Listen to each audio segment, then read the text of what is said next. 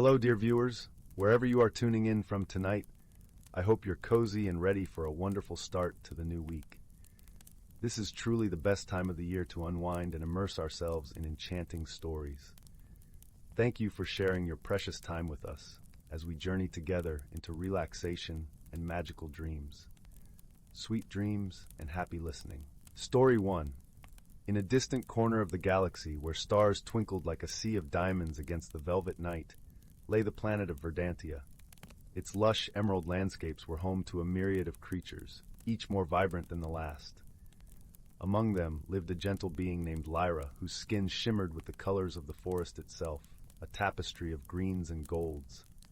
She was known among her kin as a healer, her touch capable of mending the most grievous of wounds, her presence a balm to troubled souls. One day, as the twin moons of Verdantia cast their silvery glow upon the land, a ship from the neighboring planet of Calum descended from the heavens. It was a sleek craft, its surface reflecting the celestial beauty above. From within emerged a being of light and shadow, known as Zephyr. Zephyr's form was ever-shifting, a dance of luminescent hues and deep, comforting shades. He was a wanderer by nature, driven by an insatiable curiosity and a heart that yearned for connection. Their meeting was not by chance, for Zephyr had heard tales of Verdantia's wonders and sought the wisdom of its people. Yet, as he approached Lyra, hoping to share in her knowledge, a misunderstanding unfolded. To Lyra, Zephyr's shifting form seemed unpredictable, even chaotic, and she hesitated to trust what her heart did not fully understand. Zephyr, sensing her apprehension, felt a pang of isolation, a feeling all too familiar from his travels. But the universe, in its infinite wisdom, had plans for them both. As they stood amidst the towering trees, a sudden tremor shook the ground. A fissure opened, revealing a network of ancient roots that had begun to wither, threatening the delicate balance of Verdantia's ecosystem. It was a sign of a deeper malady, one that required both of their unique gifts to heal. Determined to save her home, Lyra set aside her doubts and reached out to Zephyr. "I need your help," she said, her voice a blend of strength and vulnerability. Zephyr nodded, his form settling into a steadier glow, a silent promise of solidarity. Together, they delved into the heart of the forest, where the roots sang of ancient times and whispered secrets to those who would listen. Lyra's hands glided over the withering roots, infusing them with her healing energy. Yet the task was monumental, and she soon realized she could not do it alone. Seeing her struggle, Zephyr stepped forward. With a gentle touch, he shared his own energy, weaving it with Lyra's in a harmonious dance of light and life. As their powers intertwined, a profound understanding blossomed between them. They were different, yes, but in their differences lay their strength. The roots responded to their combined efforts, regaining their vitality, their song growing stronger, more vibrant. As the forest began to heal, so too did the bond between Lyra and Zephyr. They spoke of their worlds, their hopes and dreams, finding in each other a friend who cherished their uniqueness. In the days that followed, they faced other challenges together, storms that tested their resolve, creatures in need of compassion, and mysteries that required their combined wisdom to unravel. Each trial brought them closer, taught them the value of trust, and the beauty of seeing the world through another's eyes. As the seasons turned and the forest flourished, their friendship became a beacon of harmony, inspiring others to embrace differences and seek unity. And when the time came for Zephyr to continue his journey, it was with the promise of return and the knowledge that Verdantia would always hold a piece of his heart. Under the starlit sky, with the gentle rustle of leaves as their lullaby, Lyra and Zephyr bid each other farewell. Their paths, though separate, were forever intertwined, bound by the shared experiences and the deep, abiding friendship they had forged. And so, in the serene beauty of Verdantia, amidst the whispers of the ancient trees, a tale of unlikely companions unfolded, a testament to the power of friendship to transcend boundaries, heal old wounds, and illuminate even the darkest of nights with its gentle, enduring light. In the heart of an enchanted forest, where the air was perpetually sweet with the scent of blooming marigolds and the sun cast a warm, dappled glow through the leaves, lay the quaint village of Willowbrook. The village was known for its cobblestone pathways, lined with tiny flickering lanterns, and cottages with thatched roofs that seemed to be dusted with fairy dust. It was a place where harmony reigned, and the villagers lived in gentle concord with the magical creatures that called the forest home. One serene evening, as the sun began its graceful descent behind the rolling hills, the village was abuzz with whispers of peculiar happenings.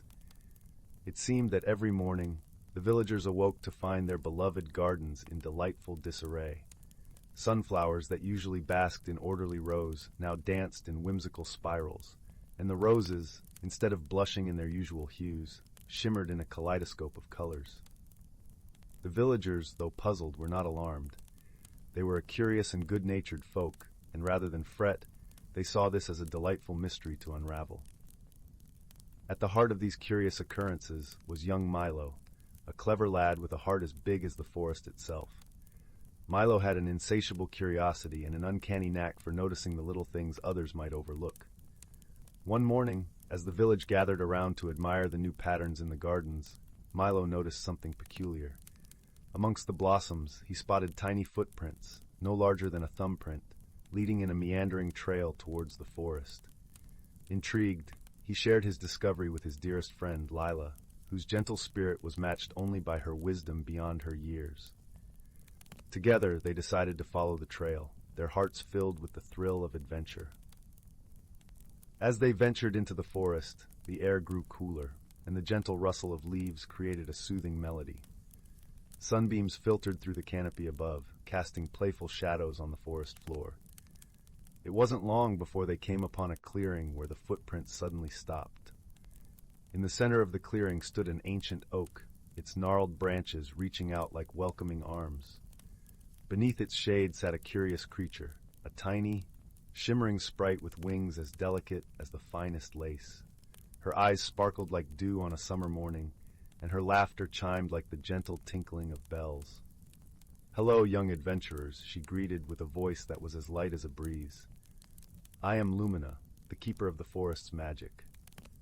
Milo and Lyla exchanged a glance of wonder and delight.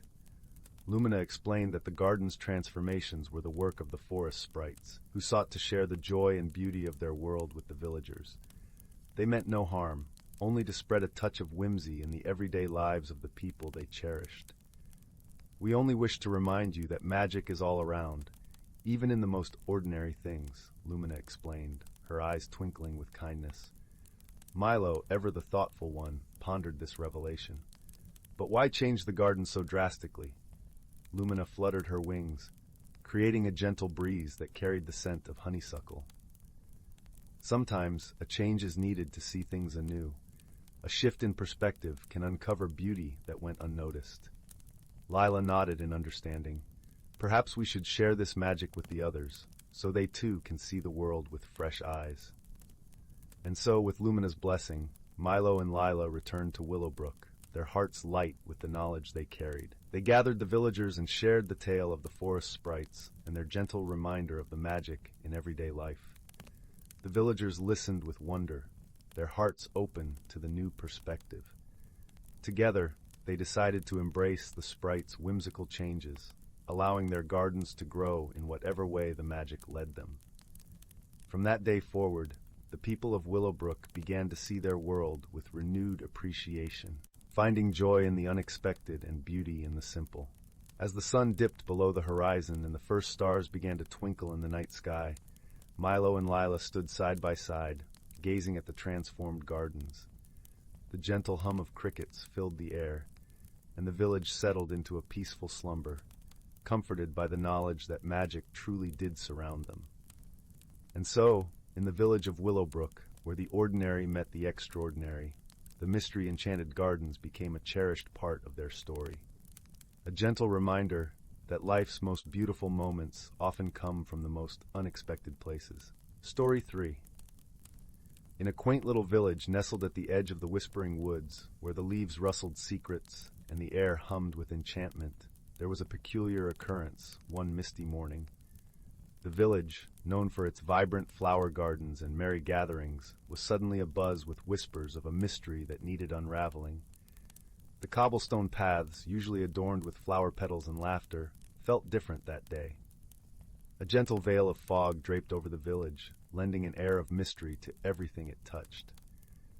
As the sun peeked over the horizon, casting golden threads through the mist, the villagers discovered something most unusual.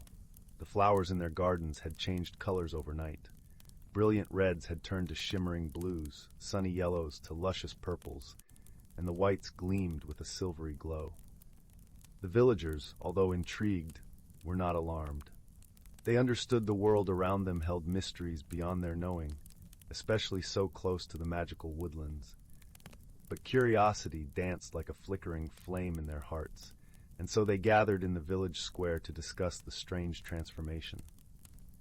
Among them was a young girl named Lyra, whose eyes sparkled with wonder and a mind as sharp as the foxes that darted through the forest. Lyra had always been fascinated by the magic that wove through her world, and this new puzzle was no exception. As she listened to the villagers' theories, she quietly decided to seek the wisdom of the forest, where she knew answers often lingered between the trees. Taking a deep breath of the crisp morning air, Lyra set off towards the whispering woods. Her path was lined with familiar sights: the old stone well, the gnarled oak tree, and the gentle babbling of the brook that whispered its way alongside her. Each step was soft, cushioned by fallen leaves that created a multicolored carpet beneath her feet. As she entered the woods, the world shifted into a realm of deep greens and earthy browns, where sunlight trickled down in dappled patterns. The air was filled with the sweet scent of pine and the soft rustle of creatures scurrying in the underbrush. Lyra knew the forest was alive with magic, and she hoped it would guide her to the answers she sought. After a short while, she reached a clearing where stood an ancient tree, older than any other in the wood. Its bark was twisted and strong, and its branches spread wide, offering a comforting shade. This tree was known as the Elder Oak, and it was said to hold the wisdom of ages past. As Lyra approached, she noticed something she had never seen before: a small, glowing figure nestled in the crook of the tree's massive roots. It was a wisp, a gentle creature of light and air, known for their playful nature and helpful guidance. The wisp twinkled softly, a warm glow in the cool shadows of the clearing. "Hello, little one," Lyra greeted with a smile, crouching down to the wisp's level. "Do you know what might have happened to our village flowers?"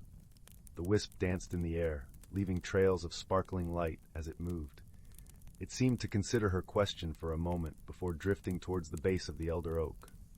There, it illuminated a cluster of mushrooms that circled the tree, their caps glistening with an iridescent sheen. Lyra leaned closer, her eyes widening in recognition. These were mooncap mushrooms, rare and magical, known to reflect the phases of the moon. She recalled a story from the village elder about how, during certain lunar alignments, these mushrooms could influence the colors of nature around them. "Of course," she murmured to herself, a smile spreading across her face. The mooncap mushrooms must have bloomed under last night's full moon, casting their magic over the village. The wisp twirled in delight, its light flickering like a candle in the breeze. It was pleased that Lyra had understood the gentle magic at play. She thanked the wisp for its guidance and began to make her way back to the village, the path through the woods now familiar and welcoming. As Lyra emerged from the forest, the village was beginning to stir with activity. She shared her discovery with the villagers, explaining the mooncap mushroom's role in the enchanting transformation of their gardens.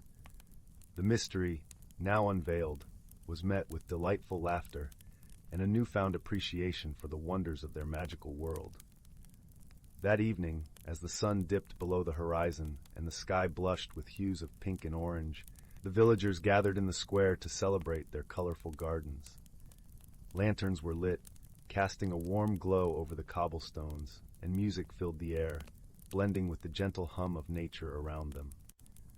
Lyra watched the festivities with a content heart, knowing that the village had embraced the mystery with joy and wonder. As the first stars began to twinkle in the deepening sky, she realized that sometimes the magic of the world was not just in the answers, but in the journey to find them. With the village wrapped in a cozy blanket of enchantment and laughter, Lyra returned home, her mind at ease and her heart full. She drifted to sleep with the knowledge that the world held countless mysteries, each waiting to be discovered with kindness, curiosity, and a touch of magic. And so, the village slumbered under the watchful gaze of the moon, its gardens aglow with the colors of dreams. Story 4. In the heart of the ancient greenwood forest, where time seemed to flow like a gentle stream, there lived a myriad of creatures whose lives were woven together as intricately as the branches of the towering oaks. Here, the forest hummed with a symphony of life, each note played by the rustling leaves, the babbling brooks, and the soft, whispering winds. The greenwood was a place of deep magic, a hidden sanctuary where the natural world danced in perfect harmony.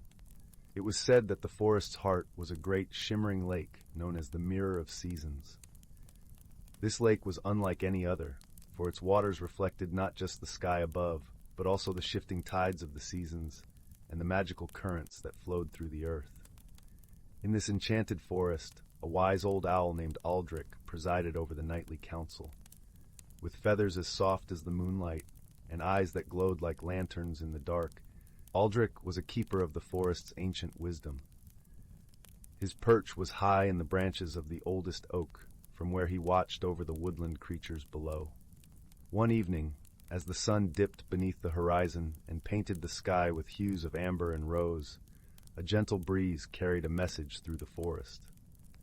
It was the time of the gathering, a seasonal event when creatures from every corner of the greenwood came together to share stories and learn from one another. As twilight settled, the forest floor began to twinkle with the glow of fireflies, their light mingling with the silvery moonbeams. The animals gathered around the Mirror of Seasons, their breaths visible in the cool, crisp air of early autumn. There were deer with coats as dappled as the forest floor, rabbits whose ears twitched at every sound, and songbirds who flitted from branch to branch, their melodies a sweet serenade. At the water's edge, a gentle deer named Bramble stepped forward. With eyes as warm as chestnuts and a heart as tender as spring's first bloom, Bramble had a question that weighed heavily on his mind. "Wise Aldrich," he began, his voice as soft as the rustling leaves, "the seasons are changing, and with them, the forest. How do we ensure that we live in harmony with these changes?" Aldrich, with a knowing nod, spread his wings wide and spoke in a voice as smooth as honey. "Ah, dear Bramble, the forest teaches us that balance is the key to harmony. Each season has its purpose, its gifts, and its challenges. We must learn to embrace them all." As Aldrich spoke, the Mirror of Seasons began to shimmer, its surface swirling with colors that danced and blended like a painter's palette. The animals watched in awe as images appeared, telling stories of the seasons. In spring, the forest awoke from its slumber, the air filled with the scent of fresh blossoms and the sound of new life. Tiny streams gurgled joyously as they raced through the forest, their waters nourishing the earth. It was a time of renewal, of beginnings, where every creature played its part in the dance of life. Summer followed, bringing warmth and abundance. The sun kissed the leaves, turning them a vibrant green, and the forest buzzed with activity. Bees flitted from flower to flower, collecting nectar, while the canopy provided shade for those seeking refuge from the midday sun. It was a time of growth, of energy, where the forest thrived in the gentle embrace of the sun. With the arrival of autumn, the forest transformed into a tapestry of gold, crimson, and amber. The air was crisp, carrying the earthy scent of fallen leaves. It was a time of gathering, of reflecting on the year's bounty, and preparing for the slumber ahead. Creatures worked together, storing food and sharing warmth, their bonds strengthened by the chill in the air. Finally, winter descended, wrapping the forest in a quiet, silvery blanket. The world slowed, and a serene stillness settled over the land. It was a time of rest, of introspection, where the forest conserved its energy, dreaming of the spring to come. The animals listened, their hearts warmed by Aldrich's words and the images from the Mirror of Seasons. They understood that each season, with its unique beauty and challenges, was essential to the forest's balance. They realized that by respecting and adapting to these changes, they would continue to thrive as a community. As the gathering came to a close, Aldrich looked at each creature with eyes full of kindness and wisdom. "Remember, dear friends, that the strength of the forest lies in its unity. Just as the trees stand together, their roots intertwined, so must we support one another through every season." With renewed understanding and a deep sense of peace, the animals began to disperse, their hearts filled with gratitude for the wisdom shared. The fireflies danced above them, a gentle reminder of the magic that flowed through the greenwood, connecting all life. As the night deepened, Aldrich remained perched high in the old oak, watching over his beloved forest. The moon cast a silver veil over the land, and the mirror of seasons shimmered softly, reflecting the harmony that pulsed through the ancient trees. In the greenwood forest, where the boundaries between reality and magic blurred, the creatures lived in balance with the natural world, guided by wisdom and the gentle hand of friendship. And as the seasons turned, they knew that together they would continue to weave the tapestry of life, a vibrant and enduring masterpiece. Story 5. Once upon a time, in a quaint little village nestled between rolling hills and whispering woods, there lived a gentle soul named Lyra. Lyra was a curious young woman with a heart as warm as a summer's breeze and eyes that sparkled like the stars on a clear night. She spent her days tending to her small garden, her fingers deftly planting seeds that, with a bit of care and love, blossomed into vibrant flowers and sweet-scented herbs. One crisp autumn morning, as the golden leaves danced in the wind, Lyra decided to explore the attic of her cozy cottage. The attic was a place of mystery, filled with dusty relics from generations past. As beams of sunlight filtered through the small round window, casting a soft glow over the forgotten treasures, Lyra's gaze was drawn to a peculiar wooden box. It was intricately carved with swirling patterns of vines and leaves, and its surface seemed to hum with a gentle warmth. With a heart full of anticipation, Lyra opened the box. Inside, nestled among layers of velvet, lay a small silver mirror. It was no ordinary mirror. Its surface shimmered with an otherworldly light, and as Lyra peered into it, she realized that it didn't reflect her image. Instead, it showed a path winding through a lush, enchanted forest, a place she had never seen before. Lyra's heart fluttered with excitement and a hint of apprehension. She knew that the mirror was a key, inviting her on a journey to discover its secrets. Gathering her courage, she gently touched the mirror's surface. In an instant, a soft breeze enveloped her, and she found herself standing at the edge of the very forest she had glimpsed. The air was filled with the sweet scent of pine and earth, and the sunlight filtered through the canopy, creating a tapestry of light and shadow on the forest floor.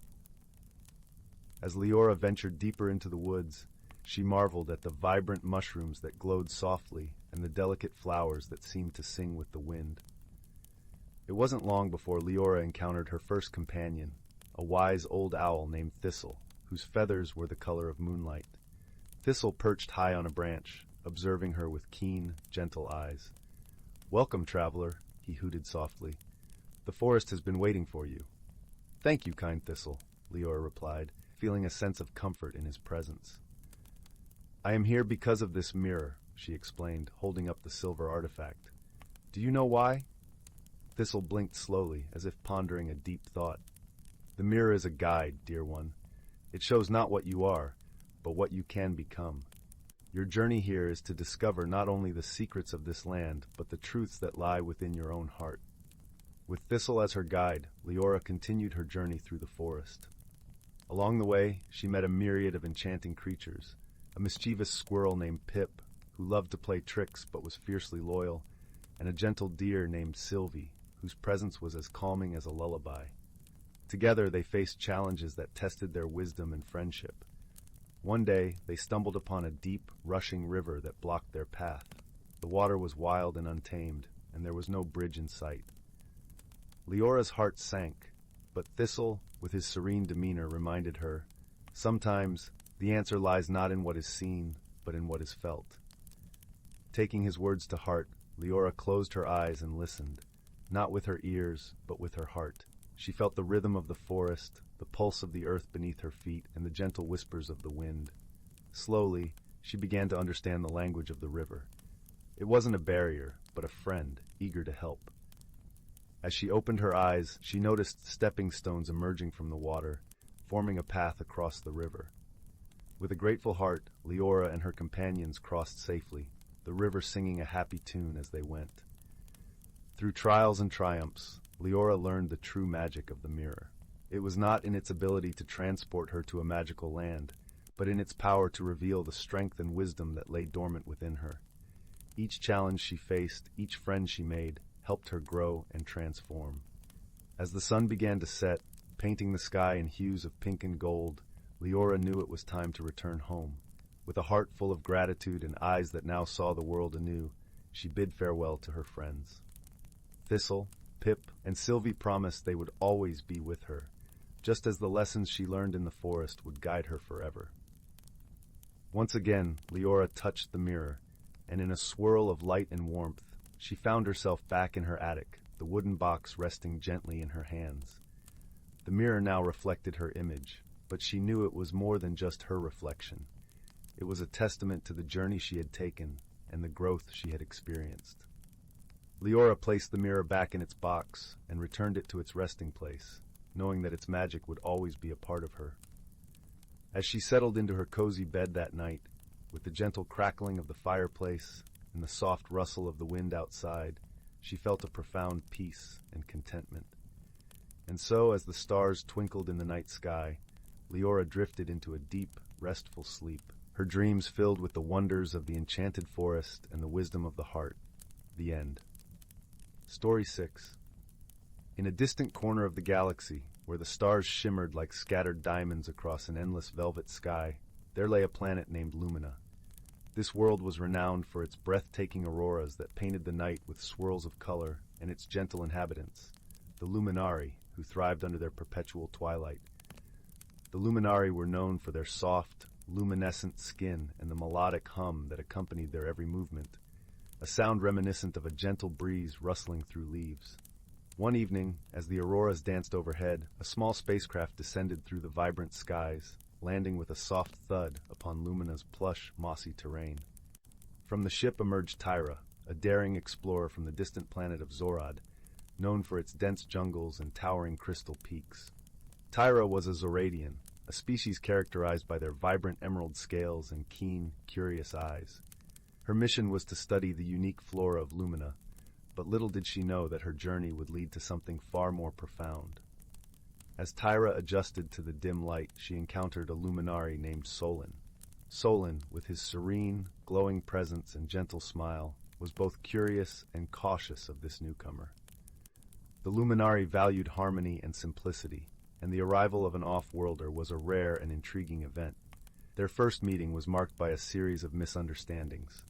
Tyra, eager to communicate, attempted to greet Solon with a traditional Zoradian gesture, a bow and a flourish of her tail. However, on Lumina, this was a gesture of deep apology. Solon, puzzled, believed he had somehow offended Tyra. The air between them tingled with the tension of confusion, though neither wished to cause harm. Despite their initial clash, both were determined to understand one another. As days turned into weeks, they embarked on a shared journey across Lumina's captivating landscapes. They traversed fields that glowed with bioluminescent flowers, whose petals whispered secrets of the night, and waded through serene lakes that mirrored the swirling auroras above. During one of their travels, a sudden storm swept over the land, drenching them in a downpour of iridescent rain. Seeking shelter, they stumbled upon a cave, its entrance hidden behind cascading vines. Inside, the walls shimmered with embedded crystals that cast a warm, comforting light. It was here, amidst the gentle glow, that they shared their first true conversation. Solon, with his melodic voice, spoke of the Luminari's traditions and the deep connection they felt with the auroras, which they believed were the spirits of their ancestors guiding them. Tyra listened, her heart swelling with the beauty of Solon's words. In turn, she shared tales of Zorad, of its vibrant jungles, and the way the sun would set fire to the crystal peaks at dusk. A bond began to form, woven from shared stories and mutual respect. They discovered that despite their differences, they both cherished the wonders of the universe and the simple joys of companionship.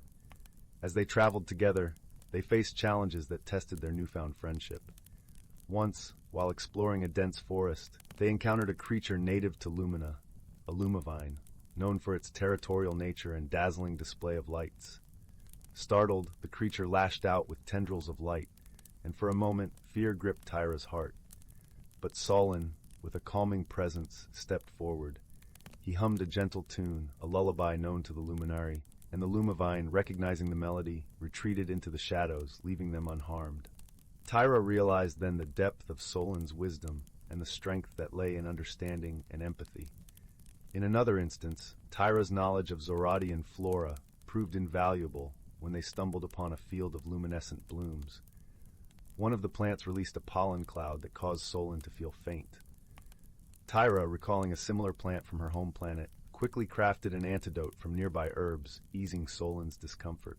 It was her turn to offer support, and Solin's gratitude was profound. Through these shared challenges, their friendship deepened, each learning from the other. Tyra marveled at Solin's ability to see beauty in simplicity, while Solin admired Tyra's courage and inquisitive nature. They grew to appreciate the value of perspectives different from their own, realizing that it was these differences that enriched their lives. As their time together drew to a close, Tyra prepared to return to Zorad. Standing on the mossy terrain where they first met, under the watchful gaze of the swirling auroras, they exchanged parting gifts.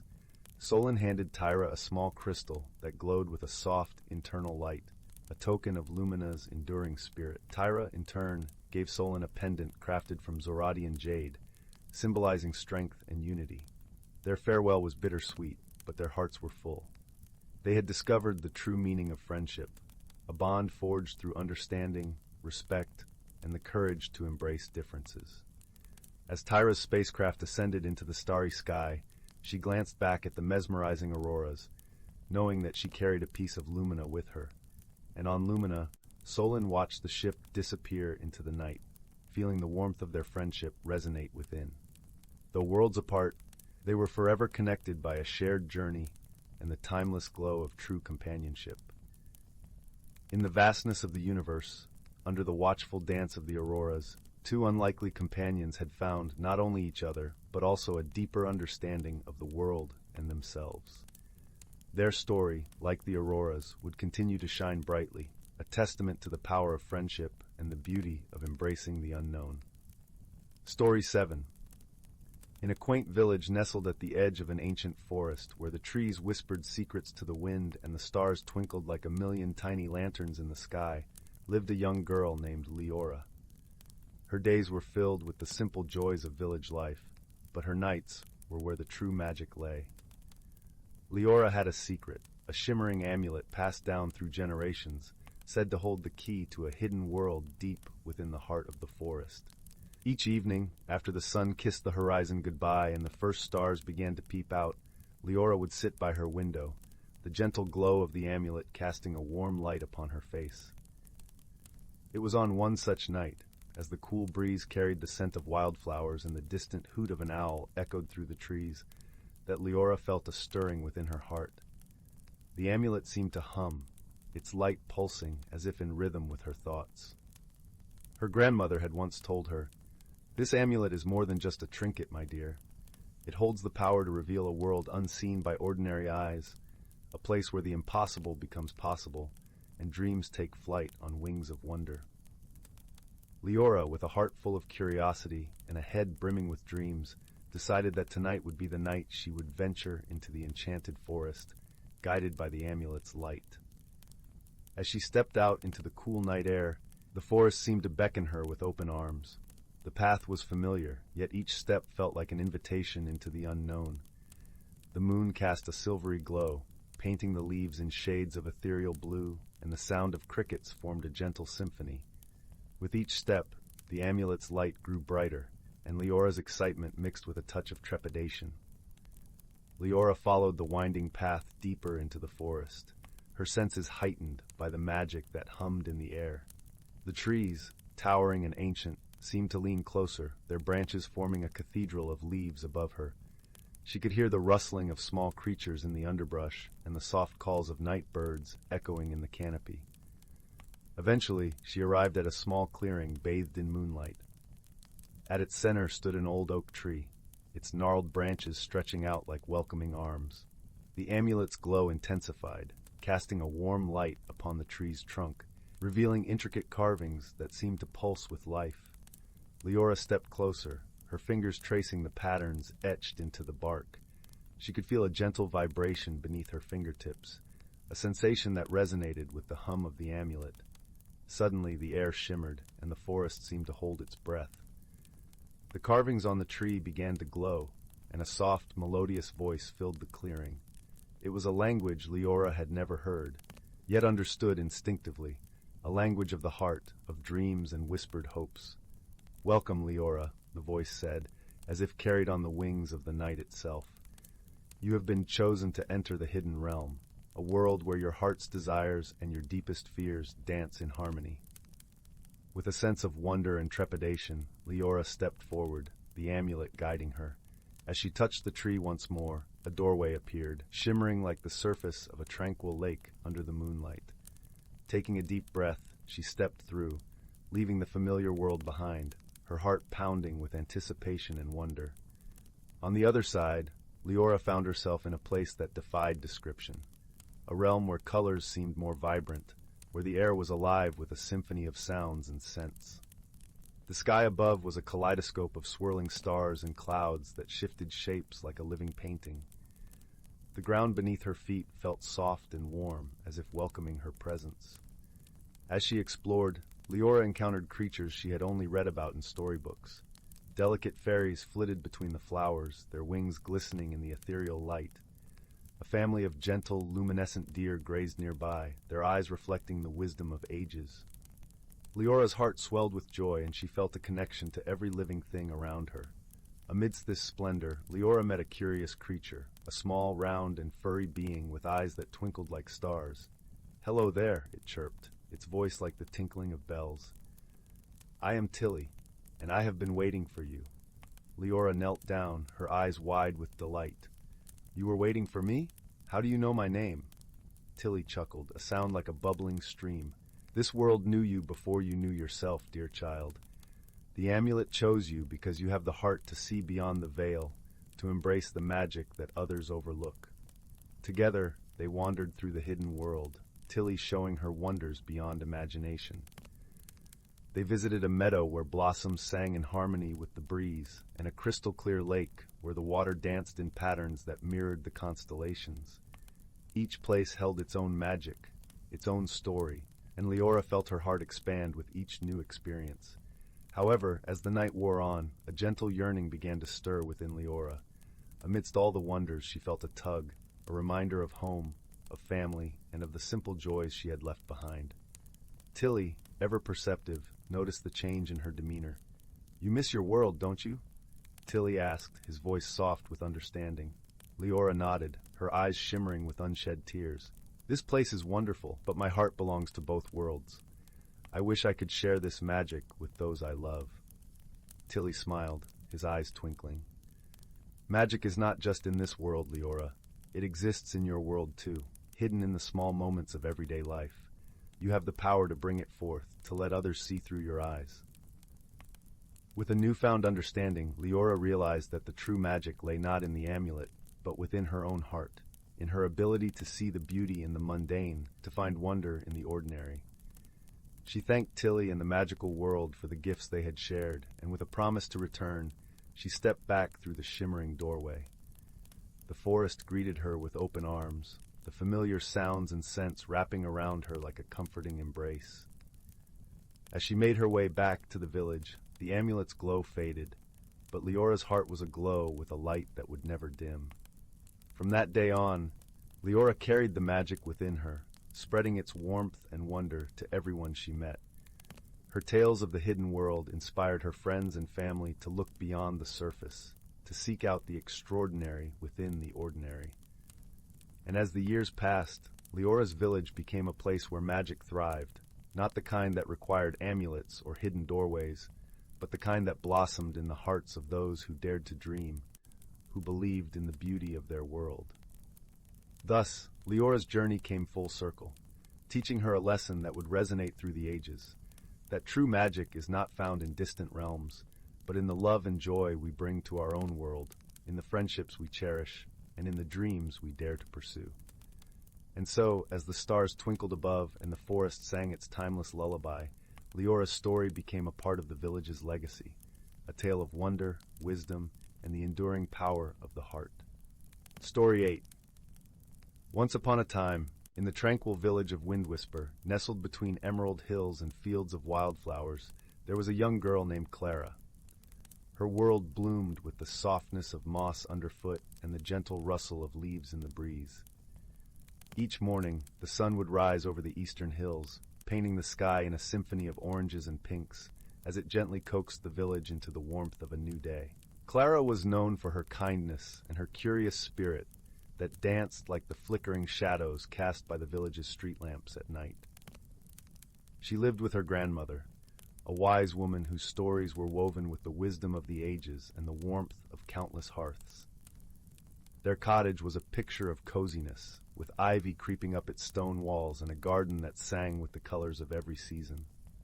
One evening, as the sun began its descent, spilling its golden light across the fields, Clara's grandmother, with her soft, wise eyes, beckoned her to sit by the fireplace.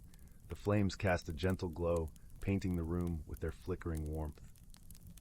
"Clara," her grandmother began, her voice as soothing as a lullaby, "there is a secret I must share with you. It is time you learn about the Heartstone." Clara leaned in, her eyes wide with a mixture of wonder and anticipation. "The Heartstone?" she echoed, her voice barely above a whisper. "Yes, my dear," her grandmother replied, a knowing smile playing on her lips. "The Heartstone is a gem of extraordinary power and beauty, hidden deep within the Whispering Woods. It is said to hold the ability to unveil the true heart of its possessor, revealing their innermost wishes and dreams." The room seemed to hold its breath, the crackling of the fire the only sound as the weight of her grandmother's words settled around them. Clara felt a flutter of excitement mixed with a tinge of trepidation. "But grandmother, why are you telling me this now?" Her grandmother's gaze softened, filled with a love that wrapped around Clara like a warm blanket. "Because, my dear, I believe you are ready. You have always been a seeker of truth, and your heart is pure. The Heartstone calls to those who can wield its magic with wisdom."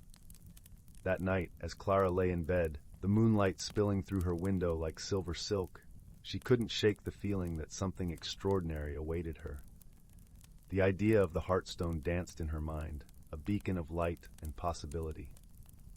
The next morning, as the village awoke to the songs of the meadowlarks and the crisp scent of dew-kissed grass, Clara set off towards the Whispering Woods. Her heart was a mixture of excitement and nervous anticipation, like the first fluttering of wings before a bird takes flight. The path leading into the woods was dappled with sunlight, and the air was filled with the scent of pine and earth. Clara walked with purpose, her steps sure and steady. As she ventured deeper, the forest seemed to come alive around her, the trees whispering secrets in a language only the wind understood. It wasn't long before Clara encountered her first challenge. The path split into three, each trail winding deeper into the heart of the woods. She paused, uncertainty nipping at her heels. Just then, a soft, melodic voice broke the silence. "Lost, are we?" it sang, gentle and teasing. Clara turned to see a small golden bird perched on a branch, its eyes twinkling with mischief. "Perhaps a bit," Clara admitted with a smile. "Can you help me find the Heartstone?" The bird fluffed its feathers, considering her request. "Ah, the Heartstone. Many seek its power, but few find it. However, I sense a kindness in you, young one. Follow me, and I shall guide you." With that, the bird took flight, its golden wings shimmering in the dappled sunlight. Clara followed, weaving through the forest as the bird led her with its lilting song. The path twisted and turned, but Clara felt a growing sense of assurance, like a thread pulling her gently forward. As the day wore on, the forest began to change. The trees grew taller, their trunks thick and ancient, and the air was filled with the sweet, mysterious scent of blooming elderflowers. Clara could feel the magic of the place thrumming beneath her skin, a gentle hum that resonated in her very bones. Finally, they arrived at a clearing, bathed in the soft, golden light of late afternoon. In the center stood a large stone, its surface smooth and glistening as if kissed by 1,000 rainbows. Clara's heart skipped a beat. This was it, the Heartstone. The golden bird perched nearby, watching with keen eyes. "Go on," it encouraged, its voice a whisper of the wind. "Touch the stone and see what lies within your heart." Clara approached the Heartstone, her breath caught in her throat. She reached out, her fingers brushing the cool, smooth surface. a warmth spread through her, gentle and reassuring. The world seemed to fall away, leaving only Clara and the stone in a cocoon of light and possibility. Suddenly, images danced before her eyes. She saw her village, her grandmother's face etched with love and wisdom, and her friends, their laughter ringing like music in her ears. But deeper still, she saw herself, not as she was, but as she could be, brave, wise, and filled with a light that could chase away shadows. Tears welled in Clara's eyes, not of sadness, but of joy and understanding. The Heartstone had shown her the truth of her heart, her dreams laid bare in shimmering colors. As the vision faded, Clara took a deep breath, feeling a lightness she hadn't known before. She turned to the golden bird, gratitude shining in her eyes. "Thank you," she said, her voice steady and filled with newfound conviction. The bird nodded, a knowing gleam in its eye. "Remember, the true magic of the Heartstone lies not in the stone itself, but in the heart that seeks it."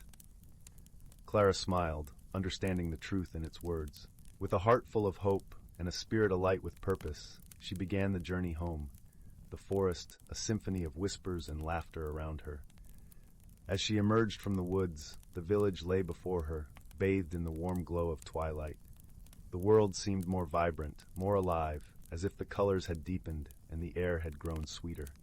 Her grandmother awaited her on the porch, her eyes twinkling with the light of 1,000 stars.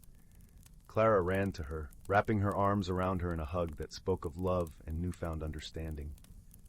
"Oh, grandmother," Clara breathed, her heart full. "The Heartstone was more than I ever imagined." Her grandmother smiled, brushing a strand of hair from Clara's face with tender fingers. "It always is, my dear. It is a mirror of the soul, showing us not only who we are, but who we can become." Together, they sat on the porch, the world settling into the gentle embrace of evening.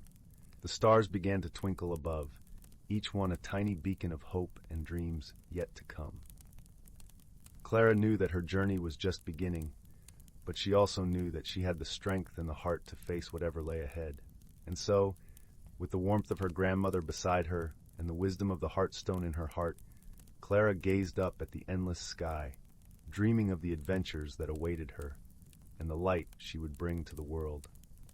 In the quiet of the night, as the village slumbered under a blanket of stars, Clara's dreams took flight, soaring on the wings of hope and possibility.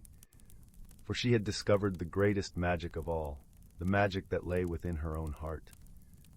And with that, the world whispered its goodnight, cradling her dreams in gentle arms as she drifted into the land of slumber, where the heart's truest wishes are woven into the fabric of dreams. Story 9.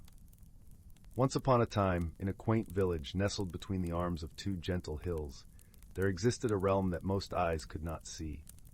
The village, with its cobblestone streets and thatched cottages, appeared ordinary to the average passerby, but those who lived there knew it whispered of magic. On the edge of this village, where the forest began its dance with the wind, stood a small cottage with a thatched roof and windows that twinkled like the eyes of an old friend. In this home lived a young girl named Lyra, whose heart was as light as the morning sun. Lyra was known for her kindness and her laughter, which rang through the village like the tinkling of 1,000 silver bells. She had a curious mind and a spirit that yearned for adventure, though her feet had never wandered far beyond the village bounds. One crisp autumn morning, as golden leaves swirled in the playful breeze, Lyra set out for her usual walk through the woods. The air was thick with the earthy scent of fallen leaves and the sweet perfume of late-blooming flowers. The forest, with its canopy of rustling leaves, was alive with whispers and secrets that only the trees knew. As Lyra wandered deeper into the woods, she stumbled upon a curious sight, a shimmering pool of water nestled within a ring of ancient oaks. The pool was unlike any she had seen before, its surface smooth like polished glass, reflecting the sky with an eerie, ethereal glow. Drawn by its beauty, Lyra knelt beside it, her fingers grazing the water's edge. It was then that she noticed something peculiar, a small, ornate box nestled amongst the roots of the largest oak. The box was crafted from a wood that seemed to shimmer with an inner light, and its lid was inlaid with delicate silver filigree. Lyra, her heart beating with a mixture of curiosity and excitement, carefully lifted the box from its resting place. As she opened it, she found within a peculiar object, a small, intricately carved stone that fit perfectly in the palm of her hand. It was warm to the touch, and as she held it, a gentle hum resonated through her fingers, as if the stone itself was alive. Lyra could feel its magic, a soft and comforting presence that seemed to whisper promises of adventure and discovery. Intrigued by her find, Lyra decided to take the stone with her, unaware of the journey it would set her upon. As she walked back to the village, she felt a strange sense of anticipation, as if the world had shifted slightly and the air was charged with possibility. That night, as Lyra lay in bed, the stone resting beneath her pillow, she was visited by a dream unlike any she had ever experienced. In it, she found herself standing in the heart of a lush, vibrant forest that pulsed with life and color. The trees whispered secrets to one another, their leaves shimmering in hues of emerald and gold. In the center of this magical realm stood a towering tree, its bark glistening like silver, its branches stretching towards the heavens. At the base of the tree sat a figure cloaked in light, their face obscured by a gentle glow. The figure spoke to Lyra in a voice that was both ancient and kind, filling her heart with warmth. "You have found the Stone of Echoes," the figure said. "It is a key to the hidden world, a place where magic flows freely and dreams take flight. But beware, for with its power comes responsibility. You must seek the keeper of the realm, who will guide you in using its gifts wisely."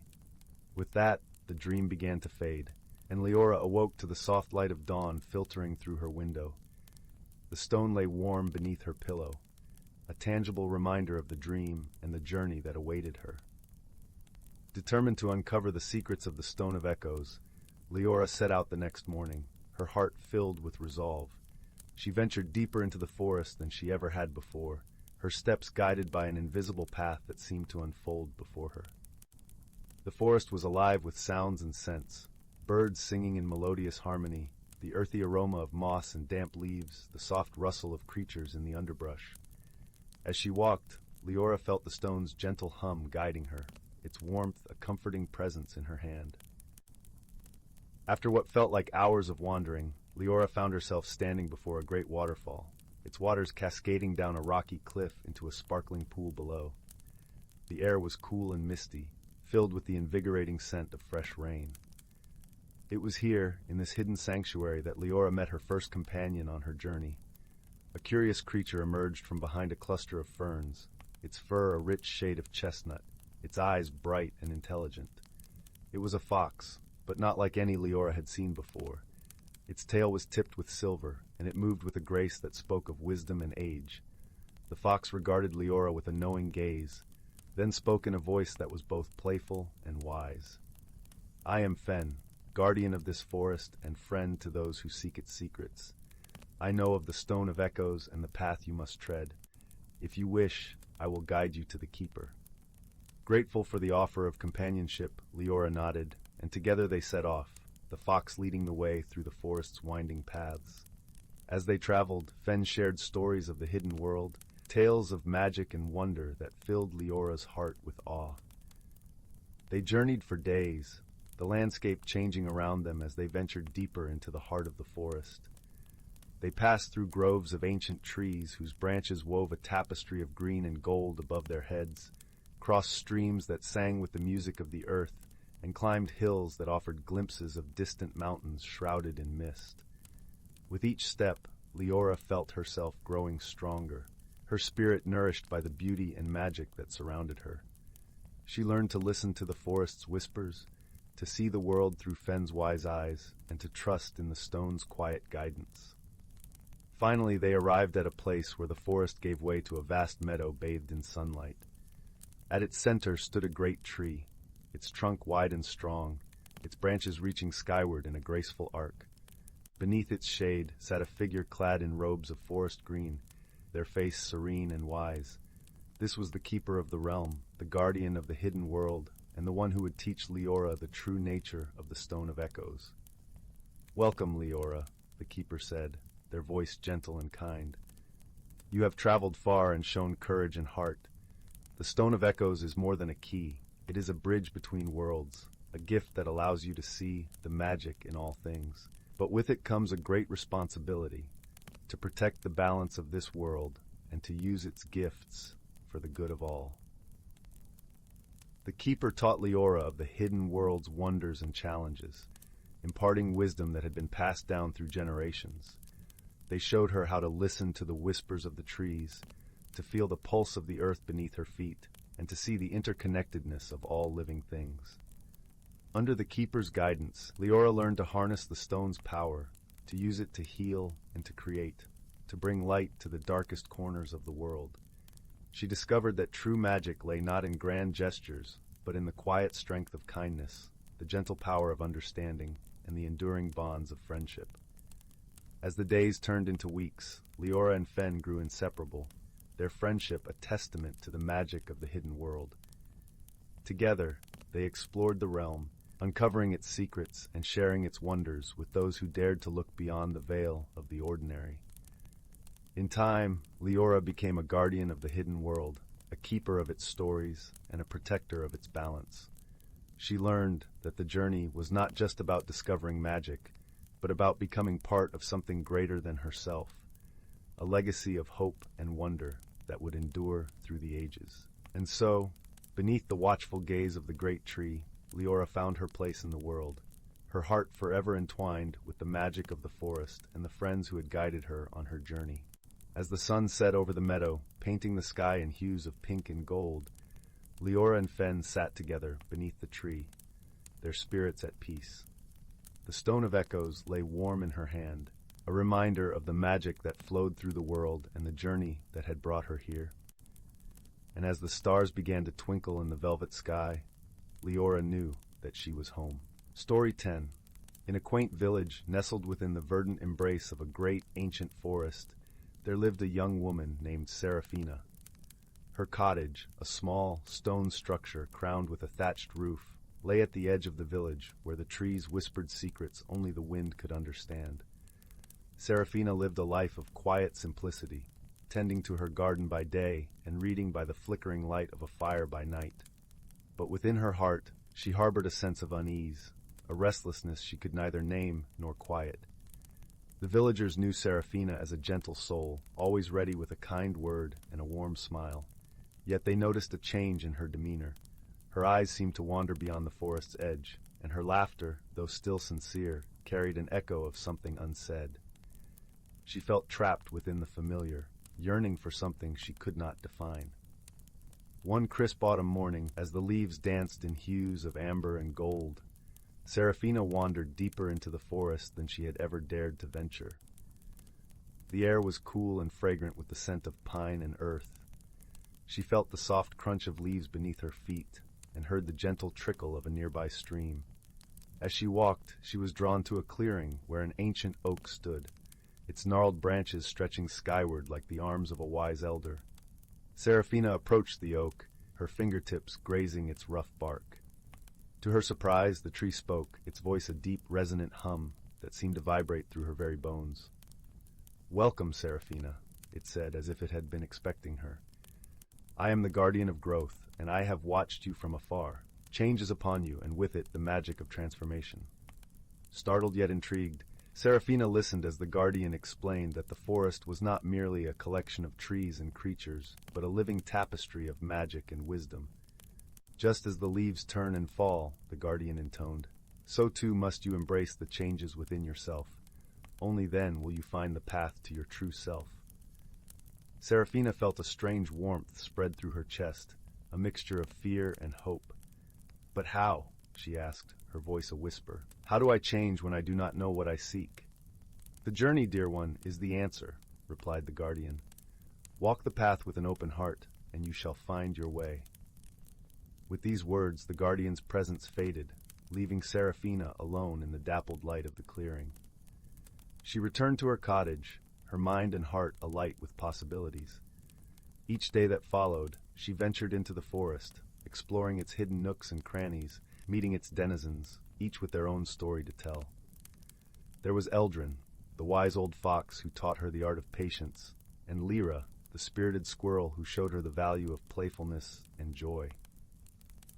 As the days turned to weeks, Seraphina began to notice changes within herself.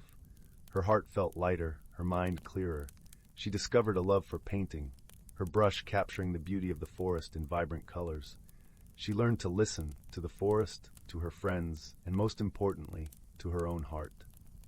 One evening, as twilight settled over the village, Serafina sat by her fire, the flames casting a warm glow over her cottage. She realized that the restlessness within her had transformed into a gentle contentment. She had found new friends, new passions, and a new understanding of herself. The villagers, too, noticed the change in Serafina. Her smile was brighter, her laughter more joyous. They marveled at the paintings she created, each one a testament to her journey of self-discovery. She had become a beacon of warmth and inspiration, drawing others to her with her newfound light. As the first snows of winter blanketed the village, Serafina returned to the ancient oak, her heart full of gratitude. She placed her hand upon its bark and whispered, "Thank you, guardian, for guiding me." The tree, in its silent wisdom, seemed to nod, acknowledging the transformation that had taken place. Serafina had embraced the magic within her, and in doing so, had found the beauty of her own spirit. She walked back to her cottage, the snow crunching softly beneath her boots, and as she did, she realized that change, though often daunting, was a gift, a journey toward becoming who one is meant to be. And with that thought warming her heart, Serafina knew she was finally home.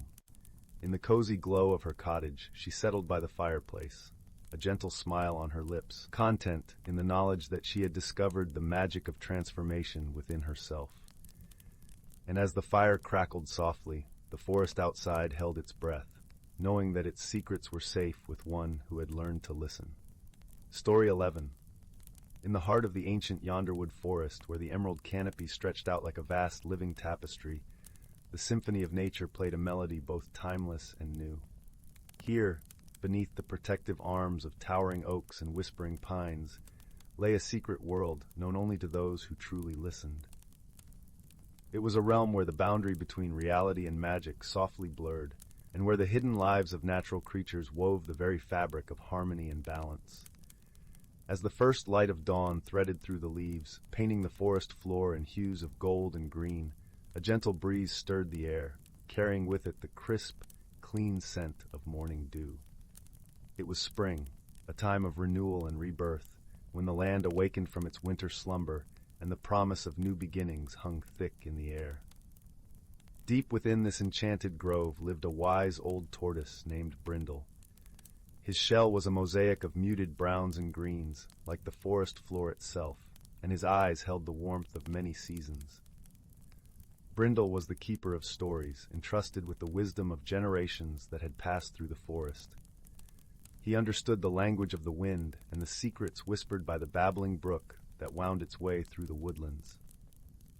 One particular morning, as the sun began its gentle ascent, Brindle set out on his daily stroll to the glen where the wildflowers danced in the breeze.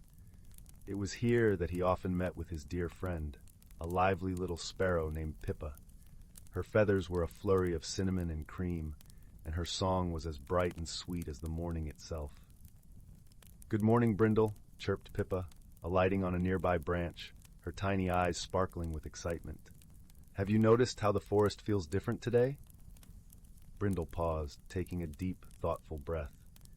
"Indeed, my dear Pippa," he replied, his voice as smooth and steady as the current of the brook. "There is something in the air, a shift that speaks of change and growth. It is the magic of spring, weaving its way through every leaf and creature." As they spoke, the forest awoke around them. The rustle of leaves was accompanied by the soft footfalls of deer, their gentle eyes scanning the meadow for fresh shoots. Squirrels darted up tree trunks, their bushy tails flicking with the joy of the season. Everywhere, life was vibrant and full of promise. Yet beneath this lively scene, Brindle and Pippa sensed a subtle discord, a faint imbalance that tugged at the harmony of their beloved forest. It was as if a shadow had crept in, unnoticed, threatening the delicate equilibrium that sustained their world. Determined to uncover the source of this disturbance, Brindle and Pippa set off on a journey through Yonderwood. Their path took them through sun-dappled clearings and cool, shaded glades, where the air was thick with the scent of pine and the distant murmur of hidden waterfalls. Along the way, they met with other creatures of the forest, wise old owls with eyes like amber moons, playful foxes whose laughter echoed through the underbrush, and gentle rabbits that nibbled on the tender green shoots of spring. Each creature spoke of a strange phenomenon that had begun to touch their lives. The brook, usually clear and babbling, had grown sluggish and murky in places. The winds that danced through the treetops now carried whispers of unease. Even the sun seemed to cast shadows longer and darker than in springs past. The friends soon discovered the source of this imbalance, a great old oak, ancient and proud, that stood at the heart of the forest. Its roots, which had once drawn deeply from the earth's life-giving waters, were now entangled in a snarl of brambles and weeds, choking the flow of water and life. Brindle, wise and thoughtful, pondered this challenge. The oak is the keeper of the forest's memory, he mused. Its roots connect us all, drawing from the wells of the past to nourish the present. We must find a way to heal it, to restore the balance before it is too late. Pippa, with her boundless energy and optimism, fluttered about the base of the great tree. Perhaps together we can untangle the roots and free the waters, she suggested, her voice filled with determination. And so they set to work, calling upon the creatures of Yonderwood to join in their endeavor. The deer used their nimble hooves to clear the brambles, while the squirrels and foxes tugged at the stubborn weeds. The owls, with their watchful eyes, guided the work from above, ensuring that each creature played its part in the grand task. As the sun moved across the sky, the tangled roots began to loosen, and the earth itself seemed to breathe a sigh of relief. The waters, once sluggish and murky, began to flow freely once more, sparkling in the sunlight as they coursed through the forest. With their task complete, Brindle and Pippa watched as the great oak seemed to stand taller, its leaves unfurling with renewed vigor. The forest, too, sang a song of gratitude and joy, its harmony restored through the wisdom and friendship of its gentle inhabitants. As the day turned to night, and the sky was painted with the soft hues of twilight, Brindle and Pippa returned to their glen. The air was filled with the sweet scent of blooming flowers and the distant call of an owl. "Thank you, Brindle," Pippa said softly, settling next to her friend, "for teaching us the power of unity and the strength that lies in the wisdom of the forest." Brindle nodded, a contented smile playing on his lips. "It is a lesson we must remember, my dear Pippa, passed down through the ages. In harmony, we find our strength, and in friendship, our hope." And so as the stars began to twinkle in the velvet sky, the forest settled into a peaceful slumber, cradled in the gentle embrace of spring. The balance had been restored, and the magic of the Yonderwood once again flowed freely, a testament to the enduring beauty of nature and the quiet wisdom of those who called it home. Story 12. Once upon a time, in the heart of the whispering woods, where the leaves rustled like soft whispers of ancient tales, there lay a quaint little village known as Willowbrook. The village was wrapped in a gentle hush, the kind that made one feel safe and snug, as if the very air were filled with the warmth of a grandmother's embrace. The cobblestone paths wound lazily through the village, bordered by cottages with thatched roofs that seemed to nod in agreement with the breeze. In Willowbrook, the days began with the cheerful chirping of the morning thrush, and evenings were serenaded by the soft hoots of the wise old owls. The villagers lived in harmony with the land and each other, each day bringing simple joys like the golden glow of the sunset over the emerald canopy, or the gentle patter of rain singing its song on the rooftops. One crisp autumn morning, as the first rays of sunlight kissed the dew-laden leaves, an unusual occurrence stirred among the villagers. The village's beloved clock tower, which had stood stalwart and true for generations, had stopped ticking.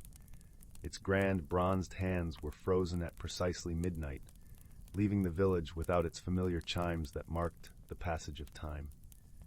This was peculiar indeed, for the clock tower was known to be as reliable as the sunrise itself. Concerned but intrigued, the villagers gathered in the square to discuss the matter. Among them was young Tomas, a gentle soul with a curiosity as boundless as the starry sky.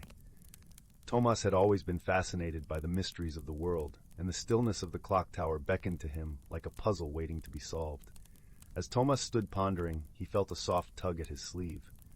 Looking down, he saw a small, mischievous face peeking out from beneath a floppy hat. It was Pip, the sprite, a tiny creature with wings like shimmering gossamer and eyes that twinkled with the light of 1,000 stories. "Hello, Tomas," chirped Pip in a voice as light as a feather. "I hear you're thinking about the clock tower. Perhaps I could be of assistance?" Tomas smiled, grateful for Pip's company. The sprite was known throughout Willowbrook for being both clever and kind-hearted, always ready with a word of advice or a helping hand. Together they set off towards the clock tower, their footsteps crunching through the carpet of fallen leaves, each leaf a golden whisper of the season.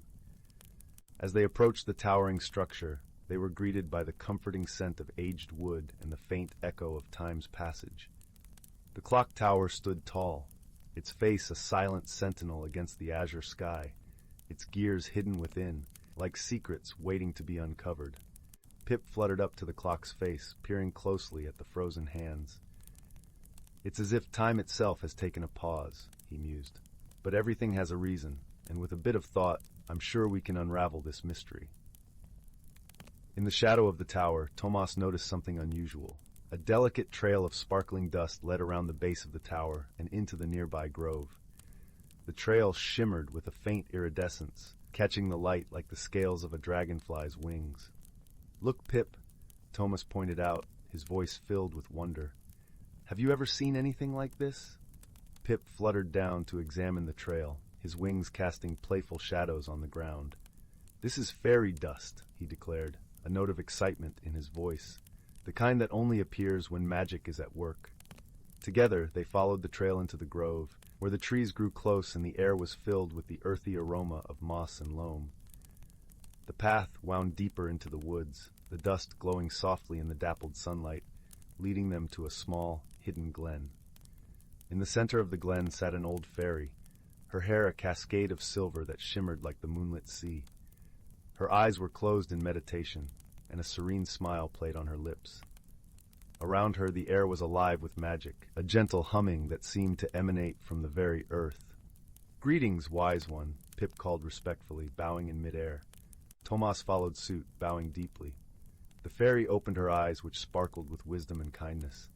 "Ah, young ones," she said in a voice that was both gentle and powerful. "You have found me, and I know why you have come." Tomas and Pip listened intently as the fairy explained. "The clock tower has stopped because there is a story that needs telling, a story of time itself.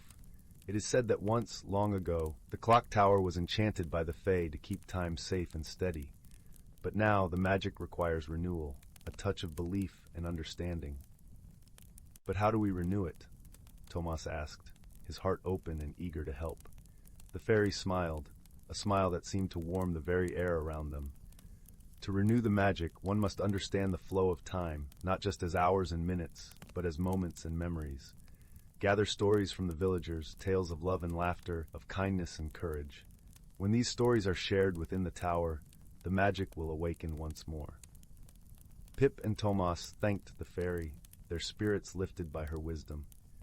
They returned to the village, where they gathered the people of Willowbrook in the square. One by one, the villagers shared their stories.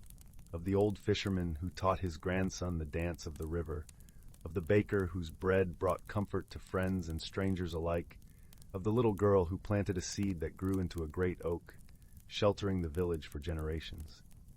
As the stories flowed, a gentle light began to emanate from the clock tower, a soft glow that pulsed with the rhythm of heartbeats.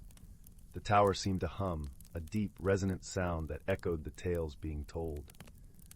With the final story, a tale of friendship and hope, the clock tower shuddered gently, then began to tick once more. Its hands moved gracefully around the face, marking the passage of time with renewed vigor and purpose. The villagers cheered, their hearts full of gratitude and warmth. Tomas and Pip shared a look of satisfaction, knowing that they had played a part in rekindling the magic that held their village together. As the sun set, painting the sky with hues of gold and lavender, Tomas and Pip returned to the grove to thank the fairy. But the glen was empty, the only sign of her presence a soft breeze that whispered through the trees. The village of Willowbrook settled into the night, the chimes of the clock tower ringing out a soothing lullaby, a promise of time well kept and stories well told. And as the stars twinkled above, the villagers drifted into dreams, their hearts at peace, knowing that the true magic lay not just in the ticking of the clock, but in the stories that bound them all together. Story 13. On the edge of the world where the sun kissed the earth with its softest rays, lay an ancient forest known as Whispering Woods. This was a place where the air was always sweet with the scent of pine, and the gentle hum of life whispered through the leaves. Each step upon its moss-laden paths felt like a journey into a realm where time was but a suggestion, and magic was woven into the very fabric of existence. In this forest lived a myriad of creatures, each with stories as old as the trees themselves. Among them were the moonlit moths, whose wings shimmered like silver under the glow of the moon. They danced through the night, carrying with them the dreams of the forest, whispered into their wings by the wise old owls. The owls, perched high atop the ancient oaks, were the keepers of stories passed down through generations, their eyes reflecting the knowledge of ages. One such moonlit moth, a delicate creature named Lyra, had wings that sparkled with an extra touch of stardust. She was curious and brave, often venturing beyond the usual boundaries of her kind. One crisp autumn evening, as the wind sang a lullaby through the trees, Lyra found herself drawn to a distant glow deep within the heart of the forest, a place where even the bravest seldom tread. As she fluttered through the cool night air, the forest seemed to hold its breath, watching the little moth's journey. The path was lit by the gentle glow of bioluminescent mushrooms, their soft light illuminating the way like stars fallen to earth. The air was alive with the scent of fallen leaves and the earthy aroma of damp soil, creating a tapestry of scents that wrapped around Lyra like a comforting cloak. Eventually, Lyra reached the source of the glow, a hidden glade bathed in the soft, ethereal light of the moon. In the center of the glade stood a grand, ancient tree, its branches stretching wide as if embracing the sky. This was the heartwood tree, a revered guardian of the forest's balance and harmony, its roots reaching deep into the earth's secrets. Hovering near the heartwood tree was a gathering of creatures, each representing a different facet of the forest's life. There were the gentle deer, whose eyes shone with the wisdom of the earth, the playful foxes, whose laughter echoed like the babbling brooks, and the mystical sprites, whose presence shimmered like sunlight on water. The assembly had gathered to discuss a pressing matter. The seasons had begun to shift in an unusual way, with the winter winds arriving far too early, threatening the delicate balance of their home. The creatures were concerned, for they knew the forest relied on the harmony of the seasons to thrive. Lyra, though small, was not unnoticed. The heartwood tree, sensing her arrival, rustled its leaves in welcome, and the creatures turned their eyes toward her. It was not often that a moonlit moth ventured so far from its usual path, and they sensed that she might hold answers they could not see. With a voice as soft as the rustling leaves, the eldest deer spoke. "Little moth," he said, "your journey here is no coincidence. The forest has whispered of your coming. Do you carry with you a message from the winds?" Lyra, her wings fluttering with a mix of excitement and awe, nodded. "The winds have spoken to me," she replied, her voice like the tinkling of distant bells. "They speak of change, of a balance that must be restored." The creatures listened intently as Lyra shared what she had learned from the winds. They spoke of a lost harmony, a forgotten rhythm between the earth and the sky. The seasons, they explained, were not just a cycle but a dance, one that required the participation and respect of all living things. "The heartwood tree has guided us for centuries," Lyra continued, "but even it needs our help to maintain the balance. We must remember the wisdom passed down through the ages and work together to restore the dance." As she spoke, the heartwood tree began to glow with a warm, golden light, its branches gently swaying as if in agreement. The creatures felt its ancient power, a reminder of the interconnectedness of all life within the forest. Inspired by Lyra's message, the creatures began to share their own wisdom, each contributing a piece of the puzzle. The deer spoke of the earth's rhythms, how the soil and roots communicated in a language of life and growth. The foxes shared tales of the playful winds and their role in spreading seeds and pollen, ensuring the forest's renewal. The sprites, with their ethereal voices, sang of the waters, the lifeblood of the forest that connected all things. Together, they formed a plan to restore the balance. The deer would guide the other creatures in nurturing the soil, ensuring it was rich and ready for the coming spring. The foxes would spread seeds and pollen, dancing through the forest to encourage new growth. The sprites would tend to the streams and rivers, ensuring the waters flowed freely, nourishing the land.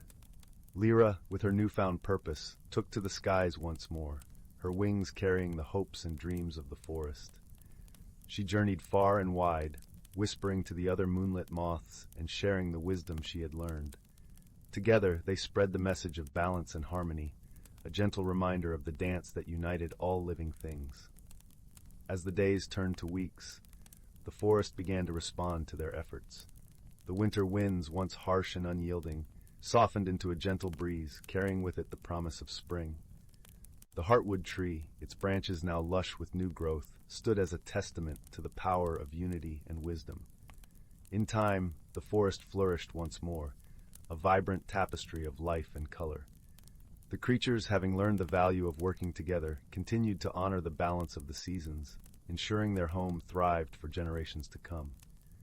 And as for Lyra, she became a legend among the moonlit moths. Her story passed down through the ages as a reminder of the power of courage, friendship, and the gentle whispers of the wind.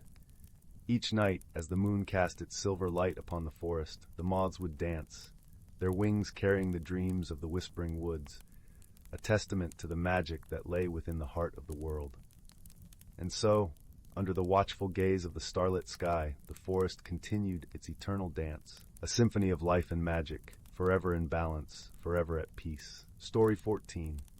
In the heart of the ancient verdant forest, where towering trees whispered secrets of ages past and gentle streams sang lullabies to the stones, there lay a hidden world teeming with life and magic.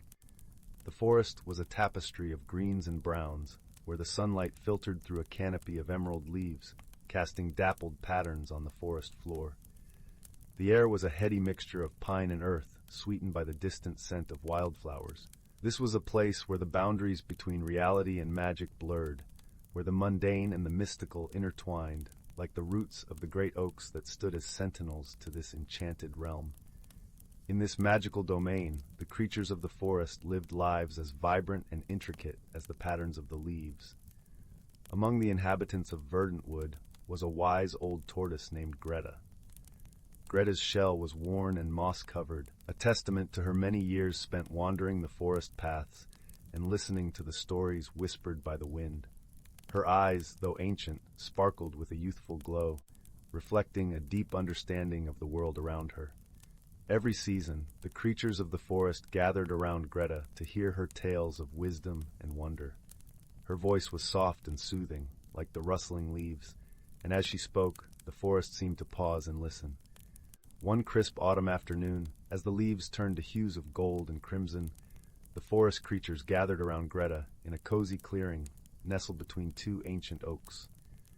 The sun hung low in the sky, casting a warm golden light that wrapped around the gathering like a comforting embrace. Greta began her tale, her voice weaving through the air like a gentle breeze.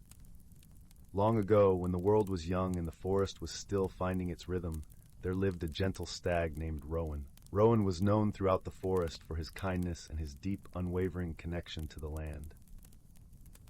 Rowan, with his antlers adorned with delicate strands of ivy, moved through the forest with an elegance that belied his size. His coat was a rich chestnut, and his eyes were pools of wisdom. Rowan's spirit was intertwined with the forest, and he understood the language of the trees, the whispers of the winds, and the murmurs of the bubbling brooks. One day, as Rowan strolled through the forest, he noticed a strange stillness in the air. The usual chorus of chirping birds and rustling leaves seemed muted, as if the forest was holding its breath. Concerned, Rowan followed the path of the river to the great glade, a sacred place where the forest's energy converged. There he found the cause of the silence. A towering tree, known as the elder oak, stood at the heart of the glade. Its branches, usually vibrant with life, drooped wearily, and its leaves had begun to wither and fall. The balance of the forest was in jeopardy, for the elder oak was the keeper of the forest's magic, its roots entwined with the very essence of life. Rowan approached the elder oak and laid his head gently against its trunk. "What troubles you, dear friend?" he asked, his voice a soft caress upon the bark. The elder oak, with a voice as deep and resonant as the earth itself, replied, "I am weary, Rowan. The seasons have become unkind, and I fear I am losing my strength." Rowan's heart ached for the elder oak and the forest it nurtured. He knew that without the tree's magic, the forest would slowly wither away. Determined to help, he decided to seek the wisdom of the ancient spirits of the seasons, beings of immense power who govern the cycles of nature. His journey took him to the farthest corners of the forest, where the air was crisp with the chill of approaching winter, and the ground was carpeted with a mosaic of fallen leaves. As Rowan traveled, he listened to the songs of the forest, each note a reminder of the delicate balance that sustained their world. After days of travel, Rowan reached the sacred grove, a place where the spirits of the seasons gathered.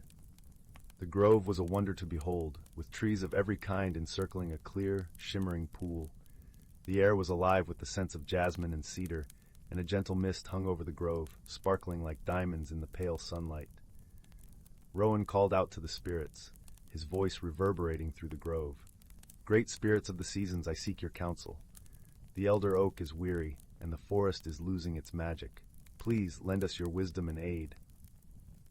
One by one, the spirits emerged from the mist, each a vision of their respective season.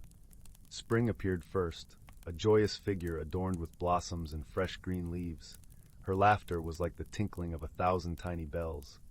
Summer followed, a radiant presence with a crown of sunflowers and a warmth that banished the chill from the air. Autumn stepped forward next, draped in robes of amber and gold, her eyes as deep and wise as the harvest moon.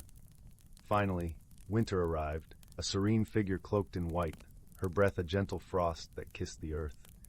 The spirits listened to Rowan's plea, their expressions thoughtful. After a moment, Spring spoke, her voice light and melodious. "Rowan, the balance of the forest is delicate, and it is true that the elder oak bears a great burden. But the solution lies not in our hands alone." Autumn nodded in agreement, her voice rich and soothing like the rustle of fallen leaves. "The forest thrives on harmony, Rowan. It is a symphony of life, each part reliant on the others. To restore the elder oak, the creatures of the forest must unite and share their strength." Rowan understood the wisdom in their words. He thanked the spirits and returned to the forest, his heart filled with hope and determination. Upon his return, he gathered the creatures of the forest and shared the spirits' counsel. "Friends," he began, his voice carrying the weight of his journey, "the elder oak needs our help. We must come together, each offering what we can to restore the balance." The creatures nodded, their eyes bright with resolve. The birds offered their songs, weaving melodies that danced through the air and lifted the spirits of the forest.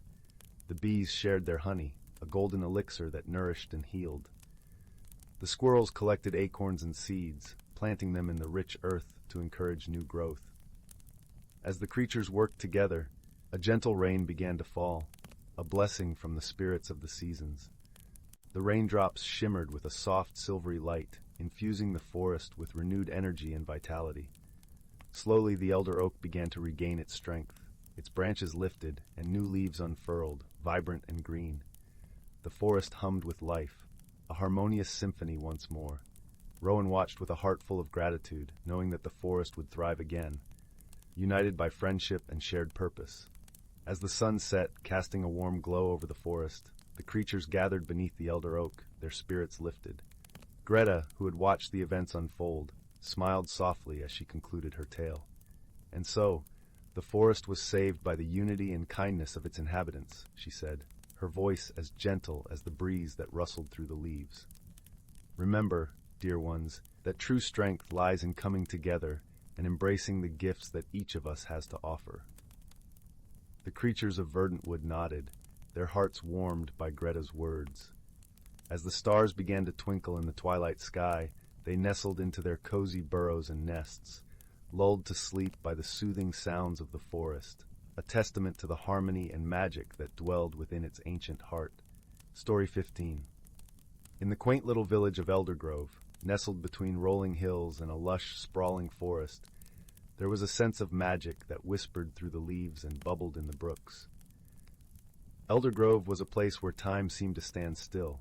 where the air was always tinged with the sweet scent of wildflowers and the gentle hum of bees. It was a village where stories lingered in the shadows of ancient oaks and danced on the breeze that rustled through the fields of golden wheat. In this enchanting place, there lived a young girl named Lyla.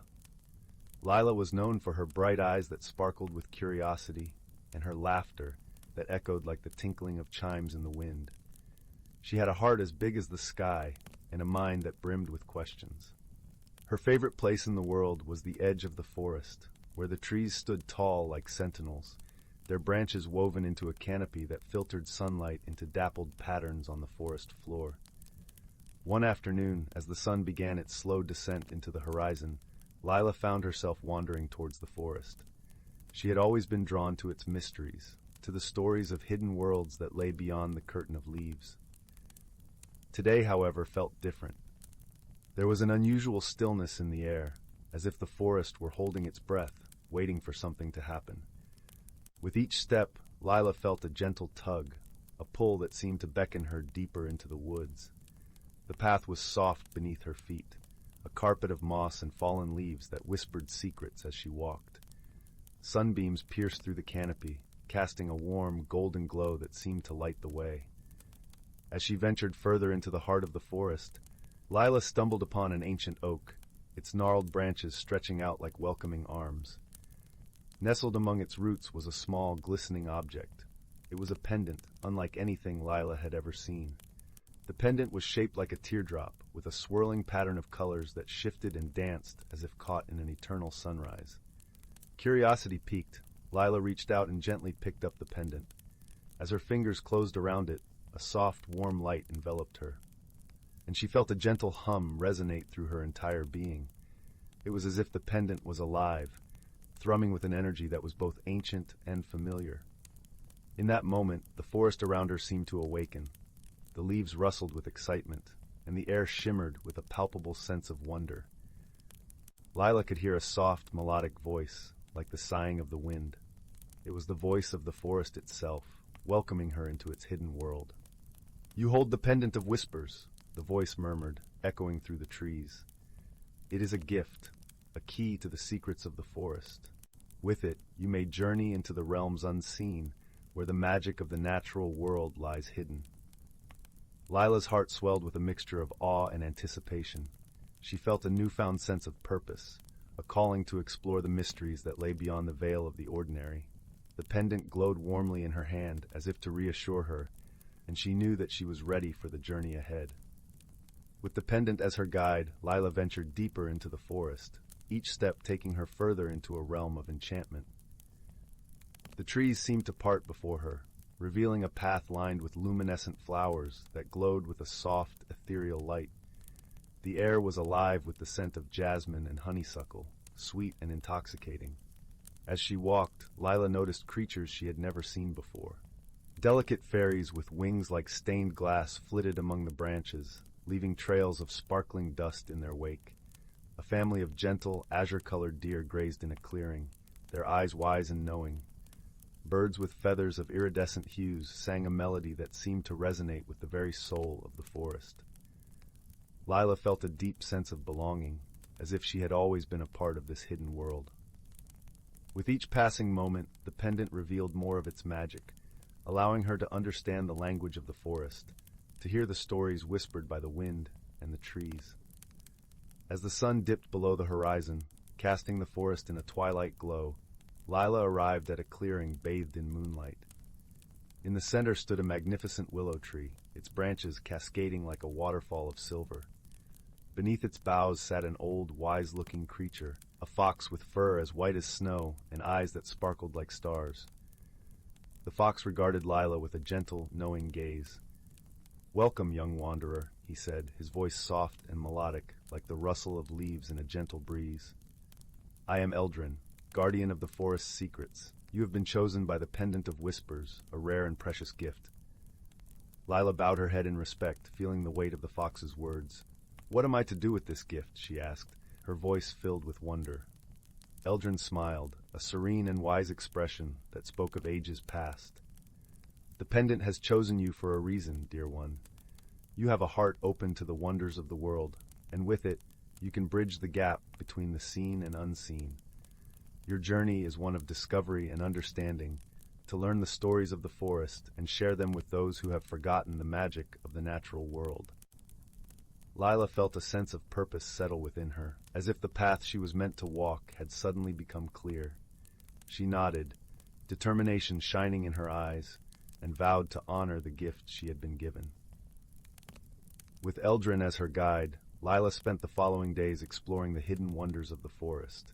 She learned to communicate with the creatures that called it home, to listen to the wisdom of the trees, and to understand the delicate balance that sustained the enchanted realm.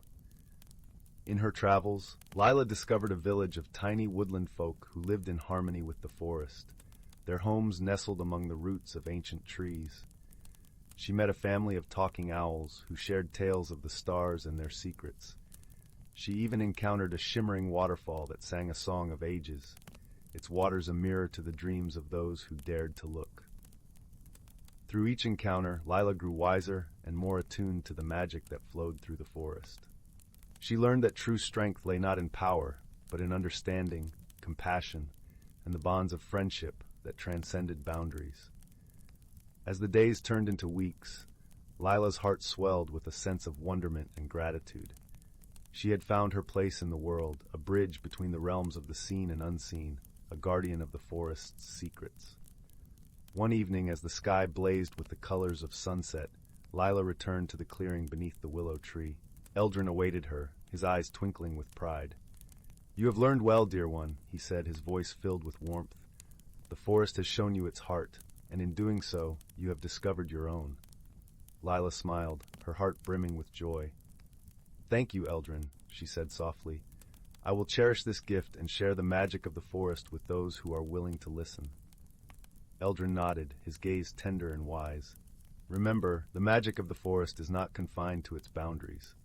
It lives within you, in the stories you tell and the kindness you show. Let it guide you as you walk your path." With those words, Eldrin stood and bowed, his form shimmering in the moonlight. Lyla watched as he transformed into a wisp of light, merging with the stars that twinkled in the night sky.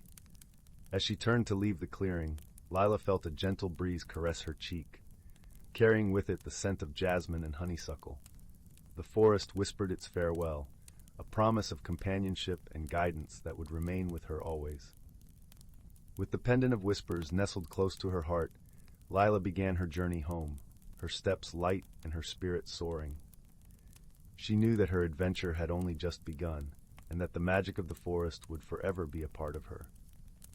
In the days that followed, Lyla shared the stories of her journey with the people of Eldergrove. She spoke of the wonders she had seen and the lessons she had learned, her words painting vivid pictures that rekindled the villagers' sense of wonder and awe. Through her tales, the people of Eldergrove were reminded of the magic that lay within their own hearts, and the village thrived with a renewed spirit of unity and kindness. Lyla's journey had changed her, but it had also transformed those around her.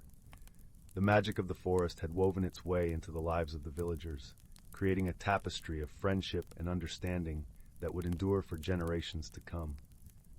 And so, as the sun set on another day in Eldergrove and the stars began to twinkle in the velvet sky, the village settled into a peaceful slumber, cradled by the gentle embrace of the forest's magic. And Lyla, with her heart full of dreams and her spirit alight with wonder, knew that the story of her journey was only just beginning. Story 16. Once upon a time, in a cozy little village nestled between rolling hills, there lived a young girl named Lily. She was an inquisitive child, always seeking adventure in the simplest of things. One crisp autumn evening, as the leaves danced in the gentle breeze, Lily was helping her grandmother tidy up the attic. Amidst the dusty boxes and forgotten treasures, Lily's eyes were drawn to a peculiar object, an old, tarnished lamp. Its dull surface seemed to shimmer ever so slightly, inviting her curious touch. As her fingers brushed against the cool metal, a warmth spread through her hand, and the lamp began to glow with a soft, golden light.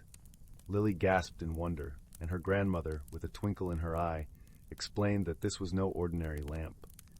It was a magical vessel, a gateway to a realm of endless possibilities.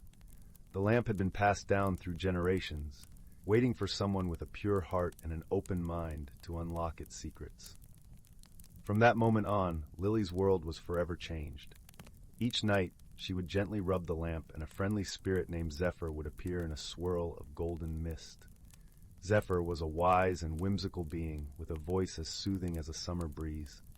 Together, they embarked on extraordinary adventures, visiting fantastical lands and meeting delightful creatures. One night, they soared through starry skies on the back of a friendly dragon named Ember, whose scales shimmered like 1,000 gemstones. On another occasion, they explored a secret garden where the flowers could sing and the trees danced to the melodies of nature. Wherever they went, Lily and Zephyr encountered colorful companions who became cherished friends. There was Willow, a playful sprite with an infectious giggle who could weave dreams into reality with her magic. And then there was Oakley, a gentle giant with a heart as vast as the ancient forests he protected, always ready to lend a helping hand or share a wise lesson. But their adventures were not without challenges. Once, they found themselves in a land where time stood still, trapped in a never-ending cycle of sameness. It was Lily's open-minded curiosity that helped them break the spell by embracing the beauty of change and growth. Another time, they faced a powerful force that sought to steal the joy from the world. With Zephyr's guidance, Lily learned that true courage lies not in brute strength, but in the power of kindness and compassion. By spreading warmth and laughter wherever they went, they banished the darkness and restored light to the land. Through each extraordinary journey, Lily grew wiser and more understanding. She learned to appreciate the wonder in the simplest of things and to cherish the bonds of friendship that transcended boundaries. And as she grew older, the magic of the lamp never faded, for it lived within her heart, a constant reminder of the endless possibilities that await those who dare to dream. And so on quiet evenings, when the stars twinkled like diamonds in the velvet sky, Lily would sit by the crackling fire and share tales of her incredible adventures with her own grandchildren. Her stories were a tapestry woven with threads of magic, love, and the unbreakable spirit of childhood wonder, inspiring generations to come with the timeless truth that the greatest adventures often begin with the simplest of sparks. Story 17. In the heart of the whispering woods, where the trees seemed to hum with secrets and the air was perpetually tinged with the scent of lavender and pine, there existed a village named Lumendale. Nestled snugly within a valley, Lumendale was known for its harmonious blend of magic and nature. The cottages were made of soft, moss-covered stones, with glowing windows that resembled twinkling stars when dusk fell. Each home had a garden, where the plants seemed to chatter quietly amongst themselves, sharing the day's news with the flowers and herbs. The villagers of Lumendale lived peacefully, their lives intertwined with the gentle magic that flowed through the land like a serene river. Every morning the sun would rise and paint the sky with tendrils of pink and gold, while the birds sang a lullaby for those who still lingered in dreams. It was a place where time seemed to stretch and yawn, encouraging a slower, more deliberate pace of life. One crisp autumn evening, as the harvest moon cast a silvery glow over the village, a peculiar thing began to happen. The villagers awoke to find that their possessions were mysteriously moving in the night. Not far, just a few inches from where they'd been left, but enough to cause a gentle ripple of bewilderment throughout Lumendale. The villagers, puzzled yet unperturbed, gathered in the village square to discuss these odd occurrences. Amidst the murmured conversations and the soft crackle of the bonfire, a young girl named Mira stepped forward. Mira was known for her sharp eyes and keen mind, always noticing things that others might overlook. Her hair was as dark as a raven's wing, and her eyes sparkled with curiosity and kindness. "I've noticed something," Mira began, her voice as gentle as the breeze that rustled the leaves overhead. "The things that have moved, they're always the ones closest to the light." The villagers listened intently, nodding thoughtfully. Indeed, it seemed that only the objects bathed in moonlight during the night had shifted. Intrigued by this observation, Mira decided to solve the mystery. She enlisted the help of her dearest friend, Oliver, a boy with hair the color of fresh hay and a smile that could warm the coldest of days. Together, they set out to uncover the truth, guided by the moonlight and their own cleverness. As the sun dipped below the horizon, Mira and Oliver made their way to the edge of the village, where the whispering woods began. The trees stood tall and wise, their branches weaving a tapestry against the starry sky. It was here that they hoped to find some answers, for the woods were home to many creatures of magic and mystery. In the heart of the woods, they found an ancient oak tree whose trunk was as wide as a cottage. Its roots stretched deep into the earth, and its branches whispered softly in the night air. Beneath this grand tree lived a creature named Nettle, an old fox with fur that shimmered like silver in the moonlight. Nettle was known for her wisdom and her ability to see the unseen.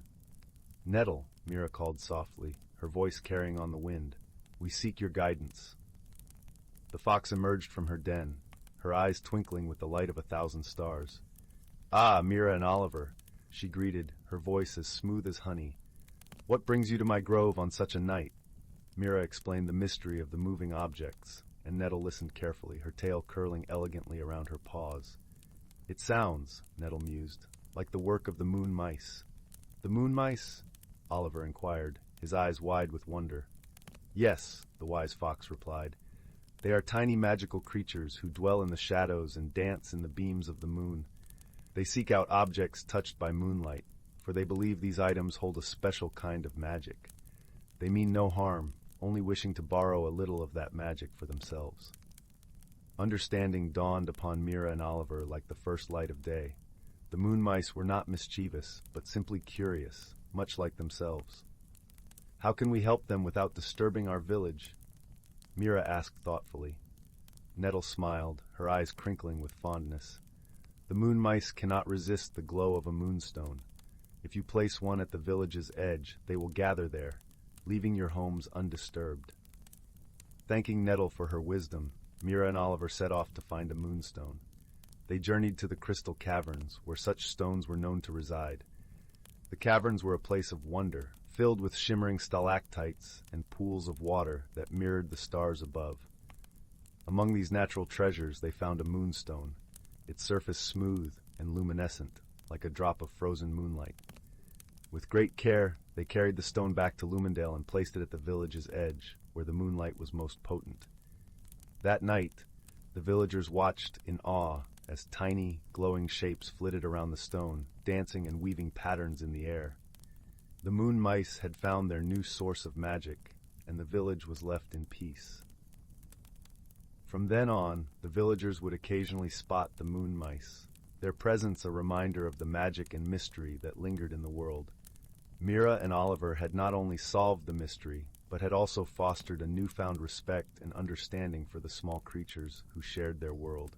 And so, the village of Lumendale continued to thrive, cradled by the whispering woods and blessed by the gentle magic of the moon. Under the serene light of the harvest moon, Mira and Oliver sat by the village square, their hearts warmed by the knowledge that wisdom and kindness could solve even the most curious of mysteries. As the fire crackled and the stars shimmered above, they knew they would always cherish the magic of their world and the bonds of friendship that made it all the more enchanting. And with that comforting thought, the villagers drifted into slumber, their dreams filled with the gentle dance of moonlit wonders. Story 18. Once upon a time, nestled in a verdant valley surrounded by whispering woods and gentle hills, lay the quaint village of Amberlea. The village was known for its lush gardens and cobblestone paths that wound like ribbons through clusters of cozy cottages. But what made Amberlea truly special was not its picturesque scenery, but a hidden secret known only to a few, a secret that involved an extraordinary object with a touch of magic. In a small, ivy-clad cottage at the edge of the village lived a young boy named Finn. With tousled hair the color of chestnuts and eyes that sparkled like dew-kissed leaves, Finn was a curious soul who spent his days exploring the forests and fields around Amberlea. He loved the feel of the sun on his face and the sound of the babbling brook that ran near his home, carrying with it the whispers of faraway lands. One crisp autumn morning, as the leaves rustled with a golden melody, Finn set out on an adventure, his heart full of the promise of discovery. He wandered deeper into the woods than he had ever dared before, his footsteps muffled by the thick carpet of fallen leaves.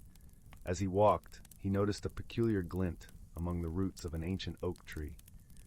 Kneeling down, Finn brushed aside the leaves to reveal a small, ornately carved box. The wood was smooth and warm to the touch, adorned with intricate patterns that seemed to dance in the dappled sunlight.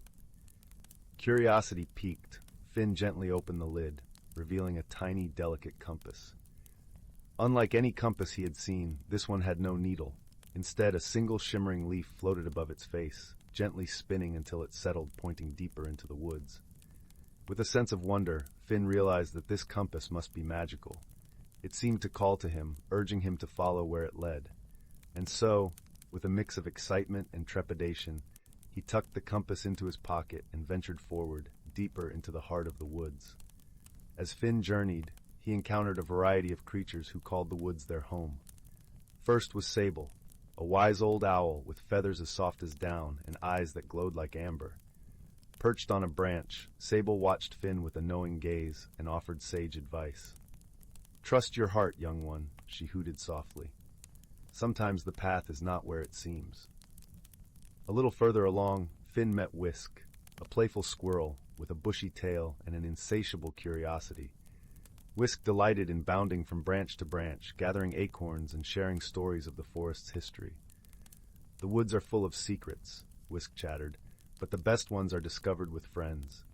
Encouraged by his newfound companions, Finn continued to follow the compass, which guided him through meandering paths and across babbling streams. The journey was not without its challenges. At one point, he came upon a rocky ravine that seemed impassable. But remembering Sable's words, Finn took a deep breath and trusted his instincts. He noticed a narrow path hidden beneath a canopy of vines and carefully made his way across, his heart steady with the rhythm of the journey. As the sun began to dip below the horizon, casting the forest in hues of amber and rose, Finn arrived at a clearing he had never seen before. In the center stood a majestic tree, its trunk wide and gnarled, its branches stretching skyward, adorned with leaves that shimmered like silver in the fading light. It was here that the compass's leaf pointed resolutely, as if beckoning him closer. Approaching the tree, Finn noticed a small door carved into its trunk. He hesitated for a moment, then gently pushed it open. Inside, he found a cozy chamber filled with the warm glow of fireflies. On a pedestal in the center lay an ancient book, its pages yellowed with age and covered in delicate script. This was the heart of the forest's magic, a repository of knowledge and wonder, waiting to be shared with those who sought it with an open heart. Finn spent hours poring over the book, marveling at the stories and secrets it contained. He learned of the forest's history, the creatures who dwelled within, and the deep connection between all living things. As he read, he realized that the compass had not only led him to this place, but had also guided him on a journey of self-discovery. With dawn breaking and the forest awakening around him, Finn gently closed the book and stepped outside. He felt a profound sense of peace and a newfound understanding of the world and his place within it. As he made his way back to the village, he carried with him not only the magic of the compass, but also the wisdom of the forest and the bonds of friendship he had forged along the way. When Finn returned to Amberley, the villagers gathered to hear of his adventure. He shared the stories and lessons he had learned, and together they celebrated the wonder of the world around them. From that day on, Finn was known not just for his curiosity, but for his kindness and wisdom, traits that had grown as he journeyed through the heart of the magical forest.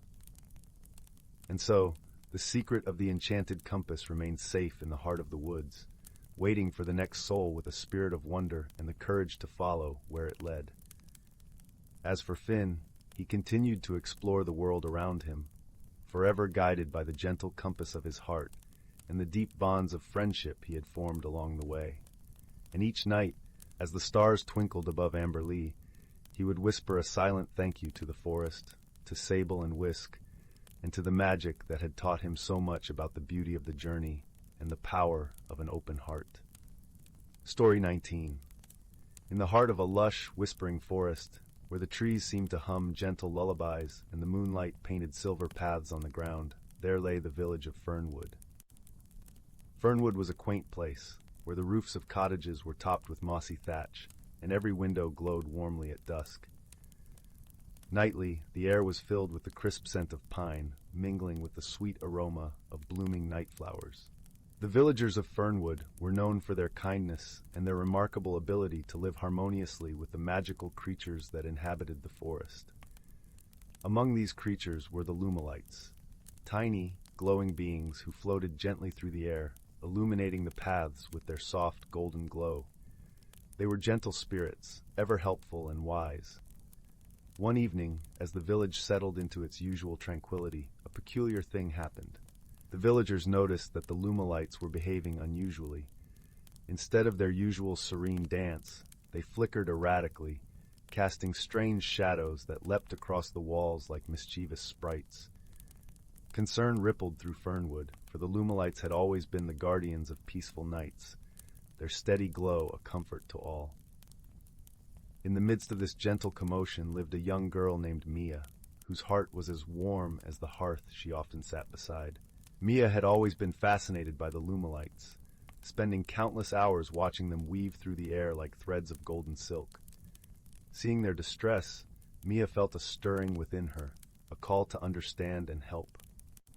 Determined to solve the mystery, Mia decided to visit the wise old owl named Orin, who lived in the tallest oak tree at the edge of the village. Orin was known for his vast knowledge and his deep, rumbling voice that was as soothing as rippling water. As the moon climbed higher, Mia wrapped herself in her soft woolen cloak and ventured into the night. The forest was alive with the gentle rustle of leaves and the distant call of night creatures. Mia followed the silver path outlined by the moonlight until she reached Orin's tree. With a respectful bow, she called out, "Orin, wise friend, may I seek your guidance?" From above, Orin blinked his large golden eyes and hooted softly. "Ah, little Mia," he replied, his voice like a warm embrace. "What brings you to my tree on such a night?" "The Lumalites are troubled, Orin. They flicker and flutter in ways they never have before. I wish to understand why and how I might help," Mia explained, her voice tinged with both curiosity and concern.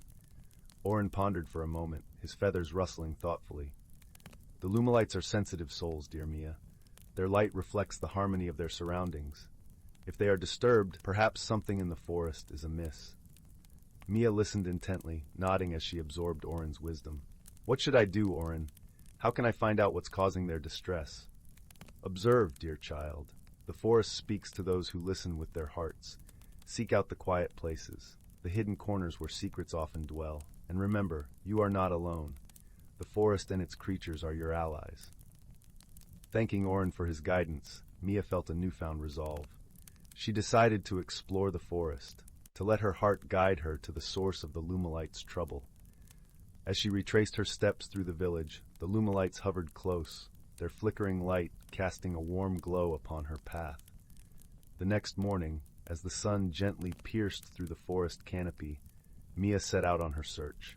She wandered through the woods, her eyes and ears open to the whispers of the trees and the songs of the birds. She followed a stream that gurgled softly, its waters reflecting the sky like a ribbon of blue silk. As she explored, Mia noticed subtle changes, leaves that seemed unusually wilted, and flowers that drooped as if tired. She paused by a cluster of night flowers, their usual vibrant colors now muted. Mia crouched down, gently touching a petal, and as she did, she heard a soft sigh. Startled, but not afraid, Mia looked around and saw a small, shimmering figure nestled within the flowers. It was a sprite, one of the forest's guardians, often playful but wise. The sprite's glow was dim, and it looked at Mia with weary eyes. "Little one, why do you sigh?" Mia asked softly, her voice soothing as a lullaby. The sprite blinked slowly, its voice a faint whisper. "The forest, it hurts. The stream grows weaker, and the earth feels dry. We are tired, and the Lumalites feel our pain." Mia's heart ached at the sprite's words. She realized that the flickering of the Lumalites was a reflection of the forest's distress. Determined to help, she thought of what Orin had told her. The forest was her ally. "How can I help you, dear sprite?" Mia asked, her tone gentle and earnest. The sprite smiled weakly. "The stream's source is blocked by fallen stones. If it flows freely again, the forest will breathe with ease." Mia nodded, understanding the task before her. With the sprite's guidance, she made her way to the source of the stream. a small spring nestled within a grove of ancient trees. As she approached, she saw the pile of stones that had tumbled down, blocking the water's path. With care and determination, Mia began to move the stones, one by one. Each rock lifted felt like a promise, a step towards restoring balance. As she worked, the Lumalites gathered around her, their light steady and encouraging, while the forest seemed to watch and listen. Finally, with the last stone removed, the water surged forth, bubbling joyfully as it danced its way down the streambed. The forest seemed to let out a collective sigh of relief, the leaves whispering in gratitude. The sprite, now glowing brightly, appeared beside Mia, its tiny hands clapping in delight. "Thank you, kind Mia. The forest will heal, and so will the Lumalites." Mia smiled, her heart swelling with warmth and satisfaction. She knew that she had not only helped the Lumalites, but had also learned the importance of listening to and caring for the world around her. As she made her way back to Fernwood, the Lumalites resumed their gentle dance, their golden light casting a serene glow over the village once more. The villagers, comforted by the restored peace, settled into their homes, ready for dreams sweetened by the forest's song. That night, as Mia lay in her bed, she thought of the day's adventure and the friends she had made. She closed her eyes, drifting into sleep with the soft hum of the Lumalites outside her window. And in the heart of the forest, the stream sang its gentle lullaby, a melody of harmony and hope, a reminder that sometimes the smallest of actions can light up the darkest of nights. Story 20. In a cozy woodland grove, where towering oaks swayed in the gentle breeze and wildflowers danced across the forest floor, there lived a community of warm-hearted woodland creatures. Among them was a curious young rabbit named Willow, whose big floppy ears and twinkling eyes were always alert for new adventures. One crisp autumn morning, Willow bounded out of her burrow, ready to greet the day. But as she emerged, she noticed something very peculiar. The colorful leaves that usually blanketed the ground had vanished overnight. All that remained were bare branches and a thick layer of fog swirling mysteriously around the trees. Willow's nose twitched with confusion. Where could all the leaves have gone? She wondered aloud. Just then, her best friend Bristle the Hedgehog came ambling up the path, his quills ruffled in bewilderment. "Have you seen what's happened, Willow?" Bristle exclaimed. "It's as if autumn never arrived." The two friends set off to investigate, their paws crunching through the strange fog. As they wandered deeper into the grove, they began to notice other oddities. The stream that usually babbled merrily through the heart of the forest had frozen over, its waters turned to solid ice. And the squirrels who lived in the highest branches were huddled together, shivering despite their thick fur coats. Willow and Bristle knew they needed help unraveling this mystery. Fortunately, they had a very wise mentor, an ancient oak tree named Grandmother Willow, whose branches stretched high above the canopy. Her deep, rumbling voice called out a greeting as the friends approached. "Why, something strange is afoot in our beloved grove," she observed. "Tell me, little ones, what have you noticed?" Willow and Bristle described the missing leaves, the frozen stream, and the chilly air that seemed to have settled over the forest despite the bright autumn sun. Grandmother Willow listened intently, her leafy boughs swaying thoughtfully. This does sound like powerful magic at work," she mused.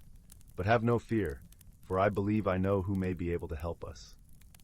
With a rustle of her branches, Grandmother Willow summoned a cluster of glowing pixies who lived among her topmost leaves. The tiny sprites circled around Willow and Bristle, leaving a shimmering trail of pixie dust in their wake. "These are my dear friends, the pixies," Grandmother Willow explained. "They have keen senses and can move freely throughout the grove. Perhaps they can shed some light on these peculiar happenings." The pixies agreed with a flurry of tinkling bells and set off on a scouting mission, their gossamer wings carrying them between the trees. Willow and Bristle settled in to wait, wrapping themselves in cozy leaf blankets as the icy air nipped at their ears. At last, the pixies returned, breathless with excitement. They guided Willow and Bristle to a secluded clearing deep in the heart of the grove, where an extraordinary sight awaited them. There, fast asleep beneath a canopy of twisted branches, was a friendly forest sprite no taller than a sapling. Her iridescent wings were folded peacefully at her sides, and a trail of glittering frost branched out from where she lay, curled up on the soft moss. "Why, it's Glacia, the winter sprite!" Grandmother Willow's voice rang out. She must have arrived early this year and accidentally unleashed her icy magic before autumn's end. Willow and Bristle gasped in realization. The missing leaves, the frozen stream, the bitter chill, it all made sense now. Glacia's wintry powers, though well-intentioned, had plunged the grove into an unexpected deep freeze. Carefully, they approached the sleeping sprite and gently roused her from her slumber. Glacia stretched her delicate wings with a yawn, then looked around in surprise at the wintry scene she had created. "Oh dear," she said in a tinkling voice. "It seems I've gotten quite carried away." With a wave of her hand, Glacia reversed her enchantment. Gradually, the ice vanished from the stream, and the crisp air warmed until it carried the rich, familiar scents of fall. Finally, in a dazzling swirl of color, the missing leaves came raining down from the sky, carpeting the forest floor in a patchwork of reds, oranges, and golds. Willow and Bristle danced among the swirling leaves, their hearts filled with joy to have autumn restored. Glacia smiled shyly, promising she would be more mindful of the changing seasons from now on. Grandmother Willow's branches rustled with laughter, happy that her forest had returned to its cozy autumnal splendor. From that day forth, Willow and Bristle made sure to keep a close eye on the first signs of winter's approach. And every year, they looked forward to greeting their friend Glacia and experiencing the first gentle snowfall she would bring to blanket the grove in sparkling white. For in their magical realm, the cycles of nature could be as unpredictable as they were beautiful. Story 21, The Whispering Grove. In the heart of a placid village nestled between emerald hills and an azure lake, there was a peculiar tale that entwined the whispers of the ancient trees with the fate of a young dreamer named Lyra. Her home was a modest cottage with ivy-clad walls, where the scent of freshly baked bread mingled with the crisp, earthy aroma of the forest that encircled the village like a protective embrace. Lyra was a curious soul, her eyes as bright as the morning sun, and her heart as gentle as the evening breeze. She often wandered the forest paths, her bare feet brushing against the soft carpet of fallen leaves, listening to the symphony of birds and the rustle of the wind through the branches. Her constant companion was a small, fluffy squirrel named Pip, whose twinkling eyes seemed to understand the secrets of the woodland as well as she did. One cool, dewy morning, as the first light of dawn peeked through the canopy, Lyra set out on her daily wander. The air was fresh and invigorating, carrying with it the scent of pine and wildflowers. Pip scampered ahead, stopping occasionally to chatter excitedly at a passing butterfly or to inspect an interesting pebble. As they ventured deeper into the woods, the path became less trodden, and the trees grew denser, their trunks thick with age and wisdom. It was here, in this untouched part of the forest, that Lyra first heard the whispers. At first they were faint, barely distinguishable from the rustling leaves. She paused, tilting her head to listen more closely. It was as if the forest itself was speaking, the voices soft and melodic like the distant song of a lullaby. Intrigued, Lyra followed the sound, her heart beating in rhythm with the mysterious melody. Pip, sensing her curiosity, perched on her shoulder, his small paws clutching her hair for balance. The whispers led them to a secluded grove, bathed in dappled sunlight and surrounded by a ring of ancient trees whose gnarled roots entwined like the fingers of old friends. In the center of the grove stood a peculiar tree, its bark shimmering with a silvery sheen that seemed to catch and reflect the light in 1,000 tiny rainbows. Lyra approached it with a sense of wonder, reaching out to touch the bark. As her fingers brushed against the cool surface, the whispers grew clearer, forming words that echoed in her mind. "Seek the heart, find the light," the voices murmured, a gentle insistence that sent shivers down her spine. Lyra stepped back, her mind racing with questions. What did the whispers mean? Why had they spoken to her? Pip chirped softly in her ear, as if urging her to explore further. Determined to uncover the mystery, Lyra returned to the grove each day, listening to the whispers and pondering their meaning. She spoke to the village elders, who told her tales of the Whispering Grove, a place where the boundary between the natural world and the realm of magic was thin. It was said that only those with pure hearts could hear the whispers, and that they held the key to a great secret. Encouraged by the stories, Lyra continued her visits, often bringing offerings of wildflowers or acorns for the forest creatures. She felt a growing connection to the grove, as if it were welcoming her into its ancient embrace. One twilight evening, as the stars began to twinkle in the darkening sky, Lyra sat beneath the silvery tree, her thoughts drifting like the gentle breeze. She closed her eyes, allowing the whispers to wash over her, their melody soothing and familiar. Suddenly, the words became clear once more. Seek the heart, find the light. A friend awaits, beyond the night. The message was different this time, more urgent. Lyra opened her eyes, her gaze drawn to the horizon where the last rays of the sun were slipping away. She knew she had to act. Guided by the whispers, Lyra and Pip ventured deeper into the forest, the path illuminated by the soft glow of fireflies.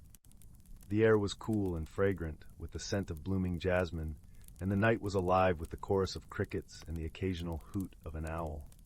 As they walked, Lyra felt a growing sense of anticipation, as if the forest itself was holding its breath in expectation.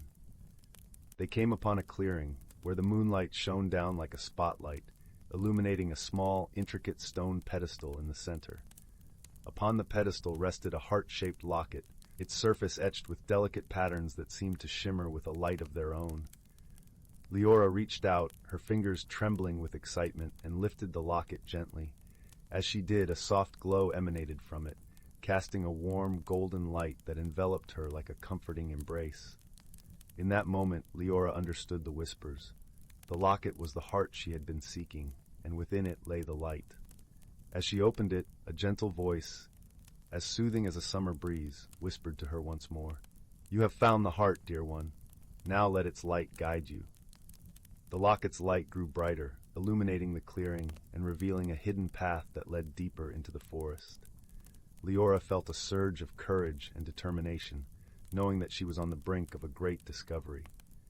With Pip by her side, she followed the path, the locket's glow lighting their way. The air grew warmer, and the scent of jasmine intensified, mingling with the sweet aroma of honeysuckle. The path wound through the trees, leading them to a hidden glade that took Lyra's breath away. In the center of the glade stood a magnificent oak tree, its branches stretching towards the heavens. Beneath its canopy, the ground was carpeted with soft moss, and the air was filled with the gentle hum of magic. As Lyra approached, she saw a figure seated at the base of the tree, their form outlined by the locket's light. It was a young girl, her hair as dark as midnight, and her eyes as bright as the stars. She looked up, a warm smile spreading across her face as she saw Lyra. "Welcome, friend," the girl said, her voice as musical as the whispers that had guided Lyra. "I have been waiting for you." Lyra felt a wave of warmth and understanding wash over her. She knew, without a doubt, that this was the friend the whispers had spoken of, and that their meeting was destined. The two girls sat together beneath the oak tree, their hearts connected by the locket's light. They spoke of their dreams and hopes, their laughter mingling with the rustling leaves and the gentle song of the forest. As the night wore on, Lyra realized that she had found more than just a friend. She had discovered a part of herself that had long been hidden.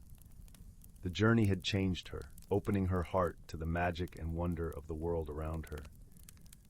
When the first light of dawn broke through the trees, Lyra knew it was time to return home. She bid farewell to her new friend, promising to return soon. As she retraced her steps through the forest, the locket's light guiding her way, she felt a deep sense of peace and fulfillment. Back in her village, Lyra shared her story with the elders and her family, her eyes shining with the light of the locket and the joy of newfound friendship.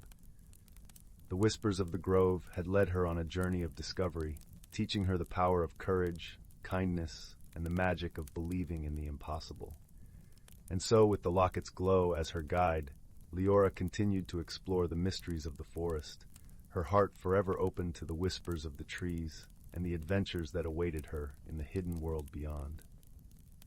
Story 22. In the heart of the whispering woods, where the trees sang softly with the rustle of their leaves, and the moonbeams danced upon the forest floor, there lay a quaint little village named Luminara.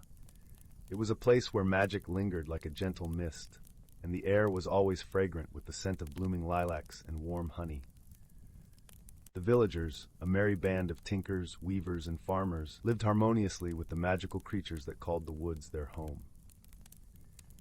One crisp autumn evening, as the sun dipped below the horizon and painted the sky with hues of amber and rose, the villagers gathered around the town square. They were murmuring in hushed tones about a peculiar phenomenon that had begun just a week prior. Each morning, the villagers awoke to find their dew-kissed gardens rearranged in whimsical patterns. Flowers shaped into stars, pebbles into spirals, and vegetables into curious mosaics. The mystery was both delightful and perplexing. Mrs. Thistledown, the village baker, had found her pumpkin patch transformed into a series of overlapping circles, while young Timothy, who loved to collect rocks, discovered his stones laid out in a perfect heart outside his window. The villagers, while charmed by these playful rearrangements, could not fathom who or what was responsible. As the villagers exchanged theories, a gentle voice chimed in, belonging to old Mr. Waverley, the retired watchmaker known for his wisdom and kind heart. "Perhaps," he suggested with a twinkle in his eye, "this is the work of a merry spirit looking to play." Among the villagers stood a young girl named Clara, known for her curiosity and her knack for noticing things others might overlook. Clara loved exploring the whispering woods, often accompanied by her dear friend, a small, blue-winged dragon named Nimbus. Nimbus, with his sparkling scales and warm, gentle eyes, was a creature of gentle magic, known for his ability to breathe a comforting mist that smelled of lavender and chamomile. Clara and Nimbus decided to unravel the mystery of the enchanted gardens. The pair set out at dusk, when the sky was a deep indigo, and the stars began to peek out shyly from their celestial curtain. With a lantern in hand, Clara and Nimbus ventured into the forest, following a path lined with soft moss and scattered pine cones. As they wandered deeper into the woods, the sounds of crickets and the whisper of the wind accompanied them. Clara noticed the subtle glow of fireflies flitting around, casting an ethereal light upon the path. Nimbus, ever observant, noted the larger-than-usual gathering of these luminescent insects, their movements forming intricate patterns in the air. "Do you see that, Clara?" Nimbus murmured softly, his voice like a gentle breeze. "The fireflies. They're moving as if guided by an unseen hand." Clara nodded thoughtfully, her eyes wide with wonder. "Perhaps they're part of the mystery," she suggested, watching as the fireflies danced in spirals and loops. Their journey led them to the edge of a serene pond, its surface a mirror reflecting the starry sky. There, sitting by the water's edge, was an unexpected sight. A tiny, whimsical creature with large eyes and wings that shimmered like opals. It was a sprite, one of the magical beings known for their playful and artistic nature. The sprite looked up, startled by their approach, but Clara smiled warmly, and Nimbus let out a soothing puff of lavender mist. "Hello there," Clara greeted gently. "We've been wondering about the beautiful patterns in our village. Are you the artist behind them?" The sprite's eyes widened, and then, with a shy nod, it fluttered its wings in confirmation. It began to explain, in a voice like tinkling bells, that it had been attempting to share joy during the harvest season by creating art with nature. Clara listened intently, understanding the sprite's intentions. "Your art is wonderful," she said, "but perhaps the villagers would enjoy it even more if they could meet the artist and understand the meaning behind your work." The sprite pondered this, its wings fluttering thoughtfully. With Nimbus's encouragement, it agreed to meet the villagers and share its joy more openly. Together they returned to Luminara, where the villagers had gathered once more, their faces illuminated by lanterns and the soft glow of the moon. Clara introduced the sprite to the villagers, who were delighted to meet the creator of the magical patterns. The sprite, though initially shy, found courage in the warm smiles and gentle words of the villagers. It explained its desire to bring beauty and happiness to their lives, and the villagers, in turn, invited the sprite to join their annual harvest festival as the guest of honor. The night of the festival was one of laughter and camaraderie. The village square was adorned with the sprite's art, and everyone danced beneath the lantern-lit sky. The villagers learned to appreciate the joy of creativity and the magic of sharing, a lesson woven gently into their hearts. As the evening drew to a close, Clara sat by the fire, Nimbus curled at her feet, his scales shimmering in the firelight. The sprite, now nestled comfortably among its new friends, looked content and at peace. And so, in the heart of the Whispering Woods, the village of Luminara continued to thrive, its people ever grateful for the magic that bound them together, a magic born not just from enchantment, but from understanding, acceptance, and the simple joy of shared creativity. The stars twinkled above as Clara drifted into a peaceful sleep, her heart full of warmth and wonder. Story 23. Once upon a time, in the heart of an ancient forest, where the sunlight wove golden tapestries through the emerald canopy, there existed a world quietly bustling with enchantment and harmony. This was no ordinary forest. It was a realm where the air was sweet with the aroma of pine and wildflowers, and the whispers of the wind carried the secrets of ages past. Here, the natural creatures lived in gentle symphony with the rhythm of the earth. At the center of this magical woodland was a clearing, where a grand old oak tree stood majestically. Its branches reached out like welcoming arms, and its roots delved deep into the rich soil, drawing wisdom from generations past. This oak was the heart of the forest, a silent witness to the passage of time and the cycles of life.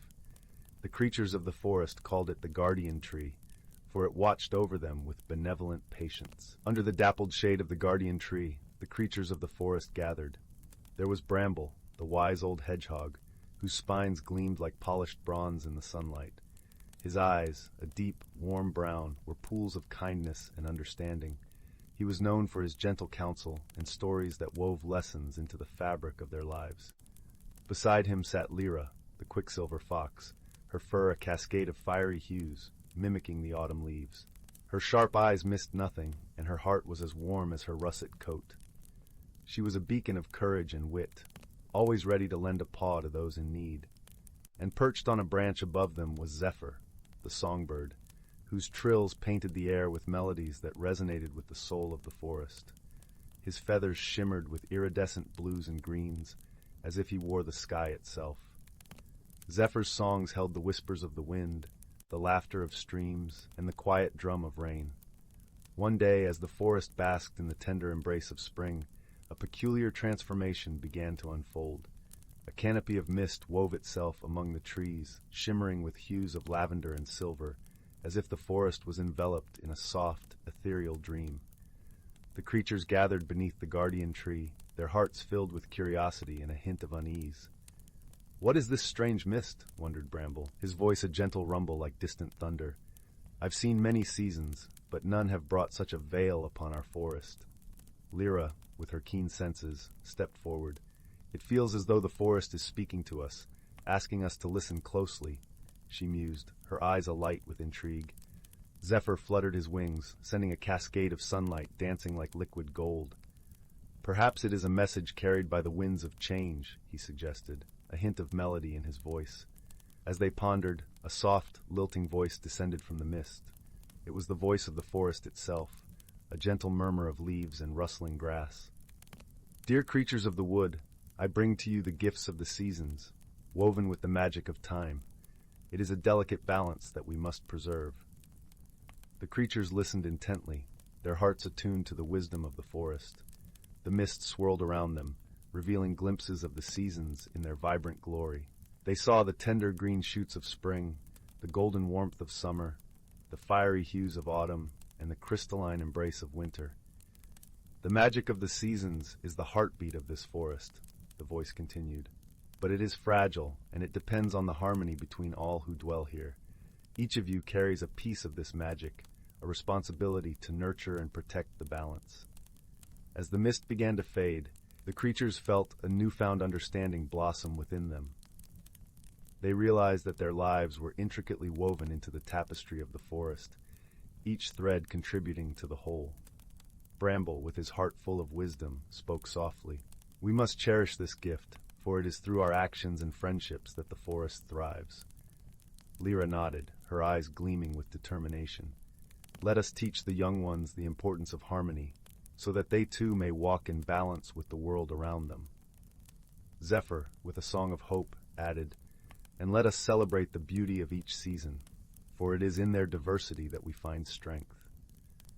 And so, the creatures of the forest embraced their role as keepers of the season's magic. They tended to the land with love and care, ensuring that each creature, from the smallest ant to the grandest stag, could thrive in harmony. They taught their young the stories of the seasons, passing down the wisdom that was entrusted to them. As the years flowed like a gentle stream, the forest flourished. The guardian tree stood as a testament to the balance that had been preserved, its leaves whispering sweet lullabies to the stars. The creatures, with hearts full of gratitude, knew that the true magic of their world lay not just in the enchantment of the seasons, but in the friendships and wisdom that bound them together.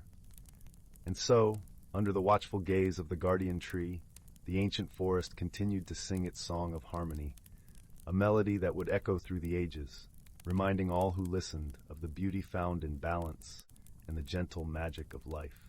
Story 24. In a distant corner of the galaxy, where starlight danced like fireflies in the eternal night, lay the planet of Luminara, a place where time seemed to slow and the air shimmered with the glow of luminescent flora. It was a world of gentle light and calm, where the soft hum of nature was a soothing lullaby. On this tranquil planet, a young girl named Kaylin lived in a small village nestled beneath the towering bioluminescent trees. Her people, the Lumari, were known for their ethereal beauty and their deep connection to the natural world. Their skin glowed faintly in the dark, and their large, expressive eyes held the wisdom of ages. Kaylin, with her curious heart and boundless imagination, often wandered through the forest, her fingertips brushing the glowing leaves, her thoughts drifting like the gentle breeze. She longed for adventure, for a story that would take her beyond the familiar glow of her homeland.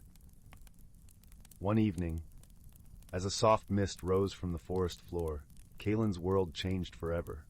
A flash of light, brighter than any star, streaked across the sky, and with a gentle thud, an object landed not far from where she stood. Her heart raced with a mix of fear and excitement as she approached the source of the disturbance. There, nestled among the softly glowing ferns, was a small spacecraft, its surface still warm from the journey through the atmosphere. The door of the craft hissed open, and from within emerged an unusual creature. It was a small, round being with a shell that shimmered like polished metal and eyes that glowed a deep, oceanic blue. Kaylin gasped, her heart pounding in her chest. She had never seen anything like it. The creature blinked at her, tilting its head in curiosity. After a moment of silence, it spoke, its voice a musical chime. "Hello," it said, its tone soft and tentative. Kaylin took a cautious step forward. "Hello," she replied, her voice a whisper in the stillness. "Who? What are you?" The creature's eyes twinkled with a hint of mischief. "I am Quill, from the planet Aquara," it said, its words forming a gentle rhythm. "And you are?" "Kaylin," she answered, her curiosity overcoming her initial fear. "You're far from home." Quill nodded, its shell glinting softly in the twilight. "Yes, very far. My ship. It needs repairs. I seem to have landed in a place of beauty and wonder." Kaylin felt a warm glow of pride at Quill's words. "Luminara is a place of peace. Perhaps we can help each other." And so began an unlikely companionship between the Lumari girl and the Aquaran explorer. At first, their differences seemed vast. Kaylin's gentle ways contrasted with Quill's sometimes mechanical logic.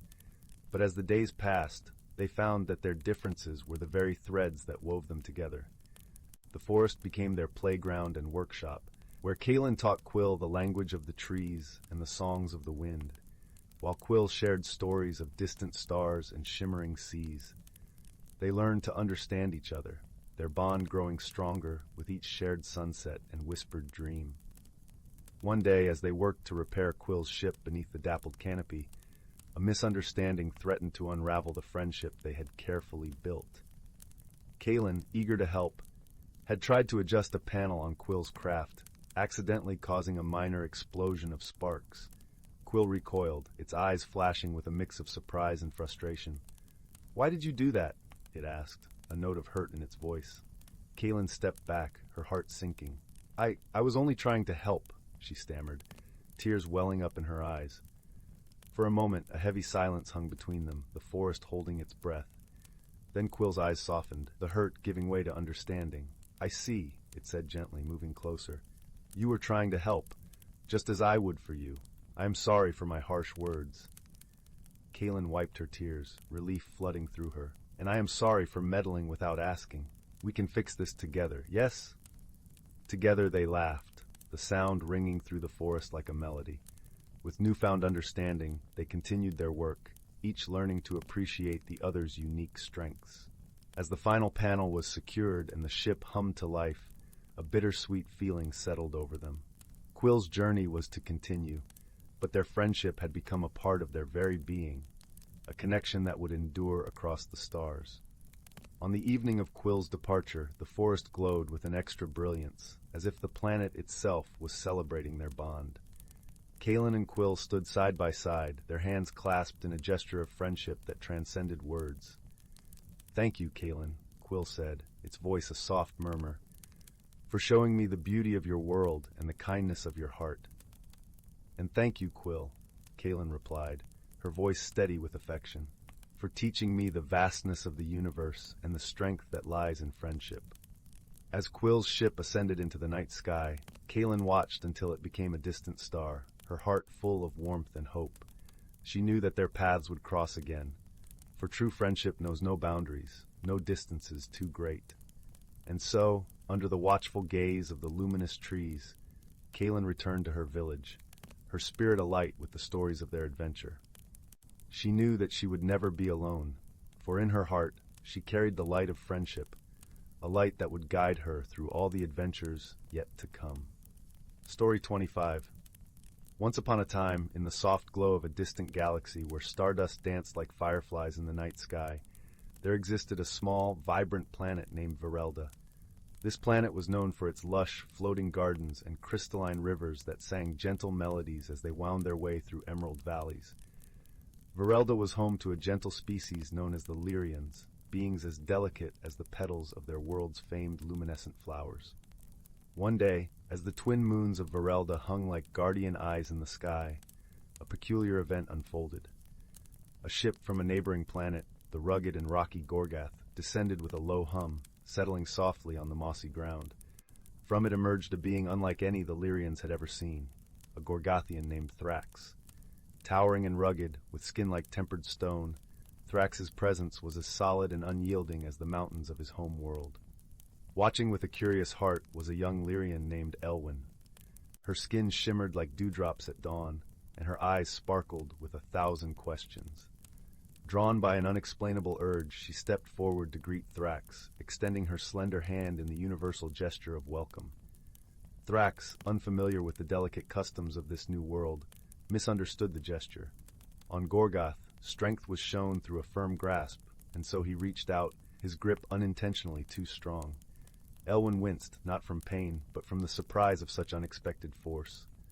"Apologies," rumbled Thrax, his voice a deep echo of remorse. "I meant no harm."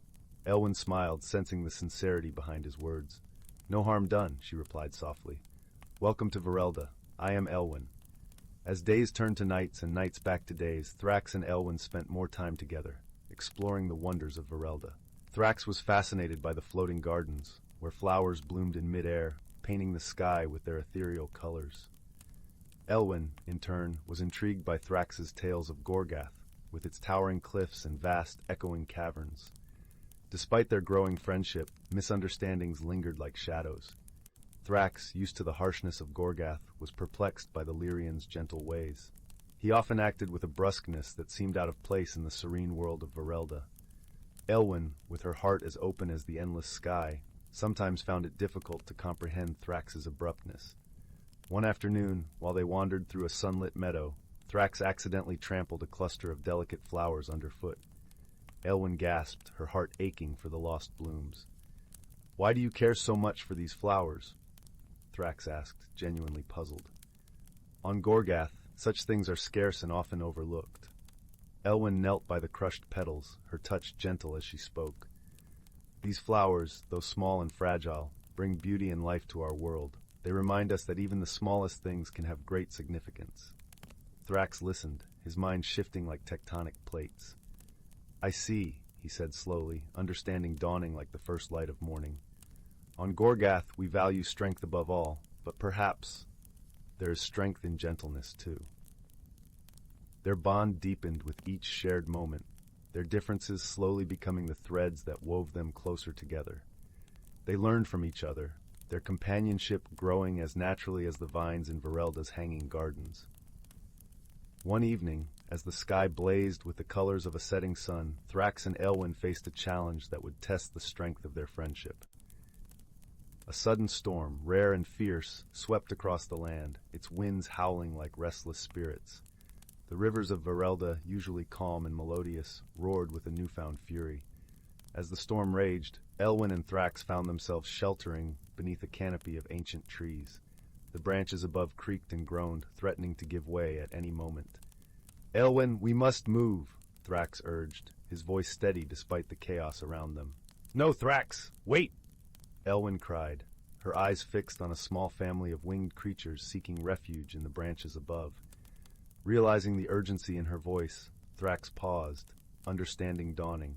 Together, they worked to guide the creatures to safety, Thrax using his strength to create a barrier against the storm, while Elwyn soothed the frightened beings with her calming presence.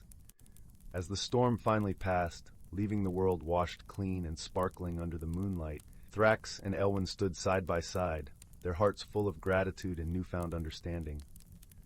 "You taught me the value of patience and care," Thrax admitted, his voice a gentle rumble. "I've learned that strength is not just in might, but in kindness."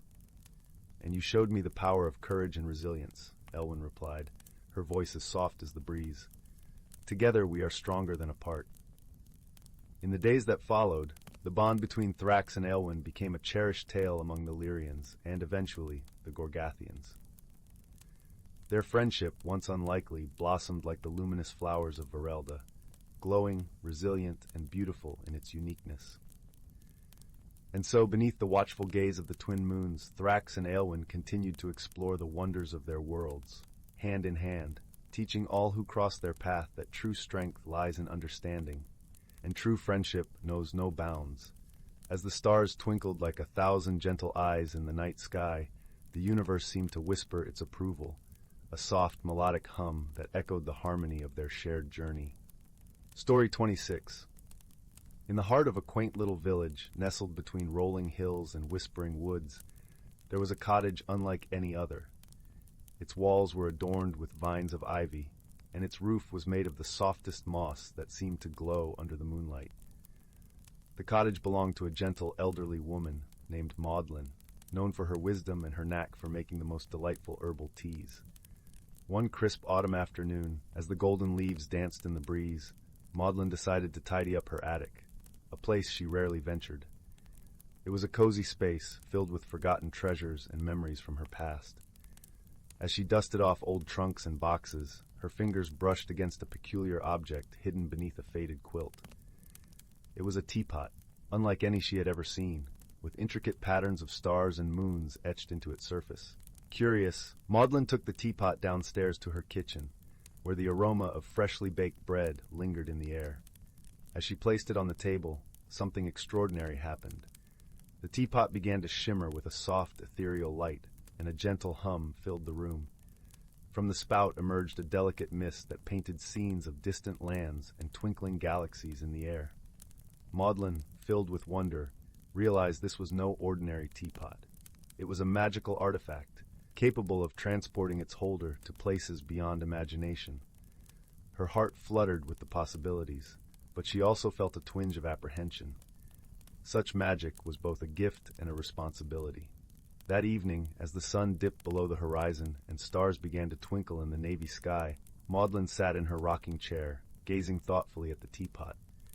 She knew she had to understand its power and what it might mean for her quiet life.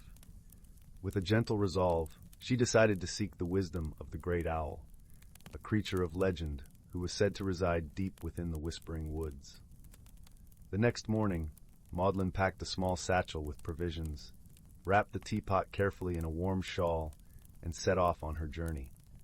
The path to the great owl's abode was lined with ancient oaks and carpeted with fallen leaves that crunched softly under her feet.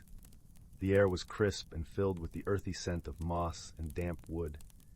As Maudlin walked, she was joined by a small band of companions who sensed her purpose and offered their unique gifts to aid her journey. First was Thistle, a mischievous squirrel with a twinkle in his eye and a knack for finding hidden paths. Next was Lyra, a gentle deer whose serene presence brought comfort and clarity. Finally, there was Wisp, a tiny firefly who provided light in the darkest parts of the forest and whose laughter was like the tinkling of bells. Together, they ventured deeper into the woods, sharing stories and songs that lifted their spirits. Maudlin found herself growing fond of her new friends, their companionship warming her heart even as the air grew cooler. After several days of travel, they reached the heart of the Whispering Woods, where the trees grew tallest and the moonlight wove silver patterns on the forest floor. There, perched majestically on an ancient oak, was the great owl, his eyes as wise and deep as the night sky. Maudlin approached with reverence, holding the teapot aloft. "Great owl," she began, her voice steady though her heart raced with anticipation, "I seek your wisdom to understand this magical teapot and the journey it beckons me to take." The great owl regarded her with a thoughtful gaze, then spoke in a voice that was both gentle and resonant.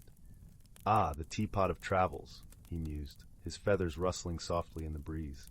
"It has chosen you, dear Maudlin, for your heart is pure and your spirit kind. This teapot holds the power to reveal the beauty of the world, but its true magic lies in the wisdom to know when to use it." Maudlin listened intently, absorbing the owl's words. She understood that the teapot was not merely a tool for adventure, but a means to connect with others and learn from the world around her. "The journey it offers is one of discovery," continued the great owl, "not only of places far and wide, but of the depths of your own heart. Use it wisely, and it will guide you to those who need your kindness and wisdom." With a grateful heart, Maudlin thanked the great owl and promised to honor the gift she had been given. As she and her companions made their way back through the forest, she felt a newfound sense of purpose blossoming within her. The return journey was filled with laughter and camaraderie, each step bringing Maudlin closer to the life she cherished. She felt a deep connection to the world around her, a tapestry of experiences and friendships woven into every moment. Back in her cozy cottage, Maudlin placed the teapot on her kitchen table, its soft glow a reminder of the adventure that lay ahead. She knew she would use it to bring joy and wisdom to those she met, sharing stories and kindness wherever she traveled. As the fire crackled warmly in the hearth, Maudlin settled into her rocking chair, surrounded by the comforting presence of her friends. Thistle chattered happily about their journey, Lyra rested her head gently on Maudlin's knee, and Wisp danced in the air, casting playful shadows on the walls. In that moment, Maudlin realized the greatest magic of all was the love and friendship that filled her home. The teapot was a wondrous gift, but it was the bonds she had formed that truly enriched her life. With a contented sigh, she closed her eyes, and the soft hum of the teapot lulled her to sleep, wrapping her in dreams of starlit adventures and the comforting embrace of friendship. And so the cottage by the Whispering Woods remained a haven of warmth and wonder, where ordinary days were touched by the extraordinary magic of love. Story 27. In the heart of a quaint, sleepy village nestled between lush, whispering hills and an emerald forest, there was a little shop called the Tinker's Trove. The shop was a patchwork of wooden beams and stone, its windows filled with the warm glow of lantern light and shelves lined with curious contraptions and forgotten trinkets. It was a place where time seemed to slow, and the air always carried the comforting scent of cedar and old parchment. The shopkeeper, a gentle soul named Mr. Thistle, was known for his knack for fixing almost anything, from broken clocks to rusty old kettles. His hands were as nimble as a spider's web, weaving life back into objects that seemed beyond repair. But what the villagers didn't know was that Mr. Thistle had a secret. Among the mundane items, there was one extraordinary object, a small, unassuming pocket watch that possessed the power to reveal the unseen wonders of the world. One soft autumn afternoon, as leaves danced like golden confetti in the breeze, a young girl named Clara wandered into the shop. Clara was a curious child, with eyes the color of the sky after rain and a heart brimming with dreams. She loved exploring, often getting lost in her thoughts as she wandered through the village, imagining stories for the people she met and the places she visited. On this particular day, driven by a flutter of intuition, Clara found herself standing before the Tinker's Trove.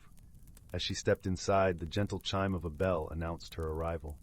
Mr. Thistle looked up from his workbench, his eyes twinkling like stars in the twilight. "Ah, Clara," he greeted warmly. "What curiosity brings you to my humble trove today?" Clara's gaze swept over the shelves, lingering on each peculiar item until her eyes fell upon the pocket watch, its bronze casing gleaming softly in the lantern light. "What a beautiful watch," she murmured, reaching out to touch it. The moment her fingers brushed against the cool metal, a curious warmth spread through her hand, and she felt a gentle pulse, as if the watch had a heartbeat of its own. Mr. Thistle smiled knowingly. "That watch is quite special," he said, his voice as soft as a lullaby. "Would you like to see its magic?" Intrigued, Clara nodded eagerly. With a careful twist, Mr. Thistle opened the watch. Instead of revealing gears and hands, the inside glowed with a soft, ethereal light. Clara leaned in, captivated, as the light wrapped around her like a comforting embrace, showing her glimpses of wondrous things hidden in plain sight. A flower's dance with the wind, the secret language of birds, and the ancient, whispered stories carried by the river. "These are the hidden beauties of the world," Mr. Thistle explained. "The watch reveals what is often overlooked, teaching us to see the magic in the mundane." Inspired and filled with a sense of wonder, Clara knew she had to share this newfound perspective with others. With Mr. Thistle's blessing, she set off on a journey, the watch safely tucked into her pocket. Her first stop was the home of her dear friend Oliver, a boy with a gentle spirit and a mind like a puzzle, always searching for the missing piece. Clara found him sitting by the old oak tree near the village square, his brow furrowed in concentration as he sketched the world around him. "Look, Oliver," Clara called, holding out the watch. As the light spilled over them, Oliver gasped, seeing the world anew through the lens of Clara's discovery. The leaves above them shimmered with unseen colors, and the rustle of the wind became a melody that spoke of ancient times. Together, they wandered through the village, sharing the watch's magic with those they met. Each person they encountered, like kindly old Mrs. Maple, who baked the best apple pies, and young Thomas, who dreamed of adventures on the high seas, found their hearts touched by the watch's gentle glow. They began to notice the hidden wonders in their everyday lives, from the intricate patterns of frost on the window panes to the comforting rhythm of a cat's purr. As Clara and Oliver continued their journey, they encountered challenges that tested their newfound wisdom. One such challenge came in the form of the village's clock tower, which had stood silent for years, its chimes a distant memory. The villagers had long given up hope of hearing its music again, believing it to be beyond repair. But Clara, with her heart full of possibility, saw the clock tower not as a relic of the past, but as a symbol of hope waiting to be rekindled. With Oliver by her side, she approached Mr. Thistle, asking for his help in restoring the clock to its former glory. Together, they climbed the winding staircase to the top of the tower. As they worked, guided by the watch's gentle light, they discovered that what had been missing all along was not a part, but a purpose. The clock was not broken, but merely waiting for someone to listen to its story. With patience and care, they realigned the gears and polished the bells until they gleamed like new. As the sun dipped below the horizon, casting the village in a warm golden glow, Clara and Oliver stood hand in hand, their hearts swelling with anticipation.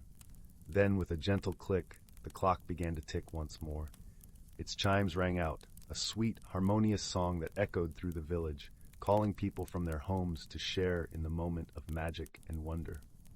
The villagers gathered in the square, their faces alight with joy and awe.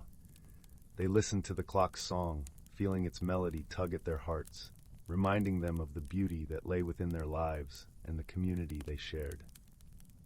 From that day on, Clara, Oliver, and Mr. Thistle were known as the guardians of the clock, keepers of the watch's magic and the wisdom it brought.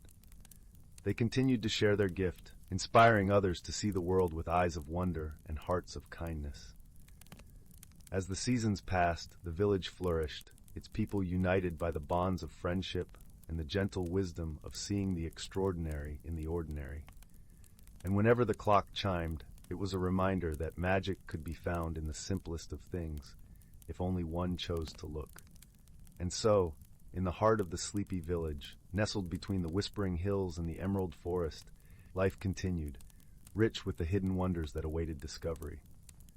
And the watch, with its gentle glow, remained a cherished secret, a reminder that true magic lies not in the object itself, but in the way it helps us see the world around us.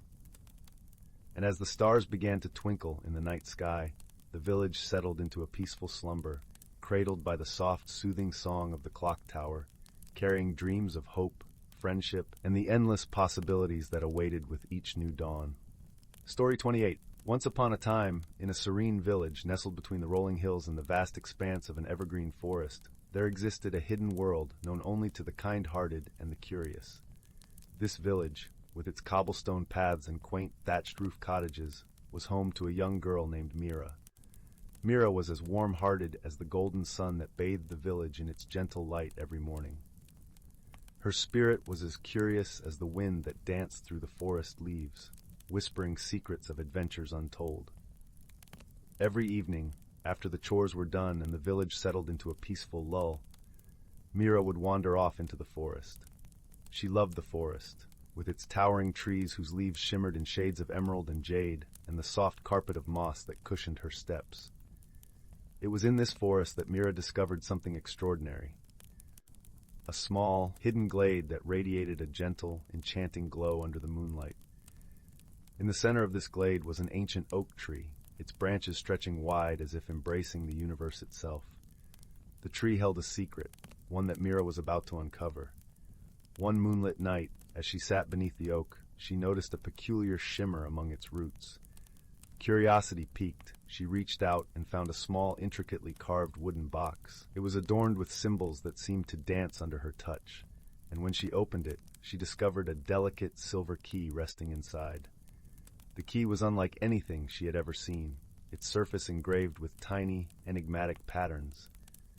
As she held it, a warmth spread through her fingertips, as if the key was alive, breathing a gentle energy that resonated with her very soul. She felt an inexplicable urge to discover what the key unlocked, and she whispered softly to the night, "What secrets do you hold, dear key?"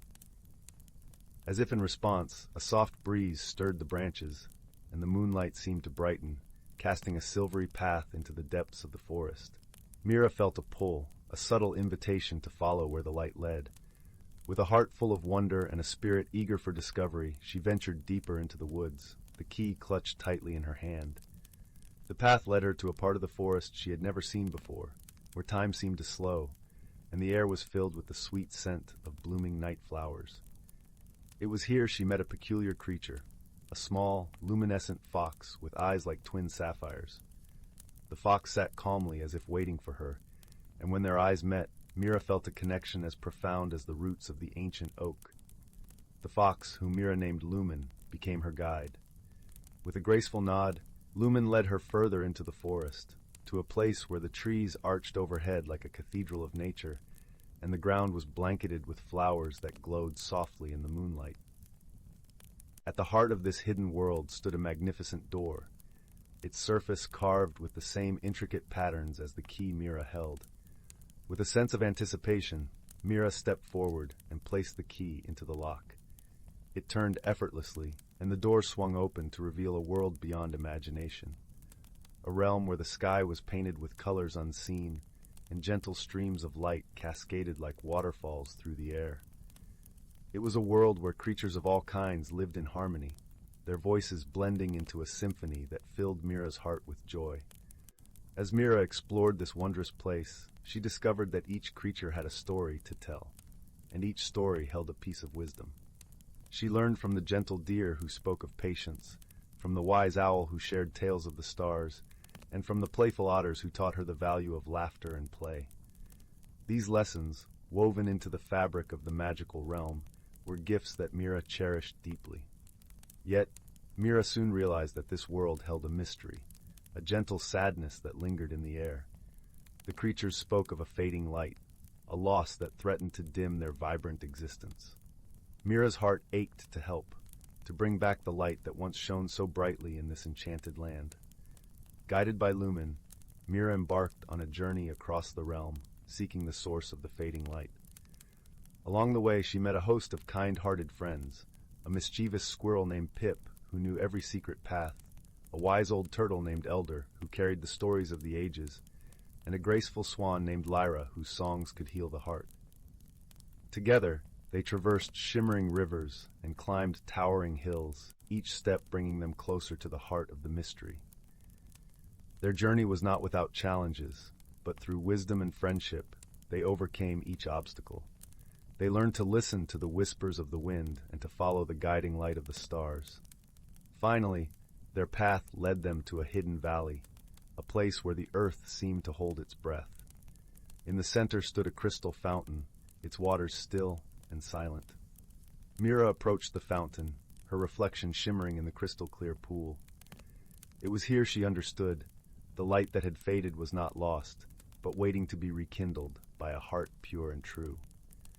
With a gentle resolve, Mira placed her hand over her heart and spoke words of love and hope, offering a part of herself to the world she had come to cherish. As her words filled the air, the fountain began to glow, and a radiant light blossomed forth, spreading warmth and joy throughout the land. The creatures of the realm gathered around, their hearts filled with gratitude and wonder. The light that Mira had rekindled was a beacon of new beginnings, a reminder that even in the darkest times, the light of kindness and friendship can shine brightly. With the mystery resolved and the light restored, Mira knew it was time to return to her village. Yet she did not leave empty-handed. The lessons she had learned, the friendships she had forged, and the light she had rekindled were gifts that would stay with her forever. As she stepped back through the door and into her world, she felt a deep sense of peace and fulfillment. She knew that the magic of the realm would always be a part of her, guiding her steps and lighting her path. And so, under the gentle glow of the moon, Mira returned to her village, her heart full of stories and dreams, ready to share the light she had found with those she loved. And in the quiet moments of the night, as the village slept and the forest whispered its secrets, she knew that the magic of the hidden world would always be waiting, a timeless sanctuary of wisdom and friendship. And thus, in the warmth of her cottage, with the crackling of the fireplace and the gentle rustle of the wind outside, Mira closed her eyes, her heart at peace, knowing that she was forever connected to a world where light and love shone eternal. And as sleep embraced her, she dreamt of adventures yet to come, of mysteries to unravel, and of friendships that would last a lifetime. The end. Story 29, title, The Whispering Glade. In a small village nestled at the foot of the misty mountains, where the air was crisp and the streams sang their age-old songs, there lived a young girl named Lyra. Her hair was the color of autumn leaves, and her eyes mirrored the twilight sky. Lyra was known for her curious spirit, often exploring the woods that bordered her village, where old oaks stood like sentinels and the ground was carpeted with emerald moss. One brisk morning, as the sun began to lace the sky with hues of pink and gold, Lyra set out on one of her adventures.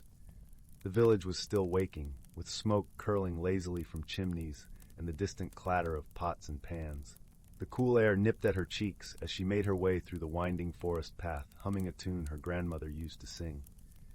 As she walked, Lyra noticed something peculiar. A gentle breeze carried with it a whisper, soft yet insistent, pulling at the edges of her awareness.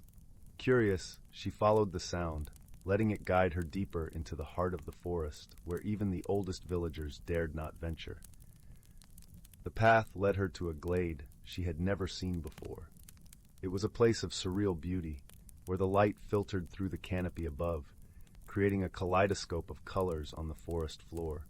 In the center of the glade stood an ancient willow tree, its branches sweeping low to the ground, forming a natural curtain of leaves. The tree seemed alive, with a presence that was both comforting and mysterious. Lyra approached the willow, and as she did, the whispers grew clearer, as if the tree itself was speaking to her. She reached out and touched the bark, feeling the rough texture beneath her fingers. To her astonishment, the tree responded, its bark glowing faintly, revealing intricate patterns that pulsed with a gentle, rhythmic light. "Do not be afraid, young one," a voice echoed in her mind. It was warm and soothing, like a lullaby. "You have found the Whispering Glade, a place where the world speaks to those who listen." Leora's heart raced with excitement and wonder. "Who are you?" she asked aloud, though no one else was present. "I am the keeper of secrets," the tree replied, "and I guard the wisdom of the forest. You have been chosen, Leora, to carry a gift that has been hidden for centuries." A shimmering object began to emerge from the tree's trunk, a delicate pendant shaped like a leaf, glowing with a soft, ethereal light. It hovered before Leora, and she reached out to take it, feeling its warmth seep into her skin. The pendant was light as a feather, yet it thrummed with energy. "This pendant," continued the whisper, "holds the power to understand the language of nature. With it, you can hear the thoughts of the trees, the songs of the streams, and the tales of the wind. But remember, with great gifts come great responsibilities." Leora nodded, her mind a whirl of thoughts and possibilities. She felt a deep connection to the forest, as if she had been given a key to a hidden world. With the pendant resting against her heart, she turned to leave, eager to share her discovery with her dearest friend, Finn. Finn was a boy from the village, with a heart as big as the sky and a smile that could chase away the darkest clouds. He was Leora's constant companion, always ready for an adventure. She found him by the edge of the village, skipping stones across the pond. "Finn," Leora called, her voice ringing with excitement. "You won't believe what I've found." Finn turned, his eyes lighting up at the sight of her. "What is it, Leora?" She showed him the pendant, explaining everything that had happened in the Whispering Glade. Finn listened with rapt attention, his eyes wide with wonder. "We have to go back there," Finn said eagerly. "Imagine what we could learn." And so the two friends set off towards the glade, the pendant glowing softly against Leora's chest. As they walked, the forest seemed to come alive around them, the rustle of leaves whispering secrets and the babble of the brook telling stories of days long past. Upon reaching the glade, they sat beneath the willow tree, the pendant acting as a bridge between the world they knew and the magical realm hidden within the forest. They listened intently, learning the language of nature, discovering how the trees communicated through their roots, how the birds shared news of the changing seasons, and how the wind carried the laughter of distant lands. Days turned into weeks, and the forest became their second home. They learned to read the signs of the weather from the clouds and understood the delicate balance of life that thrived within the woods. Their bond with the natural world grew stronger with each passing day, and so did their friendship. But not all was peaceful. One day, a rumor reached the village. A group of loggers was planning to clear a large portion of the forest to make way for new farmland. The villagers saw it as a boon, but Leora and Finn knew it would disrupt the harmony of the forest, endangering the creatures that called it home. Determined to protect the glade and its secrets, Leora and Finn sought the counsel of the Whispering Glade. The ancient willow spoke to them, its voice tinged with concern. "You must show the villagers the value of what they cannot see," it said. "Help them understand that the forest is not just wood and land, but a living, breathing entity that sustains us all." Leora and Finn pondered the willow's words, and an idea began to take shape. They decided to organize a gathering at the glade, inviting the villagers to experience the magic of the forest firsthand. They spent days preparing, making arrangements with the creatures of the forest to showcase their unique talents. On the day of the gathering, the glade was transformed into a place of wonder. The villagers arrived, curious and skeptical. Leora and Finn welcomed them warmly, guiding them through the woods. The pendant shone brightly, and as the villagers stepped into the glade, they were greeted by a symphony of nature's voices. The birds sang in harmony, weaving melodies that spoke of ancient times. The trees swayed gently, their leaves rustling in a language of their own. Even the breeze seemed to carry a message, whispering tales of distant lands. The villagers were captivated, their skepticism melting away as they witnessed the beauty and interconnectedness of life in the forest.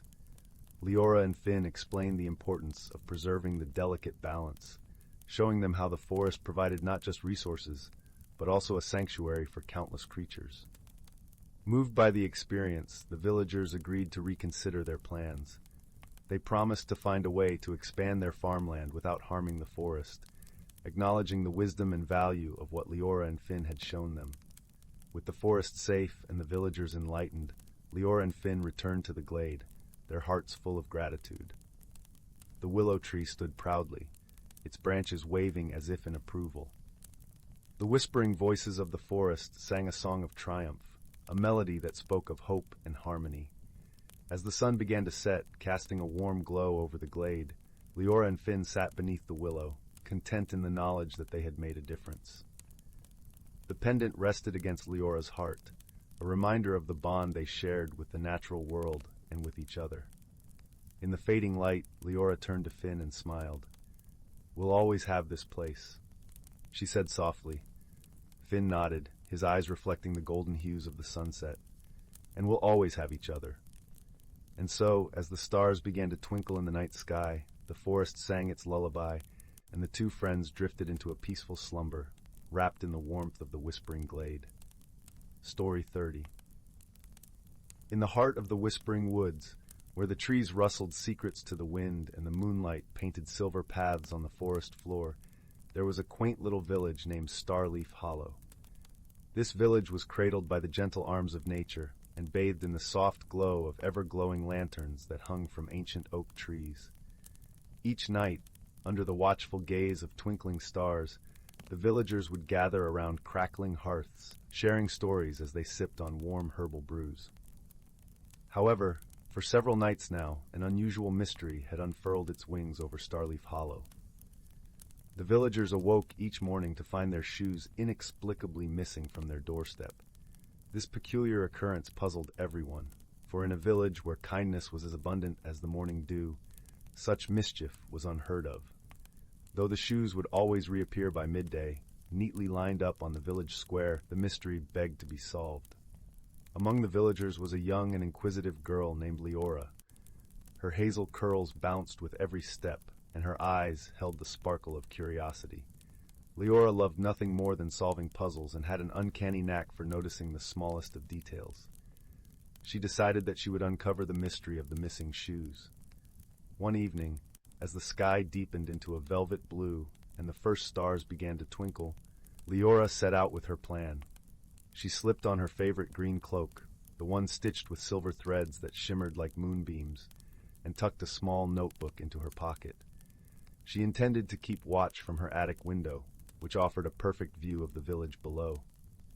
As the night unfolded, the forest's melody played softly, a symphony of crickets and the gentle hoot of an owl perched somewhere unseen. Lyra remained vigilant, her eyes scanning the pathways. Suddenly, a slight rustle caught her attention. Peering closely, she noticed a tiny, luminescent figure flitting between the shoes like a moth to a flame. It was a flicker fairy, known for their love of shiny things. These tiny creatures were gentle beings, their wings akin to petals shimmering under moonlight. Lyra watched in awe as more flicker fairies joined the first, each lifting a shoe with surprising ease and carrying it toward the forest edge. Deciding to follow them, Lyra tiptoed quietly down the stairs and out into the cool night, careful not to disturb the slumbering village. Her heart beat with a rhythm of excitement as she trailed the fairies, who zigzagged through the trees, leaving a trail of soft, glowing light. Deeper into the woods, Lyra came upon a clearing bathed in the gentle glow of moonbeams. There, she saw an elderly and wise owl, known to the villagers as Sagefeather. The owl watched over a gathering of woodland creatures, all mesmerized by the flicker fairies' dance with their shoe treasures. Sagefeather nodded in greeting as Lyra stepped into the clearing. "Welcome, young Lyra," Sagefeather hooted softly, his eyes reflecting the wisdom of ages. "You have ventured here with a question in your heart." Lyra smiled and nodded. "Yes, Sagefeather. I've come to understand why the shoes are taken each night." The owl ruffled his feathers and gestured with a wing toward the fairies. "The flicker fairies mean no harm. They have been collecting the shoes as part of their Moonlight Jubilee, a festival where they celebrate the bonds of friendship and unity. Each shoe represents a wish for the well-being of its owner." Understanding dawned on Lyra, her heart warmed by the fairies' innocent intent. "But why return them by midday?" she asked. "Ah," Sagefeather replied with a twinkle in his eye. Because the fairies respect the balance between dreams and reality. They wish to remind the villagers of their dreams while ensuring they are grounded in their daily lives. Lyra felt a deep sense of peace and admiration for the fairies' wisdom. She thanked Sagefeather and the fairies for their kindness and promised to share their story with the villagers, ensuring that no one would be troubled by the mystery again. As she made her way back to the village, the path lit by the fairies' gentle glow, Lyra felt the cool night air wrap around her like a hug. The forest whispered its age-old secrets, and she knew that Starleaf Hollow was a place where magic and reality danced hand in hand. The next day, as Lyra shared her tale, the villagers listened with wonder and gratitude. They decided to join the fairies in their celebration, leaving small tokens of friendship on their doorsteps for the fairies to find. And so, the Moonlight Jubilee became a cherished tradition in Starleaf Hollow, a time when the village and the forest came together in harmony, their hearts united by the gentle magic of understanding and friendship. And every night, as Lyra drifted off to sleep, she knew that the world was a little brighter, a little kinder, for the mystery of the missing shoes had been solved not through suspicion, but through the simple act of listening and learning from those who shared the world with them. Story 31. In the quiet expanse of the Orion Nebula, where stars twinkled like distant whispers and cosmic dust danced in slow, swirling eddies, there existed a small, vibrant planet called Celestia. Known for its lush, iridescent forests and rivers that sang songs of ages past, Celestia was a haven for travelers seeking solace among the stars. It was here, amid the gentle hum of the universe, that an unlikely friendship began. One day, a young traveler named Lyra, hailing from the water world of Aquara, descended upon Celestia. Her skin shimmered with the hues of 1,000 ocean waves, and her eyes reflected the depths of the sea. Lyra was on a journey to collect tales from the cosmos, hoping to bring them back to her home, where stories were cherished like treasures from the deep. As she wandered through the kaleidoscopic forests, Lyra stumbled upon a curious creature named Zinc, who hailed from the mountainous planet of Terok. Zinc was a being of earth and stone, with a body that resembled the ancient rocks of his homeland. His voice was deep and resonant like the echo of a distant cavern. He was visiting Celestia to study its unique flora, hoping to bring back knowledge to heal his planet's ailing soil. Their first encounter was less than cordial. Lyra, lost in the beauty of a shimmering grove, inadvertently disturbed Zinc's careful examination of a rare, glowing orchid. The gentle creature's deep rumble of disapproval startled her, and in her surprise, Lyra splashed a wave of water from a nearby stream, drenching Zinc's rocky exterior. "I'm so sorry," Lyra exclaimed, her voice like a bubbling brook. "I didn't mean to." Zinc chuckled, a sound like stones tumbling down a hill. "Do not worry, traveler of the sea. Water is a friend to stone, not a foe." Despite the misunderstanding, a seed of camaraderie was planted. Lyra, intrigued by Zinc's knowledge of plants and minerals, offered to share her own stories of the sea. In return, Zinc promised to teach her about the life that thrived among Celestia's roots and stones. Their days on Celestia unfolded like a gentle symphony. Together they wandered through the luminous landscapes, exchanging tales and insights. Lyra spoke of the swirling kelp forests of Aquara, where creatures danced to the rhythm of ocean currents. Zinc described the majestic peaks of Terok, where silence reigned like a wise old monarch. As the sun dipped below the horizon, painting the sky in hues of lavender and gold, they would sit by the warm glow of a bioluminescent pool. The water flickered like 1,000 tiny stars, casting a serene light on their newfound friendship. It was during these quiet moments that they began to understand the true essence of companionship. One evening, as they rested by their favorite pool, a sudden tremor shook the ground. It was an unfamiliar sensation on the peaceful planet of Celestia. Zinc's stone-hewn features furrowed with concern. "This is not natural," he said, his voice a low rumble.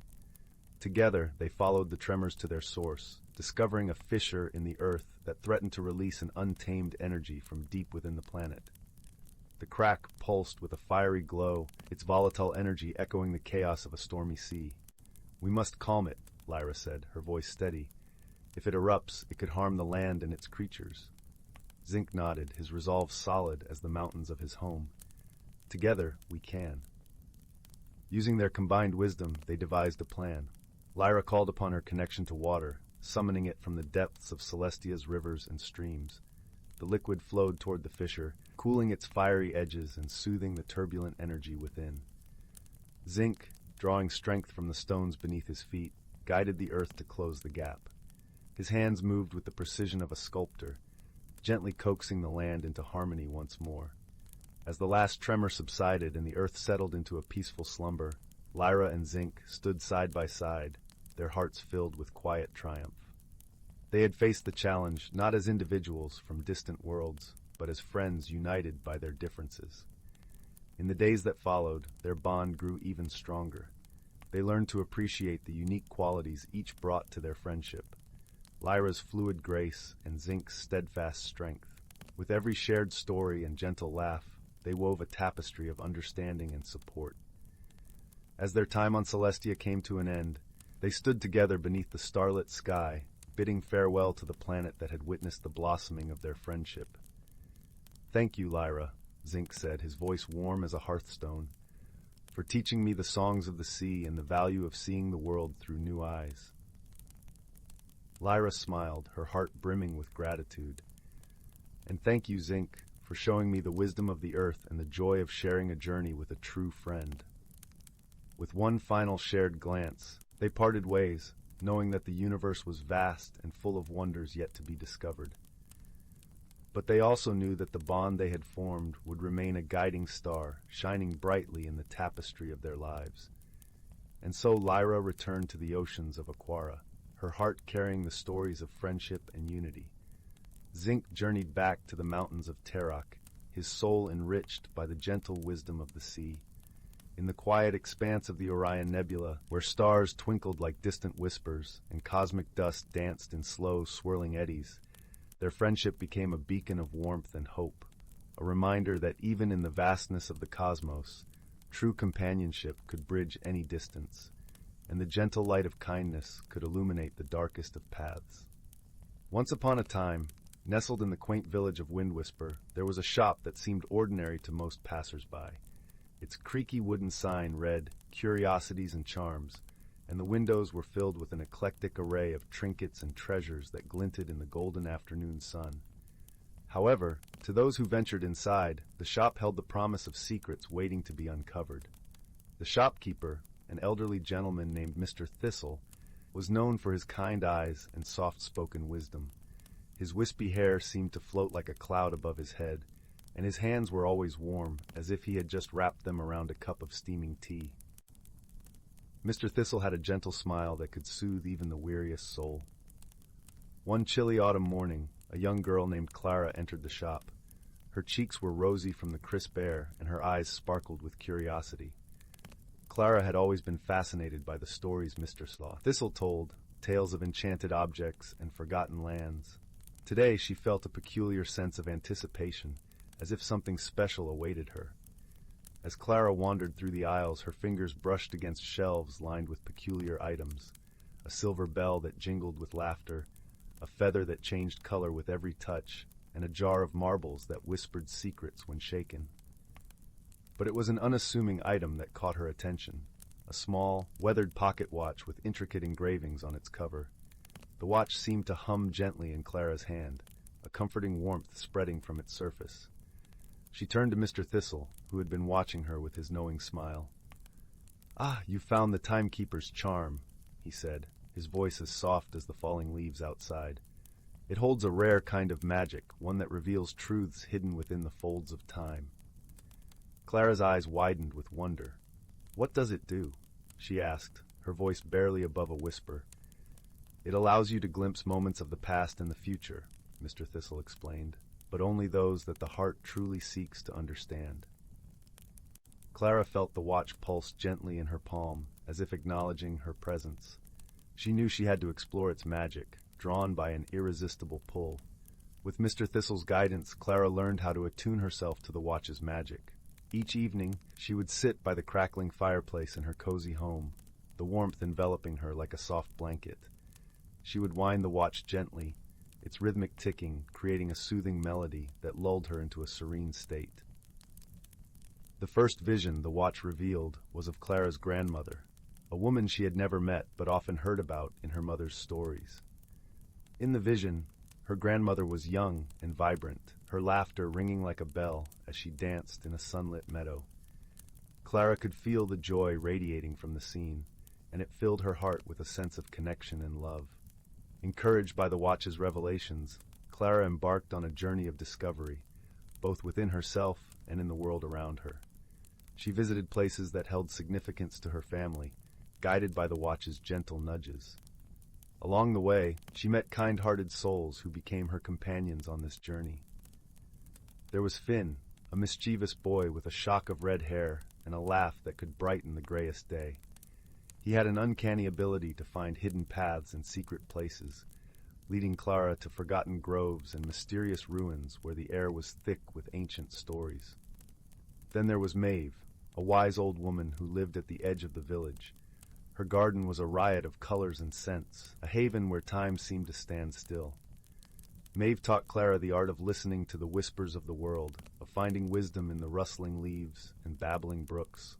Together, they uncovered the stories of the past, tales of love and loss, of courage and kindness. Clara learned that every story held a lesson, a truth that resonated in her heart. One day, the watch revealed a vision that took Clara's breath away. She saw her village, not as it was, but as it could be, a place where people lived in harmony, where laughter and understanding flowed freely. It was a vision of hope, a glimpse of a future shaped by the choices of the present. But the path to this future was fraught with challenges. The village was facing a dispute, a misunderstanding that had sown discord among its people. Clara realized that the watch had shown her this vision for a reason. She knew she had to help her village find the wisdom to overcome their differences. With Finn and Maeve by her side, Clara set out to mend the rift that had grown between the villagers. They listened to each person's story, understanding the fears and hopes that lay beneath the surface. It was not an easy task, for old grievances had taken root deep within the hearts of many. Clara remembered the lessons she had learned on her journey. She spoke of the bonds that connected them all, of the shared dreams and memories that could guide them towards a brighter future. Her words, gentle and sincere, touched the hearts of the villagers. Slowly, the walls of misunderstanding began to crumble. The villagers started to see each other not as adversaries, but as friends and neighbors. They remembered the joy of working together, of building a community where kindness and compassion were the cornerstones. As the village healed, Clara felt the watch pulse warmly against her skin, as if acknowledging her efforts.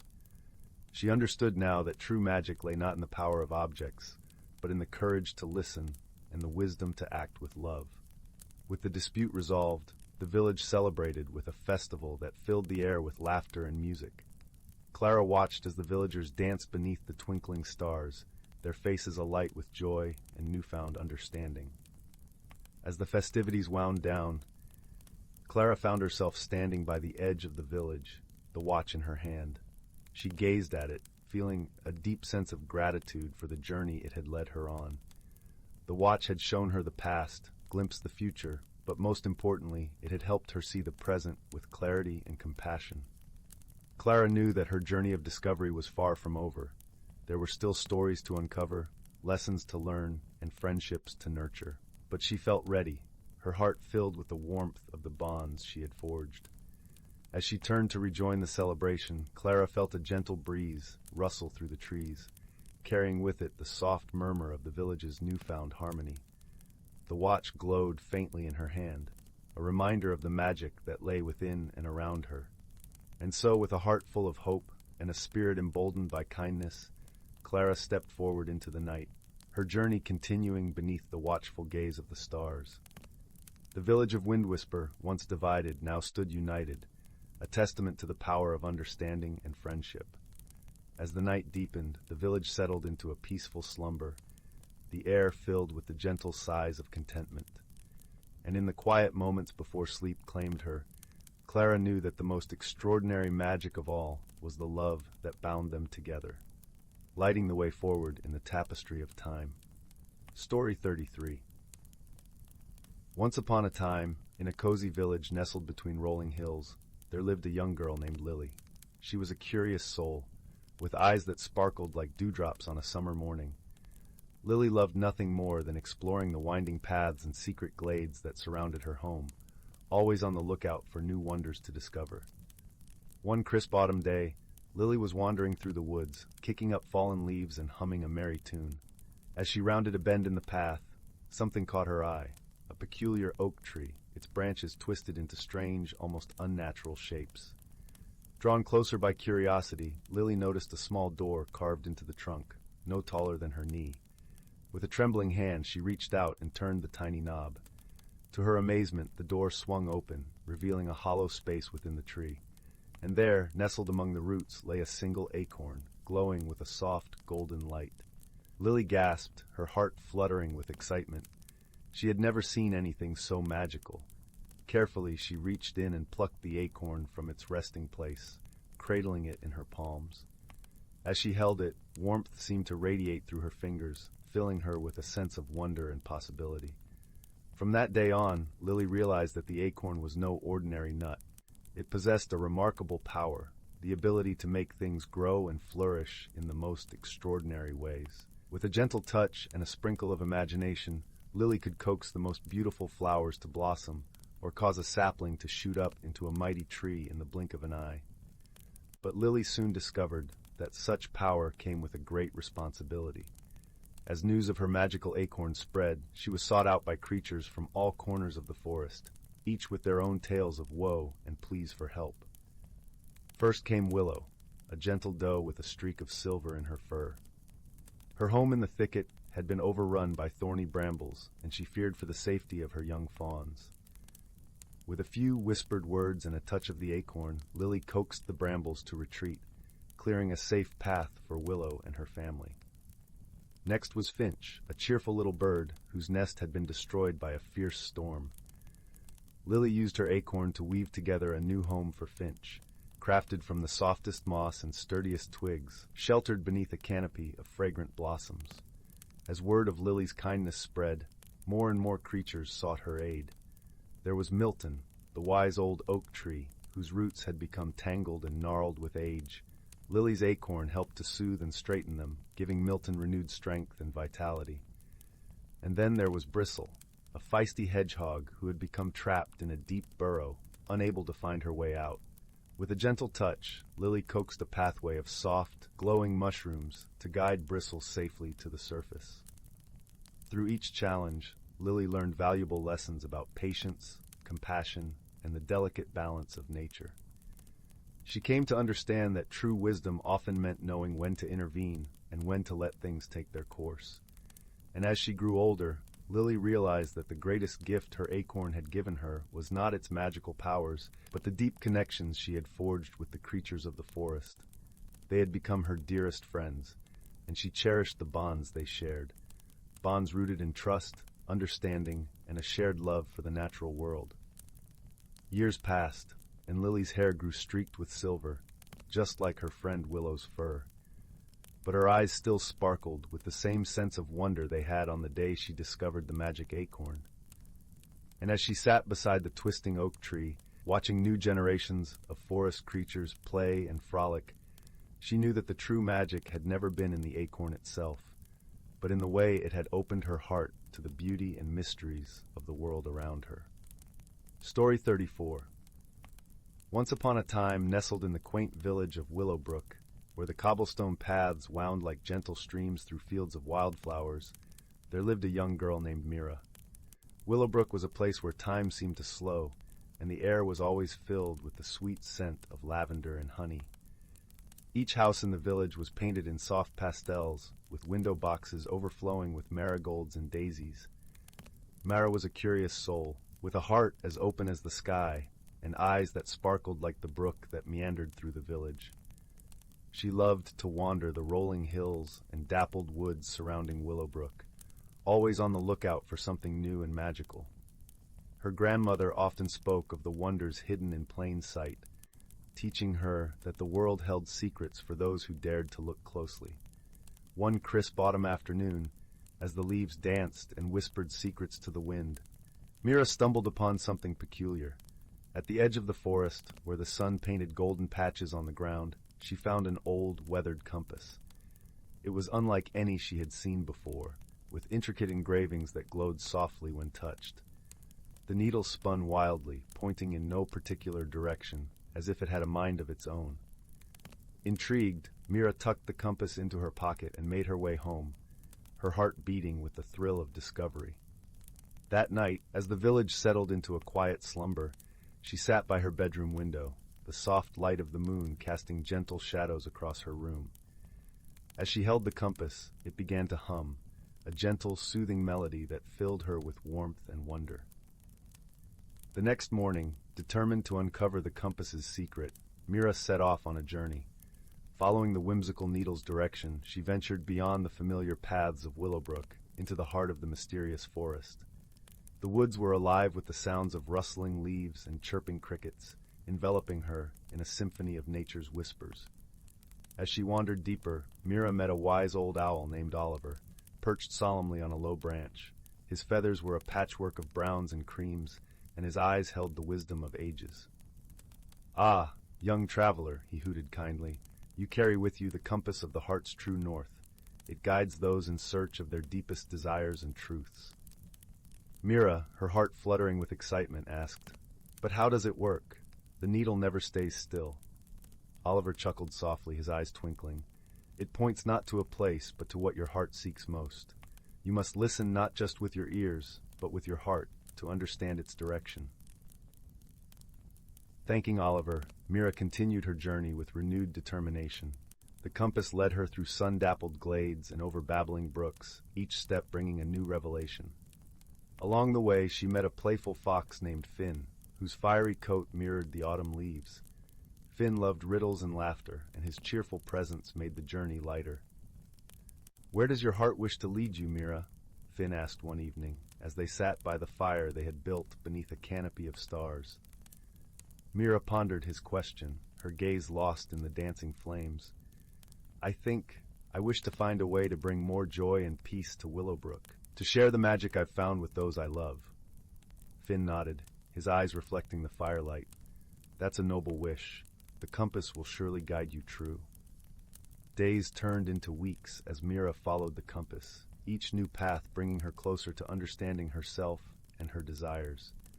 She encountered challenges along the way, crossing a rickety bridge, solving a riddle posed by a mischievous squirrel, and navigating a dense fog that blanketed the forest one chilly morning. In every challenge, she used not her strength, but her heart and mind, remembering Oliver's words. Finally, the compass led her to a hidden glen, where the air shimmered with enchantment. In the center stood an ancient tree, its branches reaching towards the sky like a cathedral of nature. As Mira approached, the compass glowed warmly, and she felt a profound sense of peace wash over her. From the leaves of the great tree, a gentle voice spoke. It was as if the forest itself was whispering to her. "Dear child, you have journeyed far and learned much. The greatest magic lies not in objects, but in the love and kindness you bring to the world. Share your light, and your wish shall come true." With a heart full of gratitude, Mira returned to Willowbrook, the compass now a cherished reminder of her journey. She shared her tales and the wisdom she had gathered, inspiring her friends and family to see the magic in their everyday lives. And so, the village of Willowbrook blossomed with joy and harmony, its people united by the gentle magic of love and understanding. As for Mira, she continued to wander and wonder, guided always by the compass of her heart, forever enchanted by the world and its hidden wonders. And as the stars twinkled above, Mira knew that true magic was not found in the compass, but in the journey it had led her on, a journey of discovery, friendship, and the endless possibilities of an open heart. Story 35. In a distant galaxy where stars danced across a velvety cosmos, two unlikely companions found themselves entwined by the threads of fate. On the planet Illuna, a young girl named Astra gazed up at the twinkling night sky, captivated by its mysteries. With wide, inquisitive eyes and a mind brimming with dreams, she yearned to explore the vast expanse beyond her home world. Meanwhile, on the neighboring planet Zerion, a peculiar creature named Zix stirred from its slumber. Zix was a sentient being composed of pure energy, its form shifting and pulsing with brilliant hues. Though intelligent and ancient, Zix had yet to encounter another species capable of comprehending its existence. One fateful night, a cosmic disturbance rippled through the fabric of space, causing Astra's homemade spacecraft and Zix's energy trail to collide in a brilliant flash of light. As the cosmic dust settled, Astra found herself face to face with the pulsating, ethereal form of Zix, and Zix encountered the wide-eyed gaze of the curious child. At first, the two recoiled in shock, their minds struggling to comprehend the existence of the other. Astra, having never seen a being of pure energy, assumed Zix was some sort of celestial apparition. Zix, on the other hand, was equally perplexed by Astra's physical form, composed of matter it had never encountered before. However, as the initial confusion subsided, a spark of curiosity ignited within them both. Astra, ever the adventurer, bravely extended her hand towards Zix, and the ethereal being responded with a warm, pulsating glow. From that moment on, an extraordinary bond began to form.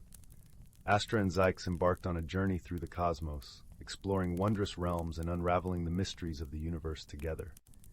At times, their differences led to misunderstandings and challenges. Astra struggled to comprehend Zix's non-physical nature, while Zix found it difficult to grasp the intricacies of Astra's corporeal existence. Yet through patience and open-mindedness, they learned to bridge the gap between their worlds. Astra taught Zix about the beauty of physical sensations, the warmth of a sun-drenched meadow, the melody of a trickling stream, and the scent of blooming flowers. In turn, Zix introduced Astra to the wonders of the cosmic realm, guiding her through galaxies teeming with energy and life forces she had never imagined. Together they faced countless adventures and obstacles, from navigating treacherous asteroid fields to deciphering ancient cosmic riddles. In the face of adversity, they relied on each other's strengths, with Astra's resourcefulness and Zix's vast knowledge complementing one another perfectly. Through their shared challenges, a profound friendship blossomed, transcending the boundaries of their physical and non-physical forms. Astra found solace in Zix's unwavering presence, a constant companion that understood her deepest dreams and desires. Zix, in turn, discovered a profound sense of purpose and connection it had never known before, basking in Astra's infectious wonder and zest for life. As the years passed, their bond only grew stronger, forged by countless moments of mutual support and understanding. When Astra felt lost or discouraged, Zix would envelop her in a warm, radiant embrace, reminding her of the boundless potential that lay within. And when Zix wrestled with existential questions, Astra would offer her unique perspective, reminding the ancient being of the beauty found in the simplest of moments. In the end, their journey taught them that true friendship transcends physical form and spans the vastness of the cosmos itself. Astra and Zix had discovered the true meaning of companionship, a connection that knew no bounds, a bond that could weather any storm, and a love that illuminated the darkest corners of the universe with its radiant glow. And as they gazed up at the twinkling tapestry of stars, they knew that their friendship was a testament to the incredible power of understanding and acceptance, a shining beacon that would guide others along the path of unity and harmony. Story 36. In the quaint village of Whimsy Hollow, nestled between rolling hills and a vibrant forest, life moved at an unhurried pace. The villagers went about their daily routines under the watchful eyes of towering oaks and whispering pines, the scent of wildflowers mingling with the crisp, fresh air. The seasons painted the landscape with an artist's touch, each change bringing a new palette of colors and a sense of wonder to the people who called this place home. In the heart of this village lived a young girl named Lyla. Her bright eyes sparkled with curiosity, and her laughter was as infectious as the songs of the morning birds. Lyla was known for her adventurous spirit and the deep kindness she showed to everyone she met. She had a gift for seeing the beauty in the smallest things, be it a dew-kissed spider's web glistening in the early light, or the gentle rustle of leaves as a breeze swept through the trees. One crisp autumn morning, as the leaves blazed gold and crimson in the sunlight, Lyla set out on an exploration. She loved to wander through the forest, where the air was filled with the earthy scent of fallen leaves and the soft murmur of the stream that wound its way through the trees. Today, she felt a pull towards a part of the forest she had never explored before, a dense thicket known as the Whispering Grove. As she ventured deeper into the grove, the world seemed to hush around her.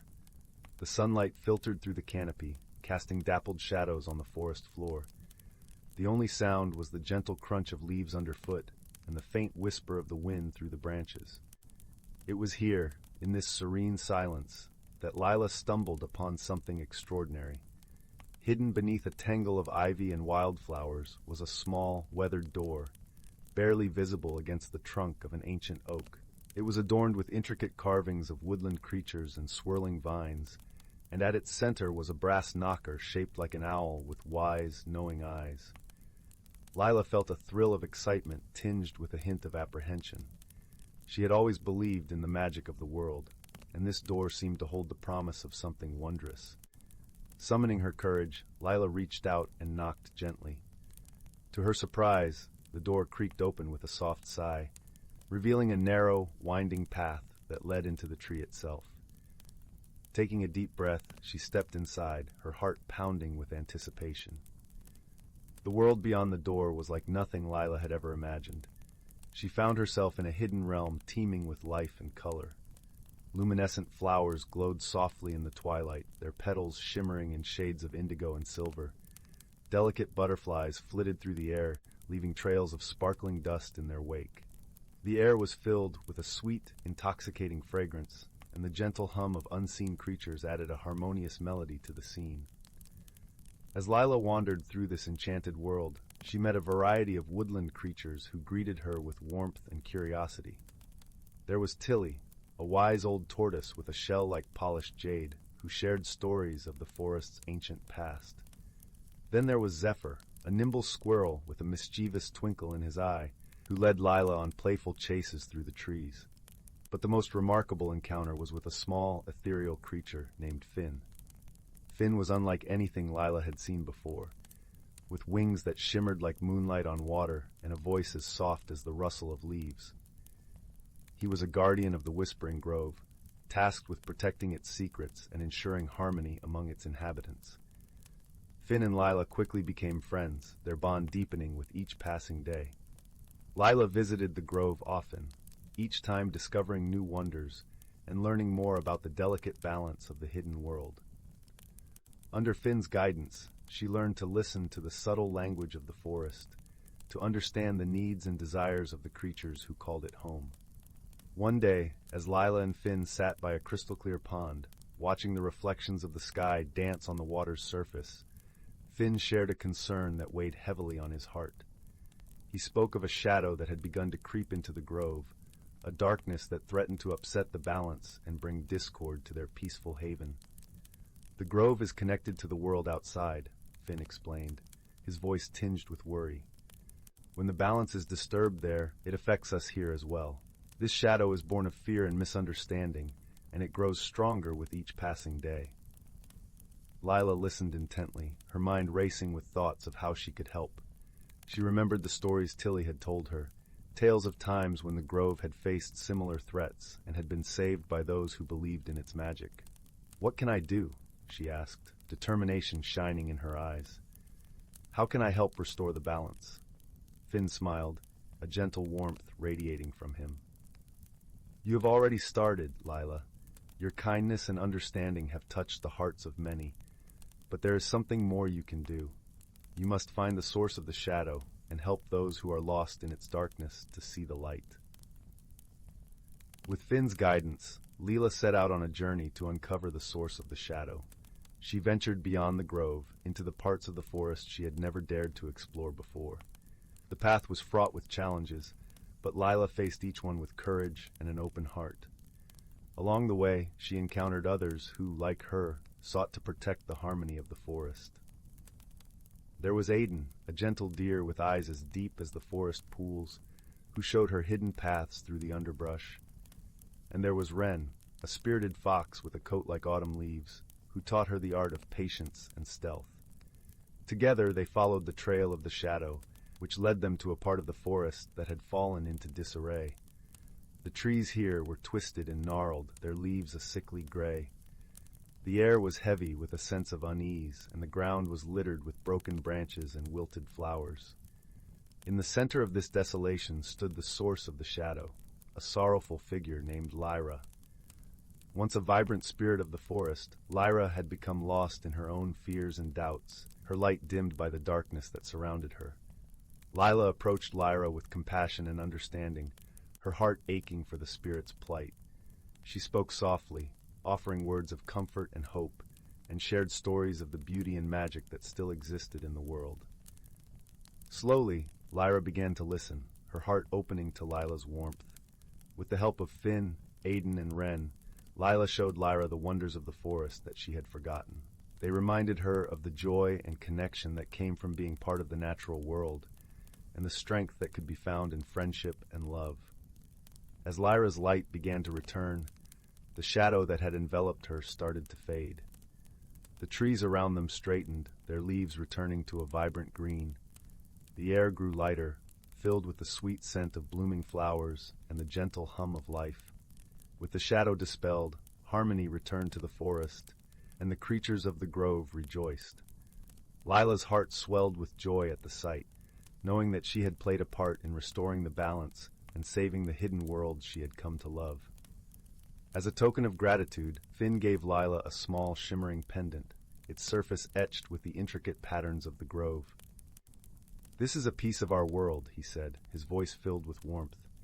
"Carry it with you, and remember that you are always welcome here." Lila returned to her village, her heart forever changed by her journey. She carried with her the lessons she had learned, sharing them with those around her and spreading the light of kindness and understanding. The village of Whimsy Hollow continued to thrive, its people living in harmony with the world around them. And though the hidden realm of the Whispering Grove remained a secret to most, its magic lingered in the hearts of those who believed, a gentle reminder of the power of friendship and the beauty of the world. As the years passed, Lila grew older, her adventures becoming stories that she shared with the children of the village. They listened with wide eyes and open hearts, captivated by tales of the enchanted grove and the wonders it held. And every now and then, when the sun was low in the sky and the forest was cloaked in twilight, Lila would feel a familiar warmth in her heart. She would smile, knowing that somewhere, in a hidden corner of the world, her friends were watching over her, their spirits woven into the fabric of the forest she loved so dearly. In the quiet moments, when the village was still and the stars twinkled in the night sky, Lila would sit by her window, the pendant clasped gently in her hands. She would close her eyes and picture the grove, its vibrant colors and harmonious melodies filling her mind. And as she drifted off to sleep, she knew that the magic of the Whispering Grove would live on, a testament to the power of friendship, courage, and the belief in the extraordinary. Story 37. In the serene village of Eldergrove, nestled amidst rolling hills and whispering forests, the world unfolded like a gentle lullaby. Here, cobblestone paths wound through lush meadows, where the air carried the fragrance of wildflowers and the songs of birds. The villagers lived in harmony with nature, their days dictated by the rhythms of sun and moon. It was a place where time seemed to pause, allowing the beauty of the world to seep into the soul. In this peaceful haven, a young girl named Lyra lived with her grandmother. Their cottage was a quaint abode, its thatched roof covered in a tapestry of moss. The walls were adorned with ivy, and vibrant blooms peeked through the windows, filling the rooms with a kaleidoscope of colors and scents. Inside, the hearth was always alight, casting a warm glow that danced upon the walls and wrapped the space in a comforting embrace. Lyra was a curious child, with eyes the color of the sky at dawn, and hair that tumbled like a cascade of autumn leaves. Her heart was as open as the fields she roamed, and her mind was a garden of dreams, each more wondrous than the last. She spent her days exploring the woods, her feet tracing paths through dappled sunlight and shadow. She knew every tree and stream, every stone and fern, as if they were old friends. Yet there was something more that called to Lyra, a whisper at the edge of her understanding. She often felt it on the breeze, a soft murmur that beckoned her toward the unknown. Her grandmother, wise and gentle, often spoke of a hidden world within the forest, a place where magic lingered in the air and dreams took flight. It was a world unseen by most, but not unfelt by those who listened with their hearts. One evening, as the sun dipped below the horizon, painting the sky in hues of rose and gold, Lyra sat with her grandmother by the hearth. The flickering flames cast shadows that danced like spirits, and the warmth seeped into their bones. Her grandmother's voice was a soothing melody, weaving tales of wonder and wisdom. Long ago, she began, when the stars were young and the earth was still new, a great magic flowed through the land. It was a time when the veil between worlds was thin, and those with open hearts could glimpse the wonders hidden from sight. Lyra listened with rapt attention, her imagination soaring beyond the confines of the cottage. Her grandmother continued, her voice a gentle breeze.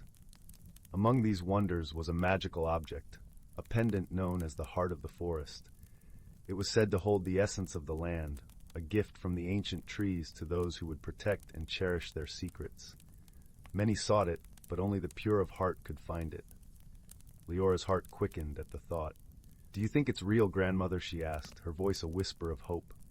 Her grandmother smiled, her eyes twinkling like stars. "Perhaps it is, my dear. Magic is often found in the most unexpected places. All it takes is belief and a willingness to see beyond the ordinary."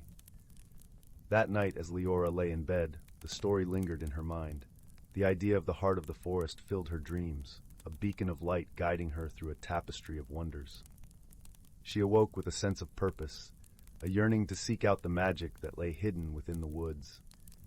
The morning sun bathed the village in a golden glow as Lyra set out on her journey. The air was crisp with the promise of adventure, and the world seemed to hum with anticipation. She followed the path into the forest, her heart a drumbeat of excitement. As she walked, the forest embraced her, its trees standing like sentinels, their leaves whispering secrets. The ground was soft beneath her feet, a carpet of moss and fallen leaves. Sunlight filtered through the canopy, casting dappled patterns that danced upon the earth. Lyra moved with purpose, her senses attuned to the world around her. She listened to the songs of birds and the rustle of creatures hidden from sight. Each step was a discovery, each moment a gift, as if the forest itself was guiding her toward something wondrous. Hours passed in a gentle blur, and as the sun climbed higher, Lyra found herself in a part of the forest she had never seen before. Here the trees were ancient and wise, their trunks gnarled and twisted, their branches reaching skyward like the arms of giants. The air was thick with magic, a palpable presence that tingled on her skin. In the heart of this enchanted grove stood a great oak, its roots like the fingers of the earth, cradling a small glade. The air was still, and a sense of peace enveloped the space, as if time itself had paused to honor the moment. Lyra approached the oak, her heart filled with awe and reverence.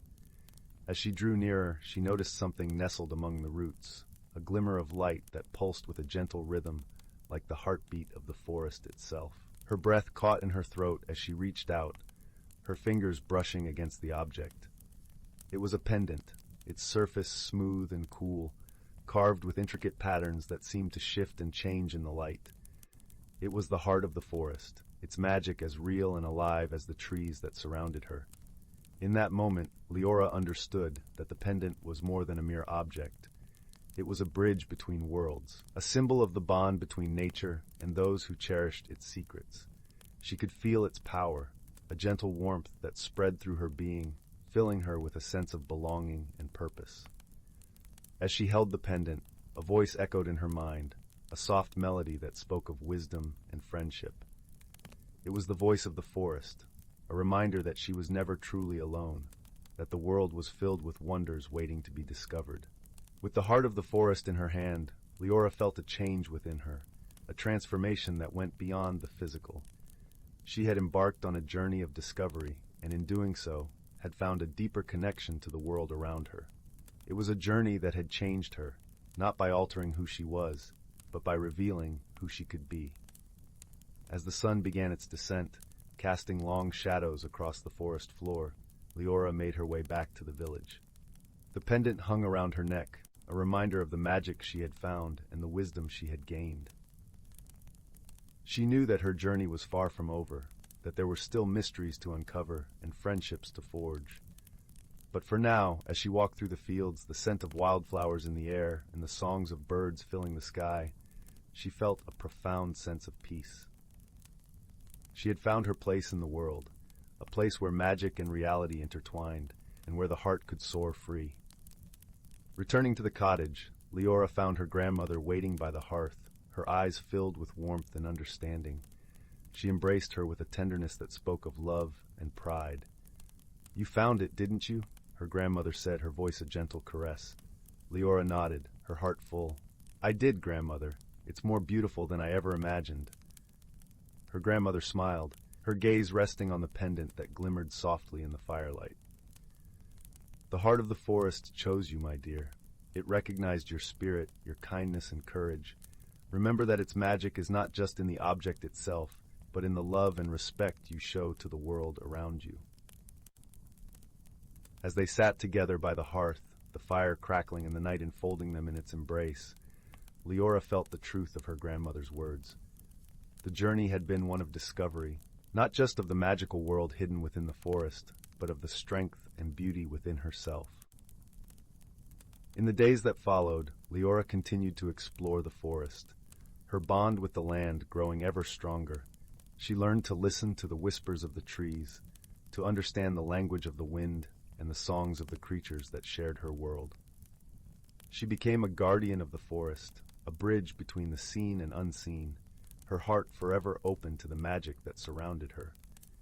And so, in the village of Eldergrove, where the nights were filled with starlight and the days with laughter, Lyra's story became a part of the tapestry of life.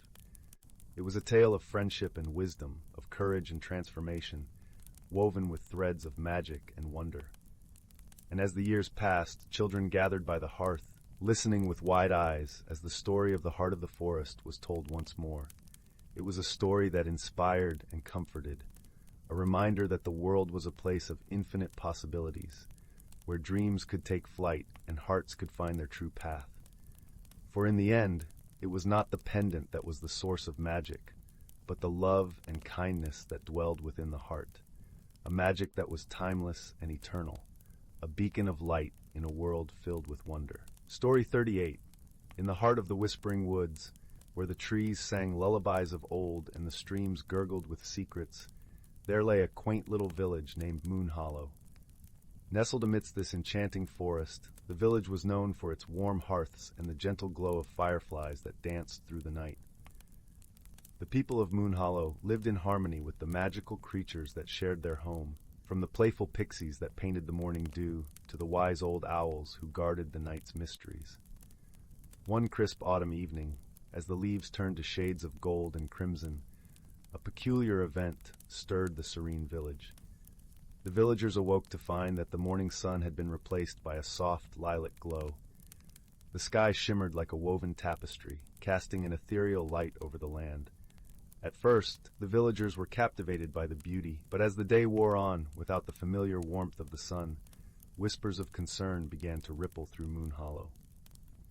In the heart of the village stood a cozy cottage, its chimney puffing gentle wisps of smoke into the lavender sky. Here lived a young, inquisitive girl named Leela. With her bright eyes and a heart full of curiosity, Leela was known for her keen sense of observation and her knack for solving puzzles. She spent her days exploring the woods, often accompanied by her dearest friend, Finn, a small, sprightly fox who wore a cloak of fiery red. As the mysterious day unfolded, Leela decided to seek the counsel of the village elder, a kindly old man named Thistle. Thistle was known far and wide for his wisdom, his beard like silver moonbeams and his eyes that twinkled with the knowledge of ages past. His cottage was perched at the edge of the woods, surrounded by a garden of whispering herbs and singing flowers. Elder Thistle. Leela began as she approached the elder resting in his garden. The sky has turned to a strange hue, and the sun has not shown its face today. What could this mean? Thistle, who had been gently humming a tune to his roses, paused and looked up at the unusual sky. "Ah, my dear Leela," he said with a voice as smooth as the rustle of leaves. "There are tales as old as time about a sky that changes its colors. It is said that when the sky turns lilac, the magic of the land is in need of balance." But how can we restore this balance? Lyla asked, her curiosity ignited like a lantern. Thistle pondered for a moment, stroking his beard thoughtfully. The answer, young one, lies in the heart of the whispering woods, where the veil of echoes sways. Many have tried to decipher its secrets, but only those with pure intent and the gift of listening can unravel its mysteries. Determined to help her village, Lyla set off with Finn by her side, venturing deeper into the woods than ever before. The air was cool and crisp, carrying the earthy scent of fallen leaves and the distant sound of bubbling brooks. Birds with plumage of iridescent blues and greens flitted about, their songs weaving a gentle melody that accompanied Lyla on her journey. As they walked, Leela noticed small signs that seemed to beckon them forward. A trail of glimmering stones, the soft rustle of branches bending to show the way, and the whisper of the wind that seemed to call her name. Finn trotted beside her, his keen eyes spotting the subtle clues hidden in their path. After what felt like hours, they arrived at a clearing where the trees formed a perfect circle around a shimmering veil. The Veil of Echoes, a cascade of light and mist, danced gracefully in the center, its surface reflecting the lilac sky. It was a sight both mesmerizing and mysterious, and Lyla felt a gentle, inviting pull towards it. Finn cocked his head, his ears twitching as he sensed the magic in the air. Lyla took a deep breath, closed her eyes, and listened with her heart. The whispers of the forest grew louder, forming a melody that resonated within her. In the music of the veil, she heard the stories of balance, of harmony, and of the bonds that tied all creatures together. Suddenly, a soft voice emerged from the veil. It was the voice of the woods themselves, gentle yet powerful. "Dear child of Moon Hollow, the balance has tipped because the bonds of friendship and understanding have been strained. Find the thread that has frayed, and you shall restore the light." Lyla opened her eyes, her mind racing with thoughts. The bonds of friendship, she mused aloud. Could it be that someone or something is feeling left out or misunderstood? With a newfound determination, Lyla and Finn made their way back to the village, pondering who or what might need their help. As they entered Moon Hollow, they noticed something they hadn't seen before, a small forlorn figure sitting by the brook that ran through the village. It was a young sprite, its wings drooping and eyes filled with sadness. "Hello," Layla approached gently. "Why do you look so upset?"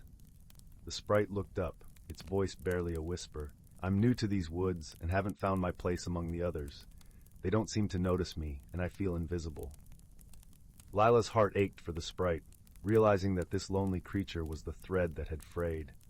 She knelt beside the sprite, her voice soft and comforting. "You are not invisible to us. We see you, and we welcome you. Would you like to join us and meet the others?" The sprite's eyes brightened with hope, its wings perking up ever so slightly.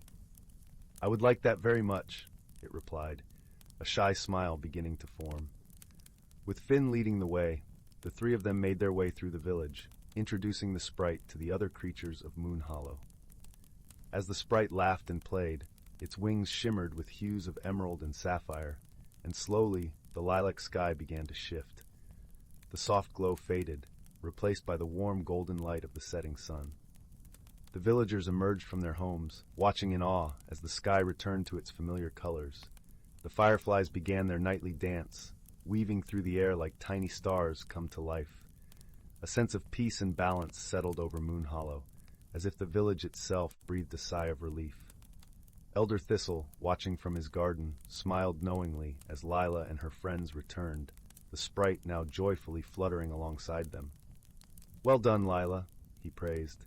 "You listen not just with your ears, but with your heart. You've shown us all that the simplest act of kindness can restore harmony."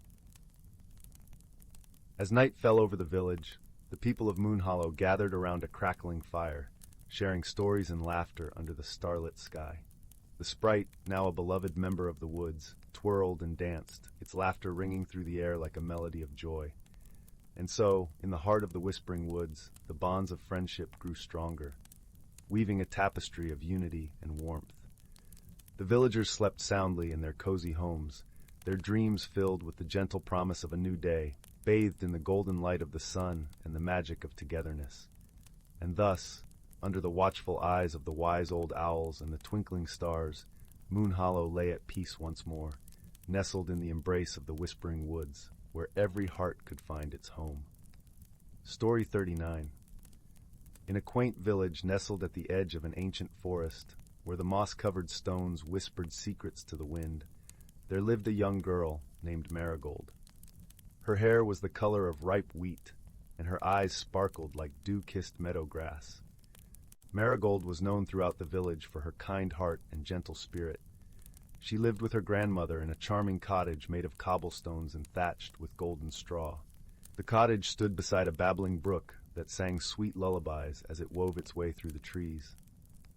Marigold had always been fascinated by the forest, with its towering oaks that seemed to brush the sky and its mysterious glades carpeted with wildflowers. The villagers spoke of the forest in hushed tones, for it was said to be enchanted, a place where magic lingered in the air like mist, and where time itself moved to the rhythm of an ancient melody. Despite the tales of enchantment, or perhaps because of them, Marigold felt a deep connection to the forest. It called to her, a siren song of rustling leaves and the scent of pine.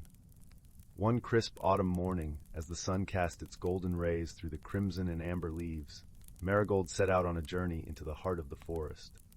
Her grandmother had given her a small, intricately carved wooden box filled with herbs and spices, and a simple instruction: find the heart of the forest, and you will discover what you seek.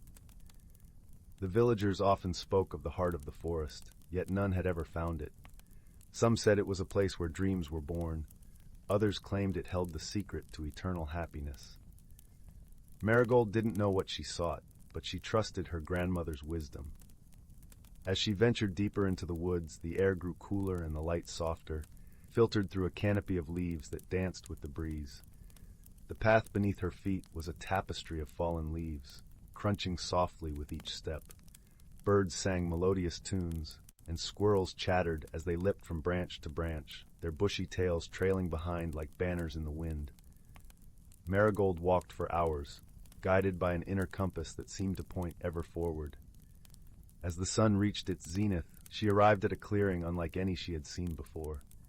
A pool of crystal-clear water lay at its center, reflecting the sky like a mirror. Surrounding the pool were stones, each one smooth and round, glowing with a faint luminescence. At the edge of the water stood a tree, ancient and wise, its gnarled branches reaching out in a welcoming embrace. She approached the tree, feeling its presence like a gentle pulse in the earth beneath her feet. As she laid her hand upon its bark, she felt a warmth spread through her fingertips, a sensation both strange and comforting. The tree seemed to whisper to her, its voice a soft rustle of leaves. Marigold closed her eyes, listening with her heart. In that moment, she realized the heart of the forest was not a place, but a feeling, a sense of belonging, of being part of something greater than herself. It was the magic of the forest, the interconnectedness of all living things. Her grandmother had known all along that Marigold's journey was not to find the heart of the forest, but to find the heart within herself. As the realization washed over her, the forest around her seemed to sigh with contentment. The air shimmered with a gentle light, and Marigold opened her eyes to see the pool now mirrored her own reflection, smiling back at her with newfound wisdom. With a light heart, Marigold turned to leave, but something caught her eye. At the foot of the tree, nestled among the roots, lay a small, glimmering object. She bent down to pick it up, finding a delicate pendant shaped like a leaf, its surface gleaming with an ethereal glow. She knew it was a gift from the forest, a token of her journey and the wisdom she had gained. As she made her way back through the forest, the path seemed shorter, the air lighter. She felt the presence of the forest around her, a comforting embrace that would always be with her, guiding her. When she returned to the village, Marigold found her grandmother waiting by the door, a knowing smile on her lips. They embraced, and Marigold felt the warmth of the pendant against her chest, a reminder of the journey she had taken and the heart she had discovered within herself. From that day on, Marigold wore the pendant as a symbol of her bond with the forest and the wisdom she had gained. She shared her story with the villagers, inspiring them to seek their own journeys of discovery. And though they might never find the heart of the forest, they would find something far more precious, the heart within themselves. As the years passed, Marigold grew, her spirit as vibrant as the forest in spring. She became a beacon of kindness and wisdom in the village, her presence as soothing as a gentle breeze. And though she often wandered into the forest, she always carried the heart of the forest within her, a light that would never fade. And so, as the night deepened and the stars began to twinkle in the velvet sky, the village settled into a peaceful slumber, lulled by the gentle lullaby of the brook. All was well, for the forest watched over them, a guardian of secrets and dreams, a reminder that magic was never far away, if only one had the heart to seek it. Story 40. On the edge of a quaint little village, nestled between rolling hills and whispering woods, stood an old cobbler's shop. The shop had been around for as long as anyone could remember, its windows crammed with shoes of every kind, boots that seemed to promise grand adventures, slippers that whispered of cozy evenings by the fire, and sandals that sang of sunny days. The shop's owner, an elderly cobbler named Mr. Linden, was known for his kind heart and wise words, always ready with a story and a smile. One chilly autumn evening, as golden leaves danced down from the trees, a young girl named Mia wandered into the shop. Mia was a curious soul, with a mind full of questions and eyes that sparkled with wonder. Her heart held a longing for adventure, though she wasn't quite sure what form it might take. "Good evening, Mia," Mr. Linden greeted her warmly, his voice as soothing as a favorite lullaby. "What brings you here today?" Mia hesitated, her fingers tracing the edge of a soft leather boot. "I don't know," she admitted. "I just felt drawn here." Mr. Linden nodded knowingly. Sometimes the heart knows what the mind has yet to discover. "Come, let me show you something." He led her to a small, dusty corner of the shop where an unassuming pair of shoes rested. They were unlike any Mia had ever seen, crafted from a shimmering material that seemed to change color in the flickering candlelight. "These," Mr. Linden said, "are no ordinary shoes. They are the shoes of seeing." Mia raised an eyebrow, intrigued. "What do they do?" Mr. Linden smiled, his eyes twinkling. "These shoes have the power to reveal the true nature of things, to show you the world as it truly is, beyond appearances. But remember, young Mia, true vision requires more than just sight." With a gentle nod, he gestured for her to try them on. As Mia slipped her feet into the shoes, she felt a warm, tingling sensation spread through her body. The world around her seemed to shift slightly, as if a veil had been lifted. "Thank you, Mr. Linden," Mia said, feeling an unfamiliar sense of anticipation. "I think they might be just what I need." With the shoes of seeing snug on her feet, Mia set off on a walk through the village. The cobblestone streets glistened with the recent rain, and the air was crisp with the scent of fallen leaves. As she walked, she noticed things she'd never seen before. Tiny, intricate patterns in the bark of trees, the way sunlight painted golden mosaics on the ground, and the soft, hidden murmurs of the wind. Her journey led her to the edge of the village, where an old, forgotten path wound its way into the woods. Mia hesitated for a moment, then took a deep breath and stepped onto the path. The woods welcomed her with open arms, their branches forming gentle arches overhead. As she walked deeper into the forest, Mia encountered a peculiar sight, a squirrel, perched on a rock, wearing a tiny hat made of leaves. The squirrel waved a paw in greeting. "Hello there," it chattered cheerfully. "I'm Pippin. What brings you to our woods?" Mia couldn't help but smile. "I'm not quite sure," she replied, "but I feel like there's something I need to find." Pippin nodded sagely. "Ah, seeker of truths, are you? Well, you're in good company. Follow me." With Pippin leading the way, Mia continued her journey through the forest. They passed by a babbling brook, its waters singing a sweet, lilting tune. The brook's melody seemed to dance in harmony with the rustling leaves, creating a symphony of nature's own making. As they walked, Pippin shared stories of the forest and its inhabitants. A wise old owl who could answer any question, a mischievous fox who loved to play tricks, and a family of rabbits who were known for their kindness and generosity. Eventually, they arrived at a clearing bathed in soft, dappled sunlight. In the center stood a magnificent tree, its branches stretching high into the sky, adorned with leaves of every imaginable hue. At the base of the tree sat a gentle, elderly tortoise with eyes as deep and wise as the forest itself. "This is Elder Tully," Pippin explained. "He knows many things." Mia approached the tortoise, feeling a sense of awe and respect. "Hello, Elder Tully," she said softly. "I am Mia. I've come seeking something. I'm not quite sure what it is yet." Elder Tully regarded her kindly, his voice slow and thoughtful. "Ah, young one, sometimes the journey is the answer. What you seek may not be a thing, but a way of seeing the world." Mia pondered his words, feeling them resonate within her. She looked around the clearing, taking in the beauty and tranquility that surrounded her. The shoes of seeing had shown her wonders beyond her imagination, but it was her own heart that was learning to understand them. After a time, Mia thanked Elder Tully and Pippin for their guidance. As she made her way back through the forest, she felt a newfound sense of clarity and peace. The path that once seemed uncertain now felt like a trusted friend leading her home. When Mia returned to the village, the sun was setting, painting the sky in shades of rose and gold. She stopped by the cobbler's shop to return the magical shoes. Mr. Linden greeted her with a warm smile. "Did you find what you were looking for?" Mia nodded, a serene smile playing on her lips. "Yes, I think I did. I've learned that sometimes the true magic lies not in what we see, but in how we see it." Mr. Linden chuckled softly, his eyes twinkling with understanding. "Indeed, my dear, the heart often sees more clearly than the eyes." As Mia left the shop, she felt a gentle joy blooming within her, a joy that came from the knowledge that she had discovered something truly precious.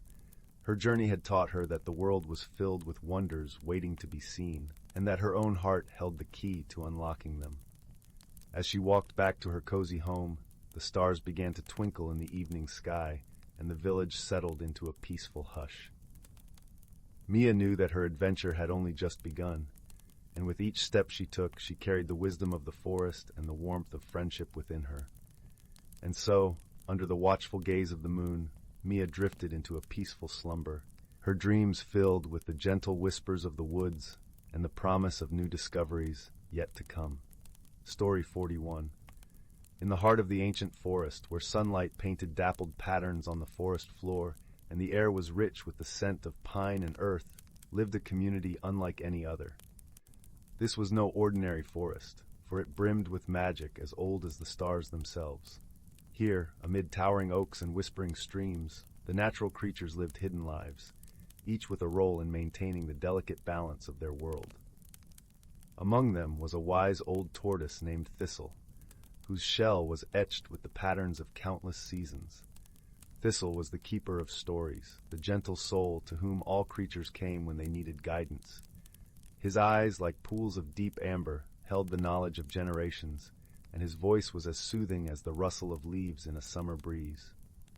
One crisp autumn morning, when the air carried the faintest hint of wood smoke and the leaves began their fiery transformation, Thistle sensed a change.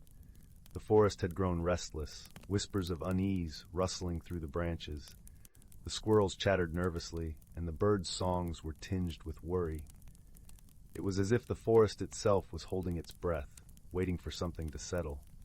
Concerned, Thistle called for a gathering beneath the grand oak, a towering tree whose roots stretched deep into the earth, binding the forest together. Creatures of all kinds assembled, from the tiny field mice to the stately deer, their eyes bright and curious. Standing under the sprawling canopy, Thistle spoke, his voice carrying the weight of wisdom.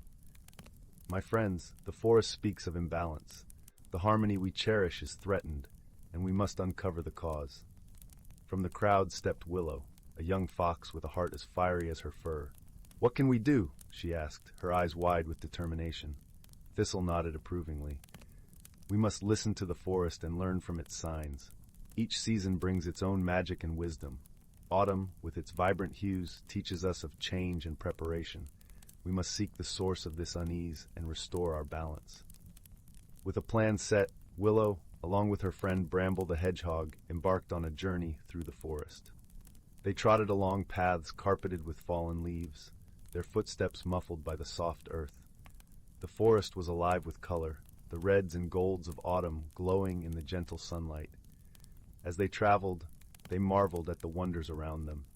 They watched as a gentle breeze sent leaves spiraling like confetti, and they listened to the babbling brook, its waters sparkling like liquid crystal. The forest was a tapestry of sights and sounds, each thread a part of the greater whole.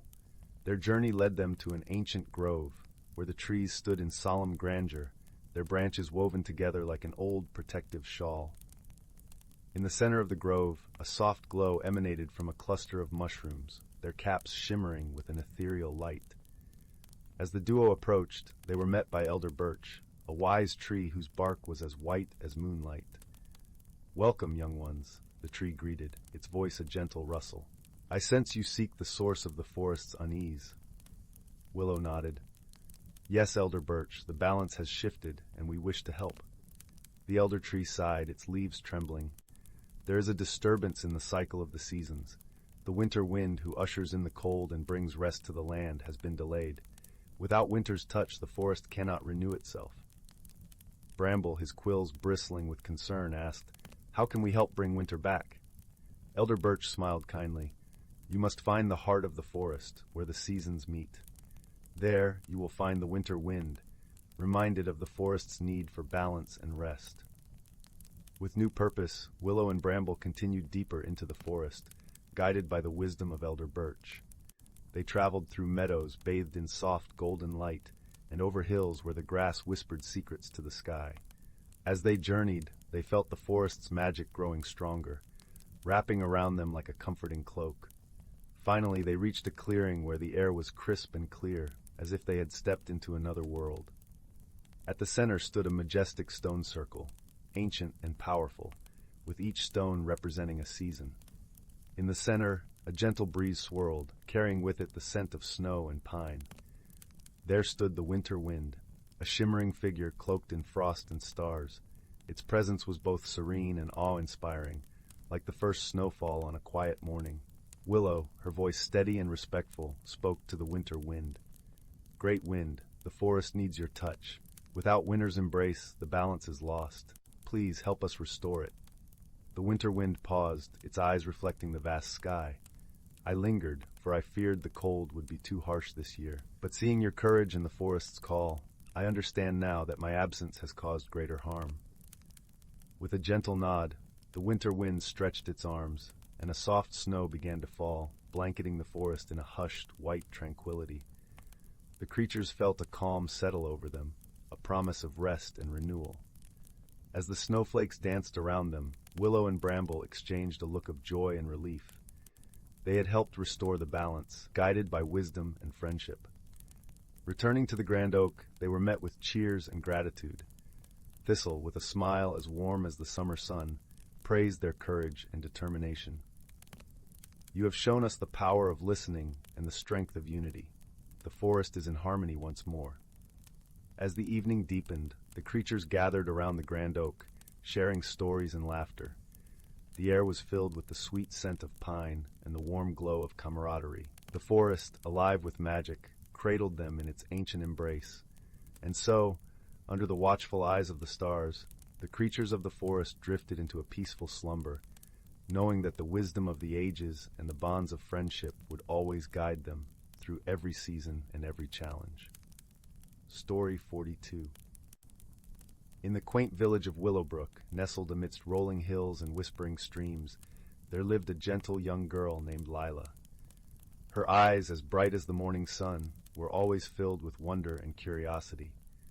Lyla had an insatiable love for stories, particularly those spun from her grandmother's lips by the warmth of the evening hearth. One crisp autumn morning, while wandering through the golden woods that bordered her home, Lyla stumbled upon an old peculiar teapot half buried beneath a pile of fallen leaves. Its surface was etched with intricate patterns of stars and vines, and it glinted mysteriously in the dappled sunlight. Intrigued, Lyla carefully brushed away the leaves and picked it up, feeling a strange warmth emanating from its ceramic surface. As she turned the teapot in her hands, a soft voice emerged from its spout, almost like a whispering breeze. "Thank you for finding me." It sighed, startling Lyla. She almost dropped it, but managed to hold on tight. Who are you?" Lyla asked, her voice a mix of wonder and disbelief. "I am Tilly, the spirit of this teapot," the voice replied gently. "Long ago I was enchanted by a kind-hearted wizard who wished for me to help those in need, but I have been lost in these woods for many years." Lyla's heart swelled with both excitement and empathy. "How can I help you, Tilly?" You've already begun, Tilly chimed, her voice as soothing as a lullaby. But I sense that you might need help too. There is a journey you must take, though not one of distance, a journey of the heart. Intrigued and a little uncertain, Lyla decided to bring Tilly home. That evening, as the stars twinkled like tiny lanterns in the sky, she shared her discovery with her grandmother, who listened with a knowing smile. Magic often finds us when we least expect it, dear, her grandmother said, her voice warm and gentle. And it seems Tilly has chosen you for a reason. The following days were filled with quiet conversations between Lyla and Tilly. The teapot, it turned out, could brew more than just tea. When filled with water and placed over a small flame, it produced a fragrant steam that revealed hidden memories and whispered comforting truths. Tilly's magic wasn't one of grand spells or mighty deeds, but rather of subtle wisdom and gentle guidance. Lyla began to see her world anew. She noticed the way the leaves danced in the breeze, the symphony of birdsong that welcomed each dawn, and the kindness in the eyes of the villagers who passed her by. Tilly taught her to listen, truly listen, not just with her ears but with her heart. One evening, as winter's chill settled over Willowbrook, Lila's grandmother fell ill. The villagers gathered anxiously, their faces shadowed with worry. Lyla felt a pang of fear but remembered Tilly's words about wisdom and courage. "Let us brew a pot of tea," Tilly suggested softly. "There may be comfort in its warmth."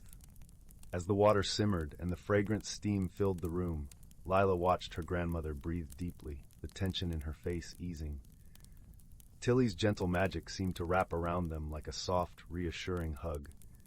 With the teapot's subtle magic and Lila's newfound understanding, she realized that what her grandmother needed most was not a cure, but comfort and love.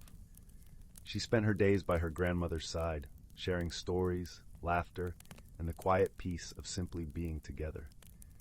Through this experience, Lyla learned that life wasn't about grand gestures, but small, meaningful moments of connection and understanding. Tilly had shown her that true magic lay not in the teapot itself, but in the kindness and wisdom it inspired. As spring unfurled its vibrant colors, Lila's grandmother slowly regained her strength. The village, once shadowed by worry, blossomed anew with hope and gratitude. The bond between Lila and her grandmother grew stronger, knit together by shared stories and the gentle wisdom of Tilly's magic. One day, as the cherry blossoms danced in the breeze, Tilly spoke once more from her teapot home. "You have grown, dear Lila, and shared your light with others. My purpose here is fulfilled." Tears glistened in Lila's eyes, but she smiled, knowing that Tilly's spirit would always be with her, woven into the fabric of her heart and the stories she would tell. And so, in the quiet village of Willowbrook, where the hills whispered secrets and the streams sang of time's passage, Lila continued to live her life, guided by the gentle wisdom she had found within herself and the magical teapot. The lessons she learned were shared with others, rippling out like the gentle waves of a pond, touching lives with warmth and understanding. And every night, as the stars danced overhead and the fire crackled softly in the hearth, Lila would sit by her grandmother's side, teapot close at hand, spinning tales of wonder and discovery, of kindness and courage, ensuring that the magic of her journey would never be forgotten. Story 43. Once upon a time, in the heart of the Whispering Woods, nestled beneath the soft canopy of starlit leaves, lay the quaint little village of Lumina. The villagers went about their daily lives with the gentle hum of nature as their constant companion. The air was always filled with the sweet scent of wild honeysuckle, and the sky, a tapestry of swirling colors at dusk, painted a serene backdrop to the lives of its inhabitants. One crisp autumn evening, as the last golden rays of the sun dipped below the horizon, a curious event began to unfold.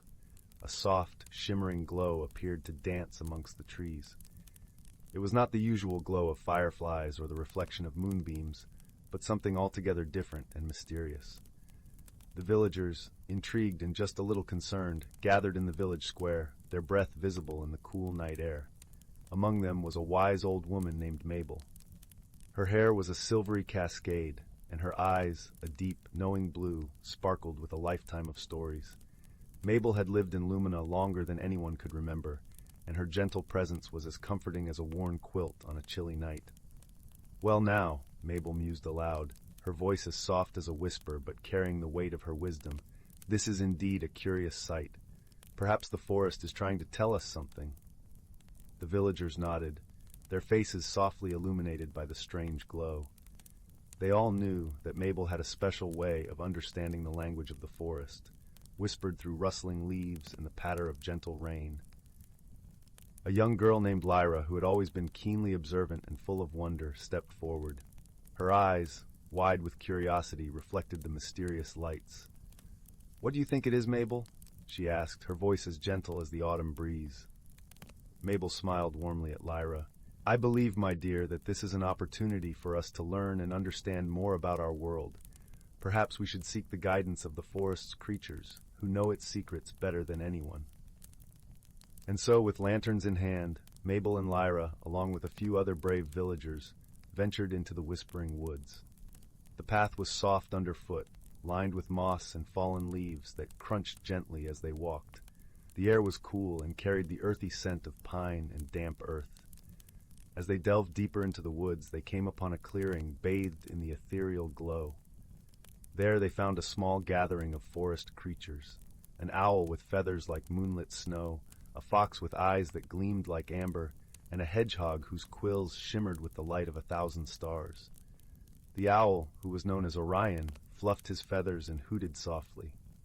"Welcome, friends. We have been expecting you." Lyra stepped forward, her heart fluttering with excitement. "Orion, can you tell us what is happening here? Why does the forest glow so mysteriously?" Orion nodded wisely, his round eyes reflecting the glow. "The forest is alive with magic tonight, for it is the time of the Great Gathering, a rare event where all the creatures of the woods come together to share their knowledge and strengthen their bonds." The fox, whose name was Ember, flicked her tail and added, "But this time, something is amiss. The glow is a call for help, a sign that the balance of our world is in need of restoration." Mabel listened intently, her brow furrowed in thought. "And how might we help restore this balance, dear friends?"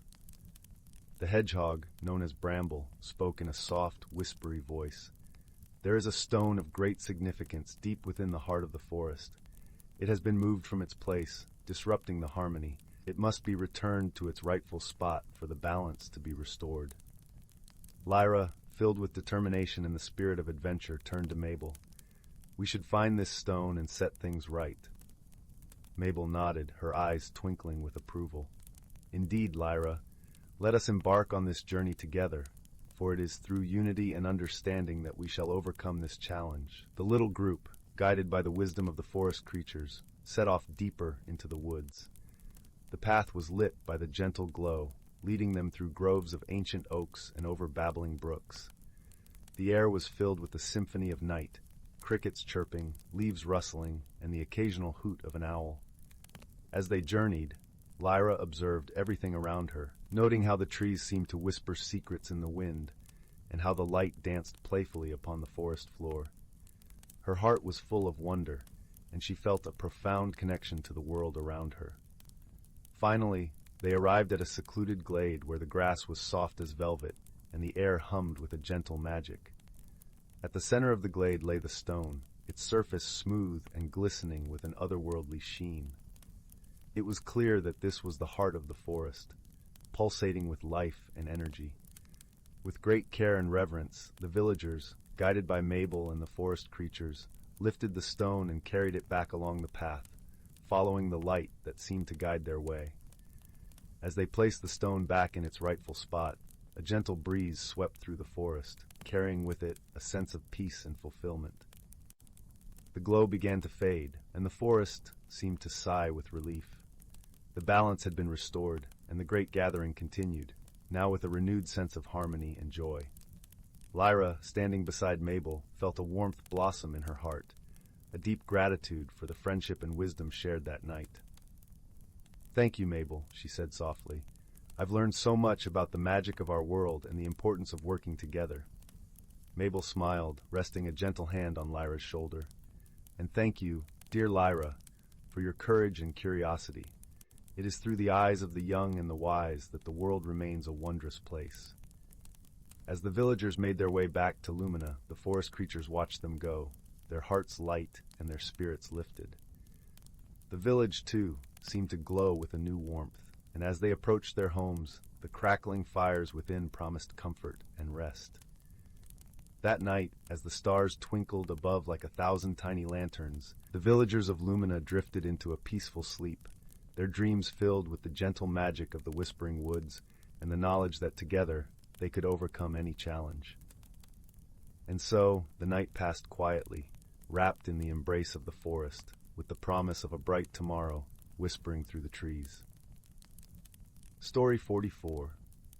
In the quaint village of Alderwood, nestled between rolling hills and shimmering streams, life unfolded at a gentle pace. The cobblestone streets wove through rows of thatched cottages, each framed by blooming gardens that perfumed the air with the scent of lavender and honeysuckle.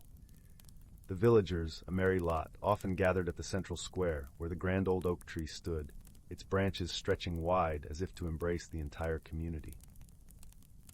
Underneath this ancient oak, a young girl named Lyra often sat, her auburn hair catching the sun's glow as she read from a leather-bound book. Lyra, with her eyes the color of the sky after a storm, was known for her insatiable curiosity and a heart as vast as the sea. Though she was beloved by all, her best friend was a peculiar one, a rabbit named Thistle, whose fur was as soft as the finest velvet and whose ears perked up at the slightest hint of adventure. One breezy afternoon, as Lyra and Thistle lounged under the oak, a glint caught Lyra's eye from within the hollow of the tree.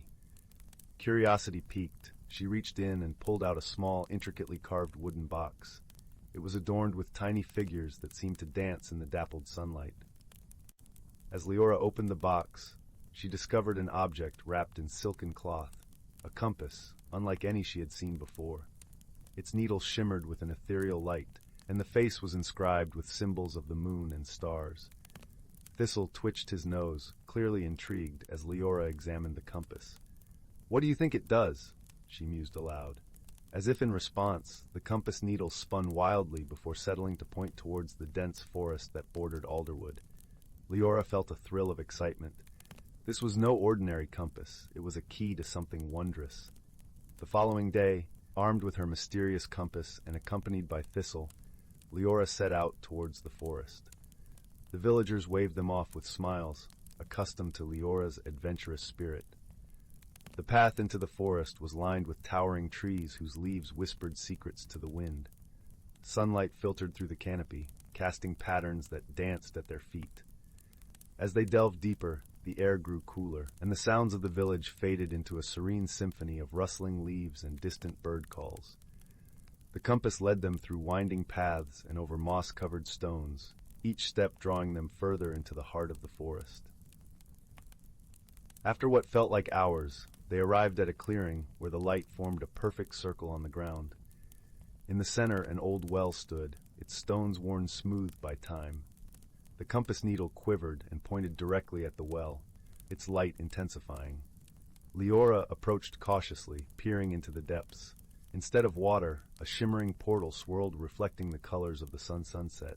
Her heart raced with a mixture of fear and exhilaration. Thistle, sensing her hesitation, nuzzled her hand reassuringly. Taking a deep breath, Lyra stepped forward, her resolve firm. With Thistle by her side, she leaped into the portal. Instantly, they were enveloped in a sensation of weightlessness, as if floating through a dream. Colors and sounds blurred around them until, with a gentle thud, they landed on soft grass in a world both strange and beautiful.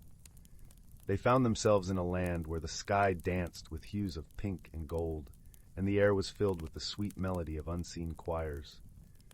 The landscape was dotted with sparkling pools, and trees with silver leaves that tinkled like chimes in the breeze. It was a hidden world, nestled within the folds of the natural environment they had known. Lyra and Thistle wandered through this magical realm, their senses alight with wonder. They encountered creatures of all shapes and sizes, deer with antlers made of crystal, butterflies leaving trails of stardust, and foxes with fur that shimmered like the night sky. As they explored, they met an old tortoise named Eldrin, whose shell glimmered with constellations. Eldrin greeted them with a wise smile, his voice deep and comforting. "Welcome, travelers," he said. "You hold the compass of the cosmos, a rare and powerful artifact. It can guide you to the truths hidden in this world and within yourselves. Lyra listened intently, her heart swelling with a sense of destiny. Eldrin explained that this world, known as Luminara, thrived on the harmony of its inhabitants and the balance of nature. However, a shadow loomed over it, a mysterious force that threatened to unravel the delicate tapestry of life. The compass has chosen you to help restore balance, Eldrin continued. You must journey to the heart of Luminara, where the source of the disturbance lies. Trust in your heart and in the friendship that binds you.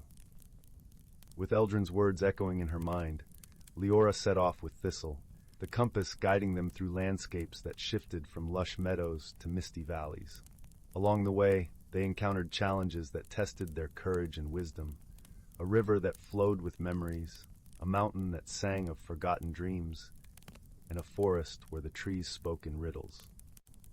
Through each trial, Lyra and Thistle relied on their bond, drawing strength and comfort from one another. They learned the value of patience and the power of listening, discovering that solutions often lay in understanding rather than action. As they neared the heart of Luminara, the sky darkened and a sense of urgency filled the air. The compass pulsed with a steady glow, leading them to a grand citadel, its spires reaching toward the heavens. Within the citadel, they found a room filled with mirrors, each reflecting a different aspect of Luminara's history. In the center stood a figure cloaked in shadows, the source of the disturbance. The figure turned, revealing eyes that shimmered with galaxies. It was not a being of malice, but one of confusion and loss, a guardian who had forgotten its purpose. Lyra approached with compassion, speaking softly. "We are here to help you remember," she said, "to find the harmony you once knew." The guardian's eyes softened, and the room filled with a gentle light. Lyra held the compass aloft, its glow merging with that of the guardian. In that moment, a profound understanding passed between them, a recognition of the interconnectedness of all things.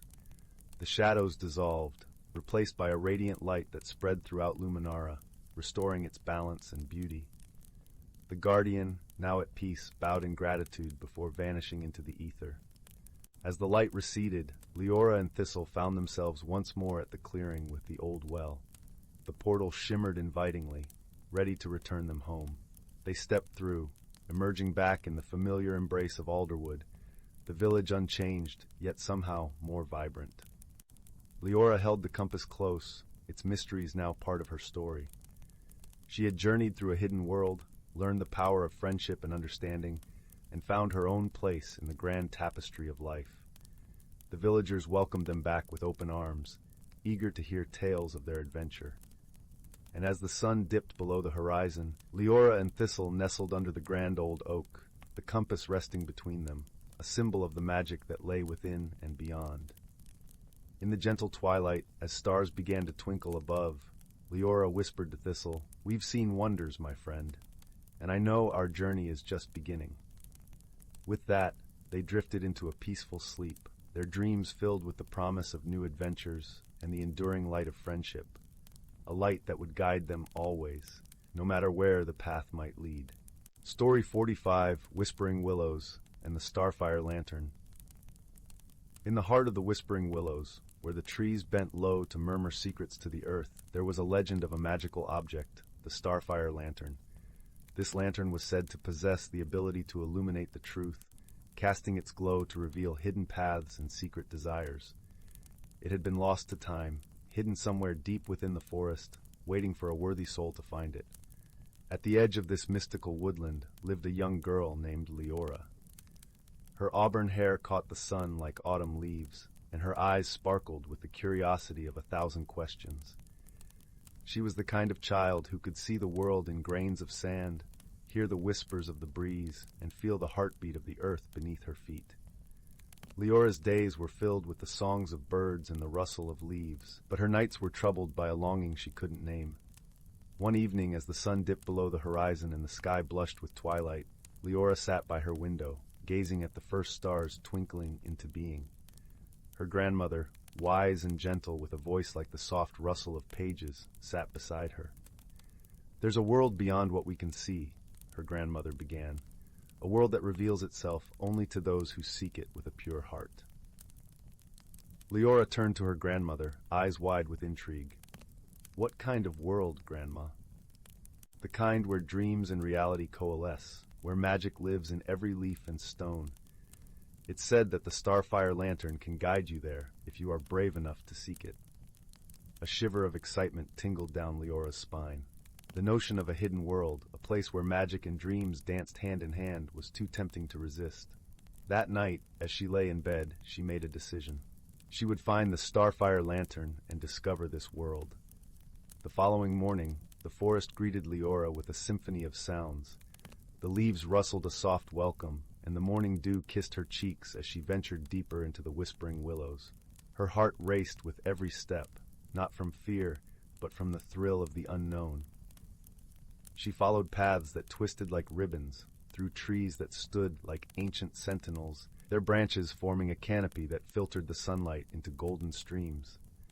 As she walked, she hummed a tune, a melody taught by her grandmother, meant to keep the heart steady and the mind clear. The forest seemed to respond, the wind carrying her notes through the boughs, weaving them into its eternal song. She hadn't journeyed far when she came upon a glade where the air felt different, thicker, almost as if it were charged with unseen energy. In the center of the glade stood a willow tree, larger and older than the rest, its trunk gnarled and its bark a silver gray. Its branches hung low, almost touching the ground, and in its shade lay a small, peculiar figure.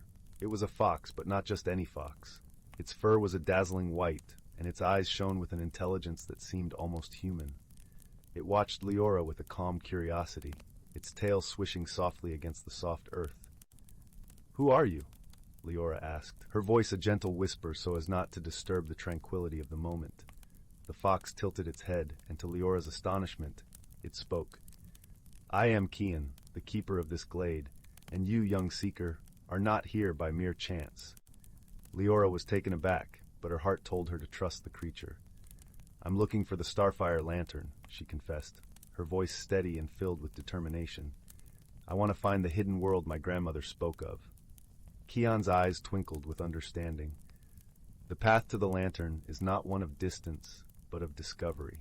It lies not in seeking, but in seeing."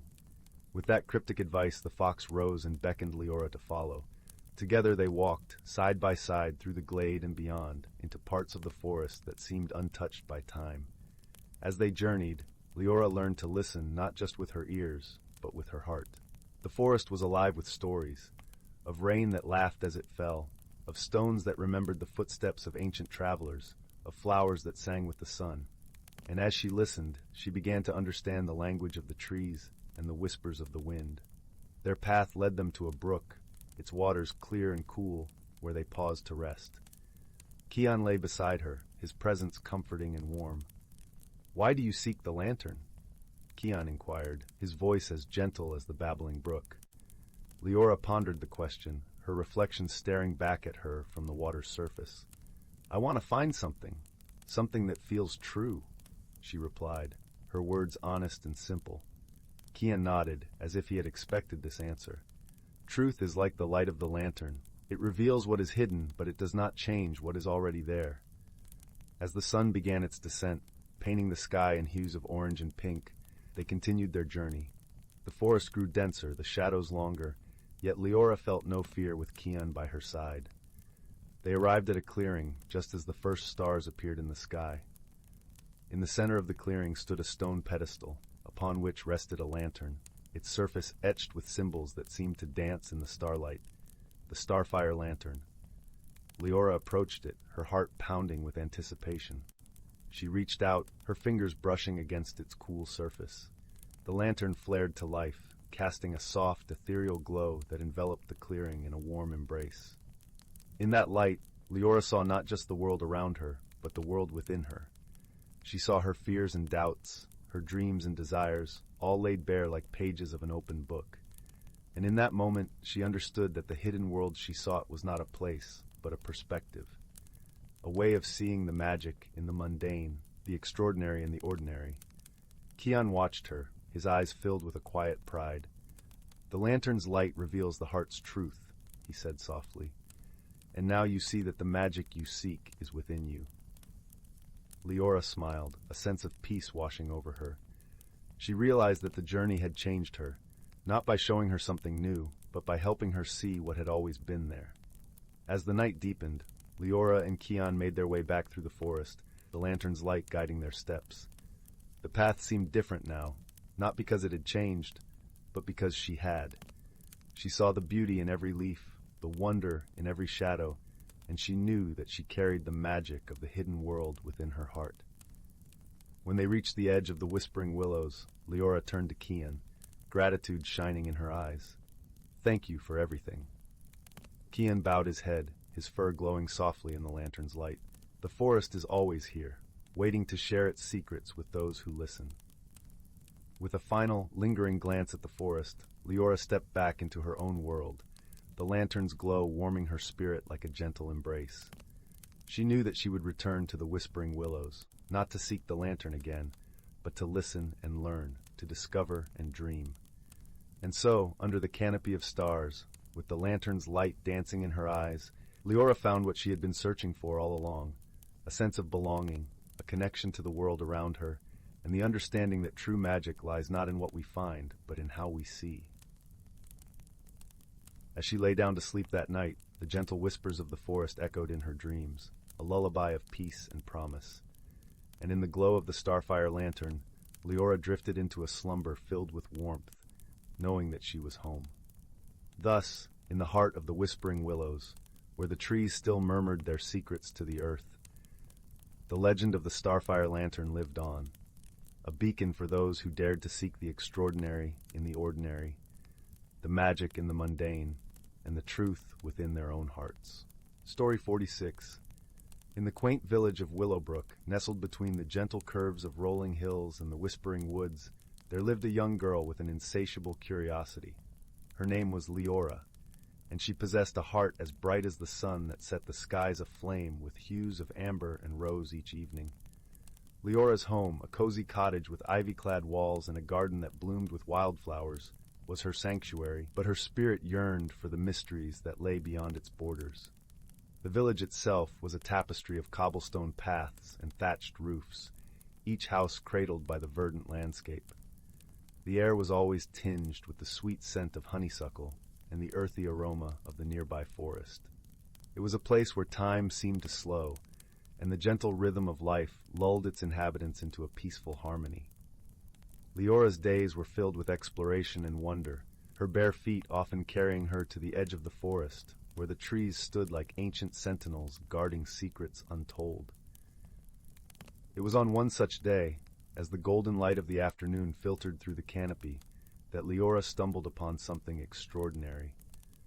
Nestled between the roots of a towering oak, she found a small, ornate box. It was covered in intricate carvings that seemed to shimmer with a light of their own, catching the sun's rays in a dance of brilliance. Leora's fingers traced the patterns, feeling a warmth emanate from the box that resonated with her very soul. With a gentle push, she opened it to reveal a tiny crystal vial filled with a swirling, iridescent liquid. As she held the vial up to the light, she felt a flutter in her chest, a sense of destiny intertwined with her own. It was as if the vial had chosen her, whispering secrets of magic and wonder.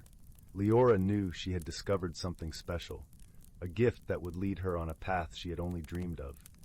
That night, as the stars blanketed the sky in a shimmering quilt, Leora lay awake in her bed, the vial clutched in her hand. She could hear the soft rustle of the leaves outside her window, a lullaby that coaxed her into a dreamless sleep. Yet, her dreams were anything but ordinary. She found herself in a world cloaked in twilight, where the air was alive with the scent of blooming night flowers and the distant call of unseen creatures. In this dreamscape, Leora met a creature unlike any she had ever imagined. It was a fox, its fur a cascade of silver and gold, eyes like pools of molten amber. The fox approached with a grace that spoke of ancient wisdom, and in its gaze, Leora felt a kinship, a bond that transcended words. "Hello, Leora," the fox spoke, its voice a gentle melody that resonated in her heart. "You have found the vial, and with it, the power to see the world beyond." Leora's eyes widened with wonder. "What is this place?" she asked, her voice a whisper in the dream. "This is the realm of the forgotten," the fox replied, a world hidden between the shadows and the light, where magic lingers and dreams take flight. The vial has opened the door for you, but the journey is yours to make. Awakening with the first light of dawn, Lyra felt the dream linger in her mind like a sweet melody.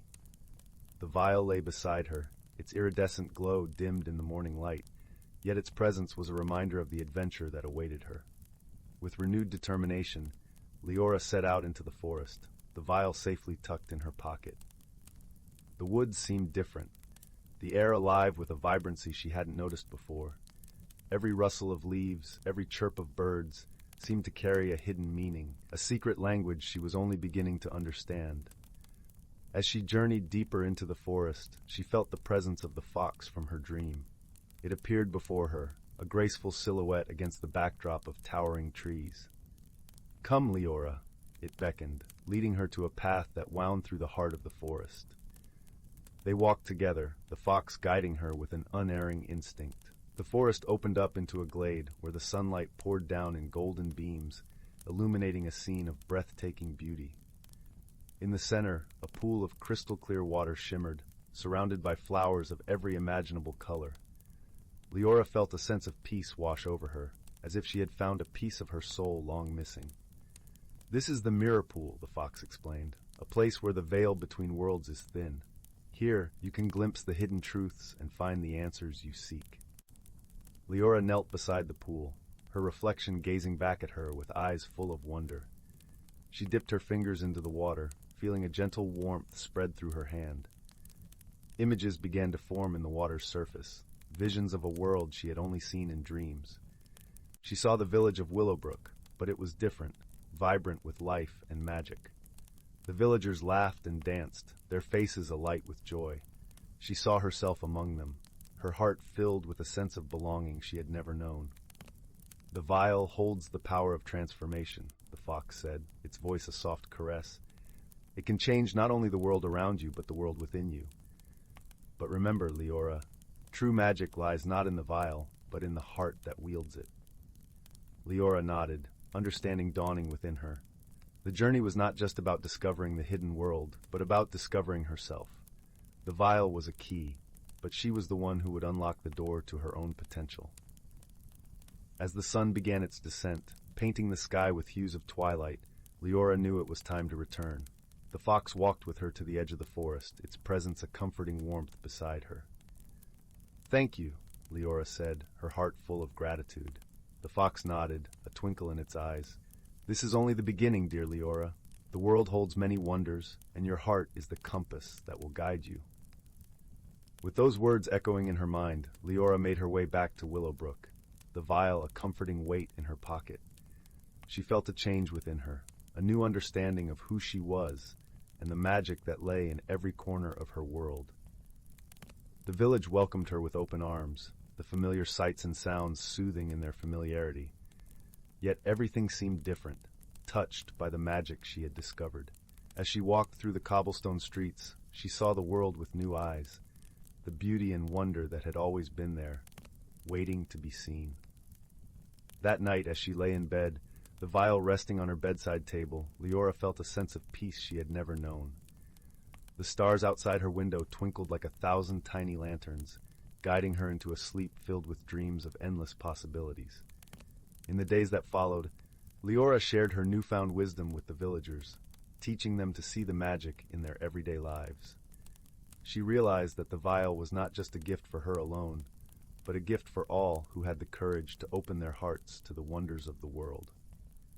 And so, the village of Willowbrook thrived, a place where magic and reality danced hand in hand, where dreams flourished in the hearts of all who called it home.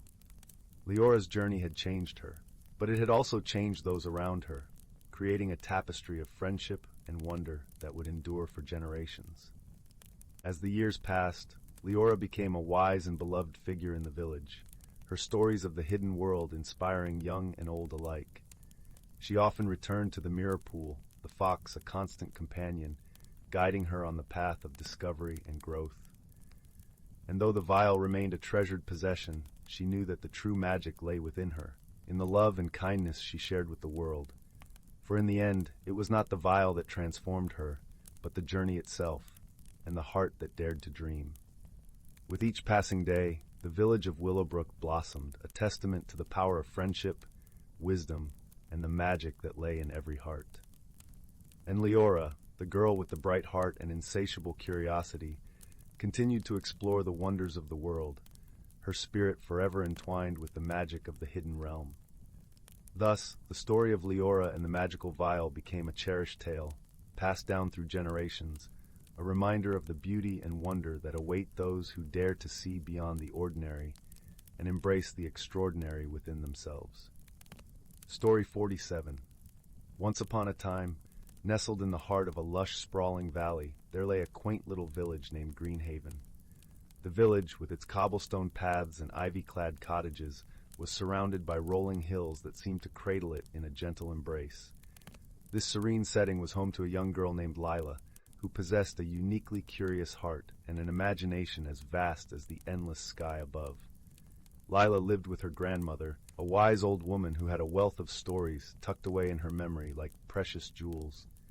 Her grandmother's tales often whispered of hidden worlds and enchanted objects, sparking a fire in Lyra's spirit that longed for adventure.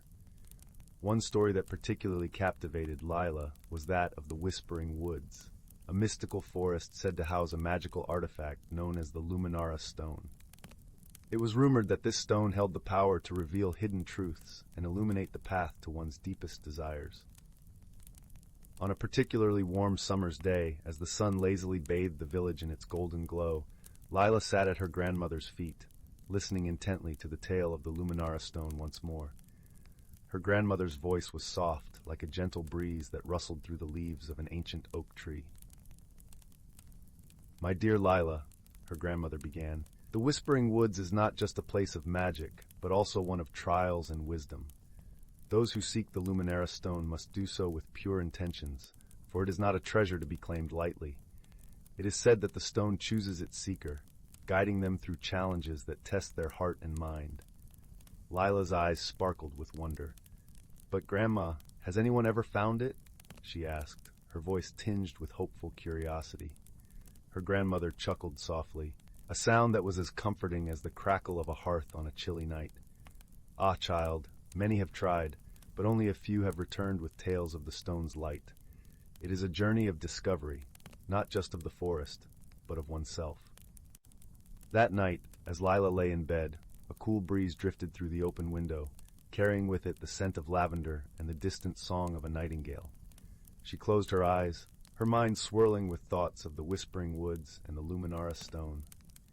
Determined to uncover its mysteries, Lyra resolved to embark on the journey herself. The following morning, the sun rose with a gentle warmth, spreading its rays across the valley like a soft, golden blanket. Lyra packed a small satchel with essentials, her grandmother's hand-woven cloak, a loaf of bread, a flask of water, and her favorite book of stories. With a heart full of anticipation and a spirit eager for discovery, she set off toward the edge of the village where the Whispering Woods awaited. As Lyra entered the forest, she was enveloped by a symphony of nature's sounds. The rustling of leaves, the distant babble of a brook, and the melodious chirping of birds hidden in the canopy above. The air was rich with the scent of pine and damp earth, and shafts of sunlight pierced through the foliage, creating a dappled mosaic on the forest floor. The path through the woods was winding and narrow, with ancient trees standing sentinel on either side, their gnarled branches reaching out like welcoming arms. As she ventured deeper, Lyra noticed that the forest seemed to be alive with a gentle hum, as if whispering secrets only it could understand. Hours passed as Lyra walked, her feet carrying her farther into the heart of the forest. Despite the unfamiliar surroundings, she felt a sense of calm, as if the woods were guiding her steps.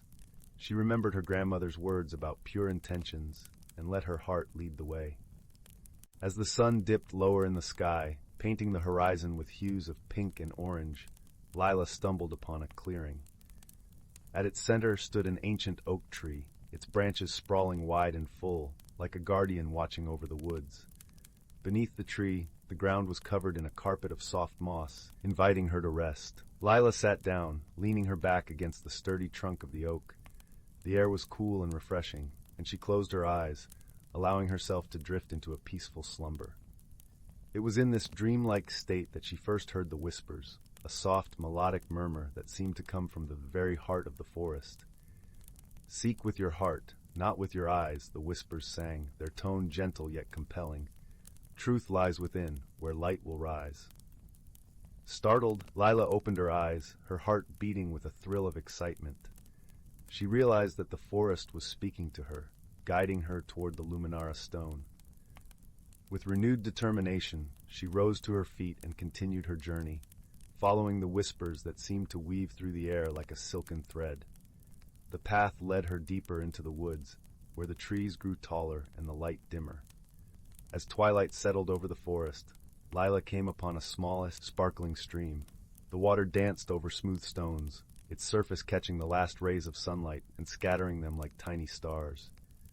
Feeling a sense of familiarity, Lyla paused by the stream and noticed something glinting beneath the water's surface. Kneeling down, she reached into the cool, clear water and retrieved a small, smooth pebble that shimmered with an iridescent glow. It was unlike anything she had ever seen, a piece of the forest's magic, perhaps. Clutching the pebble in her hand, Lyla continued along the path, the whispers guiding her with their soothing melody. The forest seemed to come alive under the moon's gentle glow, the trees casting long shadows that danced in the silver light. As she walked, Lyla felt a presence beside her, a comforting, reassuring presence that seemed to watch over her. She knew it was the spirit of the forest, the very essence of the whispering woods, accompanying her on this journey of discovery. The night deepened, and Lyla's path led her to a place where the trees parted, revealing a hidden glen. In the center of the glen stood a stone altar, its surface smooth and weathered by time. Upon the altar rested a luminous object, pulsing with a soft, ethereal light, the Luminara stone. Lyla approached the altar with reverence, her heart filled with awe at the sight before her.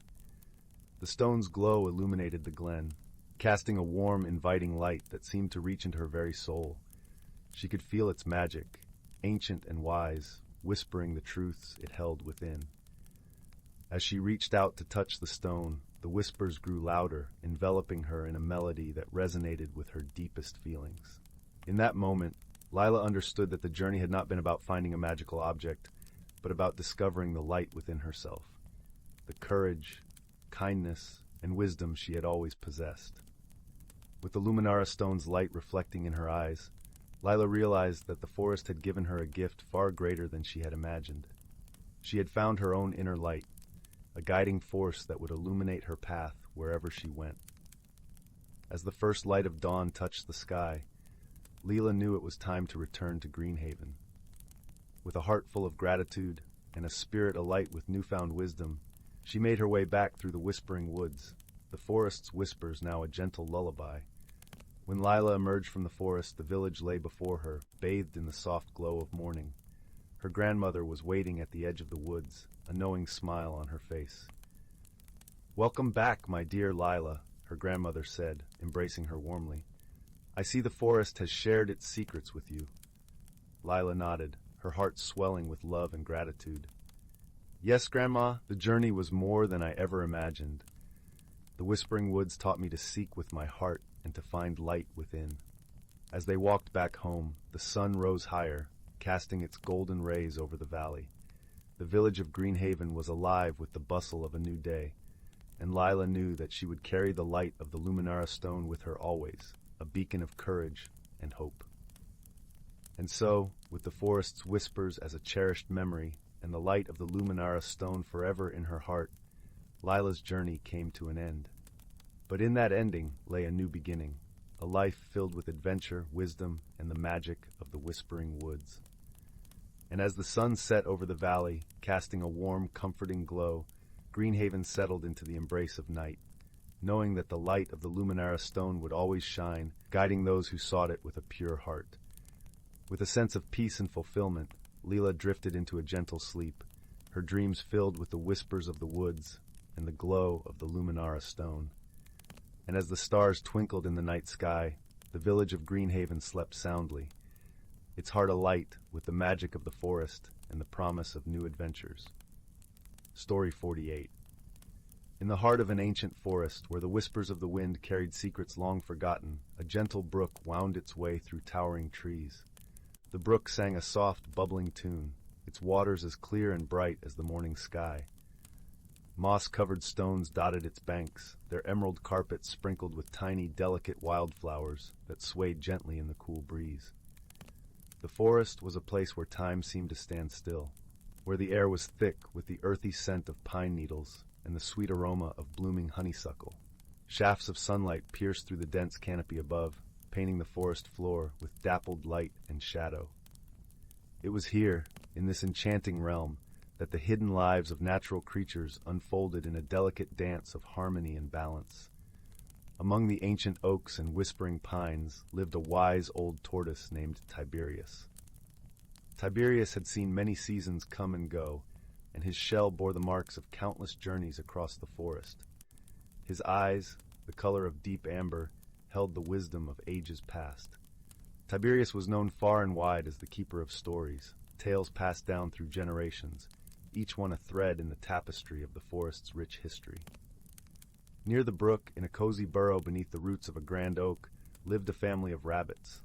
The youngest of the family, a curious and sprightly rabbit named Willow, was fascinated by the tales of Tiberius. She would often sit patiently by his side, her ears perked up, listening intently to his every word. Willow was especially enchanted by the stories of the magical phenomena that graced the forest with each change of season. One crisp autumn morning, as the leaves turned shades of gold and crimson, Willow hopped excitedly to Tiberius's side. "Please, tell me the story of the magical winds of autumn," she pleaded, her eyes wide with anticipation. With a warm chuckle, Tiberius nodded, settling into a comfortable position. "Ah, the winds of autumn," he began, his voice as soothing as the gentle rustle of leaves. "Long ago, when the world was still young, the forest was blessed with the breath of the four winds. Each wind held a unique magic, a gift to the creatures of the woods. The north wind brought the chill of winter, wrapping the forest in a blanket of snow. The east wind, with its gentle rains, nourished the earth in spring. The south wind, warm and vibrant, awakened the forest in summer. But it was the west wind, the wind of autumn, that painted the forest in hues of amber and gold, whispering the secrets of change." Willow listened, captivated by the imagery Tiberius wove with his words. She could almost feel the caress of the west wind as it swept through the forest, its touch gentle and transformative. "And what does the west wind teach us?" she asked softly, her voice barely more than a whisper. Tiberius smiled knowingly. "The west wind reminds us that change is a part of life, my dear Willow.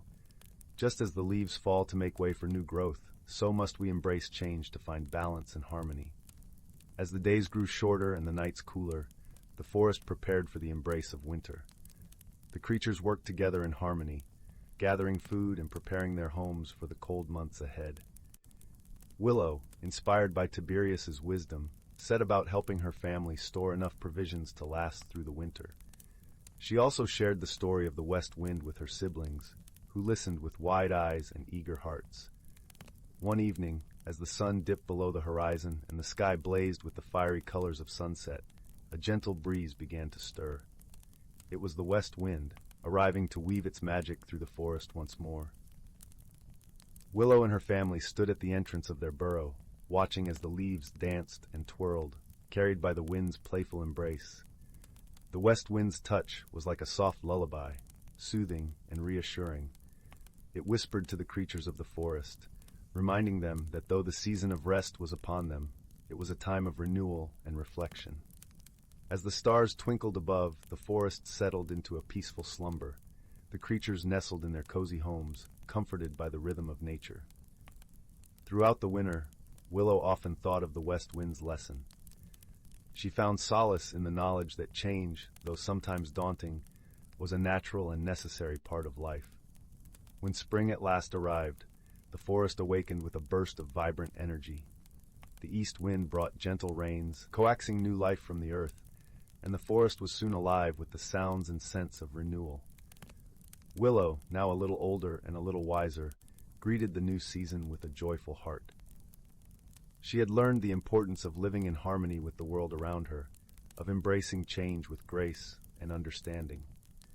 As she hopped through the forest, the sun warming her fur, she carried with her the stories and wisdom of Tiberius, sharing them with her friends and family, ensuring that the legacy of the forest would continue for generations to come. And so, in the heart of the ancient forest, where the boundaries between reality and magic blurred, the creatures lived in a delicate balance, guided by the wisdom of the winds and the stories of old. The forest remained a place of peace and wonder, a testament to the enduring power of nature's harmony, where each creature played its part in the ever-unfolding tale of life. Story 49. Once upon a time, in the vast, star-speckled universe, there existed a peculiar cluster of planets known as the Whispering Worlds. These planets were so named because the winds that swept across their surfaces carried soft murmurs, legends of old, and the gentle hum of life in its myriad forms. On one such world, a planet of swirling blue mists and towering crystal trees, lived a creature called Neri. Neri was of the mist folk, beings with skin that shimmered like the surface of a tranquil lake under the moonlight. They were known for their serene nature and the ability to communicate through soft, melodious tones that could soothe even the most turbulent hearts. Neri spent her days tending to the luminous flora of her homeland, humming tunes that encouraged the blossoms to unfurl in vibrant colors. Though content, she often gazed up at the night sky, wondering about the distant stars and the worlds that danced around them. Meanwhile, across the cosmic expanse, on a planet of fiery sands and molten rivers, dwelled a creature called Jarek. Jarek was of the emberkin, a robust and resilient species with skin that glowed with the warmth of embers.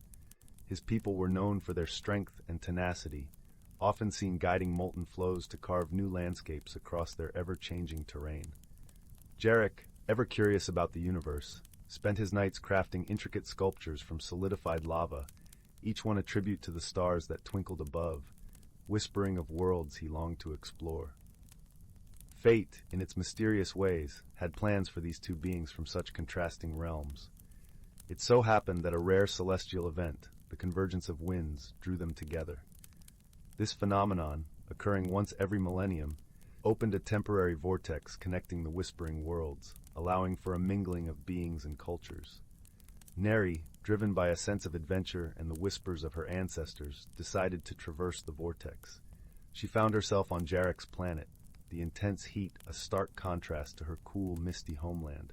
Her arrival was met with awe, but also suspicion, for the Emberkin were wary of outsiders. Jarek, ever the explorer, was fascinated by Neri's ethereal presence. However, an initial misunderstanding arose when her soothing melodies, meant to calm, inadvertently agitated the Emberkin, whose fiery nature misinterpreted the cooling notes as an attempt to dim their flames. Determined to bridge the gap, Jarek approached Neri, his heart warmed by curiosity and the desire to understand. "Your songs," he began, his voice a deep rumble, "they stir something within us. But perhaps they are not meant for our kind." Neri, her eyes wide with realization, replied, "I am sorry, friend. Our songs are like the breezes of my world, meant to comfort. I did not wish to harm or offend." Thus began a journey of learning and growth. Neri and Jarek, despite the initial tension, discovered that they shared a common fascination with the stars. Together, they explored the fiery dunes and misty groves, learning to harmonize the fiery rhythms of the Emberkin with the gentle tunes of the Mistfolk. In their adventures, they faced challenges that tested their newfound friendship. Once, while traversing a treacherous molten river, Jarek's strength faltered. With a melody of courage, Neri inspired him to find the will within to push on. In return, Jarek taught Neri the art of shaping solidified lava into protective charms, shielding her from the harsh elements of his world. Through these shared experiences, they forged a bond stronger than the toughest crystal or the hottest ember. They learned that friendship was not about changing one another, but embracing their differences, finding harmony in diversity, and supporting each other through life's ever-shifting landscapes. As the convergence of winds drew to a close and the vortex began to wane, Neri and Jarek stood side by side, gazing at the stars that had brought them together.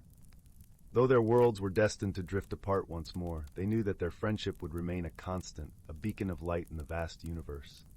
"Thank you, Jarek," Neri whispered, her voice a gentle breeze. "I have learned so much from you." "And I from you, Neri," Jarek replied, his tone a warm embrace. "May our friendship shine as brightly as the stars." With a final, shared glance at the heavens, Neri returned to her world of mist and melody, and Jarek to his land of fire and strength. But the lessons they had learned and the bond they had forged would forever echo in the winds of the whispering worlds, a testament to the power of understanding and the true meaning of friendship. And so, as the stars continued their eternal dance across the sky, the story of Neri and Jarek became one of the many whispers carried by the winds, a gentle reminder that even the most unlikely companions can find harmony and warmth in one another's hearts. Story 50. Once upon a time, in the heart of the Whispering Woods, there lay a quaint village known as Mooncrest Hollow. This village was unlike any other, for it was nestled amidst trees that shimmered with silvery leaves and flowers that glowed softly under the starlit sky. The air was filled with the gentle hum of magic, a melody that soothed the soul and brought peace to all who lived there. In this enchanting place there was a young girl named Lyra. Lyra was known for her curious nature and kind heart. She had deep auburn hair that cascaded down her back like a river of autumn leaves, and eyes the color of a twilight sky, filled with wonder and the reflection of the moon's glow. Lyra loved exploring the woods, befriending its many magical creatures, and learning the secrets whispered by the ancient trees. One crisp evening, as the sun dipped below the horizon and the first stars began to twinkle, Lyra noticed something peculiar. The gentle stream that babbled its way through Mooncrest Hollow had suddenly stopped flowing. The water, usually as clear as crystal and alive with the dance of fish and water sprites, lay still and silent. This unusual occurrence sent a ripple of concern through the village. The villagers gathered near the stream, their faces etched with worry. The stream was not only their primary source of water, but also a vital part of their magical ecosystem. Without its life-giving flow, the village's harmony might fade away. Lyra, sensing the importance of the matter, decided to investigate. She was accompanied by her faithful companion, a small, fluffy creature named Nimbus.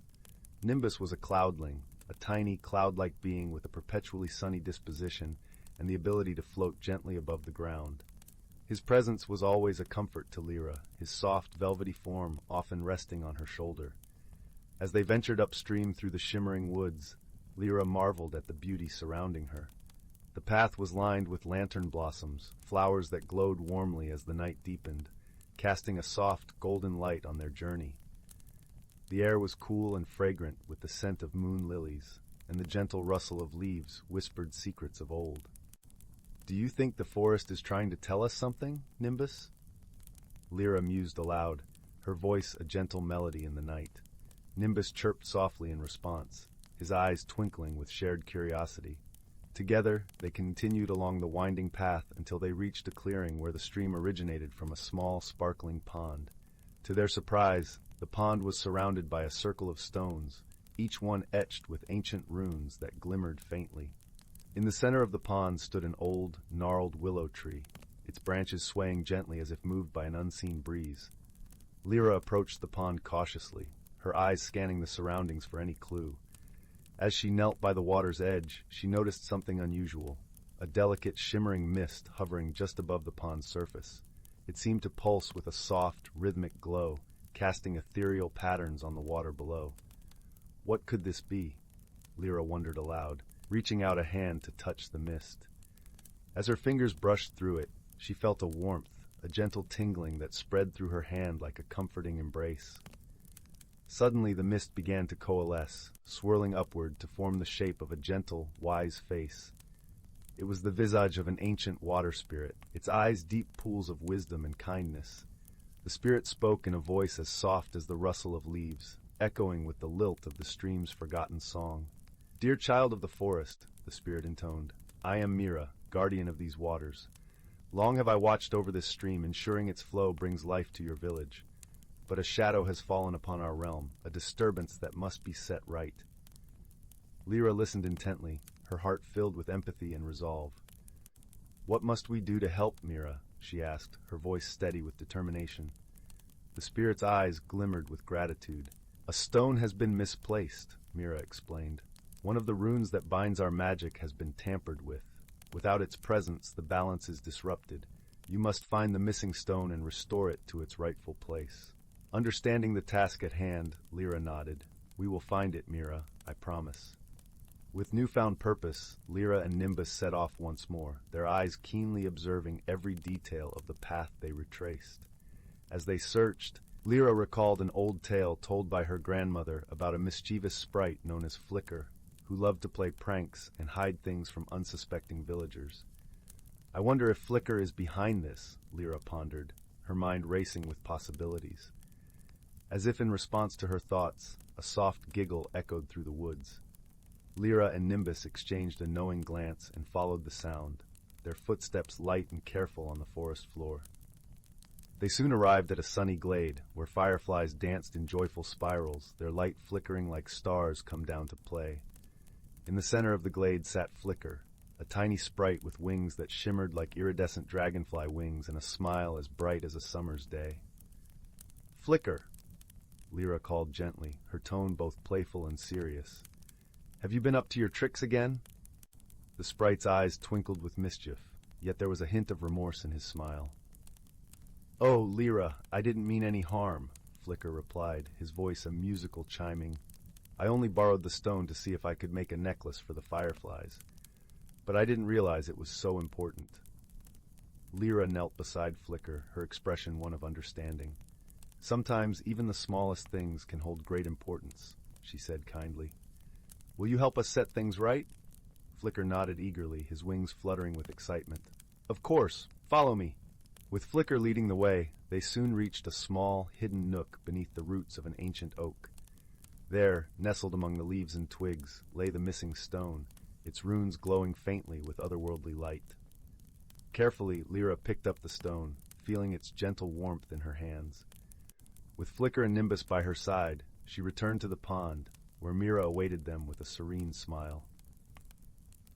As Lyra placed the stone back in its rightful position, the runes on the surrounding stones blazed to life, their glow merging into a radiant tapestry of light.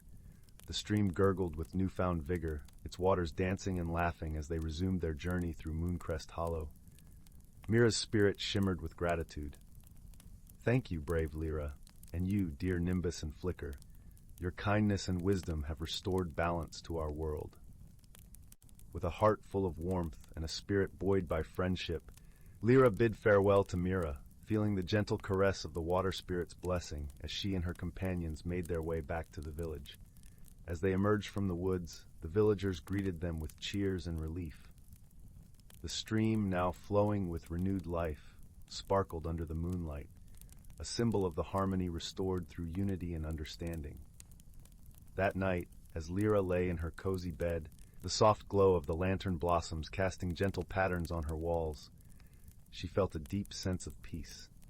She drifted into a restful sleep, the melody of the stream's song a soothing lullaby, carrying her into dreams of new adventures and the endless wonders of Mooncrest Hollow. And so, in the heart of the whispering woods, surrounded by the magic of friendship and the wisdom of ancient spirits, all was well once more. The village of Mooncrest Hollow thrived, its villagers living in harmony with the enchanted world around them, ever grateful for the gentle mystery that had reminded them of the power of kindness and the beauty of their magical home. Story 51. In the heart of the lush, emerald-green forest of Elderglow, where the trees whispered ancient secrets and the air hummed with magic, there lay a quaint village named Bramble Hollow. The villagers, known for their gentle hearts and kind spirits, lived in harmony with the mystical creatures that roamed the woods and the shimmering streams that wound like silver ribbons through the landscape. Among these villagers was a young girl named Lyra. She had eyes the color of the midnight sky and hair that tumbled down her back like a golden waterfall. Lyra was known for her adventurous spirit and her unwavering curiosity about the world beyond the borders of Bramble Hollow. She had a particular fondness for the tales spun by the village elders, stories of hidden worlds and magical objects that held the power to transform lives. One crisp autumn morning, as the first rays of sunlight kissed the dew-laden leaves, Lyra set out on her daily walk through the forest. The path she chose was less traveled, winding deeper into the heart of Elderglow than she had ever ventured before. The air was filled with the sweet scent of pine and earth, and the gentle rustle of leaves formed a soothing symphony around her. As she strolled, Lyra's eyes were drawn to a peculiar glimmer amidst the roots of an ancient oak tree. Kneeling down, she brushed away the moss and dirt to reveal a small, intricately carved wooden box. It was adorned with delicate patterns that seemed to dance and shift in the light. The box was locked, but as Lyra ran her fingers over its surface, it sprang open with a soft click. Inside, nestled in a bed of soft, pale blue velvet, was a tiny, iridescent stone. It shimmered with all the colors of the rainbow, casting a warm, comforting glow. Lyra felt an inexplicable pull towards the stone, as if it was whispering directly to her heart. She gingerly picked it up, feeling its gentle warmth seep into her fingers. As she held the stone, a soft voice echoed in her mind. "You have found the heart of Elderglow, a gift to those who seek the truth and hold kindness in their hearts. With it, you may glimpse the hidden world and uncover the mystery that lies within." Lyra's heart fluttered with excitement and a touch of apprehension. The stone felt alive, pulsing gently in her palm. Determined to uncover its secrets, she decided to embark on a journey. She knew she must follow the path that the stone would reveal to her. With each step she took, the forest seemed to shift around her, the trees growing taller and more majestic, their leaves whispering in a language she could almost understand. The path led her to a part of the forest she had never seen before, where the light danced in curious patterns, and the air was thick with enchantment. As she ventured further, Lyra encountered a small brook, its waters sparkling like 1,000 tiny stars. Sitting by the brook was a creature unlike any she had ever seen. It was a fox, but its fur shimmered with hues of silver and gold, and its eyes held the wisdom of ages. "Hello, Lyra," the fox said, its voice as soft as the moonlight. "I am Zephyr, the guardian of this realm. I see you have found the heart of Elderglow. It is a rare gift indeed." Lyra, though startled, felt an immediate kinship with Zephyr. "I wish to learn of this hidden world and the mystery it holds," she replied, her voice steady with determination. Zephyr nodded, a twinkle in his eyes. "To understand the mystery, you must first understand yourself. The journey you embark upon will transform you, revealing truths hidden deep within your soul." With Zephyr as her guide, Lyra continued her journey. They traveled through meadows that sang with the voices of the wind, across fields where the flowers bloomed in impossible colors, and through forests where the trees glowed with an inner light. Each place they visited whispered secrets to Lyra, teaching her about the balance of nature and the harmony that existed when creatures lived in understanding and respect. Along the way, Lyra met other inhabitants of this hidden world. There was Aurel, the wise old owl who spoke of the stars and their stories, and Sylvie, the playful sprite who danced upon the streams, teaching Lyra the joy of laughter and play. Each encounter enriched her spirit, filling her with a deeper appreciation for the beauty and wisdom that surrounded her. As Lyra learned from her new friends, she began to see the world and herself in a new light. The stone, always warm in her pocket, seemed to respond to her growing understanding, its glow becoming more vibrant with each revelation. One evening, as the sun dipped below the horizon and painted the sky in hues of orange and pink, Lyra and Zephyr arrived at a clearing.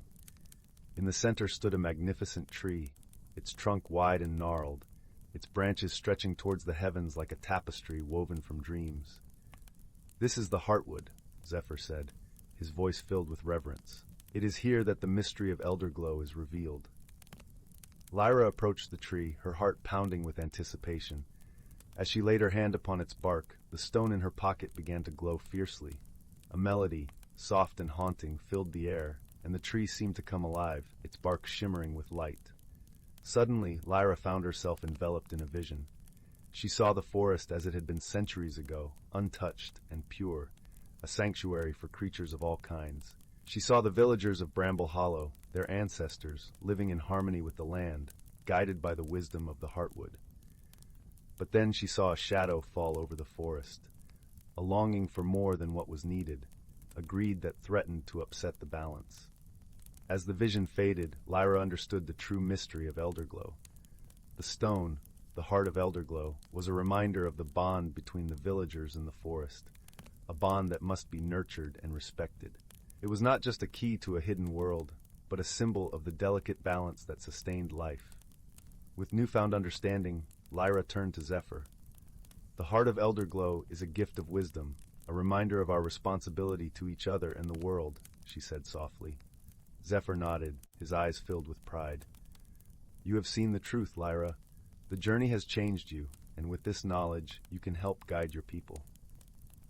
As Lyra made her way back to Bramble Hollow, she felt a deep sense of peace and purpose. She knew her journey had only begun, and that her role was to share the wisdom of the Heartwood with her friends and family, helping them to see the beauty and magic in the world around them. Years passed, and Lyra became a beloved storyteller in Bramble Hollow, her tales filled with the lessons and wonders she had discovered. The villagers listened with rapt attention, their hearts touched by her words, and slowly, a change began to take root. They learned to live in harmony with the forest once more, guided by the gentle wisdom of the heart of Elderglow. And so, the village and the forest flourished, a testament to the enduring power of friendship, understanding, and the magic that resides in every heart. Story 52. Once upon a time, in a quaint village nestled deep within an ancient forest, there lived a young girl named Willow. From the moment she could toddle, Willow felt an inexplicable connection to the trees that surrounded her home. Their gnarled branches seemed to beckon her, whispering secrets only she could hear. One crisp autumn morning, as Willow frolicked among the falling leaves, she stumbled upon a most peculiar sight. Tangled among the roots of a towering oak was a glimmering object, its surface reflecting the golden rays of the sun. Willow knelt beside it, her eyes wide with wonder, and gingerly plucked it from the earth. It was a pendant, crafted from a material she had never seen before. The smooth, iridescent stone seemed to shift in color with every movement, emanating a warmth that pulsed like a heartbeat. As Willow's fingers traced the intricate carvings adorning its surface, a tingle of energy coursed through her veins, and she knew in that moment that this was no ordinary trinket. From that day forward, Willow wore the pendant always, its presence both comforting and mystifying. She soon discovered that it held a remarkable power, the ability to commune with the very essence of nature itself. Trees would whisper their stories to her, flowers would unfurl their petals in greeting, and even the shyest woodland creatures would approach without fear. With her newfound connection to the natural world, Willow embarked on a journey of self-discovery. She learned the forgotten languages of the forest, the intricate dances of the seasons, and the delicate balance that sustained all living things. The pendant became her guide, revealing secrets long hidden from human eyes. One day, as Willow sat cross-legged beneath a canopy of ancient oaks, she sensed a disturbance rippling through the forest. The trees groaned in anguish, their leaves withering and falling prematurely. Something was amiss, and Willow knew she had to act. Guided by the pendant's gentle hum, she ventured deeper into the heart of the woods, her steps light upon the mossy ground. It was there, in a secluded glade, that she discovered a hidden world, a realm where the very fabric of nature was woven together. At its center stood a towering willow tree, its branches drooping with sorrow. Creatures of all kinds, from the smallest insects to majestic stags, had gathered beneath its canopy, their eyes filled with fear and uncertainty. For this was the heart of the forest, the wellspring from which all life flowed, and it was fading. Willow approached the great willow, her pendant pulsing with urgency. As she drew near, the tree seemed to recognize her, its leaves stirring with a whisper of hope. In that moment, Willow understood. The pendant was not merely a conduit to nature, but a key to unlocking its deepest mysteries. With trembling hands, she raised the pendant towards the willow, and the air crackled with energy.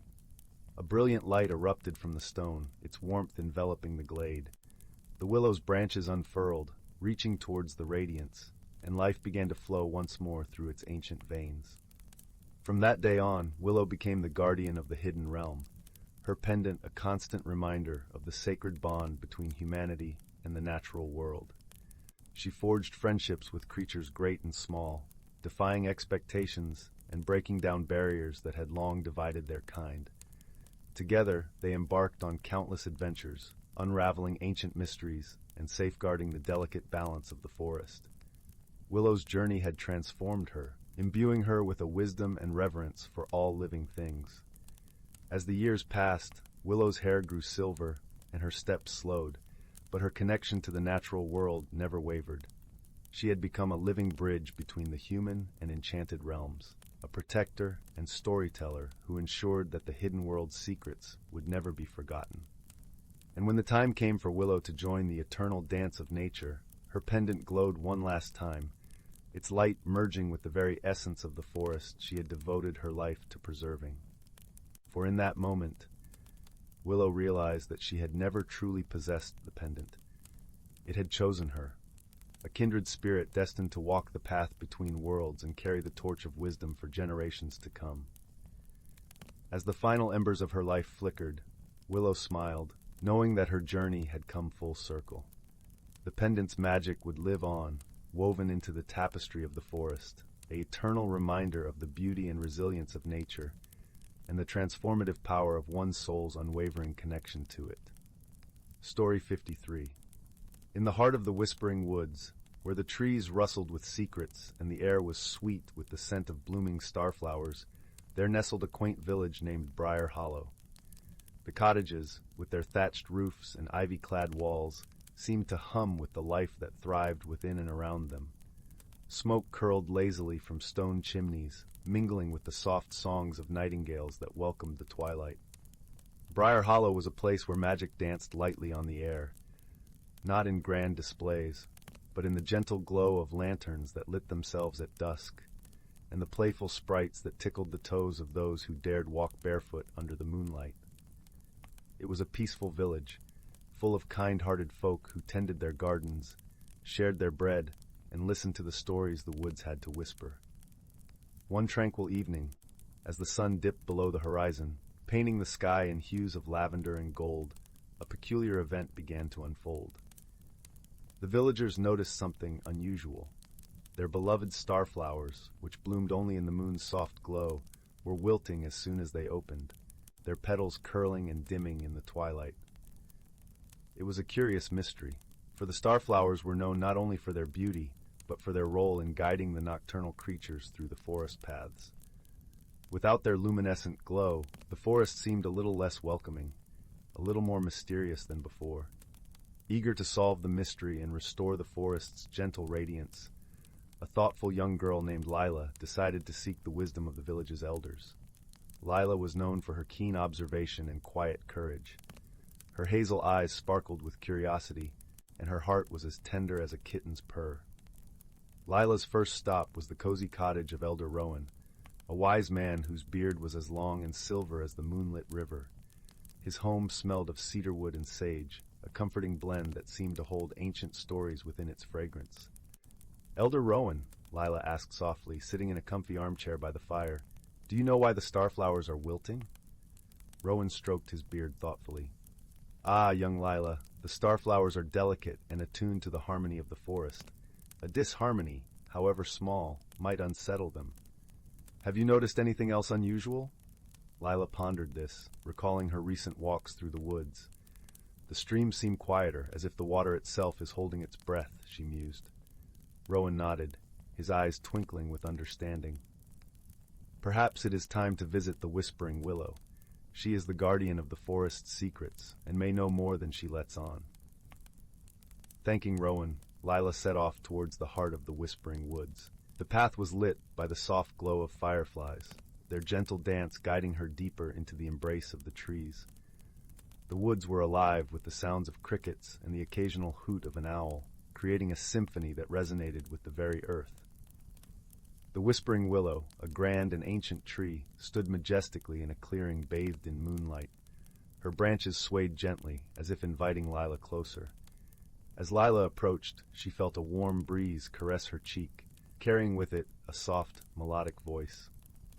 "Welcome, dear child," the Whispering Willow greeted, her voice as smooth as the rustle of leaves in a summer wind.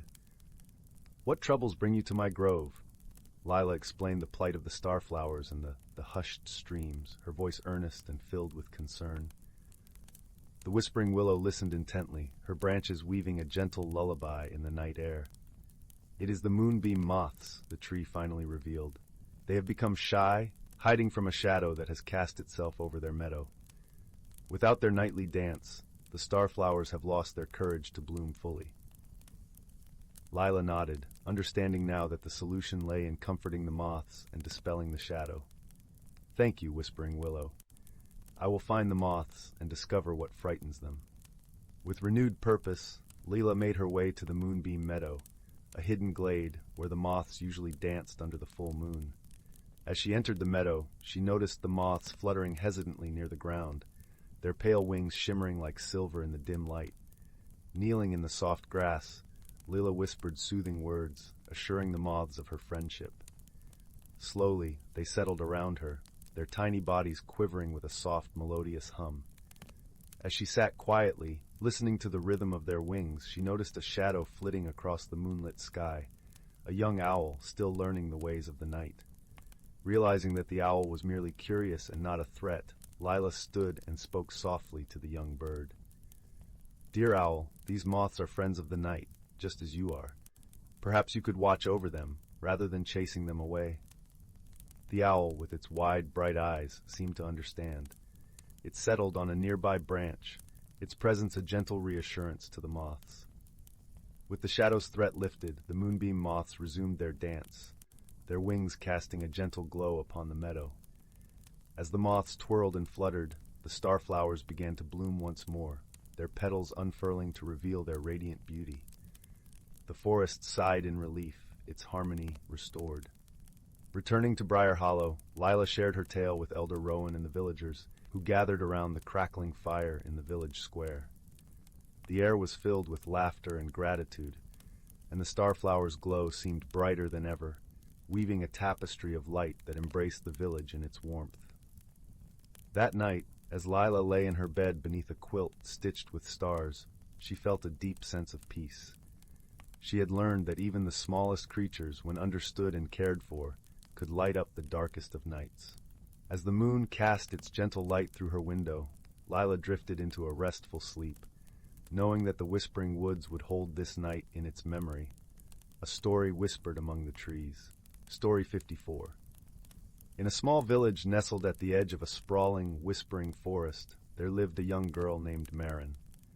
Her home was a quaint, thatched-roof cottage surrounded by a sea of wildflowers that danced whenever the wind sighed through the trees. Marin had a heart as big as the sky and a spirit that brimmed with curiosity. Her days were spent wandering the lush meadows and winding paths that snaked through the ancient woods, each step accompanied by the soft rustle of leaves and the distant calls of birds. The villagers often spoke of the forest with a mix of reverence and caution, for it was said to hide a hidden world, a realm vibrant with magic and mystery. Marin, with her unquenchable thirst for adventure, was drawn to these tales like a moth to a flame. Her grandmother, the village's wise woman, would regale her with stories by the fire, weaving tapestries of words that painted vivid pictures in Marin's mind. "Be wary of the forest of whispers," her grandmother would say, her voice a gentle murmur like the wind through the trees, "for it holds wonders and secrets that are not meant for all eyes. But it also hides dangers, and only those with pure hearts and kind intentions can walk its hidden paths unharmed." One crisp autumn morning, as leaves crunched beneath her feet and a golden light bathed the world in warmth, Marin set out on a journey that would change her forever. Clutched in her hand was a small, curious object, a gift from her grandmother, a pendant shaped like a crescent moon, shimmering with an otherworldly light. "This will guide you," her grandmother had whispered, tucking it into Marin's palm with a knowing smile. With the pendant nestled against her heart, Marin ventured deeper into the forest than ever before. The air was thick with the scent of pine and earth, and shafts of sunlight pierced the canopy, creating pools of light on the forest floor. She walked with a purposeful stride, her eyes wide with wonder, listening to the symphony of life that surrounded her. As she ventured further, the forest began to change. The trees grew taller and more gnarled, their branches twisting like ancient fingers reaching for the sky. The whispers grew louder, filling the air with a melody that seemed to tug at Marin's very soul. She followed the sound, her heart beating in time with the rhythm of the forest. Soon, she came upon a clearing bathed in soft, silvery light. At its center stood an enormous oak, its trunk wide and ancient, its branches spreading like a protective canopy. Beneath the oak's boughs sat a small figure, cloaked in shadows and leaves, watching her with eyes that glimmered like stars. "Welcome, Marin," the figure spoke, its voice as gentle as the rustling leaves. "I have been waiting for you." Startled but unafraid, Marin stepped closer. The figure revealed itself to be an elderly woman, her face lined with age and wisdom, her hair a cascade of silver. "Who are you?" Marin asked, her voice a mixture of awe and curiosity.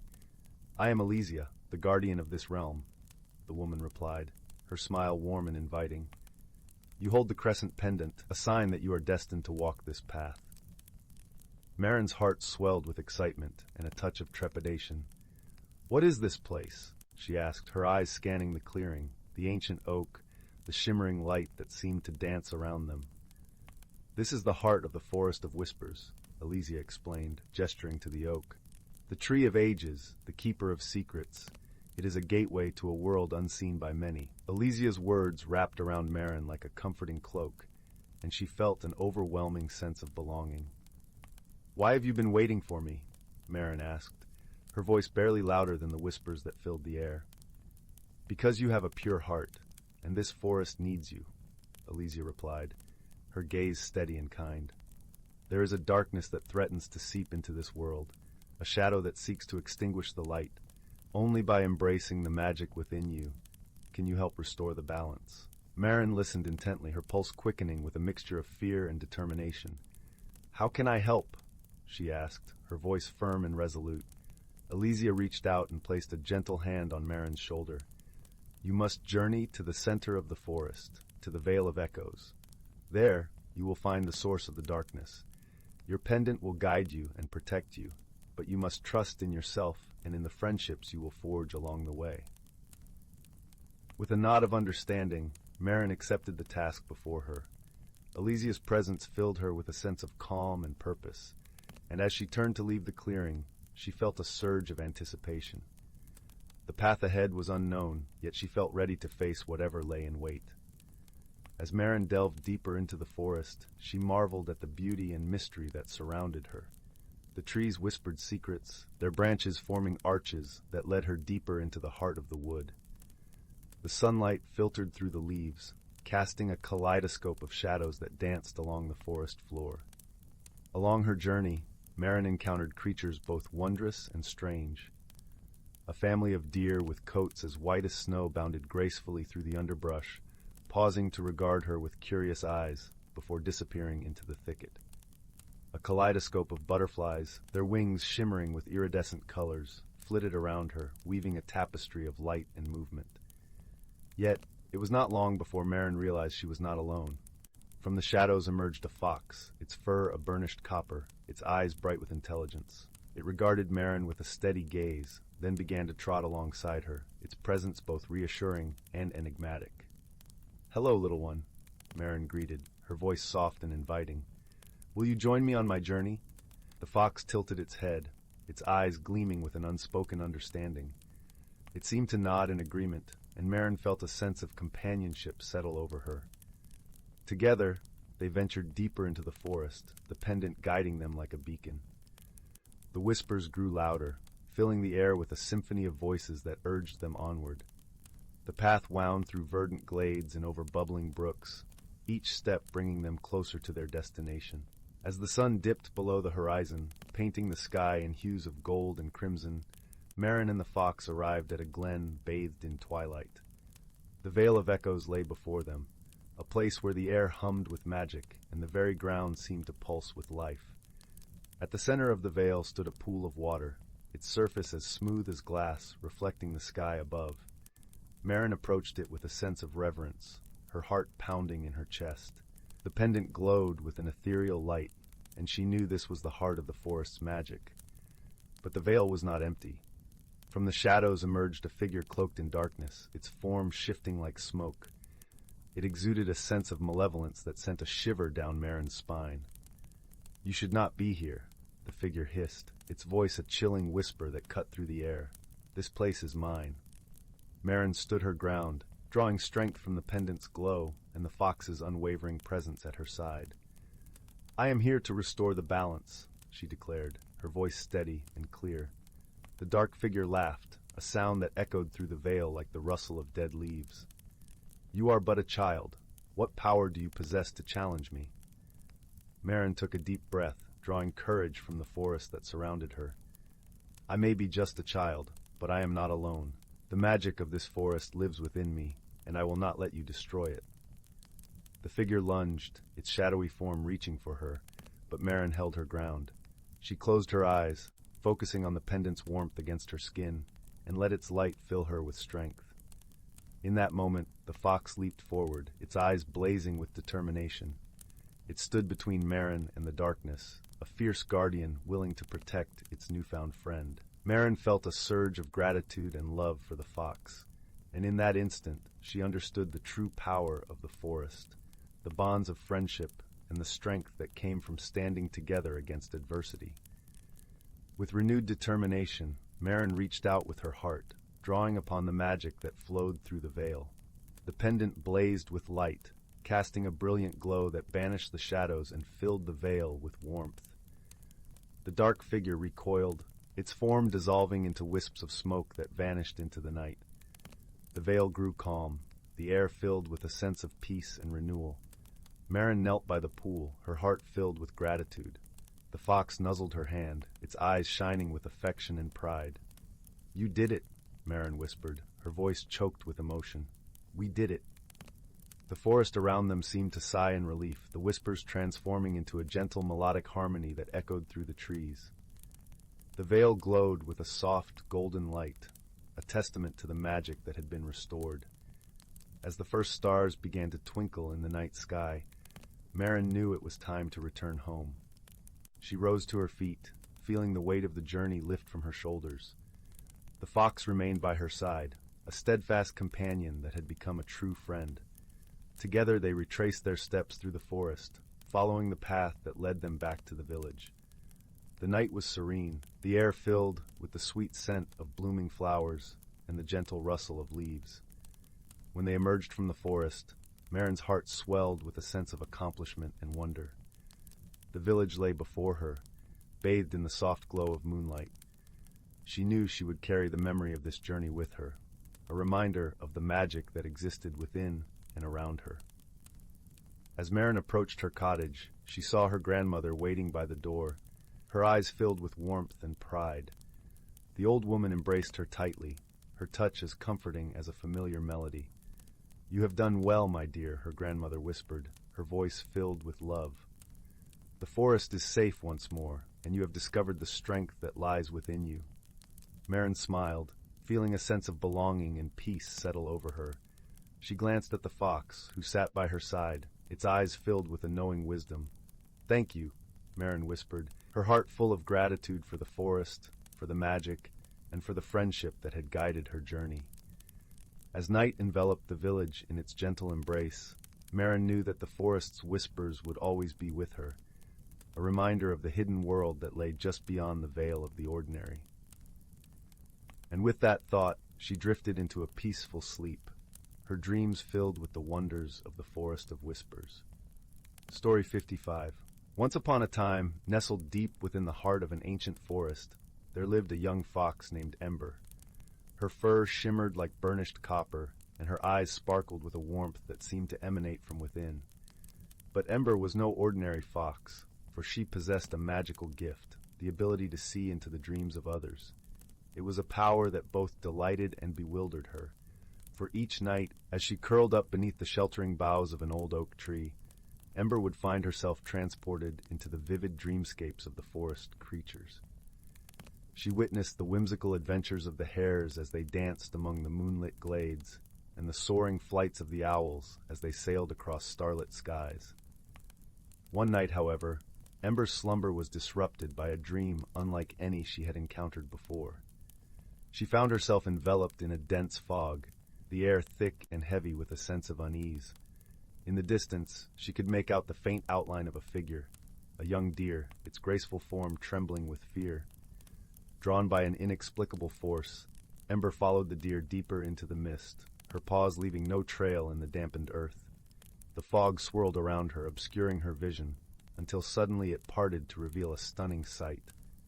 Before her stood a towering tree, its bark gleaming like polished silver and its branches adorned with countless glittering leaves.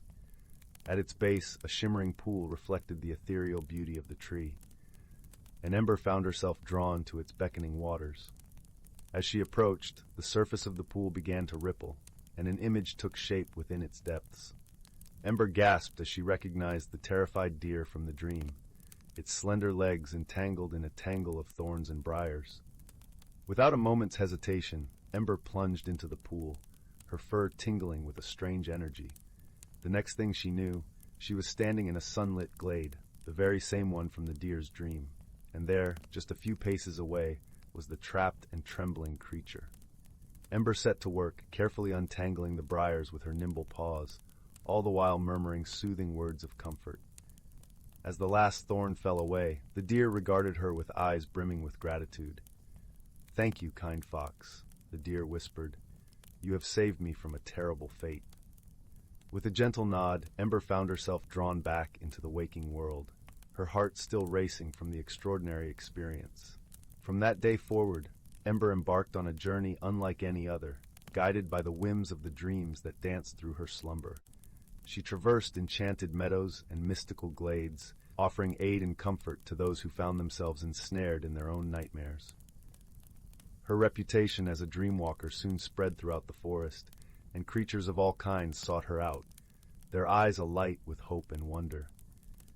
Ember welcomed them all, listening intently as they described their troubled dreams, and offering her unique brand of magical assistance. One evening, as Ember was settling down for the night, she was approached by a timid mouse who had heard whispers of her extraordinary abilities. "Please, Dreamwalker," the mouse implored, its tiny voice trembling. "I am plagued by a recurring nightmare, and I fear I shall go mad if it continues." Ember nodded solemnly, her gaze filled with compassion. "Tell me of this dream that troubles you so," she urged. The mouse took a deep breath and began to recount a harrowing tale of being pursued by a massive, shadowy beast with glowing crimson eyes. Each night the creature drew closer, its hot breath searing the mouse's fur, its razor-sharp claws poised to strike.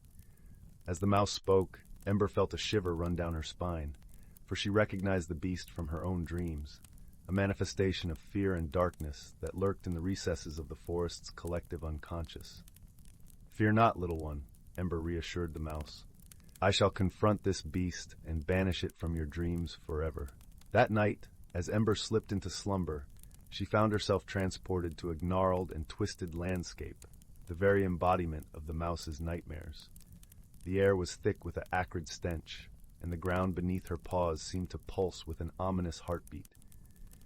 In the distance, she could make out the hulking form of the beast, its crimson eyes burning like twin embers in the gloom. Steeling her resolve, Ember approached, her fur bristling with defiance. "You have no power here, creature of darkness," she declared, her voice ringing with conviction. "These are the realms of dreams, and I am their guardian." The beast let out a deafening roar, its massive jaws gaping wide as it lunged towards Ember. But the young fox stood her ground, her eyes shining with an inner light that seemed to pierce the darkness itself. In that moment, Ember called upon the deepest wellsprings of her magic, summoning forth a brilliant sphere of radiance that engulfed the beast in its warm embrace. The creature howled in agony, its shadowy form dissipating like mist in the morning sun. With a contented sigh, Ember felt the nightmare realm begin to dissolve around her, replaced by the familiar comfort of the waking world. And as she opened her eyes, she was greeted by the sight of the grateful mouse, its eyes shining with relief. From that day forward, Ember's reputation as a dreamwalker only grew, and creatures from far and wide sought her guidance and protection. She became a beacon of hope in the forest, a guardian against the shadows that lurked in the deepest recesses of the mind. Yet, for all her magical exploits, Ember never lost sight of the true power of friendship and compassion.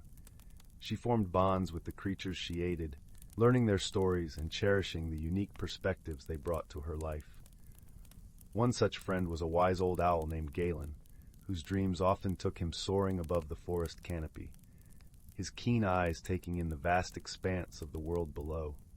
It was Galen who first introduced Ember to the concept of the hidden realms, secret pockets of existence that existed just beyond the veil of perception. "There are wonders all around us, my friend," Galen would say, his voice a gentle hoot. "But only those with open hearts and minds can truly glimpse their majesty." Intrigued, Ember began to explore these hidden realms, slipping through the gossamer threads that separated the tangible world from the realms of dreams and imagination. She discovered enchanted glades where fairies danced upon moonbeams and crystal caverns that glittered with the dreams of 1,000 generations. It was in one of these hidden realms that Ember encountered a most extraordinary being, an ancient, gnarly-barked tree spirit known as the Dream Singer. This enigmatic entity was said to be the very embodiment of the collective unconscious, its gnarled roots reaching deep into the well springs of imagination. "You have a rare gift, young one," the Dream Singer rumbled, its voice like the creaking of ancient timbers. "But there is still much for you to learn." Under the Dream Singer's tutelage, Ember delved deeper into the mysteries of the dream realms, honing her abilities and learning to shape the very fabric of dreams themselves. She witnessed the birth of new worlds, crafted from the hopes and aspirations of the forest creatures, and witnessed the unraveling of nightmares, their darkness dissipating like smoke on the wind. As the seasons turned and the years passed, Ember grew in wisdom and power, her fur taking on a silvery sheen that reflected the countless dreams she had traversed. Yet through it all, she remained humble and kind, ever mindful of the responsibility that came with her extraordinary gifts. For Ember understood that dreams were not mere flights of fancy, but powerful forces that could shape the very course of existence. She had seen the way a single dream could inspire courage in the face of adversity, or kindle a spark of hope in the darkest of times. And so, she continued her journey, touching the lives of countless creatures and weaving her magic into the very fabric of the forest. Her legend grew, passed down through generations, a tale of wonder and transformation that reminded all who heard it of the infinite possibilities that lay waiting in the realms of dreams. As the final embers of twilight faded and the first stars began to twinkle in the velvet sky, Ember would settle down beneath the sheltering boughs of her beloved oak tree. Her eyes would grow heavy with contented weariness, and as she drifted off to sleep, she knew that somewhere, in the vast tapestry of dreams, a new adventure awaited, one that would forever change the lives of those she encountered. For in the realm of dreams, anything was possible, and Ember was its tireless guardian, a beacon of hope and inspiration in a world where the boundaries between reality and imagination blurred and intertwined like the intricate strands of a beautiful tapestry. Story 56. In a vast and shimmering galaxy, nestled among swirling nebulae and twinkling stars, lay the small planet of Valoria. It was a world where the sky was painted in perpetual twilight, and the air carried the gentle fragrance of blooming starflowers. Here, the Lumina, ethereal beings of light and energy, dwelled in harmony with their surroundings. One such Lumina, named Ori, was known for her curiosity and gentle spirit. Her form pulsed with a soft, golden glow that flickered more brightly whenever she felt excitement or wonder. She often drifted along the luminous paths of her world, exploring the hidden glades and listening to the songs of the wind. On the other side of the galaxy, the planet Zephyros spun in its orbit, a stark contrast to Valoria. Its surface was covered in dense, mossy forests and rugged mountains, perpetually shrouded in mist. The inhabitants, known as the Terrans, were solid and earthy, their skin resembling the bark of ancient trees. Among them was a young Terran named Moss, whose heart was as deep and rich as the soil he tended. Moss was a creature of patience and thoughtfulness, spending his days in the tranquil groves, communicating with the roots and stones of his homeland. His world was one of substance and texture, where every step was a connection to the life beneath. The unlikely tale of friendship began on a day when both Ari and Moss, driven by a shared sense of adventure, found themselves aboard an interstellar vessel bound for the bustling trade hub of Celestia Prime. It was a place where beings from every corner of the universe gathered, a kaleidoscope of cultures and ideas.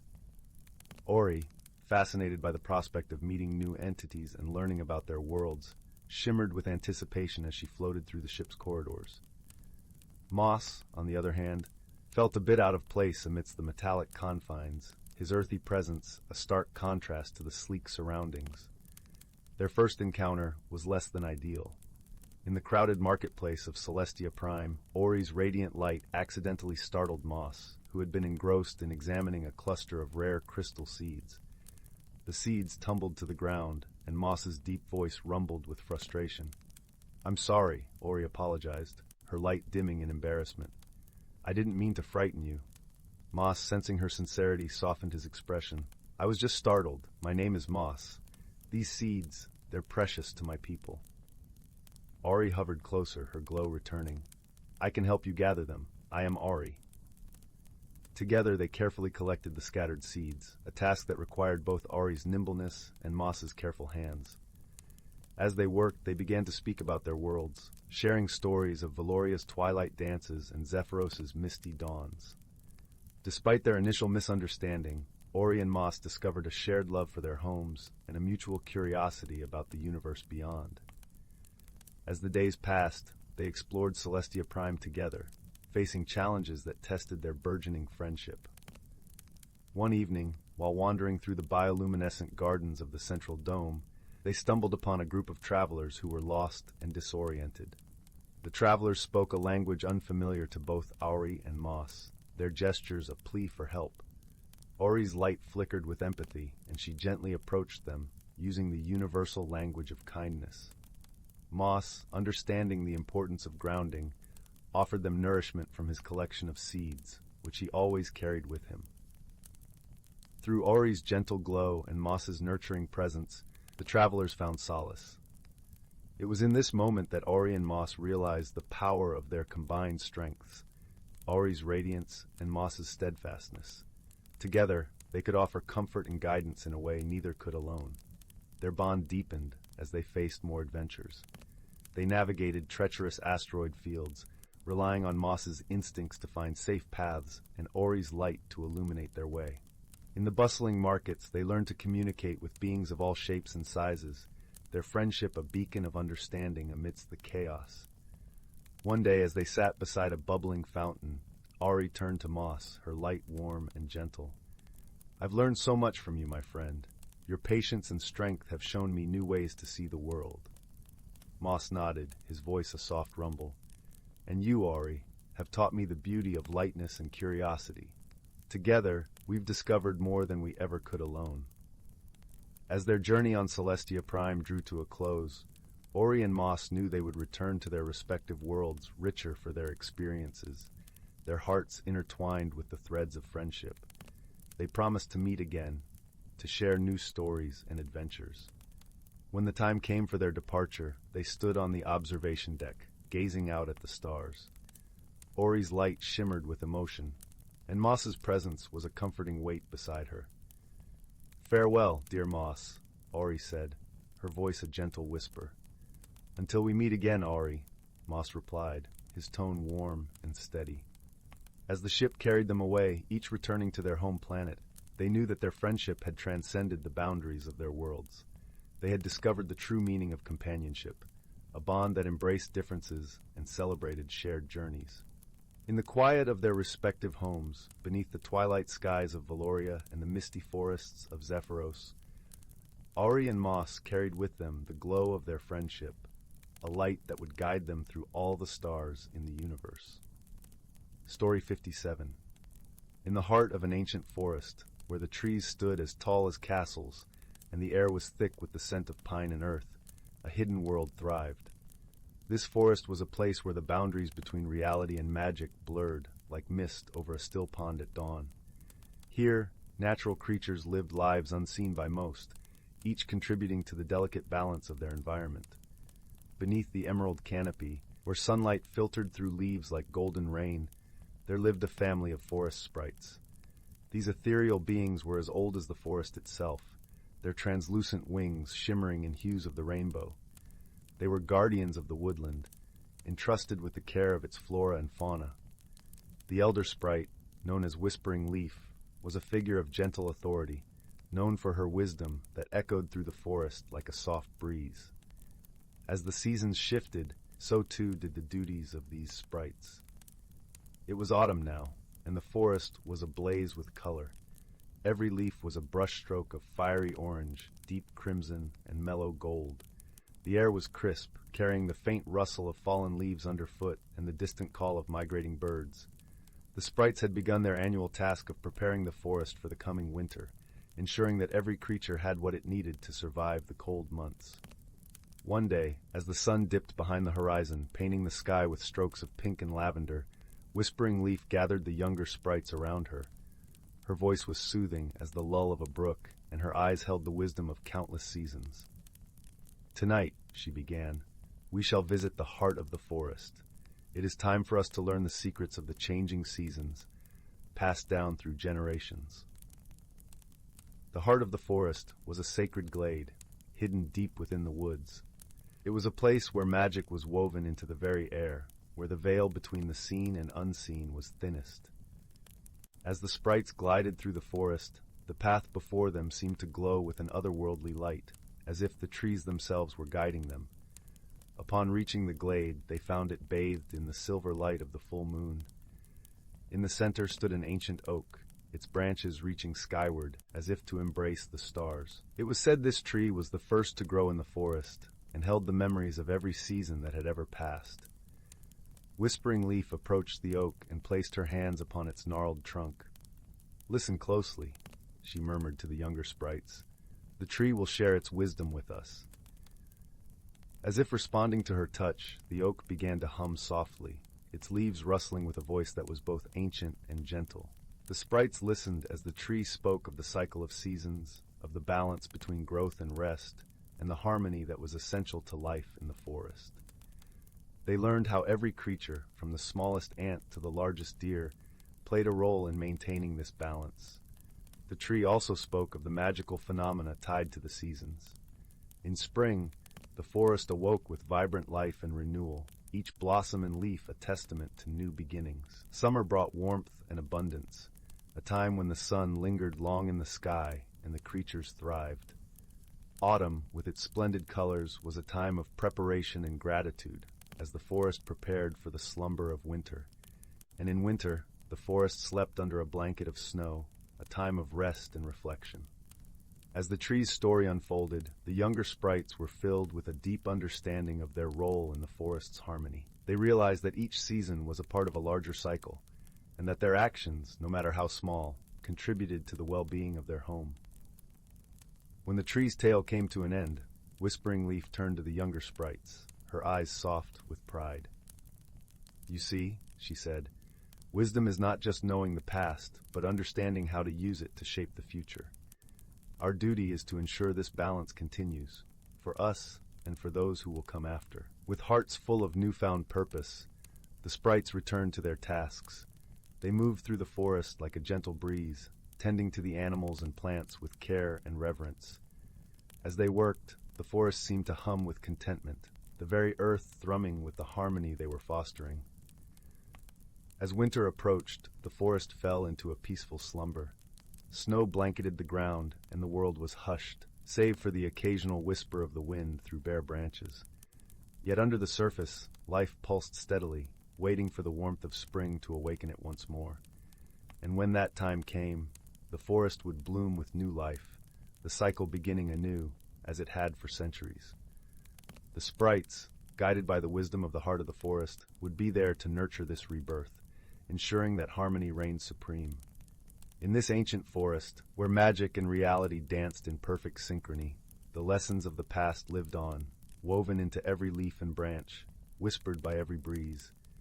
And the warmth of this harmony wrapped around every creature like a comforting embrace, promising that no matter the season, they were all part of something eternal and beautiful. Story 58. In the heart of the whispering woods, where the trees seemed to lean in to catch secrets carried by the breeze, there lay a quaint village named Bramble Hollow. It was a place where magic wasn't just a mere whisper, but a gentle hum that resonated in everyday life. The cobblestone paths wove through the village like old stories, and the thatched roof cottages were adorned with ivy and wildflowers. The villagers of Bramble Hollow were accustomed to the occasional enchantment, flowers that bloomed in brilliant colors during moonlit nights or rain that sang as it fell. Yet lately, a peculiar mystery had begun to unfold. Each morning, the villagers awoke to find their doorsteps dusted with a fine, shimmering powder. It was as if stars had been ground into glistening dust and scattered with the dawn. The villagers were puzzled but more curious than troubled. It was a mystery that called for gentle investigation. Among the villagers was a kind-hearted boy named Finn. Finn had a knack for noticing details others might overlook, a gift from his grandmother who had been the village storyteller. She always said, "The smallest clues often hold the greatest stories." Finn decided to unravel the mystery of the sparkling dust. He began his adventure at dawn, when the world was still wrapped in the soft embrace of the night. Accompanied by his faithful companion, Luna, a wise old owl with feathers as soft as spun silk, Finn set out to observe the village. As they wandered, the first rays of sunlight painted everything in golden hues, and the morning dew shimmered like tiny jewels. Finn and Luna stopped at each doorstep, examining the sparkling dust. It was cool to the touch and seemed to twinkle even in shadow. Luna, with her large, knowing eyes, hooted softly, urging Finn to think deeper.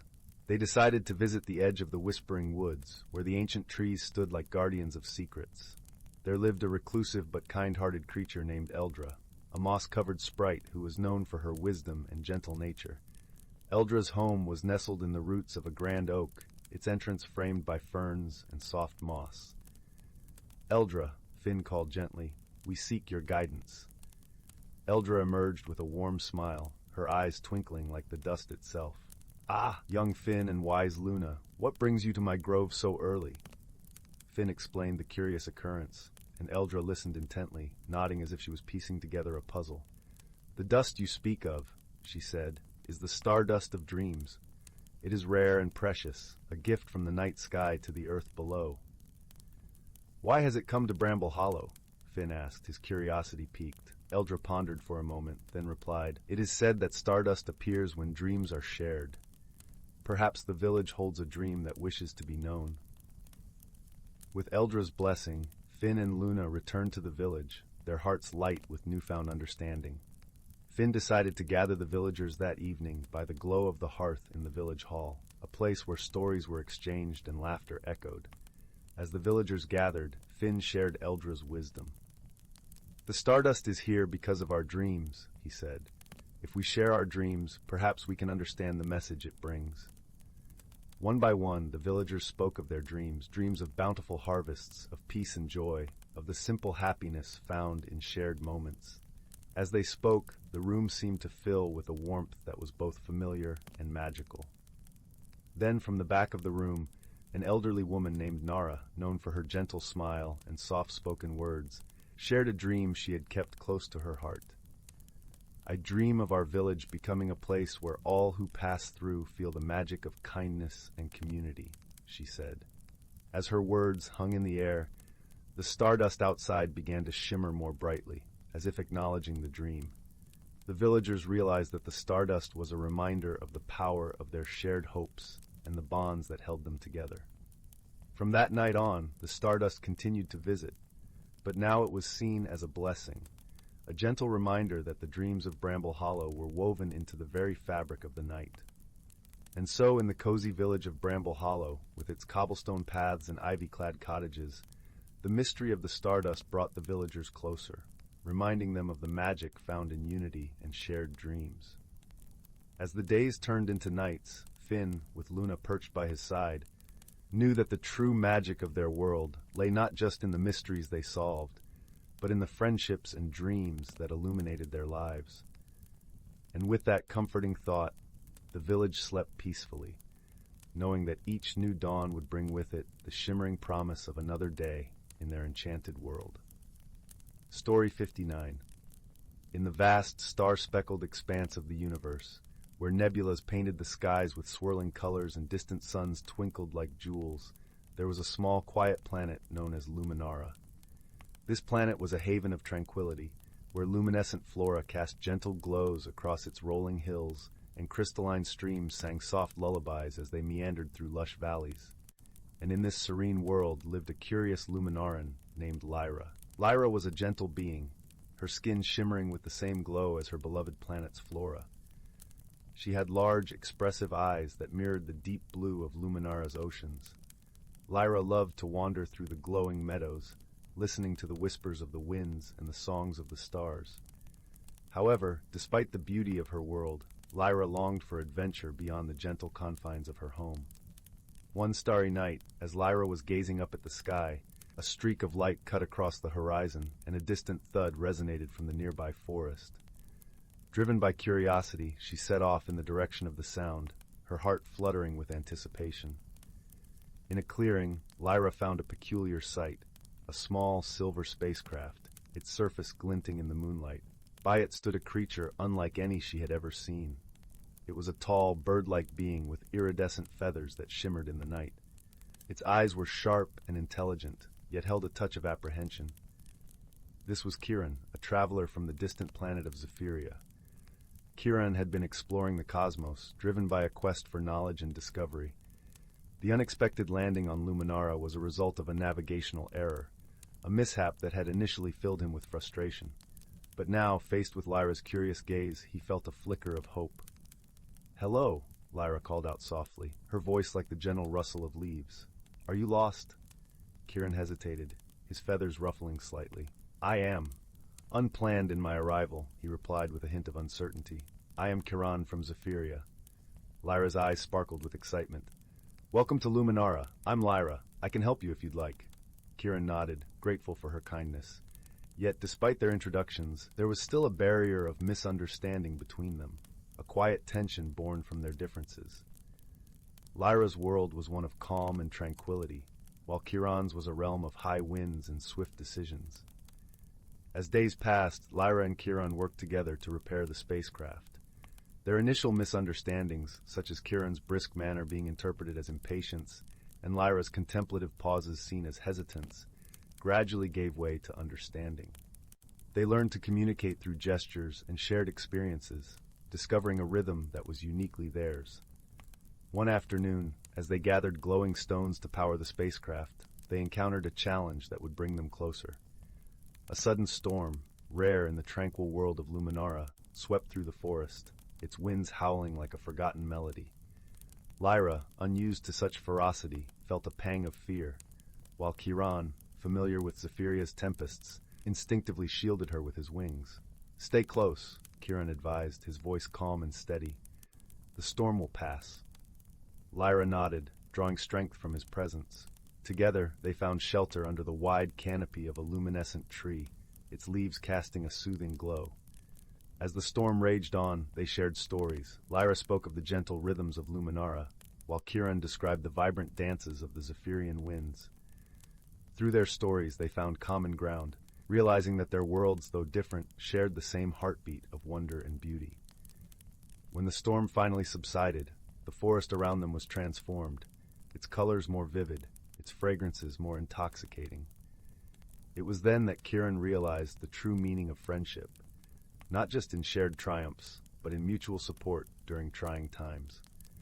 With renewed determination, they completed the repairs on Kiran's spacecraft. As the day of departure approached, both felt a bittersweet ache, a testament to the bond they had forged. As the sun set, painting the sky in hues of gold and lavender, Lyra and Kiran stood side by side, their hearts full of gratitude.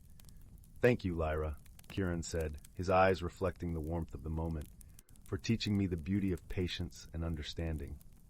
Lyra smiled, her glow soft and serene. "And thank you, Kiran, for showing me the strength of courage and the joy of discovery." With a gentle hum, the spacecraft lifted off, leaving a trail of stardust in its wake. Lyra watched as it disappeared into the night, her heart filled with a newfound sense of adventure and friendship. Back on Zephyria, Kiran often gazed at the stars, remembering the tranquil beauty of Luminara and the gentle soul of Lyra. Their friendship had transcended the vast spaces between their worlds, a testament to the power of understanding and the bonds that connect all beings in the universe. And so, beneath the vast eternal sky, Lyra and Kiran's friendship shone brightly, a star of hope and warmth in the grand tapestry of the cosmos. Story 60. In the tranquil village of Willowbrook, Nestled between lush, rolling hills and shadowy woods, there existed a peculiar cottage known as the Hallowed Hearth. It was a place where the air perpetually smelled of cinnamon and honey, and the walls seemed to hum with warmth. The cottage belonged to an elderly woman named Malus, with silvery hair like the moonlit sky and eyes that twinkled with the mischief of 1,000 secrets. Malus was known far and wide for her wisdom, but it was the gentle creatures of the forest who often sought her counsel. She had a knack for understanding their languages, a talent she used to maintain the harmony of Willowbrook. One crisp autumn evening, as the leaves rustled like whispers through the trees and the fireplace crackled with a comforting glow, a soft knock echoed through the cottage. Malus opened the door to find Tumble, the village's squirrel messenger, his bushy tail twitching with urgency. "Malus," Tumble chattered, his tiny eyes wide with worry, "something strange is happening in the forest. The fireflies have stopped glowing, and the owls have lost their hoots. The night is too quiet, and we don't know why." Malus nodded thoughtfully, her eyes narrowing with curiosity. "Fear not, little friend. We shall unravel this mystery together." With a gentle smile, Malus gathered her shawl around her shoulders, its deep burgundy hue wrapped like a cocoon, and tucked a small pouch of herbs into her pocket. She beckoned Tumble to lead the way, and together they ventured into the heart of the forest, where shadows danced under the pale moonlight. As they walked, the forest was indeed eerily silent, the usual symphony of nocturnal creatures replaced by an unsettling stillness. Malus paused occasionally to listen, her senses attuned to the whispers of the wind and the rustle of leaves. Their first stop was the ancient oak, a towering sentinel that had stood for centuries. Here, Malus met with Elder Whisk, the wise old owl who had seen more seasons than any other creature in the forest. Elder Whisk perched solemnly, his feathers ruffled with concern. "Ah, Malus," he hooted softly, "this silence is unlike anything I've known. It feels as though the forest itself holds its breath." Malus nodded, her mind whirling with possibilities. "We must look deeper, my friend. Tell me, have you noticed anything unusual in the skies of late?" Elder Whisk blinked slowly, his gaze thoughtful. "The stars have seemed dimmer, as though a veil has been drawn across the heavens." Malus pondered this revelation, her fingers tapping lightly against her chin. "Thank you, Whisk. This may be the clue we needed." They continued their journey, Tumble scurrying beside her, and soon arrived at the glimmering glade, a meadow known for its enchanting display of fireflies. But tonight, the glade was dark, the fireflies' luminescent dance absent. Malus knelt by the edge of the meadow and closed her eyes, inhaling deeply. She sensed the faintest tremor in the earth, a whisper of magic that lay dormant. Reaching into her pouch, she sprinkled a handful of herbs onto the ground, the air filling with the sweet scent of lavender and sage. As if responding to her touch, a soft glow began to emanate from the earth, revealing the hidden presence of Lumina, the gentle spirit of light, who had been slumbering beneath the soil. "Lumina," Malus greeted warmly, "what troubles you, dear one?" Lumina's voice was like the tinkling of distant bells, soft and melodious. "The balance has been disrupted, dear Malus. A shadow has crept into the heart of the forest, cloaking the light and silencing the voices of the night." Malus nodded, understanding dawning upon her. "We must restore the balance, but first, we need to find the source of this shadow." Encouraged by Lumina's guidance, Malus and Tumble pressed on, their path leading them deeper into the forest's embrace. As they walked, Malus noticed faint traces of dark, swirling energy clinging to the leaves and branches. She followed these signs, her intuition guiding her toward the source. Their journey brought them to the edge of the Silver Lake, its waters usually shimmering with the reflection of the stars above. Now, the lake lay still and dark, its surface like polished obsidian. Here, they encountered Nixie, the water nymph, her usually vibrant form dimmed with distress. "Malus," she called softly, her voice rippling like water, "the lake has been shrouded by a shadow, and I cannot break its hold." Malus approached the water's edge, her reflection mingling with the dark surface. She could feel the presence of the shadow, a chill that crept into her bones. "Fear not, Nixie. We will set things right." With a quiet determination, Malus drew a small vial from her pouch, filled with a shimmering silvery liquid, a gift from the moon herself. She poured it into the lake, her words a gentle incantation that danced through the air like a lullaby. As the liquid mingled with the water, the darkness began to recede, swirling like ink being washed away, revealing the clear, mirror-like surface beneath. The stars returned to their rightful place, twinkling merrily across the lake. Nixie clapped her hands in delight, her form once again bright and vibrant. "Thank you, Malus. The shadow has vanished, and the lake is whole." Malus smiled, her heart warming with the success of their endeavor. "The forest shall soon follow, my dear Nixie." And so it was. As Malus and Tumble made their way back through the woods, the forest began to awaken. The fireflies resumed their dance, painting the glades with their gentle glow, and the owls found their voices, their hoots echoing through the trees. As they returned to the hallowed hearth, Tumble chattered excitedly. "Malus, you did it! The forest is alive again!" Malus chuckled softly, her eyes twinkling. "We did it, Tumble, together with the help of our friends." With the mystery solved and harmony restored, Malus settled into her armchair by the fire, Tumble curling up in her lap. As the flames flickered and the room filled with warmth, Malus whispered, "Remember, little one, that even in the darkest times, there is always a light waiting to be found." And as the village of Willowbrook slumbered peacefully under the watchful eyes of the stars, Malus and Tumble drifted into a gentle sleep, their dreams as bright and comforting as the world they had saved. Story 61. In a forest so ancient that its trees seemed to cradle the very sky, the air hummed with the secrets of 1,000 years. The sun filtered through the canopy, casting a dappled quilt of light and shadow upon the forest floor. Here the air was rich with the earthy scent of moss and the sweet undertone of blooming wildflowers, painting the world in hues of green and gold. In this enchanted place, creatures both ordinary and extraordinary lived in a harmony that had been nurtured through countless seasons. Among them was a wise old fox named Bryn, whose fur was a patchwork of russet and silver, telling stories of his many years. Bryn was known for his keen eyes that missed nothing and his gentle heart that understood the delicate balance of the forest. Early one morning, as the mist still clung to the ground, Bryn set out on his daily walk. His paws padded softly over the leaf-strewn path, each step accompanied by the soft rustle of the forest waking up. Birds began their morning chorus, their songs weaving through the branches like threads of golden sound. As Bryn traveled deeper into the woods, he came upon a clearing where a brook babbled happily over smooth stones. Here he often met with his dear friend, Lyra, the rabbit. Lyra was as swift as the wind, her fur a soft gray that blended seamlessly with the shadows. She was waiting for him, her eyes bright and curious. "Good morning, Bryn," Lyra greeted him, her voice as light as the breeze.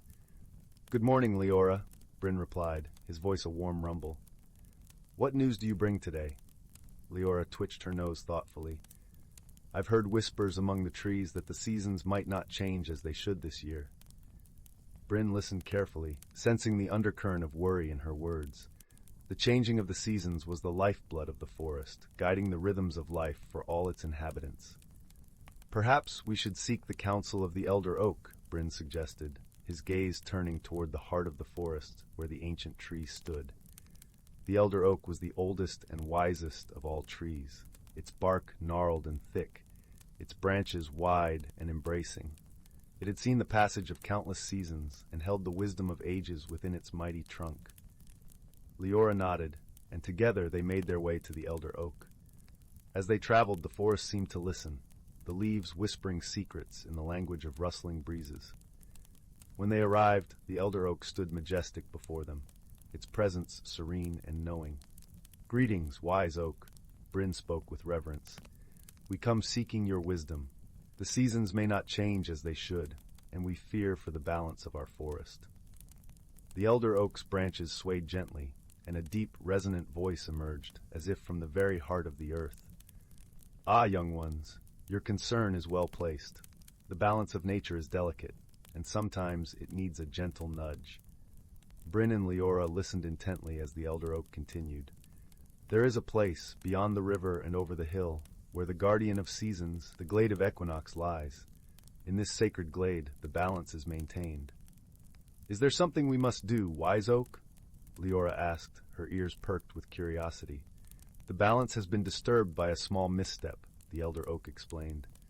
A stone has fallen from the circle of seasons, the ancient ring that binds the magic of time. It must be returned to its rightful place. Bryn and Leora exchanged a glance, their resolve firm.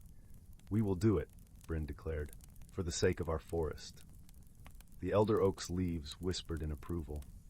"Go with the wind's blessing, and remember, the greatest challenges are overcome not by strength, but by heart and wisdom." With the elder oak's words guiding them, Bryn and Leora set off on their journey. The path led them through thickets of ferns and under arches of flowering vines, each step bringing them closer to the heart of the forest's magic. As they traveled, the forest revealed its hidden wonders. A family of deer watched silently from the cover of brambles, their eyes soft with curiosity. Overhead, a pair of butterflies danced in the sunlight, their wings shimmering like stained glass. Finally, they reached the river, its waters sparkling under the midday sun. The air was filled with the scent of wild mint and the gentle murmur of the current. Bryn and Leora paused, taking in the beauty of their world, a reminder of what they were striving to protect. With a determined leap, Leora bounded across the stepping stones, her paws barely touching the surface of the water. Bryn followed, his movements fluid and graceful. On the other side, the forest thickened, the trees growing closer together as they climbed the hill. At the crest of the hill, they found the glade of Equinox. It was a place of serene beauty, the air tinged with the scent of lavender and the gentle hum of bees. In the center stood the circle of seasons, ringed with ancient stones, each one carved with symbols of time. But one stone lay toppled, its absence creating a rift in the circle. Bryn and Leora approached it with reverence, sensing the ancient magic that pulsed through the ground. "Together," Bryn said softly, and Leora nodded. With gentle care, they lifted the stone, feeling its cool weight in their paws. As they placed it back into the circle, a soft glow enveloped the stones, spreading outward like ripples on a pond. The air shimmered, and for a moment the glade was filled with the soft music of wind chimes. The balance was restored. They could feel it in the air, a subtle shift that promised the seasons would turn as they always had, guiding the forest through the eternal dance of life. With their task complete, Bryn and Leora lingered in the glade, watching as the sun began its descent, painting the sky in shades of amber and rose. They felt a deep peace settle over them, the kind that comes from knowing they had played their part in the great tapestry of nature. As they made their way back home, the forest seemed to wrap them in its embrace, whispering its gratitude in the rustle of leaves and the soft call of night birds. Bryn and Leora walked side by side, their hearts light with the knowledge that they had safeguarded the harmony of their world. The stars began to twinkle in the deepening sky, and as Bryn and Leora settled in for the night, the forest around them seemed to breathe a sigh of contentment. In the quiet of the night, they knew that the wisdom of the past, the kindness of their actions, and the bonds of friendship had woven a future where the forest would continue to thrive. And so, under the watchful gaze of the ancient trees, they drifted into dreams, carried by the gentle lullaby of the forest, a song of balance and harmony that would echo through the ages. Story 62. In a quaint village nestled amidst rolling hills and lush, whispering forests, there lay a small, unassuming antique shop known as Whispering Wonders. Its wooden sign creaked gently in the breeze, and the windows were filled with a curious assortment of trinkets and treasures that seemed to shimmer with stories of their own. Inside, the air was thick with the scent of old books, polished wood, and a hint of lavender that wafted from a potpourri bowl on the counter. On a particularly crisp autumn morning, as golden leaves danced merrily along the cobblestone streets, a young girl named Clara wandered into the shop. Her eyes were wide with curiosity and a touch of mischief, her auburn curls bouncing with every step. Clara had always been drawn to places that promised mystery and adventure, and the Whispering Wonders had whispered her name on the wind. As she meandered through the aisles, her fingers lightly brushing over the surfaces of ancient clocks, delicate porcelain figurines, and ornate jewelry boxes, Clara's gaze fell upon a peculiar object tucked away in a shadowed corner. It was an old brass spyglass, its surface etched with swirling patterns that seemed to dance when the light hit them just right. Intrigued, Clara picked it up, noticing how surprisingly warm it felt against her skin, as if it held a secret of its own. With a gentle nudge, she lifted the spyglass to her eye and peered through it. To her astonishment, the world transformed before her eyes. The ordinary became extraordinary. Colors bloomed more vibrantly, sounds harmonized into a gentle melody, and the very air seemed to shimmer with unseen magic. Clara gasped, lowering the spyglass quickly, her heart fluttering with wonder.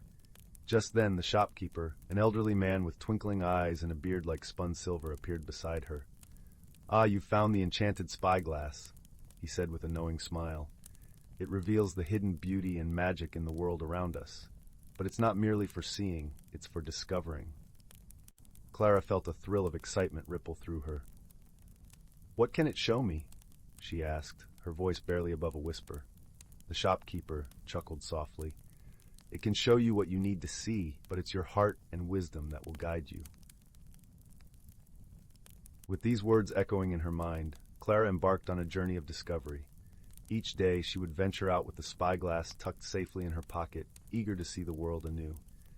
Her first destination was the village square, bustling with life and laughter. Through the spyglass, Clara noticed a timid young boy sitting alone on a bench, his eyes downcast. She saw not just his loneliness, but the gentle kindness that glowed within him, waiting to shine. Feeling a tug at her heart, Clara approached the boy, introducing herself with a warm smile. They talked, and she learned his name was Oliver.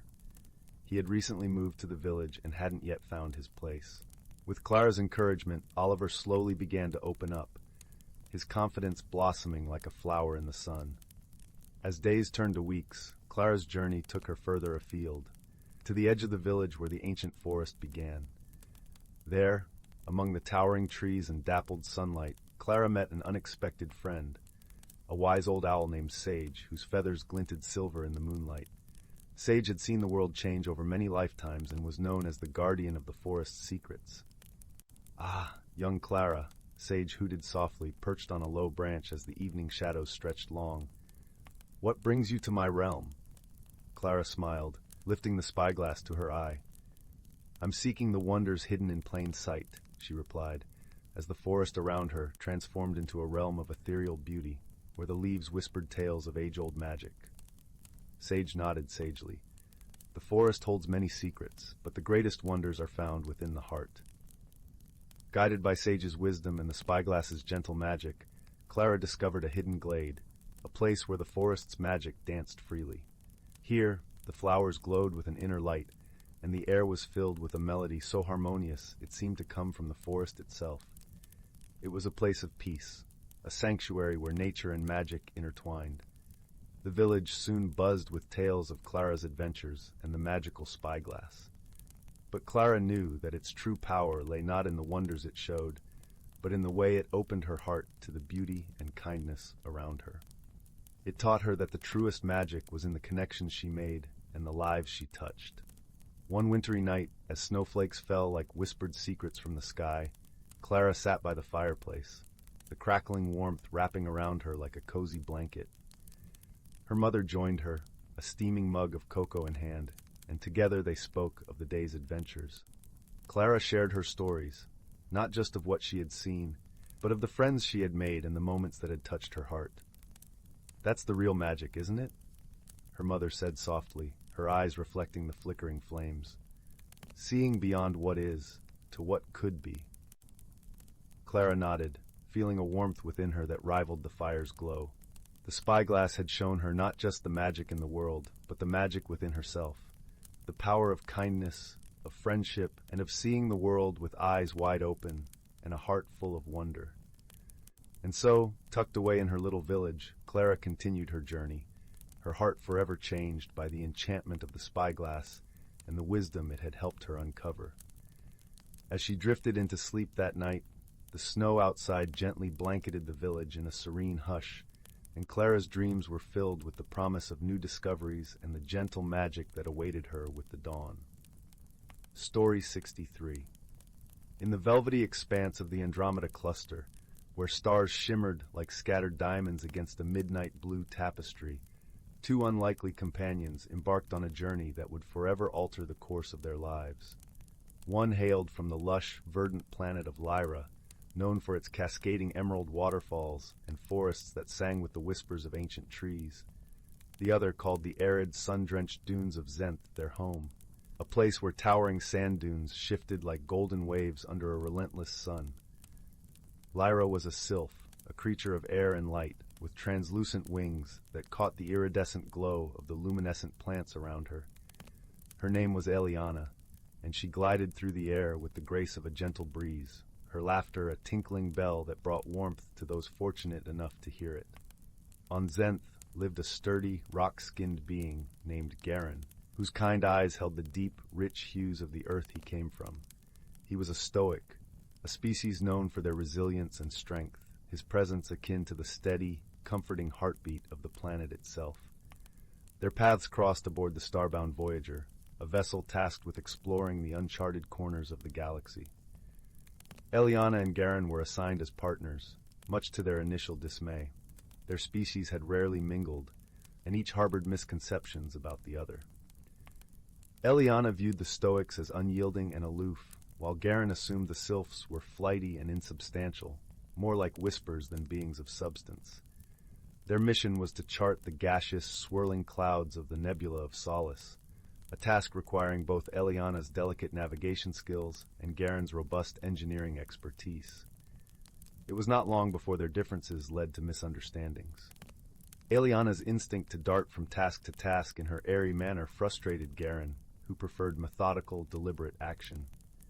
Meanwhile, Eliana found Garen's slow, considered pace maddeningly sluggish. Their first real challenge arose when the Voyager encountered a sudden, unexpected solar storm. The ship's systems flickered and faltered, casting the vessel into a chaotic turbulence. Eliana, feeling the ship's distress in the very fabric of her being, darted into action, her wings a blur as she flitted between control panels, trying to stabilize the ship. Garen, grounded and steady, took a deep breath, his hands moving with practiced precision to reinforce the ship's shields and recalibrate its power reserves. As they worked side by side, a realization began to dawn on them both. Eliana's quicksilver movements were not mere flitting, but an essential dance of agility and intuition. Garen's deliberate actions were not sluggish, but a fortress of calm and strength in the storm. The storm passed, leaving behind a newfound respect for each other's abilities, a silent acknowledgement of the strengths each brought to their partnership. With the immediate danger behind them, they began to share stories as they traversed the nebula's star-lit corridors. Eliana spoke of the Chorus of the Winds, a gathering on Lyra where the sylphs sang in harmony with the breezes, creating symphonies that could soothe even the most troubled hearts. Garen, in turn, shared tales of the rock resonance, a stoic ritual where they listened to the stories embedded in ancient stones, drawing wisdom from the echoes of the past. These exchanges deepened their understanding, weaving threads of friendship between their hearts. They discovered that despite their differences, they shared a profound love for their homeworlds and a desire to protect and preserve the beauty of the universe. Their bond was tested again when they encountered a distress signal from a derelict ship caught in the gravitational pull of a collapsing star. Without hesitation, Eliana and Garen agreed to attempt a rescue, knowing the risks involved. As they approached the doomed vessel, Eliana's nimble agility allowed her to maneuver through the treacherous debris field, while Garen's strength and steady hands were crucial in stabilizing the ship's failing systems long enough to evacuate its crew. In the aftermath of the rescue, as they watched the dying star from the safety of their ship, Eliana and Garen sat in companionable silence, the shared experience of saving lives forging an unspoken pact between them. They had come to see each other not just as partners, but as friends, each with a unique perspective that enriched the other's life. As their mission drew to a close, the Voyager hummed with the quiet satisfaction of a job well done. The nebula, once a mystery, now lay charted and understood, its secrets revealed not just through data and maps, but through the bond forged by two beings who had discovered the true meaning of friendship. On their final evening aboard the Voyager, Eliana and Garen stood together at the observation deck, gazing out at the endless night sky. The stars seemed to twinkle with a knowing light, as if acknowledging the journey they had undertaken, not just through space, but within their own hearts. Eliana turned to Garen, her eyes shimmering like the stars that surrounded them. "Thank you," she said softly, "for showing me that strength comes in many forms." Garen nodded, his gaze steady and warm. "And thank you," he replied, "for teaching me that sometimes the lightest touch can have the greatest impact." As the Voyager prepared to return home, Eliana and Garen knew that their friendship was a treasure more precious than any discovery they could make among the stars. For in each other they had found not just a companion, but a mirror reflecting the best parts of themselves, a bond that would remain unbroken, no matter where their journeys might take them. And so, under the gentle glow of 1,000 distant suns, the unlikely companions drifted into a peaceful slumber, their hearts alight with the warmth of a friendship that had defied the odds and illuminated the path ahead. Story 64. In a quaint village nestled between the whispering woods and the shimmering lake Lullaby, there was a gentle hum of enchantment in the air. The village was named Havenbrook, known for its charming cobblestone streets, flower-laden cottages, and the ever-present aroma of sweet pastries wafting from the bakery at the heart of the square. In this idyllic setting, the villagers lived in harmony, their lives touched by magic in the most delightful ways. One crisp autumn morning, as the amber leaves danced in the breeze, something peculiar began occurring in Havenbrook.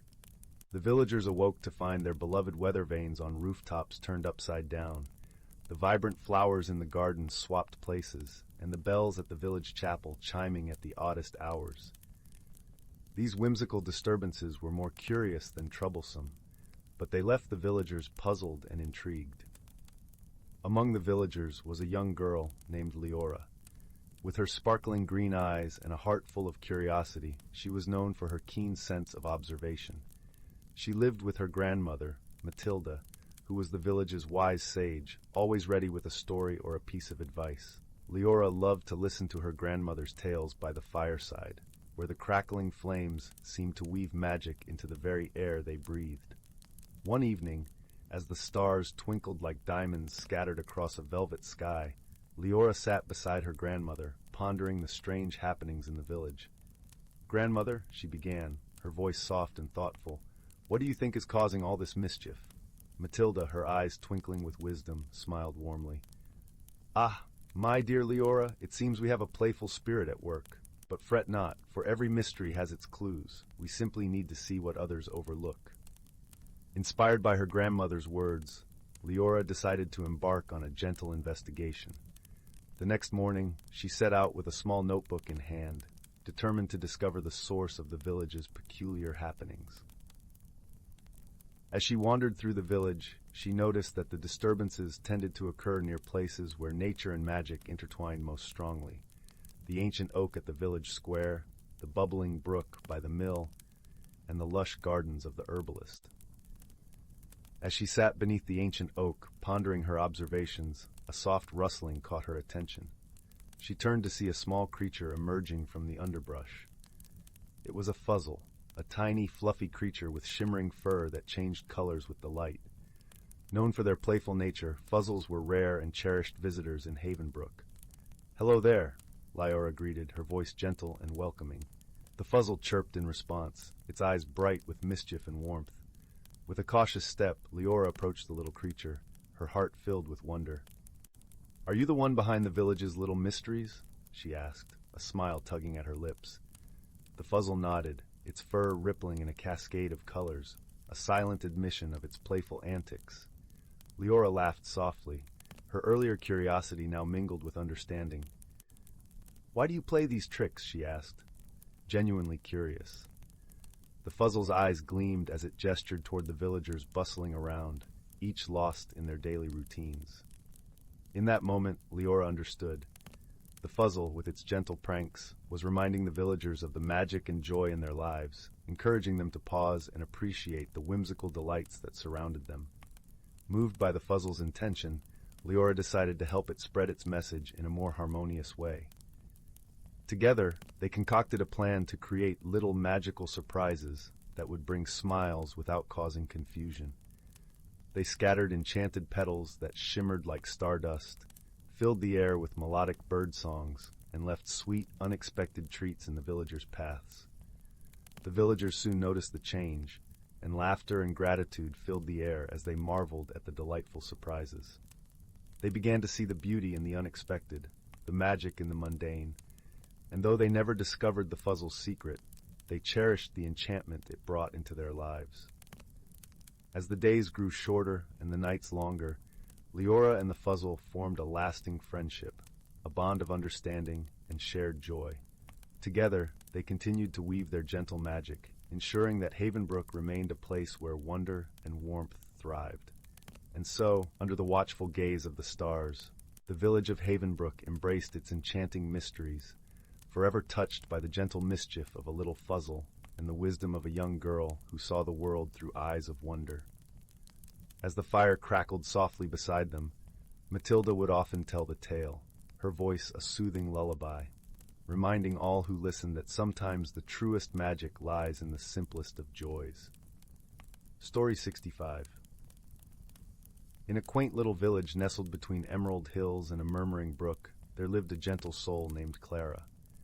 Clara was known for her delicate nature, much like the first snowflakes of winter that tiptoe down from the heavens. She lived in a snug cottage, its thatched roof blanketed in moss, with a garden where wildflowers danced in the breeze.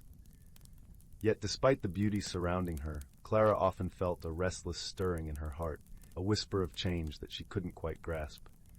Clara's days were filled with simple joys and quiet routines. She would rise with the sun, its golden rays stretching across her wooden floor, inviting her to greet the day. She would sip her tea by the window, watching the world awaken with her. But as the seasons turned, a peculiar feeling began to blossom within her, a yearning for something more, something undefined. One crisp autumn morning, while gathering herbs in the forest, Clara stumbled upon a peculiar sight. There, nestled between the roots of an ancient oak tree, she found a shimmering butterfly cocoon. It gleamed like a droplet of moonlight in the shadowy underbrush. Clara felt an inexplicable pull toward it, as if the cocoon held secrets meant just for her. The wise old owl, who watched over the forest with his amber eyes, noticed Clara's intrigue. Perched on a nearby branch, he spoke gently, his voice like rustling leaves. "Change is a gift, dear Clara, much like the butterfly you hold. It may seem daunting, but within lies the promise of transformation." Clara pondered the owl's words as she carefully placed the cocoon in her basket. She returned to her cottage, her heart a flutter of excitement and uncertainty, much like the creature within its silken shell. Days turned into weeks, and as Clara tended to her garden and her chores, the cocoon became a symbol of the change she both feared and longed for. One evening, while the sky blushed with the colors of sunset, Clara sat by her fireplace, the gentle crackling of the logs a soothing lullaby. She felt a warmth beside her and turned to find the village elder, a kind woman with eyes that twinkled like stars. "The cocoon you found," the elder said softly, "is a reflection of your own journey. Trust in the process, for growth is often invisible until it is not." Encouraged by the elder's wisdom, Clara began to embrace the changes she once resisted. She ventured beyond her familiar paths, discovering new trails in the forest that led to sunlit clearings and hidden waterfalls. Each step was a lesson, teaching her courage and resilience. With each experience, Clara felt herself unfurling, much like the butterfly she had found. One morning, as winter began to weave its frosty lace across the village, Clara noticed a gentle quiver from the cocoon. She watched in awe as the butterfly emerged, its wings unfurling in a slow, graceful dance. Clara marveled at the creature's vibrant hues, a tapestry of colors she had never imagined. As the butterfly took its first flight, Clara felt a lightness in her own heart. She realized that, like the butterfly, she too had transformed. Her journey of self-discovery had been woven with the threads of patience, friendship, and wisdom, all guiding her to embrace change with an open heart. In the gentle glow of the fireplace, Clara understood that true magic lies not in resisting the winds of change, but in allowing them to carry you to new horizons. Her heart, once filled with uncertainty, now brimmed with peace and a newfound sense of wonder. And so, in her cozy cottage surrounded by the whispers of the forest, Clara found comfort in knowing that her story, like the butterflies, was one of beautiful transformation, a testament to the gentle power of personal growth. And as she drifted into a peaceful slumber, the village elder's words echoed softly in her dreams. Trust in the journey, dear Clara, for you are exactly where you are meant to be. Story 66. Once upon a time, in a quaint village nestled between rolling hills and lush, verdant forests, there lived a young girl named Mabel. Her days were filled with the simple joys of rural life, tending to a small garden, listening to the birds serenade the morning sun, and weaving tales of wonder with her best friend, Finn. The village, with its cobblestone paths and cottages adorned with ivy, seemed to have been painted by the gentle hand of an artist. Yet, beneath its serene surface lay secrets waiting to be uncovered. Mabel was known for her boundless curiosity, a trait that often led her to the edge of the forest, where the trees whispered ancient tales. One crisp autumn afternoon, the air tinged with the scent of fallen leaves and the promise of change, Mabel stumbled upon something unusual. As she wandered deeper into the woods, she discovered a peculiar stone, unlike any she had seen before. It shimmered with hues of emerald and sapphire, catching the sunlight in a dazzling dance of color. Intrigued, Mabel reached out to touch the stone. The moment her fingers brushed against its cool surface, a gentle warmth spread through her hand, as if the stone was greeting her. To her surprise, the stone began to pulse softly, a rhythm that seemed to echo the steady beat of her heart. A soft, melodic hum filled the air, wrapping around her like a comforting embrace. Mabel knew she had discovered something extraordinary, something that whispered of magic and mysteries. She decided to share her discovery with Finn, whose eyes always sparkled with the same wonder that fueled her own adventures. Together, they found a secluded spot by the brook that meandered through the forest. Its waters glistened under the dappled sunlight, creating a serene backdrop for their secret meeting. As Mabel revealed the stone to Finn, his eyes widened in awe. "It's like a piece of the sky fell to earth," he marveled, his voice a soft murmur over the babbling brook. They spent hours contemplating the stone's origin, weaving tales of enchanted lands and hidden worlds. Their musings were interrupted by a gentle rustling in the underbrush. From the shadows emerged a small, ethereal creature, its eyes like twin stars in the twilight. Its fur shimmered with a silvery sheen, and delicate wings fluttered softly at its sides.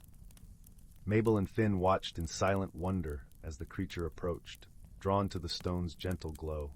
The creature paused, regarding them with an intelligence that belied its size.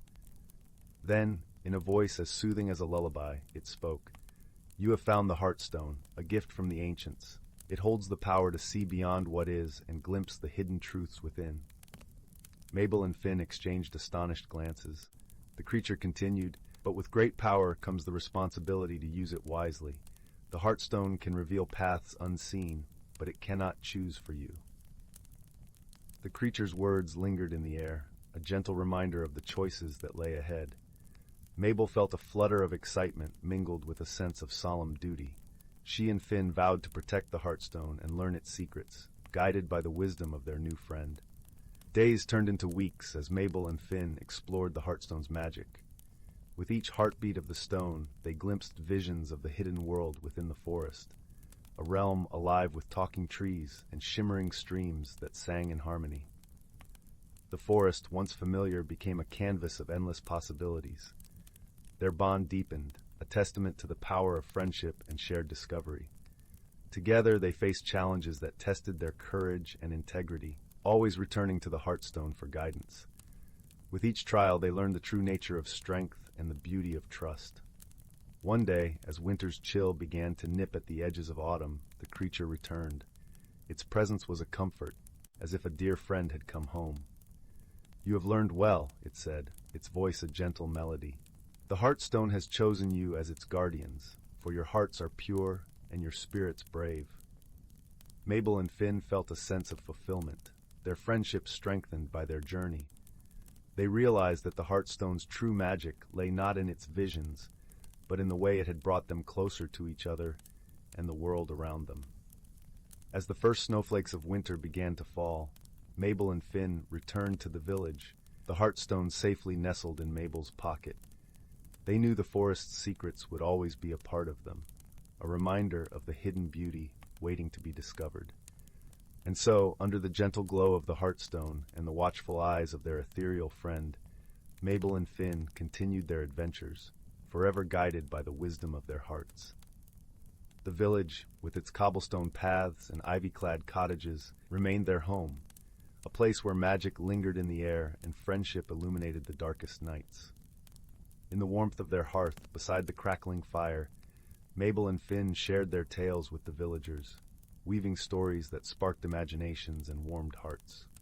The Heartstone's legacy lived on in their words, a gentle reminder that magic exists wherever there is love and understanding. As the fire's embers glowed softly, Mabel and Finn knew that their story was just beginning. The forest still whispered its secrets, and the Heartstone pulsed with a rhythm that echoed the boundless possibilities of the world.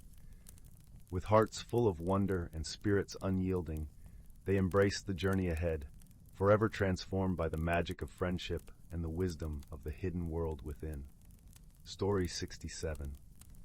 In a quaint village nestled at the edge of an ancient forest where the whispers of the trees told stories older than time itself, there lived a young girl named Lyra. Her hair was the color of autumn leaves, rich and warm, and her eyes sparkled like the distant stars on a crisp winter night. The village, with its cobblestone paths and ivy-clad cottages, lay cradled by the forest, which the villagers revered and respected, for it was said to be alive with magic. Lyra had always felt a deep connection to the forest, spending countless hours wandering beneath its towering oaks and listening to the symphony of birds and rustling leaves. Her best friend, a gentle-hearted boy named Finn, often accompanied her on these wanderings. Finn was as curious as Lyra, with a heart full of dreams and a mind that loved to ponder the impossible. One golden afternoon, as the sun dipped low in the sky and painted the world in hues of honey and amber, Lyra and Finn discovered something extraordinary. They had ventured deeper into the forest than ever before, their senses alive with the thrill of exploration. As they followed a narrow, winding path, the air grew cooler, and the light took on a peculiar quality, as if filtered through 1,000 shimmering prisms. It was then they stumbled upon a clearing that seemed to pulse with its own secret life. In the center stood an ancient tree, far larger and more majestic than any they had seen. Its bark was a tapestry of swirling patterns, and its branches stretched toward the heavens as if seeking to touch the stars. But what captivated Lyra and Finn was not the tree itself, magnificent though it was, but what lay nestled among its roots, a small, ornate chest, its surface adorned with intricate carvings of creatures both familiar and fantastical. With hearts pounding in sync with the forest's rhythm, they approached the chest. There was no lock, no latch, merely a gentle invitation to discover what lay inside. Lyra, her fingers tingling with anticipation, opened the chest. Inside was a single object, a delicate, iridescent feather that shimmered with all the colors of the rainbow. It was as if the feather contained within it the essence of every sunrise, every sunset, every dream ever dreamt. The moment Lyra's fingers brushed the feather, a soft, melodic hum enveloped the clearing. The air shimmered, and the world around them seemed to hold its breath. The feather was not merely an object, it was a key, a conduit to something beyond their understanding. As they stood transfixed, the forest around them shifted and changed. The trees whispered in a language they couldn't quite comprehend, yet understood all the same. The path beneath their feet transformed, no longer a simple trail through the woods, but a gateway to another realm, hidden within the folds of the natural world.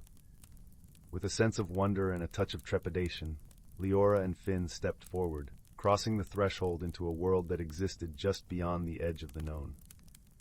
The air was different here, charged with a gentle magic that danced upon their skin like a summer breeze. The landscape was both familiar and strange, as if every element had been painted with the brush of imagination. They found themselves in a glade where the grass was soft as velvet and the flowers sang in sweet, lilting voices. Creatures of myth and legend moved gracefully among the trees. Unicorns with manes of silver stardust, dragonflies the size of sparrows with wings that glowed like moonlight, and rabbits with fur the color of twilight shadows. But most wondrous of all was the great, shimmering lake at the heart of this hidden world. Its waters were a mirror, reflecting not just the sky above, but the very essence of dreams. It was said that those who gazed into its depths could see the truth of their hearts, the paths they were meant to walk, and the dreams they were destined to weave. Lyra and Finn approached the lake, their reflections dancing on the surface. As they peered into the water, they saw not just their own images, but visions of who they might become. Lyra, a wise guardian of the forest, her spirit in tune with every living thing, and Finn, a storyteller whose words could weave the fabric of dreams and inspire worlds. The feather, still clutched in Lyra's hand, seemed to hum with approval, as if acknowledging the truth of what the lake had shown them. Yet, with this revelation came a question, a mystery that unfolded in the air around them, like the petals of a flower. What was the purpose of this hidden world, and why had they been chosen to find it? It was then that they noticed a figure standing at the edge of the glade, watching them with eyes that held the wisdom of ages. It was an elder of the forest, an ancient being with skin like the bark of the oldest trees and hair that flowed like the river of time. The elder's presence was both comforting and awe-inspiring, a gentle reminder of the magic that thrived in the spaces between worlds. "Welcome, young ones," the elder spoke, their voice a melody that echoed the harmony of the forest. "You have found the heart of the hidden world, a place where dreams and reality intertwine. The feather you hold is a gift of great power, a symbol of your journey and the bond you share. It is a reminder that true magic lies not in the object itself, but in the hearts of those who wield it."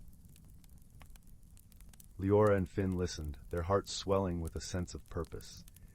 They understood that their discovery was not merely an adventure, but a calling to protect and cherish the magic that wove through their lives, to nurture the dreams that connected them to the world and to each other.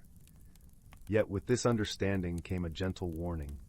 The elder spoke of a shadow that loomed at the edges of the hidden world, a force born of forgotten dreams and forsaken hopes. It was a darkness that sought to unravel the delicate tapestry of magic, to silence the songs of the forest and dim the light of the lake. "You are the keepers of this world," the elder said, their gaze steady and kind. "Your friendship is your strength, your wisdom your guide. Together, you must guard the dreams of this place, for they are the dreams of all who believe in the wonder of the world." With solemn hearts and determined spirits, Lyra and Finn accepted their role as guardians.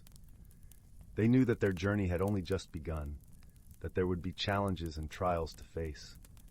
But they also knew that they were not alone, that their friendship was a beacon of light in the darkness, a bond that could withstand any storm.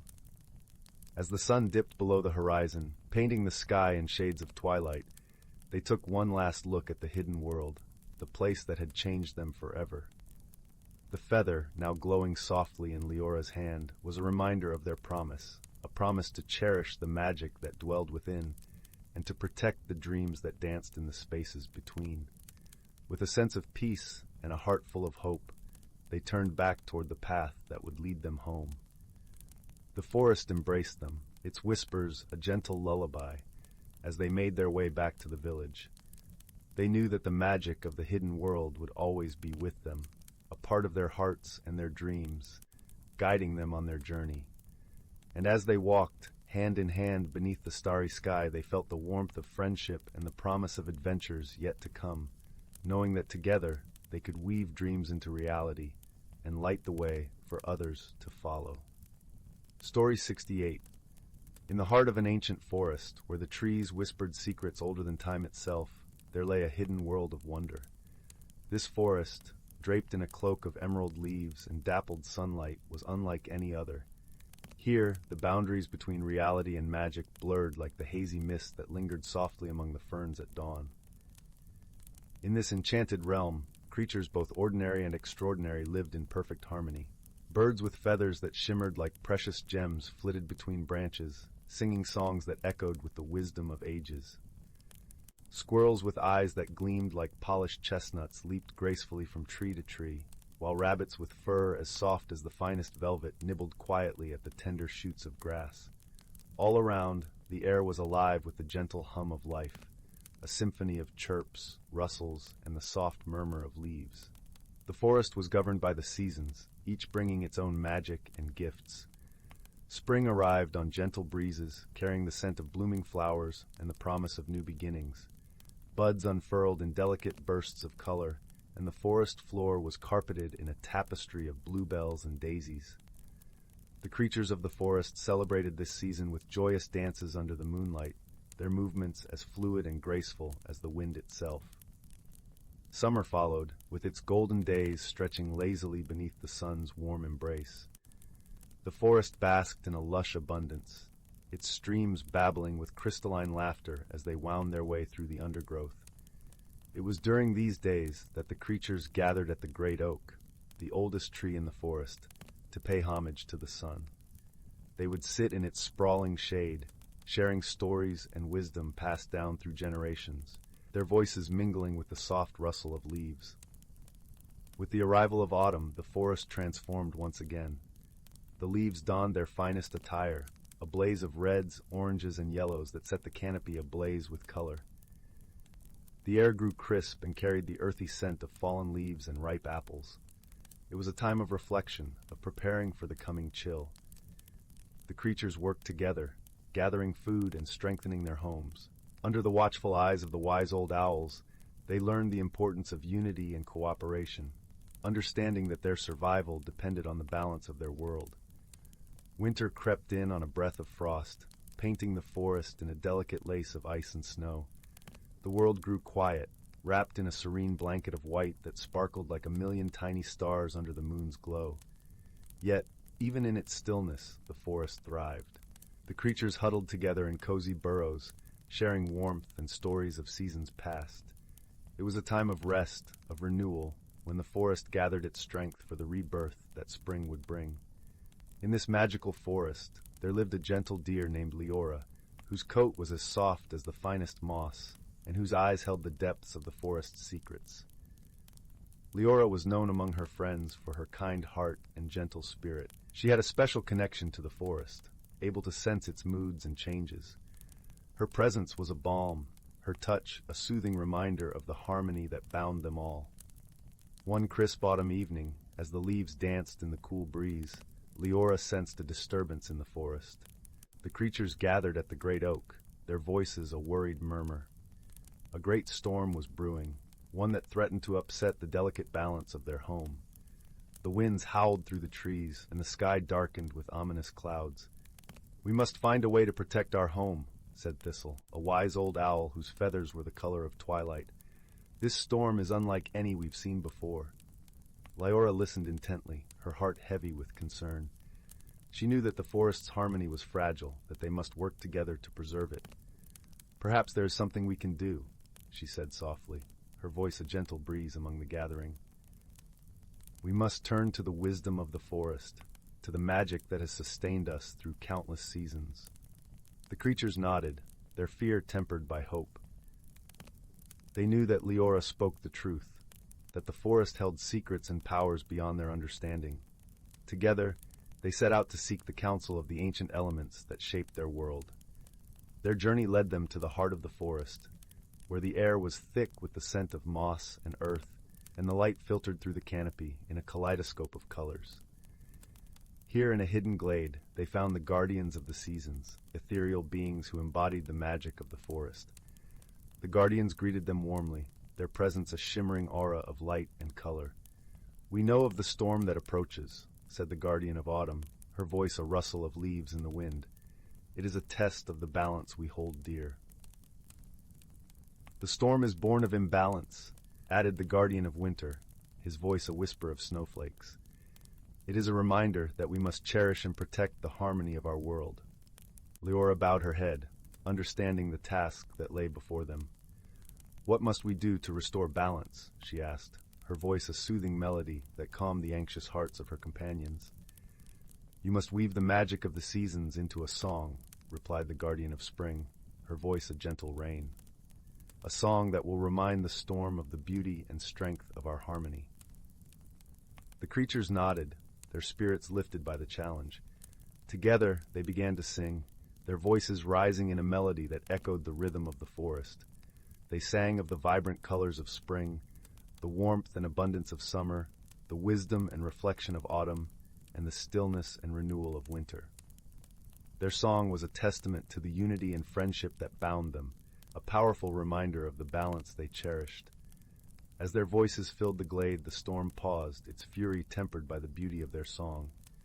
The winds softened, the clouds parted, and a gentle rain began to fall, washing away the fear and uncertainty that had gripped the forest. The guardians smiled, their light glowing brighter with the power of the song. "You have done well," said the guardian of summer, her voice a warm breeze. "Through your wisdom and friendship, you have restored the harmony of our world." The creatures returned to the great oak, their hearts filled with gratitude and joy. They understood that the balance of their home was a precious gift, one that required care and respect. Together, they vowed to protect it, to honor the wisdom passed down through the generations, and to cherish the magic that bound them all. As the stars twinkled above and the gentle rain continued to fall, the forest settled into a peaceful slumber. The creatures huddled together, their hearts warmed by the unity they had forged. They knew that no matter the challenges they faced, they would always find strength in each other and in the harmony of their enchanted home. And so, as the night embraced the ancient forest, a sense of comfort and resolution lingered in the air, a testament to the enduring magic of friendship and the balance of nature. Story 69. In the serene village of Willowbrook, nestled amidst a lush emerald forest, the sun's golden rays filtered through the canopy, casting delicate patterns on the cobblestone paths. The air carried the sweet scent of blooming honeysuckle, and a gentle breeze rustled the leaves in a soothing, melodic whisper. This quaint village was home to an array of kind-hearted folk and a few magical secrets that danced just beneath the surface of everyday life. One such secret was the mysterious occurrences that began one crisp autumn evening. It started when the village baker, old Mr. Hobbins, found his freshly baked loaves of bread missing from the cooling rack. The loaves, known for their comforting aroma and fluffy texture, were the pride of Willowbrook, and their disappearance caused quite a stir. The villagers gathered at the heart of the village, a cozy square adorned with flower beds that brimmed with vibrant colors. The square bustled with life as the villagers exchanged puzzled whispers, their breath visible in the chill air.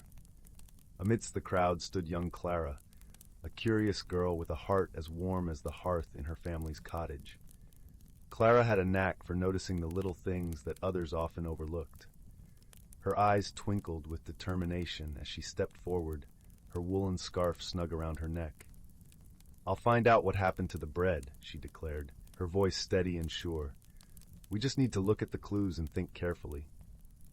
Clara's announcement was met with nods of encouragement, and soon she found herself joined by her loyal friend Finn, a gentle boy with an infectious laugh and a mind as sharp as a fox. Together, they set off on their quest to unravel the mystery. Their first stop was the bakery, a charming little building with ivy climbing its stone walls and the faint smell of cinnamon wafting from within. As they entered, the warmth of the ovens enveloped them like a soft blanket. Old Mr. Hobbins greeted them with a weary smile. "Ah, Clara, Finn, I'm grateful for your help. I can't imagine who would want to take my bread." Clara examined the room with keen eyes, noting the flour-dusted counters and the neat rows of baking tools. Her gaze landed on a small, muddy footprint near the window, barely noticeable against the wooden floor. "Look, Finn," Clara pointed out. "Someone came in through the window." Finn crouched down to inspect the footprint. "It's too small to be from any of the villagers," he mused. "What if it was a creature from the forest?" The thought intrigued Clara. Willowbrook was known for its magical inhabitants, creatures who lived in harmony with the villagers. Perhaps one of them had taken an interest in the bread. With this new lead, Clara and Finn decided to visit the edge of the forest, where the trees stood tall and majestic, their branches swaying gently as if greeting old friends. The forest was alive with the soft rustle of leaves and the distant call of a nightingale. As they wandered deeper into the woods, they came upon a clearing bathed in dappled sunlight. In the center of the clearing stood a majestic stag, its antlers adorned with glistening dewdrops that sparkled like tiny jewels.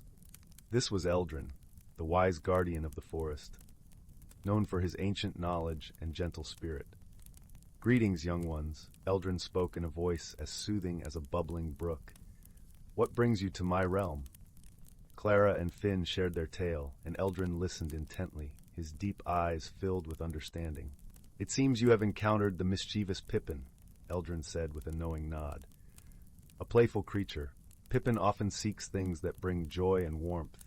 He must have been drawn to the scent of the bread.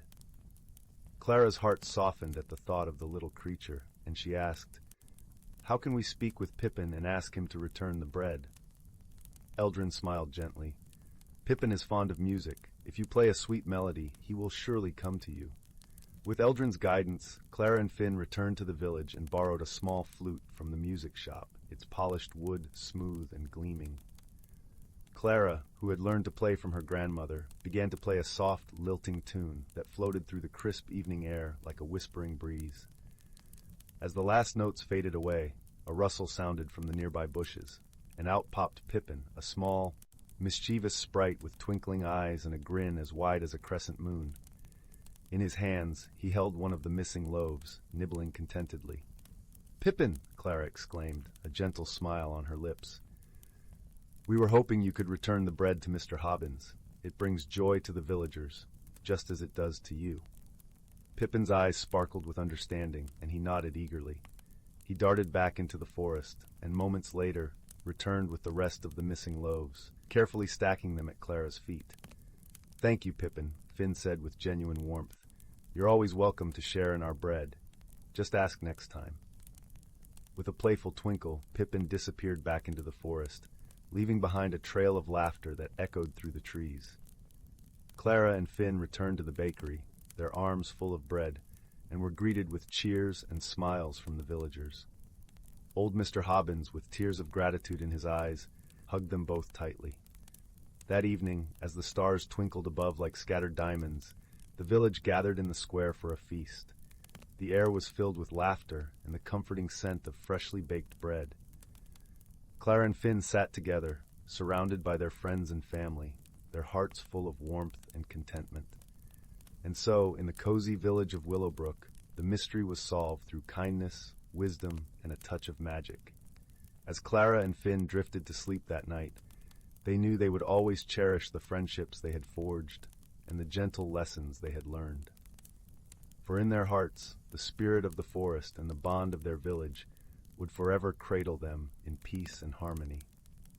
Story 70. In a corner of the cosmos where the stars twinkled like scattered jewels across a velvet sky, there was a small, unimposing planet known as Luminara.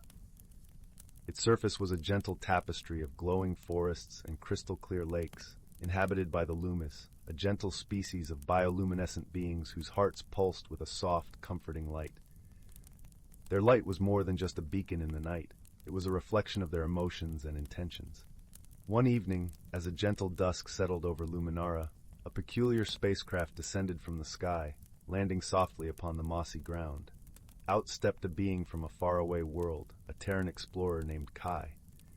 Having traveled from Earth, Kai was on a mission to understand the diverse life forms of the universe. Kai's eyes, wide with wonder, took in the sight of the glowing plants and the gentle Loomis who peeked shyly from behind shimmering trees. As Kai wandered through the forest, trying to make sense of the bioluminescent landscape, the Loomis watched with curiosity. They had never encountered a Terran before, and their lights flickered with shades of caution and intrigue.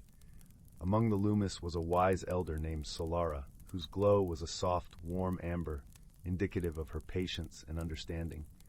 It was Solara who first approached Kai, her light dimmed to a welcoming glow. "Welcome to Luminara," she said, her voice as gentle as a breeze through the leaves. Kai, entranced by the light and sound, replied with a smile, "Thank you. I come in peace and with a desire to learn and share knowledge." Solara nodded, her light pulsing with interest. "We have much to learn from each other," she said, and so began the unlikely companionship between Kai and Solara, two beings from worlds apart. At first, their interactions were fraught with misunderstandings. The Loomis communicated not only with words, but with the subtle shifts in their light, a language that was as much about feeling as it was about speaking. Kai, accustomed to verbal and written language, struggled to interpret these luminescent cues. One day, while exploring a cave of glowing crystals with Solara, Kai accidentally startled a group of Loomis by shining a bright flashlight, thinking it would help illuminate the way.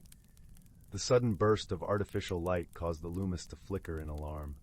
Solara, sensing the discomfort of her fellows, gently explained, "Your light is different from ours, Kai. It is bright but not alive with emotion. It can be startling to those unaccustomed to it." Kai nodded, understanding dawning. "I see. I didn't mean to frighten anyone. I'll be more mindful." Despite these early hiccups, Kai and Solara found common ground in their shared curiosity and desire for discovery. They spent days exploring the forest together, Kai sharing stories of Earth and its diverse life, while Solara taught Kai about the luminous flora and fauna of Luminara, each glowing being a story in itself. One afternoon, as golden rays of the setting sun mingled with the cool blue glow of the Loomis, a sudden storm swept across the land. The skies darkened, and the gentle streams that meandered through the forest began to swell. Kai and Solara, seeking shelter, stumbled upon a group of young Loomis trapped on a small island, the rising waters threatening to sweep them away. Without hesitation, Kai devised a plan. "We can build a bridge of branches to reach them," Kai suggested, recalling the way Terrans would create makeshift bridges in times of flood. Solara, her light glowing with determination, agreed. Together, they gathered fallen branches and vines, their actions synchronized by a shared urgency. As they worked, the young Loomis watched with wide eyes, their lights a flicker of hope. Kai and Solara spoke words of encouragement, their voices blending with the rhythm of the rain. "We're almost there," Solara reassured, her light a steady beacon in the storm. With the bridge finally in place, Kai and Solara guided the young Loomis to safety, their lights mingling in a dance of relief and gratitude. The storm passed, leaving the forest washed clean and sparkling under a sky now dotted with stars. That night, as they sat by the edge of a serene lake reflecting the celestial tapestry above, Kai and Solara found themselves in quiet conversation. The shared challenge had deepened their bond, and in the silence they understood each other in ways they hadn't before. "I've learned so much from you, Solara," Kai said softly, the light of the Loomis casting gentle patterns on the water. "Not just about your world, but about how to see beyond words."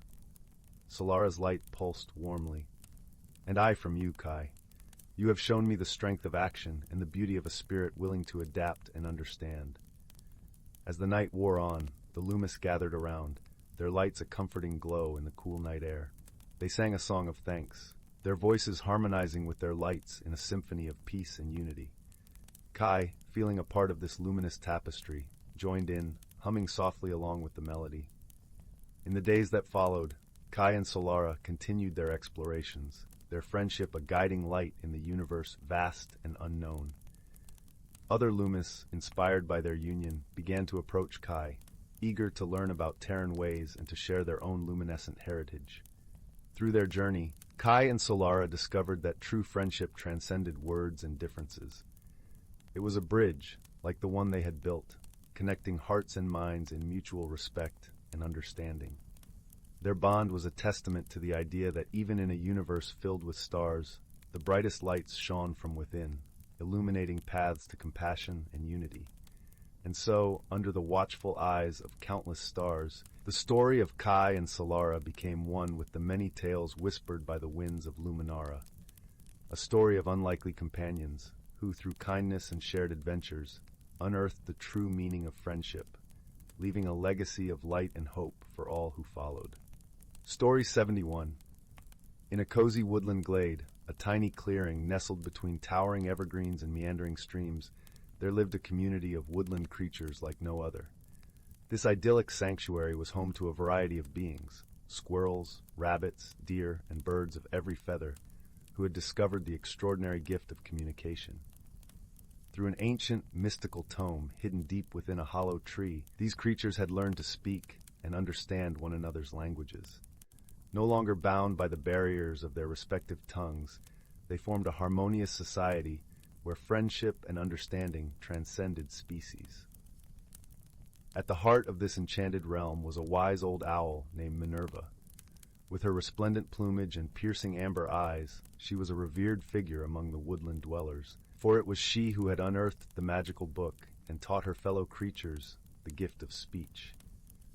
One crisp autumn morning, as the leaves danced on the cool breeze, Minerva gathered the younglings of the glade for their daily lesson. Perched atop a mossy log, she watched with a warm smile as the little ones scampered and fluttered around her, eager to learn. "Good morning, my dear ones," Minerva greeted them in her soothing, melodic voice. "Today, we shall delve into a tale of adventure, friendship, and the boundless power of courage." The little ones settled down, their eyes shining with anticipation, for Minerva's stories were always enthralling. Long ago, in a realm far beyond our cozy glade, there lived a young rabbit named Willow, Minerva began. She was a curious and adventurous soul, forever seeking new wonders beyond the familiar boundaries of her burrow. As the owl wove her tale, the woodland seemed to come alive around them. The rustling leaves whispered of distant lands, and the gurgling brook carried the echoes of Willow's journey. One fateful day, while exploring the depths of the forest, Willow stumbled upon a most peculiar sight. A glimmering object, half buried in the mossy earth, its surface reflecting the dappled sunlight. Curiosity piqued. She dug it out and gasped in awe, for in her paws she held a gleaming golden pocket watch, its intricate design like nothing she had ever seen before. The younglings leaned in, their eyes wide with wonder, imagining the mysterious watch in their minds. As Willow studied the watch, she noticed something extraordinary. The hands seemed to move in reverse, counting down rather than forward. And stranger still, whenever she clutched the watch tightly, the world around her seemed to blur and shift, as if she were traveling through time itself. Minerva paused, letting the weight of her words settle upon the enraptured audience. Willow soon realized that this was no ordinary timepiece, but a powerful artifact capable of altering the very fabric of reality. With great responsibility, she embarked on an extraordinary journey, using the watch's power to right wrongs and heal the wounds of the past. The tale unfolded, carrying the young ones through Willow's adventures, her daring escapades, her encounters with newfound friends, and the challenges she faced in mastering the watch's enigmatic power. Through it all, the steadfast rabbit learned invaluable lessons about courage, perseverance, and the unbreakable bonds of friendship. As the story reached its climax, Minerva's voice grew hushed and intense, painting vivid pictures of Willow's most perilous trial, a confrontation with a malevolent force that sought to wrest the watch from her grasp and bend time to its wicked will. With her friends by her side and her heart filled with determination, Willow faced the darkness head-on, Minerva narrated, her feathers ruffling with emotion. In that decisive moment, she realized that true power did not lie in controlling time, but in embracing the present, cherishing every fleeting moment, and living life to its fullest. The woodland seemed to hold its breath as Minerva recounted Willow's triumph, her courage and wisdom shining through like a beacon in the deepest night. "And so, my dear ones," the owl concluded, her gaze sweeping over the spellbound younglings, "Willow's journey taught her that the greatest magic lies not in the possession of wondrous artifacts, but in the strength of one's spirit and the everlasting bonds of friendship that transcend all boundaries." As the last words faded into the gentle susurrus of the forest, a profound silence settled over the glade, broken only by the occasional chirp or rustle of leaves. The young creatures sat in awe, their hearts and minds filled with the magic of Minerva's tale, forever transformed by the lessons it had imparted. In that moment, they understood the true power of stories, to inspire, to enlighten, and to forge unbreakable connections that spanned across species and generations. For in the enchanted realm of the woodland glade, the gift of speech was more than mere words. It was a tapestry woven from the threads of wisdom, wonder, and the eternal dance of life itself. And as the sun dipped below the horizon, casting long shadows across the forest floor, the younglings returned to their homes, carrying the echoes of Willow's journey in their hearts, ready to weave their own tales of courage and friendship in the ever-unfolding tapestry of the woodland glade. Story 72. Once upon a time, nestled in a quaint, sleepy village surrounded by gentle hills and whispering woodlands, there lived a young tailor named Linden. The village, with its cobblestone paths and ivy-clad cottages, was a place where time seemed to stand still. Yet within this serene setting, Linden found himself restless, yearning for change, yet fearing it with all his heart. Lyndon's workshop was a cozy nook filled with the hum of his sewing machine and the soft scent of lavender sachets tucked among spools of thread. His fingers danced nimbly over colorful fabrics, weaving tales of beauty through his craft. Despite his skill, Lyndon felt a quiet discontent. He longed to create something different, something more, though he did not know what. One crisp autumn evening, as the sun dipped below the horizon and painted the sky with hues of amber and rose, Lyndon decided to take a walk through the village. The air was cool and carried the scent of fallen leaves and distant chimneys. As he strolled, he noticed a peculiar shop he had never seen before, nestled between the bakery and the apothecary. Its window displayed an array of shimmering trinkets and peculiar objects that seemed to hum with an inner light. Drawn by an inexplicable curiosity, Lyndon stepped inside. The shop was dimly lit, with shelves lined with curiosities that glimmered in the flickering candlelight. Behind the counter stood an elderly woman with kind eyes that twinkled like stars. Her name was Marigold, and she greeted Lyndon with a warm smile that felt like a long-lost embrace. "What brings you here, dear boy?" Marigold asked, her voice as soothing as a lullaby. Lyndon hesitated, then spoke of his yearning for change and his fear of the unknown. Marigold listened intently, nodding with understanding. She reached beneath the counter and retrieved a small, delicate box adorned with intricate carvings of leaves and vines. "This," she said, offering the box to Lyndon, "is a mirror of transformation. It reveals not only the person you are, but the person you can become."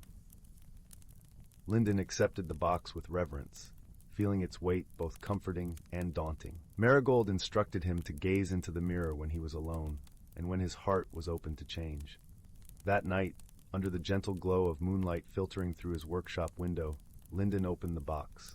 Inside lay a mirror, its surface shimmering like a calm lake under the starlit sky. With a deep breath, he peered into its depths. At first, all Lyndon saw was his own reflection, tired yet hopeful. But slowly, the image shifted, revealing a tapestry of visions. Lyndon creating garments of breathtaking beauty, imbued with colors and patterns he had never imagined. He saw himself moving with confidence, his heart light and joyful. And in each vision, he was surrounded by friends and villagers, all sharing in the wonder of his creations. The visions filled Lyndon with warmth, but also with a lingering uncertainty. Could he truly become the person in the mirror? The thought both thrilled and frightened him. In the days that followed, Lyndon began to experiment with his craft. He mixed dyes from wildflowers, wove patterns inspired by the dance of leaves in the wind, and let his imagination guide him. At first, his creations were clumsy imitations of his visions, but with each attempt, they grew more vibrant and true. Throughout this journey, Lyndon was not alone. The villagers, curious about his newfound endeavors, offered their encouragement. There was Rowan, the gentle baker, who gifted Lyndon with sweet pastries each morning, and Hazel, the lively gardener, who supplied him with petals and herbs for his dyes. Even the children, with their boundless energy and laughter, inspired Lyndon with their unfiltered creativity. As Lyndon's confidence blossomed, so too did his friendships. He realized that change, while daunting, was not a solitary journey. It was a path walked with others, each step lighter with the support of those who cared. One brisk winter's evening, as snowflakes danced in the air, the village gathered for a festival of light. Lanterns adorned the trees, and music filled the square.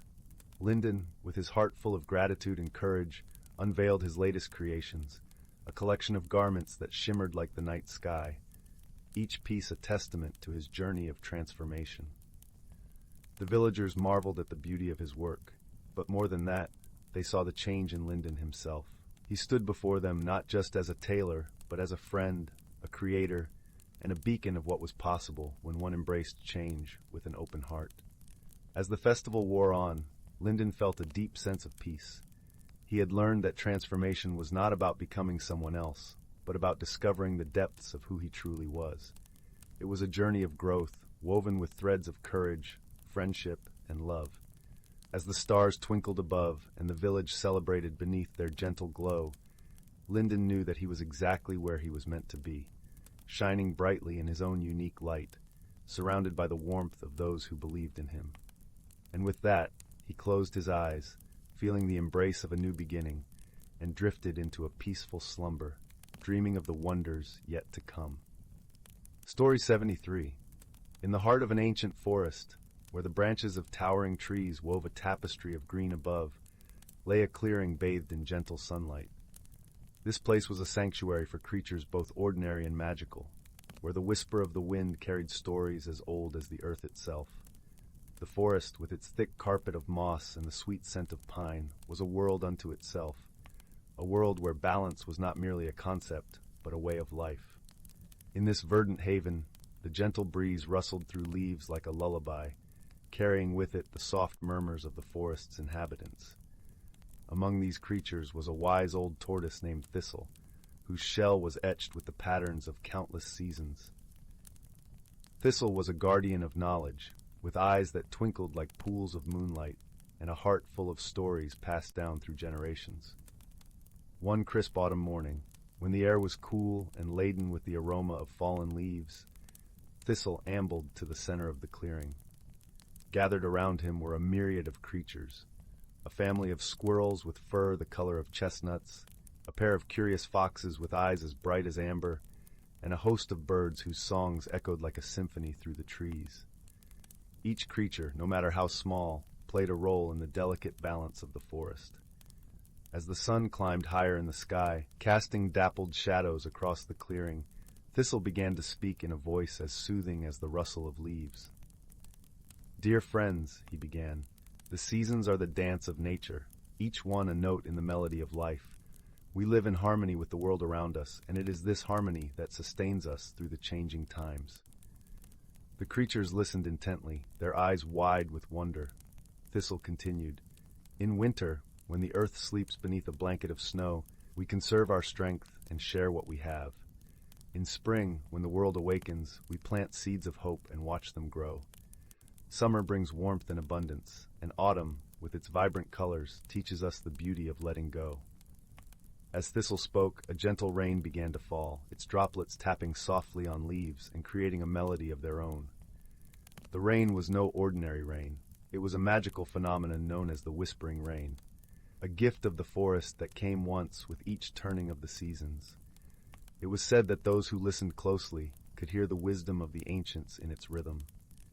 The creatures closed their eyes, letting the rain wash over them, feeling its cool touch on their fur and feathers. The whispering rain told stories of the past, tales of harmony and the importance of every living thing.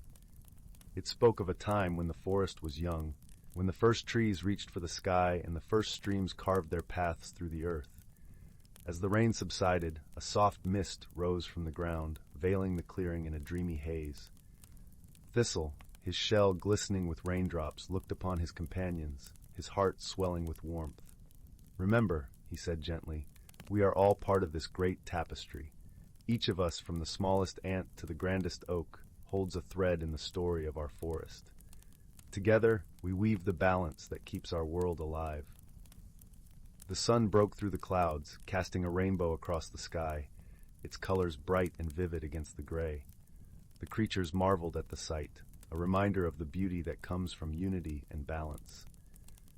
They knew that they were not alone, that their lives were intertwined with the rhythms of nature and the magic of the forest. As the day wore on, the creatures slowly dispersed, each returning to their homes but carrying with them the wisdom of Thistle and the song of the whispering rain. The forest, with its towering trees and hidden wonders, remained a sanctuary, its harmony undisturbed and its magic ever present. And as night fell, the stars appeared one by one, twinkling in the velvet sky like the eyes of ancient beings watching over the forest. The creatures slept peacefully, knowing that they were part of something greater, part of a story that would continue to be told for generations to come.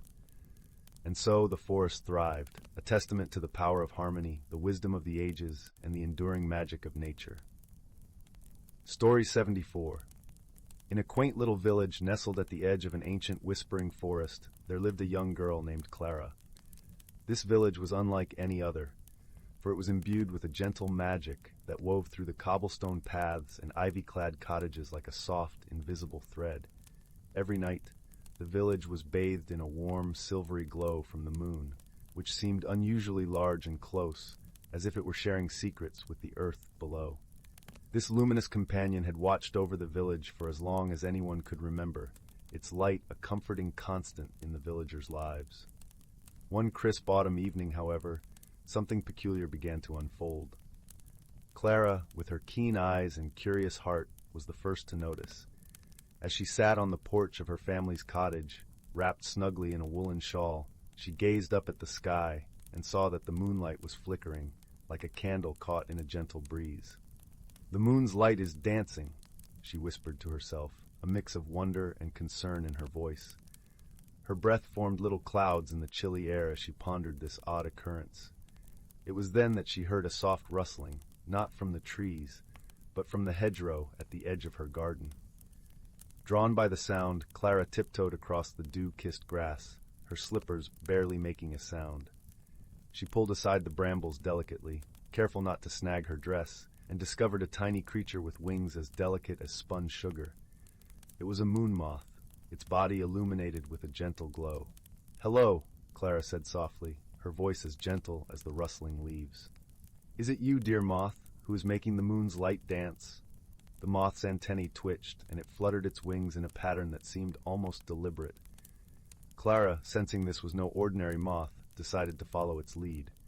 As she did, the moth flitted gracefully ahead, guiding her toward the heart of the village.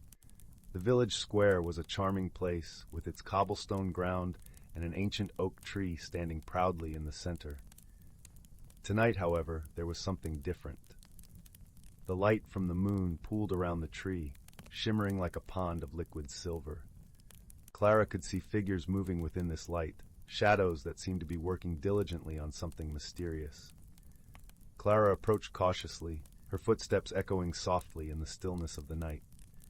As she neared, she realized these figures were not people, but creatures of magic, whispering owls with eyes like lanterns, clever foxes with tails trailing stardust, and nimble rabbits with ears that caught the moonbeams.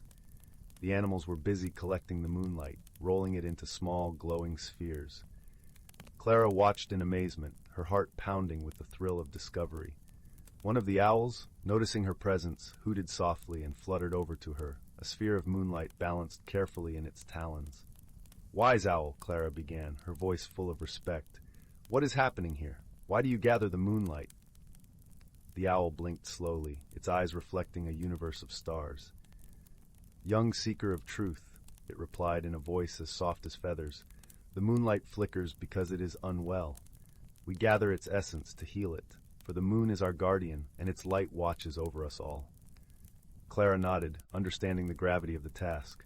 "How can I help?" she asked earnestly, eager to assist in this magical endeavor. The owl tilted its head thoughtfully. "Your heart is pure, and your intentions are kind. We need someone to deliver these spheres to the Moonkeeper, who dwells in the ancient forest. Will you take this journey?" Without hesitation, Clara agreed.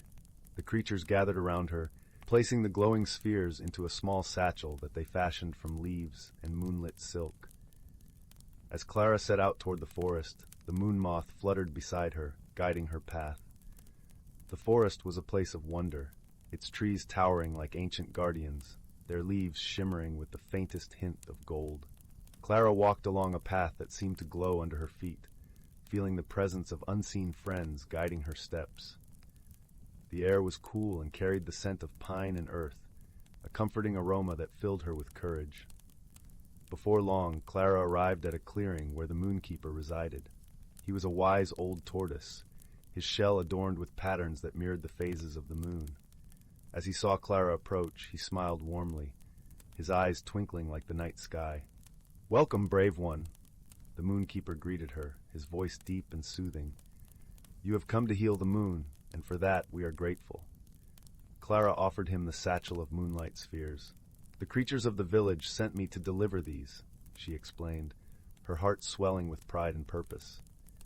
The Moonkeeper nodded, taking the satchel gently. "These will surely restore the moon's strength. It is the kindness and unity of all creatures that keeps our world in harmony." As the tortoise carefully placed each sphere on a stone altar, a soft glow began to emanate from them, growing brighter with each passing moment. The light reached up toward the sky, like tendrils of hope weaving through the night, and Clara watched in awe as the moon's flicker steadied and grew strong once more. "Thank you, Clara," the moonkeeper said, his voice wrapping around her like a warm blanket. "You have shown great courage and kindness, qualities that light the way in even the darkest times." With a heart full of joy and a mind brimming with wonder, Clara bade farewell to the moonkeeper and made her way back to the village. As she walked, the moon cast a gentle, unbroken light over her path, a promise of protection and peace. When Clara returned to her cottage, she found her family waiting, their faces alight with curiosity and admiration. She shared her tale by the fireside, the warmth of the hearth matching the warmth in her heart. As the night deepened, Clara knew that she, like the moon, would always be a beacon of light in the world.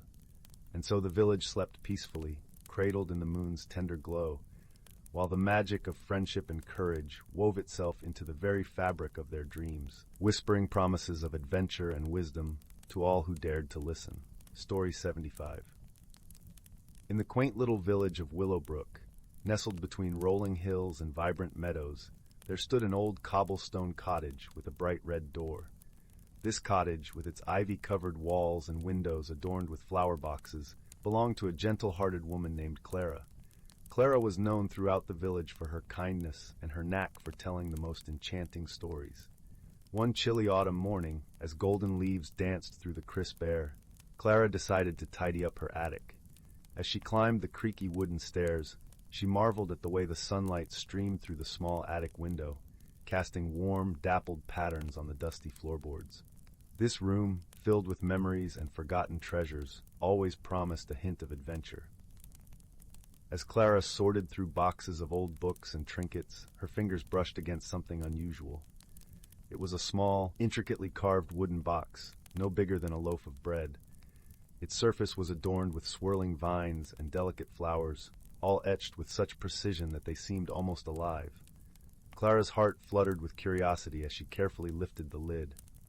Inside the box lay a polished stone, smooth and cool to the touch. It shimmered softly, reflecting the light in a spectrum of colors, much like the iridescent wings of a dragonfly. As Clara held the stone, a gentle warmth spread through her hands, and she felt an inexplicable sense of calm wash over her. That evening, as the sun dipped below the horizon and stars began to twinkle in the velvet sky, Clara sat by her fireplace, the stone resting in her lap. She gazed into the dancing flames, pondering the stone's significance. Around her, the room was filled with the comforting scent of pine and the soft crackle of burning logs. The next morning, Clara decided to visit the village elder, a wise and kindly man named Elder Rowan, who lived at the edge of the forest.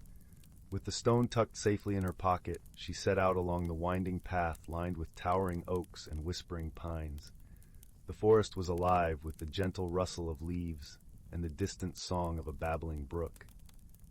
As she walked, Clara couldn't help but notice that the stone seemed to grow warmer as she neared the forest. She paused for a moment, closing her eyes and listening to the symphony of nature around her. It was then that she heard a soft voice, barely more than a whisper, urging her onward. Upon reaching Elder Rowan's cozy cottage, Clara was greeted by the scent of herbs and the sight of the elder himself, tending to his garden. His eyes twinkled with wisdom as he welcomed her warmly.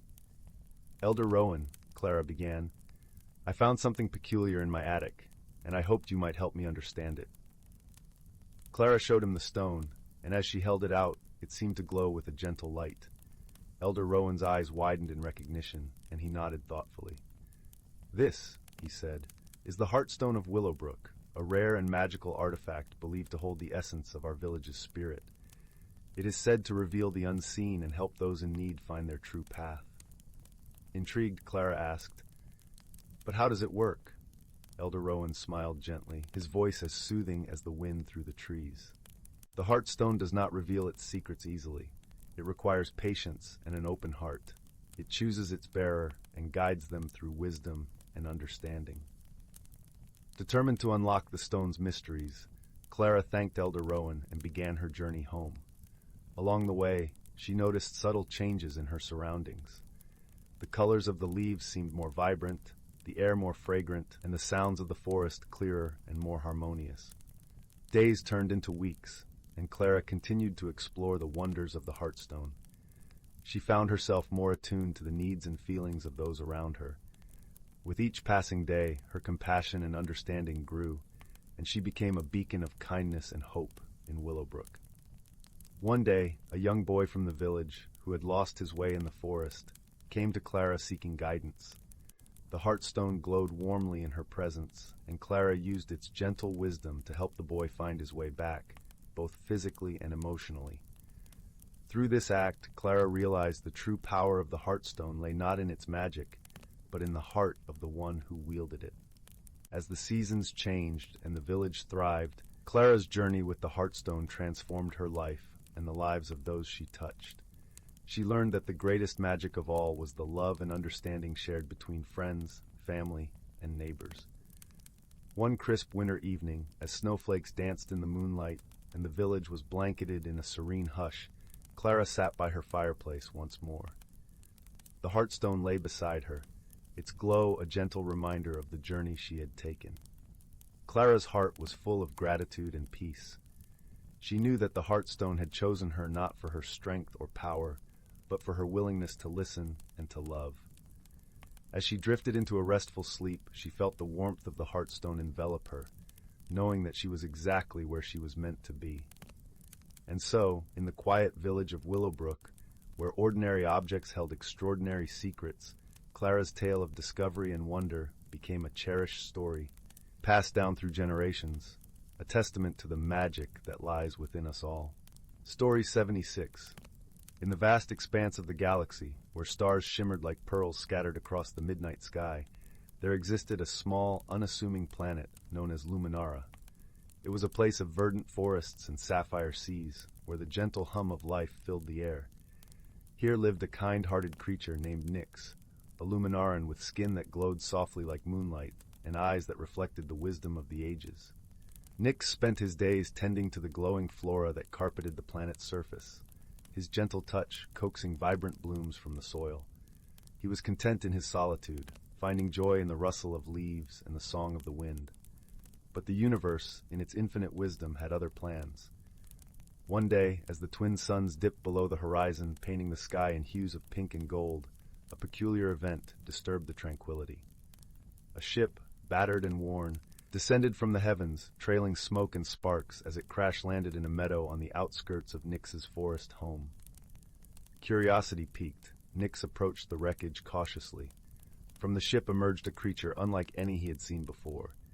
She was a sleek, metallic being from the distant planet of Phyrexia, with a body that glinted like polished steel and eyes that glowed with an inner fire. Her name was Rhea, and she was far from home. Rhea's landing had been rough, and her navigation systems were in disarray. She stood amidst the wreckage, scanning her surroundings with a mixture of apprehension and determination. When her eyes met Nyx's, there was a moment of silence, each uncertain of the other's intentions. Nyx, ever gentle and welcoming, extended a glowing hand in greeting. Rhea hesitated, her circuits whirring with calculations and protocols, but something in Nyx's luminous gaze spoke of kindness and peace. She reached out, and their fingers brushed, sparks of energy dancing between them. Despite her initial wariness, Rhea found herself accepting Nyx's offer of help. He led her to his home, a cozy dwelling nestled beneath the boughs of an ancient tree. The air was fragrant with the scent of blooming flowers, and the soft luminescence of bioluminescent plants painted the walls with gentle light. Rhea had never known such warmth, not on her home planet of Phyrexia, where industry and efficiency reigned supreme. As Nyx brewed a fragrant tea from the leaves of a Luminara tree, Rhea marveled at the simplicity and beauty of it all. Their first days together were marked by misunderstandings. Rhea, accustomed to the brisk and direct communication of her people, often found Nyx's gentle, meandering stories perplexing. Meanwhile, Nyx was bewildered by Rhea's analytical nature, her tendency to dissect and quantify emotions. But as the days turned into weeks, these misunderstandings became opportunities for growth. Rhea learned to appreciate the beauty in Nyx's stories, the way they wove history and wisdom into every word. Nyx, in turn, discovered the value of Rhea's logical mind, her ability to find solutions to problems he had never considered. Their bond deepened as they faced shared challenges. The planet, though beautiful, was not without its dangers. A fierce storm, unlike any Nyx had seen before, swept across the land, threatening to destroy his beloved garden. Together, they worked tirelessly, Rhea using her engineering skills to construct barriers, while Nyx used his intimate knowledge of the land to guide their efforts. In those moments of teamwork, they discovered a rhythm, a harmony in their differences.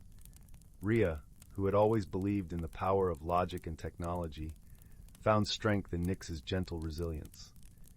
Nyx, who had lived a life guided by intuition and emotion, saw the beauty in Rhea's precision and clarity.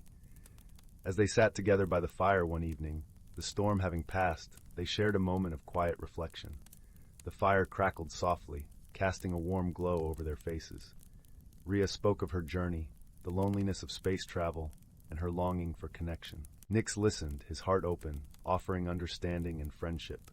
In return, Nyx shared the story of Luminara, a tale of light and shadow, of life and renewal. It was a story that spoke of the interconnectedness of all things, a lesson that resonated deeply with Rhea. Through their shared experiences, they discovered the true meaning of friendship. It was not found in similarity or shared backgrounds, but in the willingness to understand, to support, and to grow together. Their unlikely companionship blossomed into a bond that transcended planetary origins and cultural divides. The universe, with its infinite stars and endless possibilities, had brought them together for a reason. Nyx and Rhea, once strangers from distant worlds, now found solace and joy in their friendship. As they watched the twin moons rise, casting silver light over the tranquil land, they knew they had found something rare and beautiful. A connection that would light their paths for years to come. And so, under the gentle embrace of Luminara's night sky, Nyx and Rhea sat side by side, their hearts aglow with the warmth of newfound friendship, a testament to the power of understanding and the enduring beauty of the universe. Story 77, title, The Whispering Compass. Part 1, The Beginning. In a small village nestled between rolling hills and lush, whispering forests, where the sky was often adorned with flocks of birds tracing elegant patterns against the azure expanse, lived a young girl named Lyra. Her hair was the color of burnished copper, catching the sun in a fiery dance, and her eyes were deep pools of emerald green that seemed to hold secrets of the woods themselves. Lyra had a curious spirit, much like the gentle streams that wound their way through the village, bubbling with life and stories untold.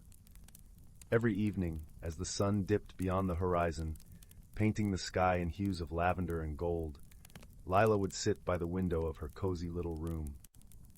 The scent of pine and the distant murmur of the forest filled the air, while the crackle of a warm hearth echoed softly in the background. She would gaze at the stars, each twinkling light a beacon of mystery and wonder. One such evening, while the moon hung low and full like a silver coin, Lyra noticed something peculiar glinting in the garden under the moonlight.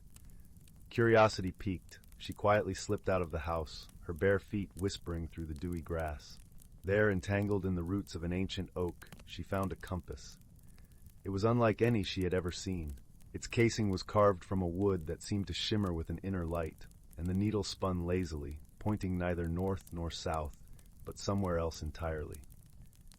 As Lyra picked up the compass, she felt a gentle warmth spread through her fingers, as if the object itself was alive. The needle steadied, pointing towards the heart of the forest.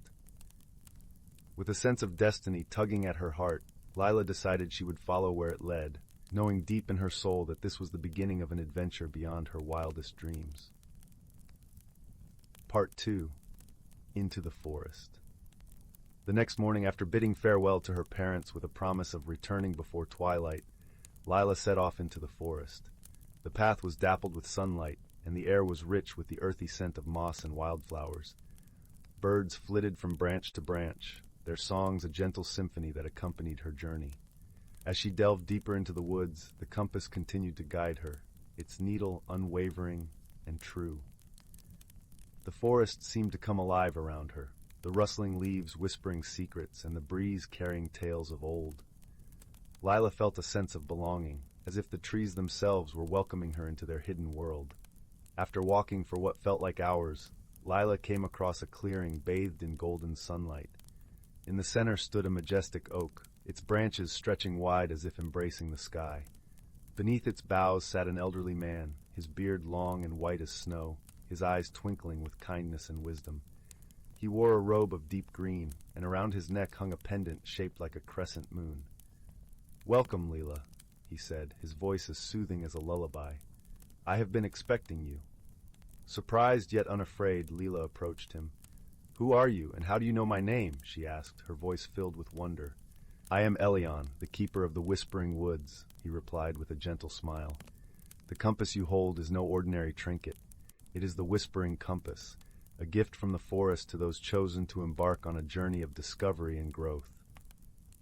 Lila listened intently as Elion explained that the compass had chosen her to uncover a mystery hidden deep within the forest, a mystery that could only be solved through wisdom, courage, and the bonds of friendship. Part 3. The journey begins with Elion as her guide. Leela ventured deeper into the forest, the path winding through groves of ancient trees and over crystal-clear streams that sang with the voices of water nymphs. The air was filled with the scent of blooming flowers, and the light filtered through the canopy above, casting a mosaic of shadows on the forest floor. As they walked, Elion shared stories of the forest's history, tales of magical creatures and the harmony that existed between the natural world and the unseen. Lila found herself enchanted by his words, her imagination painting vivid pictures of the wonders he described. After a time, they arrived at the edge of a tranquil lake, its surface a mirror reflecting the sky's azure depths. Here Elion paused, his expression solemn yet gentle. "This is where your journey truly begins, Lila," he said, gesturing towards the water. "Beyond this lake lies a hidden world, a realm where the past and present intertwine. But to enter, you must first solve the riddle of the lake." Lila looked at the lake, her mind racing. She could feel the compass in her hand, its warmth a comforting presence. Taking a deep breath, she focused on the water, noticing how the ripples spread in perfect concentric circles, how the light danced across the surface. "The answer lies in reflection," she murmured to herself, her voice barely a whisper. With that realization, she knelt by the water's edge, gazing at her reflection. As she did, the image in the water shimmered and changed, revealing a path beneath the surface. "Very good, Lila," Elion said, his voice filled with pride. "You have seen beyond the surface, and now the way is open." With a sense of excitement and trepidation, Lila stepped into the lake, the cool water enveloping her like a gentle embrace. As she followed the path, the world around her shifted and changed, the water giving way to a land of breathtaking beauty. Part 4. The Hidden World. Lila emerged from the lake into a realm unlike any she had known. The air was sweet and fragrant, filled with the scent of blossoms and fresh rain. The trees here were taller and more vibrant, their leaves shimmering like precious gems. Creatures of all shapes and sizes roamed freely, their eyes filled with intelligence and curiosity. Elion stepped beside her, his presence as calming as ever. "Welcome to the hidden world, Leela. Here the lines between magic and reality blur, and the forest's true essence is revealed." As they walked, Leela marveled at the sights around her. She saw a family of deer with antlers made of delicate crystal, their bodies glowing softly in the dappled sunlight. A group of rabbits with fur like spun gold played in the fields, their laughter a melody of joy. But the most wondrous of all was the presence of a magnificent dragon, its scales a tapestry of iridescent colors shifting with every movement. It watched Lila with eyes like liquid silver, its gaze gentle and wise. "Fear not, for the dragon is a guardian of this realm," Elion explained. "It is a creature of great wisdom and benevolence, and it will aid you in your quest."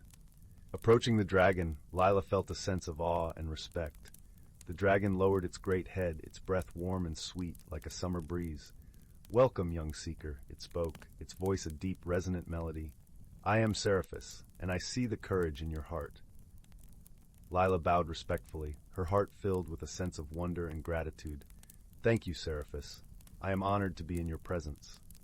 Seraphis nodded, its eyes gleaming with approval. "Your journey is one of discovery, both of the world and of yourself. Trust in the compass, and it will guide you true." Part 5. The Mystery Unfolds.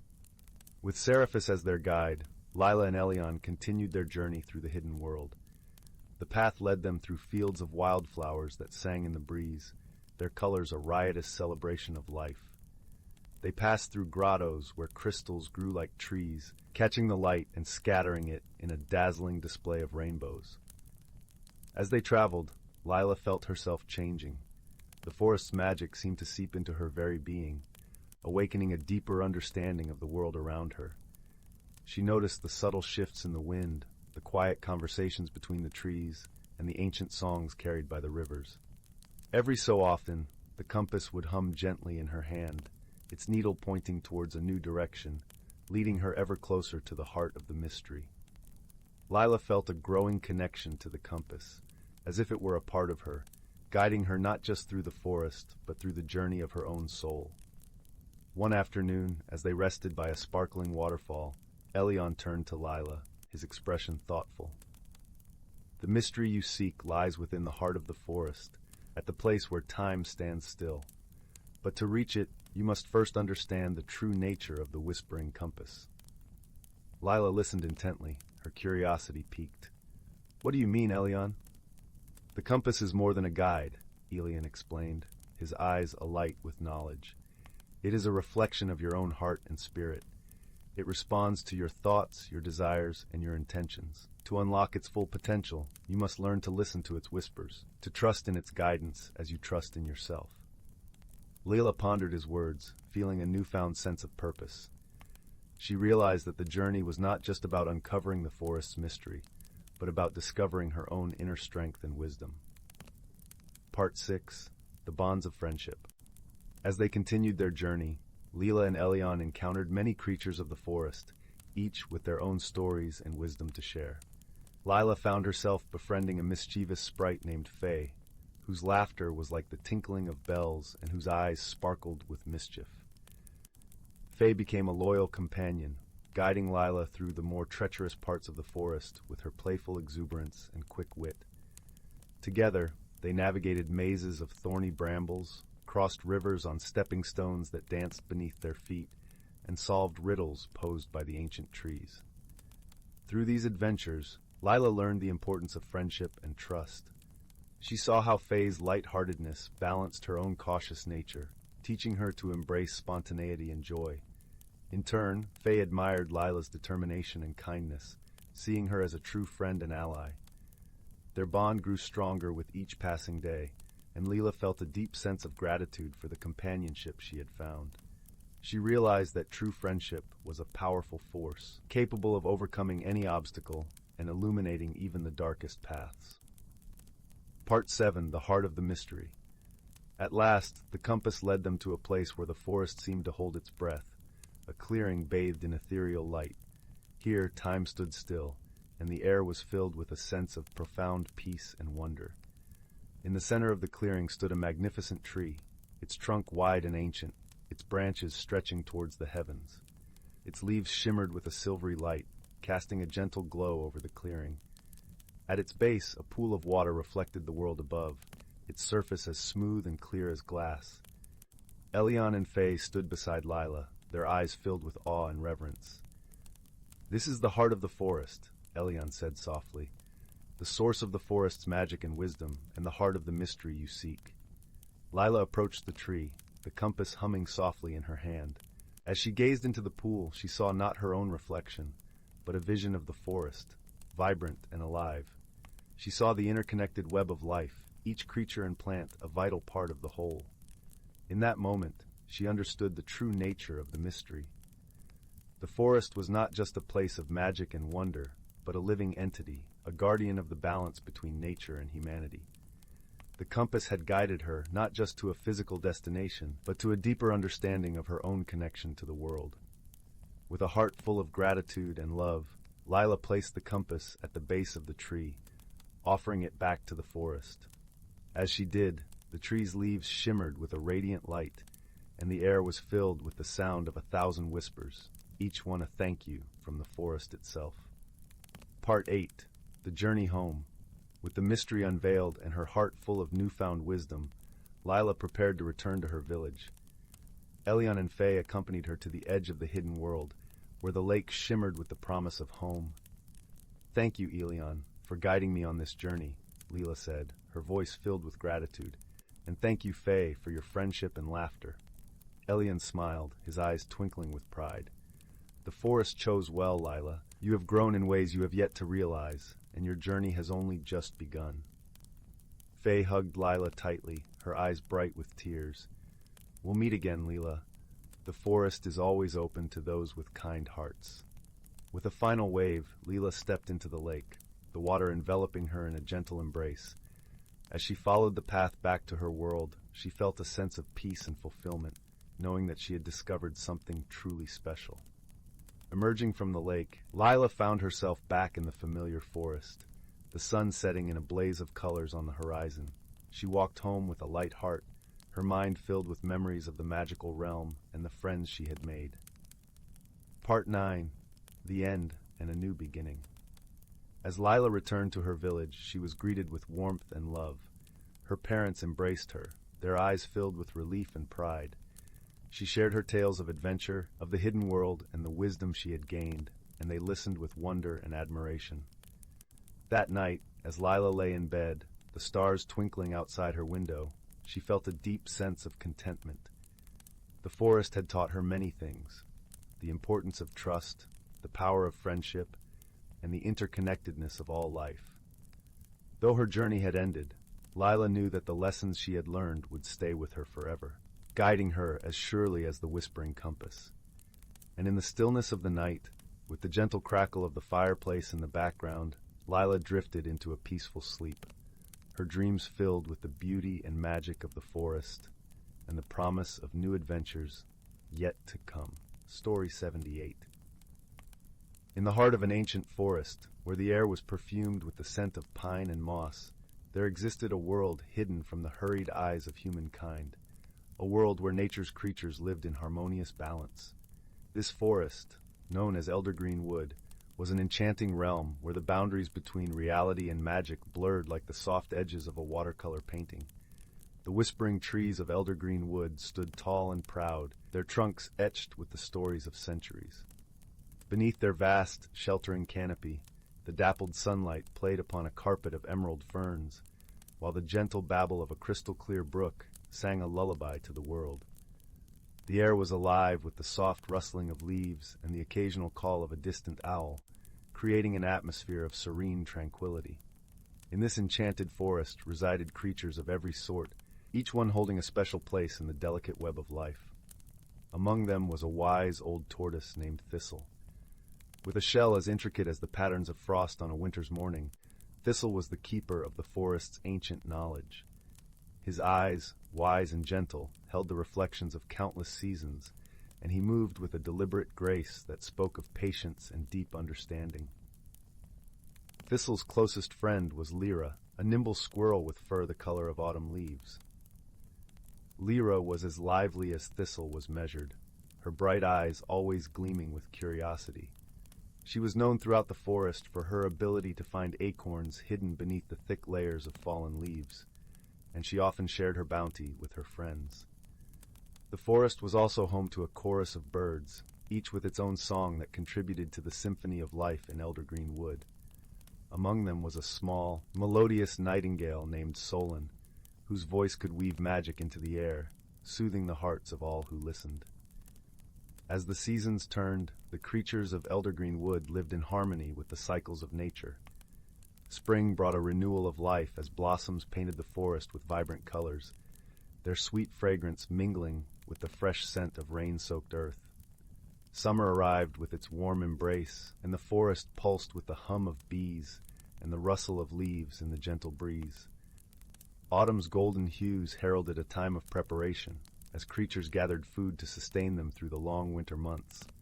And finally, winter wrapped the forest in a blanket of silence, the snow glistening like diamonds under the pale moonlight.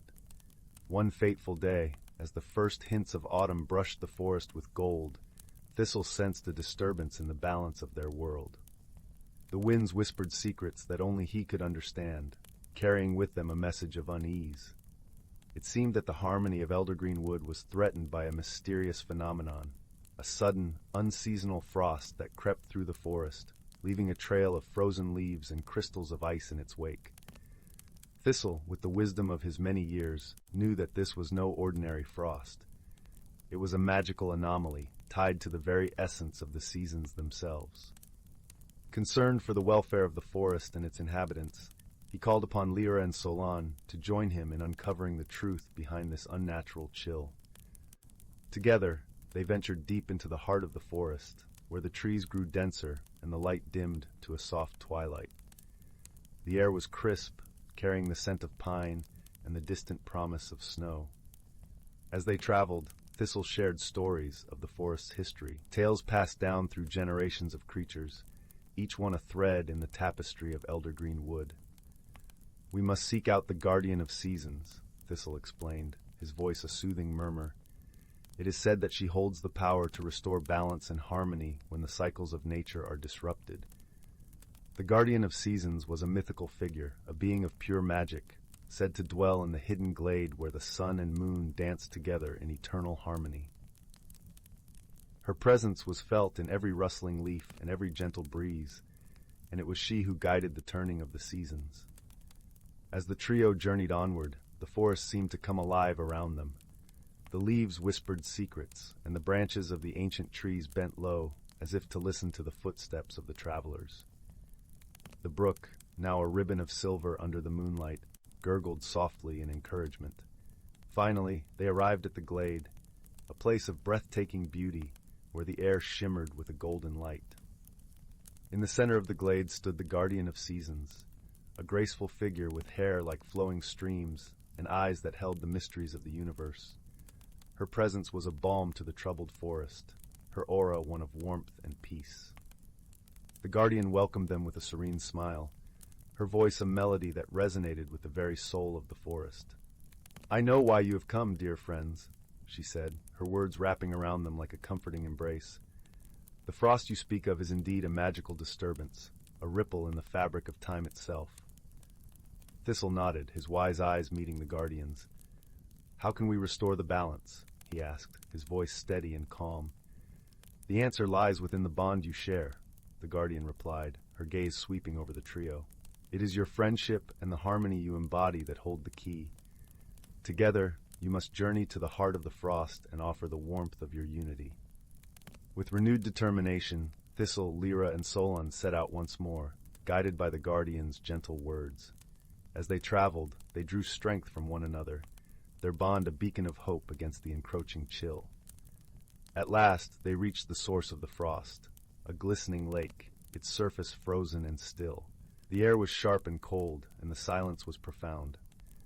But as the friends stood together, their presence began to weave a tapestry of warmth and light, a gentle glow that spread across the ice, melting it with the power of their unity.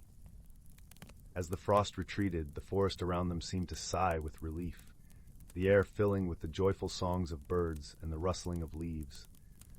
The balance of elder-green wood was restored, and the creatures celebrated the return of harmony with a joyous chorus. With their task complete, Thistle, Lyra, and Solon returned to the heart of the forest, their spirits light and their hearts full. The guardian of seasons appeared once more, her smile radiant with gratitude. "Thank you, dear friends, for your courage and your kindness," she said, her voice a gentle breeze. "May your hearts always guide you, and may the forest forever thrive in the harmony of your friendship." As the sun dipped below the horizon, casting the forest in a golden glow, Thistle, Lyra, and Solon settled beneath the sheltering branches of an ancient oak. The air was warm and sweet, and the gentle murmur of the brook lulled them into a peaceful slumber. In the heart of elder-green wood, the creatures of the forest slept soundly, knowing that their world was safe and harmonious once more. The gentle wisdom of Thistle, the lively spirit of Lyra, and the melodious heart of Solon had woven a tale of friendship and balance, a story whispered by the trees and carried on the wind, a story that would be told for generations to come, in a forest where magic and reality danced hand in hand. Story 79. Once upon a dreamy night, beneath a canopy of twinkling stars, the ancient everwood forest stirred with the rhythms of life. A carpet of velvet moss cushioned the steps of the woodland creatures, muffling their footfalls as they emerged from their cozy dens and burrows. Wispy tendrils of mist danced between the towering redwood trunks, carrying the earthy scent of decay and rebirth. In this ethereal realm, the veil between the natural and supernatural worlds thinned, allowing the magic to seep through like a gentle breeze.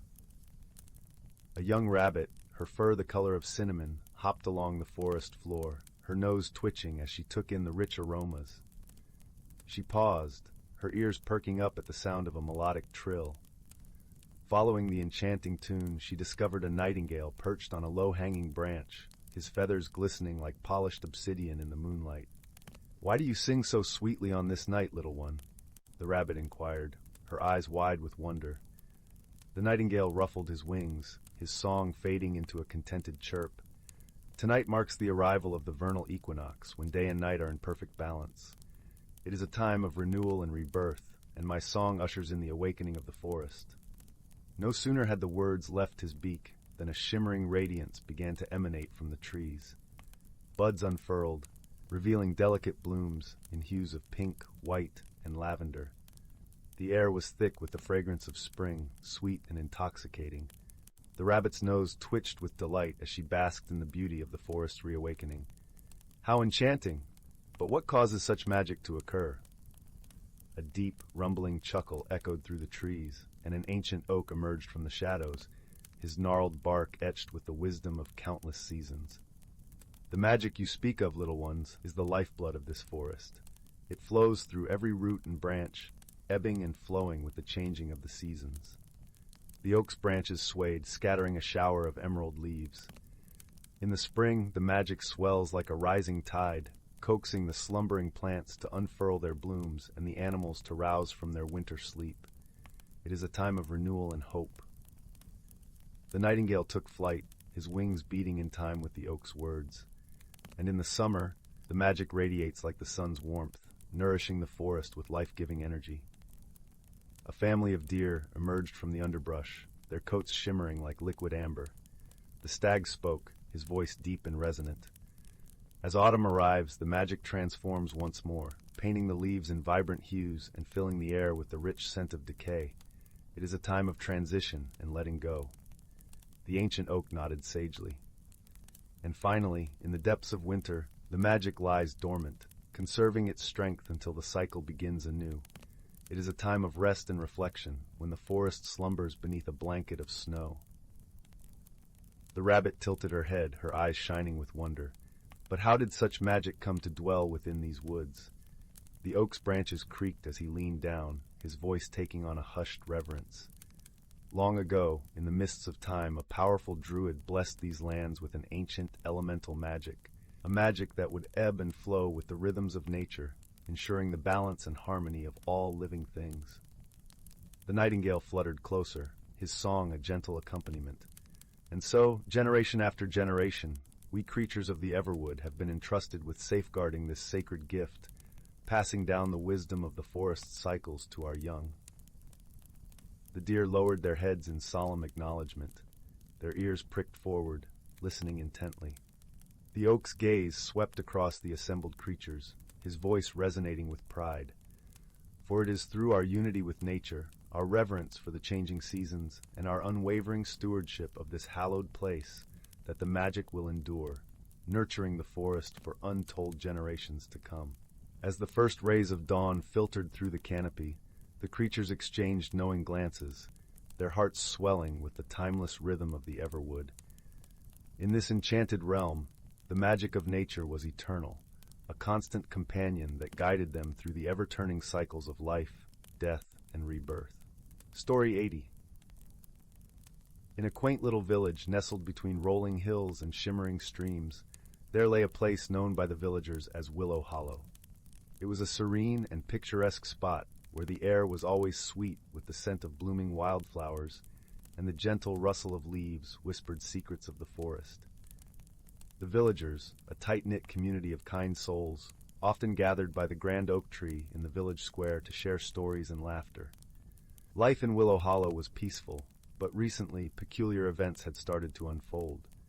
Each morning, the villagers would awaken to find their shoes neatly arranged in a perfect circle at the center of the square.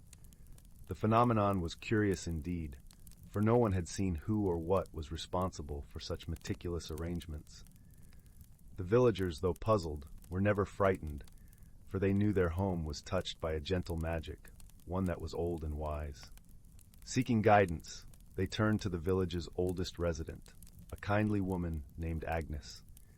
With hair as silver as moonlight and eyes that twinkled like stars, Agnes was known for her wisdom and her deep connection with the magical world surrounding their village. Agnes listened intently to the villagers' tales of the mysterious shoe circles, nodding thoughtfully as they spoke. "It seems," she mused, "that we have a visitor who wishes to communicate with us. We must listen, not with our ears, but with our hearts." Intrigued and eager to solve the mystery, the villagers decided to stay awake one night and uncover the source of the strange occurrences. As twilight descended, they gathered quietly around the square, each taking a comfortable seat on the soft grass, wrapped in warm blankets and sipping on steaming cups of chamomile tea. The night was cool and still, with the sky painted in deep shades of indigo and sprinkled with countless stars. The villagers waited patiently, their breaths forming faint clouds in the crisp air. Suddenly, a gentle breeze stirred the leaves, and a soft, luminous glow appeared at the edge of the square. Out of the glow emerged a procession of tiny, luminescent creatures. They were no taller than a blade of grass, with wings that shimmered like dewdrops in the morning sun. The villagers watched in awe as the creatures danced gracefully, weaving in and out of the moonlight, their movements creating a melody that resonated with the very heart of the earth. Agnes, smiling warmly, stepped forward. "Greetings, dear ones of the night," she said, her voice as soft as the breeze. "We have seen your handiwork and are curious to understand your message." The leader of the creatures, a tiny being with wings of iridescent blue, fluttered forward and spoke in a voice as gentle as a whisper. "We are the shoemakers of the moonlit vale," she explained. "Each year, as the harvest moon rises, we come to share our dance with those who dwell in harmony with the earth. The circle of shoes is our way of honoring the bond between our worlds." The villagers listened, their hearts swelling with warmth and understanding. They realized that the shoemaker's message was one of friendship and unity, a reminder of the beauty that arises when different worlds embrace one another. Moved by the shoemaker's gesture, the villagers decided to reciprocate the kindness. They spent the following day crafting small gifts, tiny wreaths of wildflowers, delicate scarves knitted with the finest yarn, and little pouches filled with fragrant herbs. As night fell once more, they placed their offerings in the center of the square, forming a circle of their own. When the shoemakers returned that evening, they were delighted by the villagers' thoughtful gifts. In gratitude, they performed a dance more wondrous than any before, their wings casting a symphony of colors across the night sky. The villagers watched, their hearts filled with joy and a sense of connection that transcended words. As the shoemakers departed, the leader turned back one last time, her voice carrying a gentle promise. "We shall return each year, dear friends, to celebrate this bond we share. Until then, may your days be filled with peace and your nights with dreams as sweet as moonlight." With that, the shoemakers vanished into the glow of the moon, leaving behind a village forever touched by their magic. The mystery of the shoe circles had been solved, not with suspicion or fear, but with open hearts and the simple, profound power of friendship. From that day forward, the people of Willow Hollow embraced the tradition, and each year as the harvest moon rose, they welcomed their tiny friends with open arms and open hearts, knowing that in their quiet village, magic was always just a heartbeat away. And so, with hearts light and dreams gentle, the villagers drifted to sleep under the watchful gaze of the moon, comforted by the knowledge that they were never truly alone. Story 81. In a quaint little village nestled between rolling hills and sprawling meadows, there stood an old, ivy-covered cottage. Within its walls lived a young girl named Clara, whose heart was as curious as a hummingbird's wings. Clara spent her days exploring the village and its surrounding fields, always on the lookout for something new and wonderful. One misty morning, as the first rays of sunlight began to peek over the horizon, Clara set off on her usual wanderings. Her path took her through the dewy grasses of the meadow, where the air was sweet with the scent of wildflowers and the soft buzz of bees filled the air. As she walked, Clara felt a gentle tugging at her heart.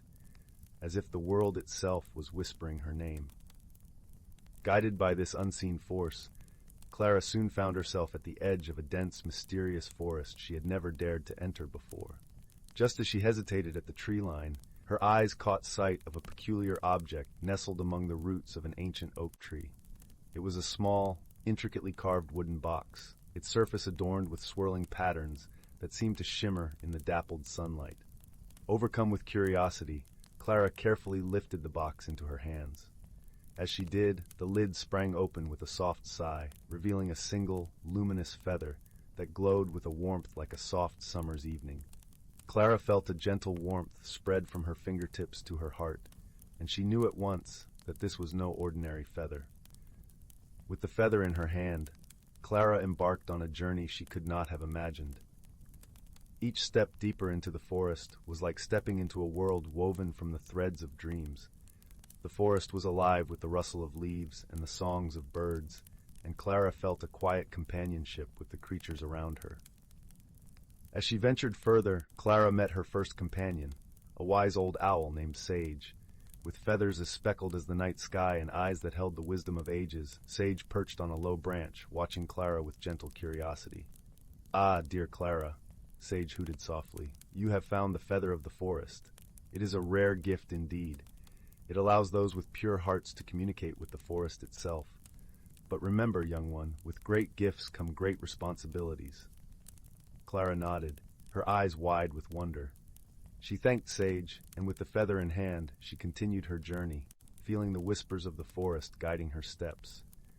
Soon Clara came upon a babbling brook, where she met her second companion, a playful otter named Ripple. Ripple was as quick and nimble as the water itself, and his laughter was like the tinkling of 1,000 tiny bells. "Hello, Clara," chirped Ripple, splashing playfully in the water. "The forest tells me you seek something special. I can help you cross this brook if you promise to teach me a song from your village." Clara agreed with a smile, and together they sang a joyful melody that echoed through the forest. With Ripple's help, Clara crossed the brook, her heart light with the joy of friendship. As twilight began to cast its gentle shadows, Clara reached the heart of the forest, where a great challenge awaited her. In a clearing bathed in the soft glow of moonlight stood a towering tree unlike any other. Its branches stretched high into the sky, and its leaves shimmered with a silvery light. At the base of the tree lay a puzzle of stones, arranged in a circle around a small pool of crystal-clear water. Clara knew that solving this puzzle was the key to unlocking the tree's secret. She sat quietly, letting the tranquility of the forest fill her mind, and slowly the answer began to unfold. With great care, Clara rearranged the stones, each one revealing a part of the hidden pattern. As the final stone clicked into place, the pool of water shimmered and transformed into a mirror-like surface. In its reflection, Clara saw not her own face, but the face of the forest, a reflection of the harmony and balance that connected all living things. She realized that the true magic of the feather was not in its glow, but in the understanding and connection it brought. With a heart full of gratitude, Clara returned the feather to the box, closing the lid with a gentle snap. As she did, the forest seemed to sigh in contentment, its secrets once more safe within its depths. Her journey complete, Clara made her way back to her cottage, her heart forever changed by the wisdom she had gained. The moonlight bathed the village in its gentle glow, and as Clara snuggled into her warm bed, she knew that she would carry the magic of the forest with her always. And so, with the soft rustle of leaves and the distant call of an owl, Clara drifted into a peaceful sleep, dreaming of the wonders that awaited her in the days to come. Story 82. In the heart of the whispering woods, where sunlight trickled through the emerald canopy and dappled the forest floor with golden flecks, there lay a secret world unseen by ordinary eyes. This hidden realm was known as the Glimmering Grove, a place where time seemed to pause and magic breathed in every rustle of leaves. One gentle spring morning, as the dew clung to budding flowers and the air was sweet with the scent of earth awakening, a young fox named Finn trotted through the woods. His russet fur gleamed in the early light, and his eyes sparkled with curiosity and warmth. Finn was known among the woodland creatures for his kind heart and clever mind, but today he felt a tug of adventure in his soul, a whisper that beckoned him deeper into the forest than he'd ever dared wander. As Finn ventured further, he came upon an ancient oak, its trunk twisted and gnarled with age. The tree seemed to hum with a gentle melody, its leaves swaying in a rhythm only nature knew. Intrigued, Finn padded closer, his keen eyes catching sight of a peculiar object nestled among the roots, a small, iridescent stone that shimmered like a rainbow captured in crystal. Finn nudged the stone with his paw, and a soft glow enveloped him. Suddenly, the world around him blurred and shifted, revealing the glimmering grove in all its splendor. The trees here towered like giants, their branches adorned with blossoms that glowed like lanterns. Gentle creatures with fur of silver and wings of gossamer flitted about, their laughter a melodious song that filled the air. Amidst this wonder, Finn met a wise old owl named Orion. With feathers like moonlit clouds and eyes that held the wisdom of the ages, Orion greeted Finn warmly. "Welcome, young traveler," he hooted softly. "You've found the Heartstone, a magical gem that reveals our hidden haven. But remember, it is kindness and friendship that truly unlock its power." Finn listened intently, feeling a sense of awe and responsibility. As he explored the grove, he encountered creatures of all shapes and sizes, each with stories and wisdom to share. A timid rabbit, a playful squirrel, and a gentle deer became his companions, their bond growing strong as they shared laughter and dreams beneath the starlit canopy. One day, as a gentle rain pattered softly on the leaves, a shadow fell upon the grove, a darkness that threatened to smother its light. The creatures whispered of a looming storm, a force driven by fear and misunderstanding that could unravel the magic binding their world. Determined to protect his newfound friends and their sanctuary, Finn gathered his companions. Together, they devised a plan to confront the storm with the very essence of the grove: love, trust, and unity. With Orion's guidance, they crafted a song, a melody woven from their hearts, meant to soothe the winds and calm the skies. As the storm approached, the grove trembled under its fury. But Finn, standing bravely with his friends, began to sing. One by one, the creatures joined, their voices rising in harmonious chorus. The storm paused, its rage slowly ebbing as it listened, drawn by the purity of their friendship and the strength of their resolve. With each note, the storm softened until it was but a gentle breeze, carrying the scent of rain and renewal. The grove was saved, its light shining brighter than ever before. Finn and his friends had proven that even the fiercest challenges could be met with wisdom and love. As the seasons passed, Finn grew into a wise leader, cherished by all in the glimmering grove. His heart, once filled with the whispers of adventure, now brimmed with the warmth of belonging and the joy of friendship. And though the Heartstone remained a symbol of magic, it was the kindness and courage of Finn and his companions that truly protected their world. And so, beneath the starlit sky, where the gentle breeze carried the song of the grove, Finn the fox lay curled with his friends, content and at peace. The glimmering grove flourished, a testament to the power of love and the magic that dwells in the hearts of those who dare to dream. Story 83, The Whispering Stones of Willow Glen. In the heart of the quiet village of Willow Glen, nestled within a lush emerald valley, there lay a secret that few knew and fewer understood. Surrounded by towering oaks and the gentle murmur of a crystal-clear brook, the village was a place of simple joys and whispered legends. The air was perpetually infused with the scent of blooming wildflowers, and the sky stretched endlessly, a tapestry of blues and golds. It was here that a young girl named Lyra resided, her spirit as vibrant and untamed as the landscapes that surrounded her. Lyra was known throughout Willow Glen for her insatiable curiosity and gentle heart. With eyes that sparkled like morning dew, and a laugh that could chase away the gloomiest clouds, she spent her days exploring the winding paths and hidden nooks of her village. Her constant companion was a small, clever squirrel named Pip, whose antics often led them both into delightful adventures. One lazy afternoon, as the sun spilled its golden warmth over the land, Lyra and Pip found themselves wandering deeper into the forest than ever before. The path beneath their feet was soft with moss, and the canopy above was alive with the rustling whispers of leaves. It was a day like any other, or so it seemed, until Lyra's keen eye caught a glimmer from beneath a cluster of ferns. Curiosity piqued, She knelt down to uncover the source of the mysterious gleam. There, nestled among the roots, was a stone unlike any she had ever seen. It was smooth and round, fitting perfectly in the palm of her hand, and its surface shimmered with a kaleidoscope of colors, as though a rainbow had been trapped within. "Look, Pip!" Lyla exclaimed, her voice a breathless whisper of wonder. "Isn't it beautiful?" Pip, with his bushy tail flicking in excitement, chirped his agreement and nudged the stone with his tiny nose. As he did, something extraordinary happened. The stone began to hum softly, a melody that resonated through the air like a distant song. Lila's eyes widened in awe. "I think it's singing," she murmured, holding the stone to her ear. The melody was gentle, weaving through her thoughts like a comforting lullaby. It spoke of faraway places and secret wonders, and as she listened, she felt an irresistible pull to follow where it led. Determined to unravel the mystery of the singing stone, Lyla and Pip set off on an adventure that would lead them far beyond the boundaries of their familiar world. They journeyed through sun-dappled glades and over babbling brooks, the stone's song guiding their every step.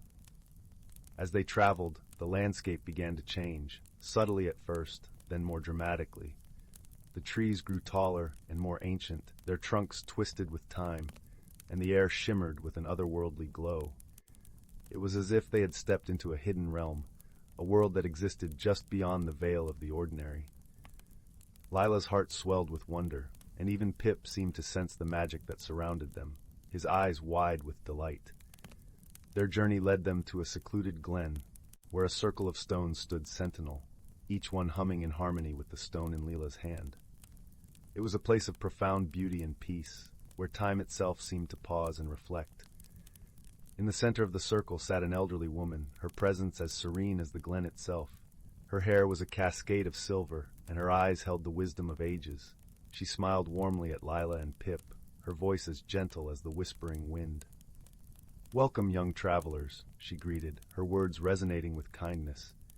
"I am Marin, keeper of the Whispering Stones. You have been chosen to hear their song."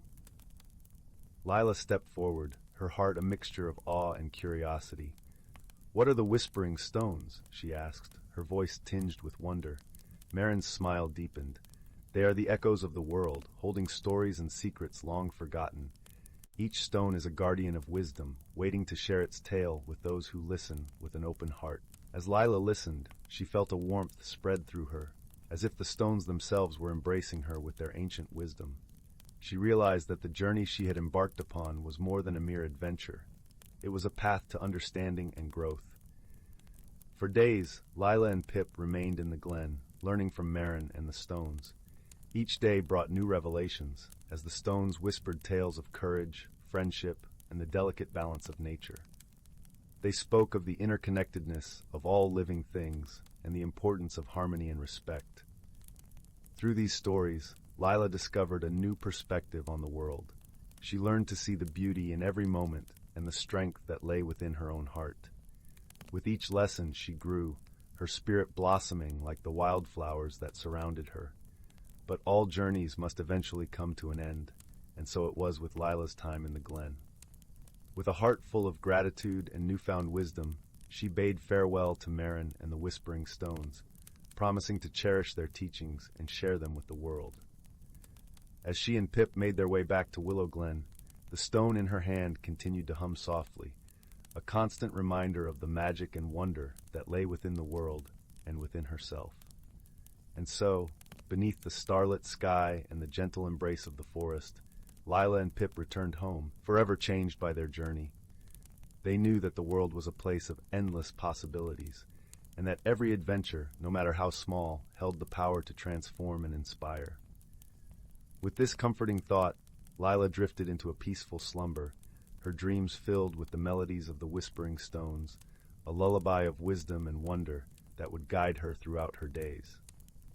Story 84. In a distant corner of the galaxy, where stars twinkled like tiny lanterns in the vast darkness, lay a planet named Lumina. It was a place where the skies shimmered with hues of lavender and gold, and the air was perfumed with the scent of blooming crystallus flowers. Lumina was home to the Luminaris, a gentle species known for their glowing skin and the melodic hum they emitted when content. Not far from Lumina, a across a tapestry of swirling nebulae, was the rugged planet of Tharn. Tharn was a world of deep canyons and roaring rivers, inhabited by the Tharnians, sturdy beings with skin like stone and voices that rumbled like distant thunder. Though the Tharnians were known for their strength, they were also revered for their wisdom, valuing silence and reflection. One day, a curious luminaris named Lyra, who had always longed to see the universe beyond her own planet, decided to embark on a journey of exploration. With the blessing of her kin, she boarded a small star cruiser, its sleek silver hull gleaming under the luminous sun. Her heart fluttered with excitement as she set her course towards the unknown, eager to discover what wonders awaited her. Meanwhile, on Tharn, a young Tharnian named Bron was preparing for a journey of his own. Bron had a yearning to understand the stories of the stars that his elders often spoke of, tales of distant worlds and the creatures that called them home. With a few provisions and a sturdy spacecraft, he too set off into the cosmos, driven by the same thirst for adventure. It was fate, perhaps guided by the stars themselves, that led Lyra and Bron to cross paths in the vastness of space. As Lyra's cruiser navigated near the asteroid belt known as the Starweave, a sudden meteor shower forced her to make an emergency landing on one of the many asteroids. Coincidentally, Bron's ship, also affected by the unexpected meteorite swarm, found refuge on the same rocky haven. As both travelers emerged from their vessels, they were met with a scene of otherworldly beauty. The asteroid's surface was a shimmering expanse of silver and blue, dotted with pulsating crystals that bathed the landscape in a gentle, ethereal glow. Despite the initial tension, after all, they were strangers from vastly different worlds. Lyra and Bron felt a spark of curiosity towards one another. Their first encounter was awkward, with Lyra's musical voice contrasting sharply against Bron's deep, resonant tones. Neither could understand the other's language, and they struggled to communicate, relying on gestures and expressions. Lyra attempted to express her friendliness with a soft hum, while Bron responded with a low rumble, a sign of warmth among his kind. Despite the initial misunderstandings, the two quickly realized they needed to work together to repair their ships and continue their journeys. Lyra, with her nimble fingers and bright ideas, began to gather the necessary materials scattered across the asteroid's surface. Bron, using his strength and practical skills, moved the larger debris and helped forge new components from the asteroid's rich mineral deposits. As they labored side by side, a quiet understanding began to grow between them. Though their languages were different, they found common ground in their shared goal and mutual respect for each other's abilities. Lyra's laughter became a melody Bron enjoyed, and Bron's thoughtful silences offered Lyra a sense of calm she found comforting. One evening, as the asteroid spun slowly in the endless night, Lyra and Bron sat beside a shimmering crystal pool. The air was cool and filled with the gentle sound of distant meteors sailing by. Lyra, in a moment of inspiration, began to hum a tune she had learned as a child, a song about the stars and their eternal dance. Bron listened intently, feeling the music resonate within him. Slowly, he began to add his own voice to the melody, a deep, harmonious counterpoint that turned their duet into something beautiful and profound. In that moment, words were unnecessary. Their souls spoke a language all their own. As the days turned to weeks, Lyra and Bron faced numerous challenges. At one point, a fierce cosmic storm threatened to tear apart their fragile repairs. They worked tirelessly, hand in hand, their trust in each other deepening with each passing trial. Bron admired Lyra's unwavering optimism, while Lyra found strength in Bron's steadfast determination. Through shared laughter and moments of quiet reflection, their friendship blossomed, transcending the barriers of species and language. They began to learn from each other, Lyra teaching Bron the gentle art of luminaris meditation, while Bron shared the wisdom of Tharnian storytelling, each tale a lesson in patience and resilience. Eventually, the repairs were complete, and the time came for them to part ways. Standing before their ships, Lyra and Bron felt a pang of sadness at the thought of leaving their newfound companion. But they knew their journeys must continue, and the universe still held many secrets to uncover. With a final embrace, Lyra presented Bron with a crystalline pendant, a piece of lumina to remember her by. In return, Bron gifted Lyra a small stone, smooth and polished, a token from the deepest canyon of Tharn. These gifts were symbols of their enduring bond, a promise that their friendship would span the stars. As their ships lifted off from the asteroid, they waved to each other through the viewports, hearts full of gratitude and hope. Though they traveled in opposite directions, they knew their paths would cross again someday, drawn together by the invisible threads of friendship they had woven among the stars. In the end, Lyra and Bron learned that true friendship was not bound by distance or difference, but by the kindness and understanding that flowed between them. Their journey had taught them that the universe, vast and wondrous, was made all the brighter by the connections they forged along the way. And so, with a gentle hum and a resonant rumble, their stories continued, each carrying a piece of the other within them, a testament to the power of friendship in the great cosmic tapestry. As they ventured forth into the galaxy, they knew they would never be truly alone, for they had found a friend among the stars. Story 85. In the distant reaches of the universe, where stars twinkled like scattered diamonds against the velvet of space, there lay a small, unassuming planet known as Zephyr. It was a place where lavender skies kissed the horizon at dusk, and gentle breezes carried the soft, musical whispers of leaves in harmony. The flora glowed with a serene luminescence, painting the nights with hues of emerald and sapphire. Here, in a secluded grove, lived Lyra, a gentle Zetharian with skin that shimmered like opalescent seashells and eyes that reflected the deep indigo of twilight. Lyra was known for her wisdom, gathered from years of listening to the ancient songs of the wind and the stories etched into the rings of the oldest trees. One morning, as the twin sons of Zephyr began their slow ascent, casting a golden glow over the land, Lyra discovered something unusual near her favorite reflecting pool. It was a small metallic object, unlike anything she had seen before. As she approached with curiosity, it began to hum softly, then unfolded with a series of clicks and whirs, revealing a diminutive creature with a body of polished silver and eyes like the darkest onyx. The creature, who introduced himself as Zephyr, hailed from the technologically advanced world of Makara, a place of towering spires and endless circuits. Zephyr had arrived on Zethria by accident, his exploration pod having malfunctioned mid-journey. He was a Makarian, a species known for their logical minds and intricate mechanical designs, yet often perceived as aloof and emotionless. Lyra, with her nurturing nature, offered Zephyr sanctuary and companionship, sensing the bewilderment beneath his calculated exterior. Initially, communication between the two was fraught with misunderstanding. Zephyr's speech was precise, laden with technical jargon, while Lyra's was poetic, woven with metaphors and intuition. One afternoon, as they sat by the reflecting pool, Lyra tried to describe the beauty of a sunset, using words that painted the sky with emotions. Zephyr, with his methodical mind, struggled to grasp the concept. The spectrum of light is merely a shift in wavelengths, he explained, his voice a blend of curiosity and confusion.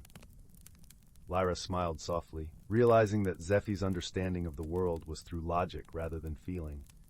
Perhaps, she suggested gently, you can experience it through my eyes, if not my words. As days turned into weeks, Lyra and Zephyr faced challenges that tested their budding friendship.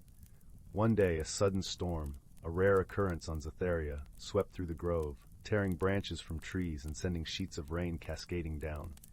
The storm's ferocity threatened to destroy the fragile harmony of the forest. Together, they worked tirelessly. Lyra guided Zephyr in understanding the rhythm of the natural world, while Zephyr used his technological prowess to create makeshift barriers and shelters to protect their home. In those moments of shared struggle, they learned to appreciate each other's strengths, forging a bond of mutual respect and understanding. As the storm subsided, leaving behind a landscape refreshed and vibrant, Lyra and Zephyr sat quietly under the canopy of stars. The air was crisp, the scent of damp earth mingling with the faint aroma of blooming night flowers. "Thank you," Zephyr said, his voice softer now, touched with an emotion he was beginning to understand, "for showing me that there is more to existence than logic and reason." Lyra nodded, her heart warm with the glow of their deepening friendship. "And thank you, Zephyr, for teaching me that even the most intricate machines have a heart, if only one listens closely enough." In the weeks that followed, their friendship blossomed, much like the vibrant flora of Zatharia. They shared stories and dreams beneath the sky lit by distant galaxies, each day discovering new facets of one another and the universe around them. As the seasons changed, Zephy knew it was time to return to Makara. His pod, now repaired with Lyra's help, awaited him. Yet he felt a twinge of reluctance, a newfound bond tethering him to this tranquil world and his dear friend. On the day of his departure, Lyra gifted Zephy a small vial filled with the luminescent water from the reflecting pool, a reminder of the beauty that transcends words. "May this light guide you," she whispered, her voice a gentle melody. Zephy, in turn, gave Lyra a tiny, intricately designed device that projected holographic constellations, a piece of his world to intertwine with hers.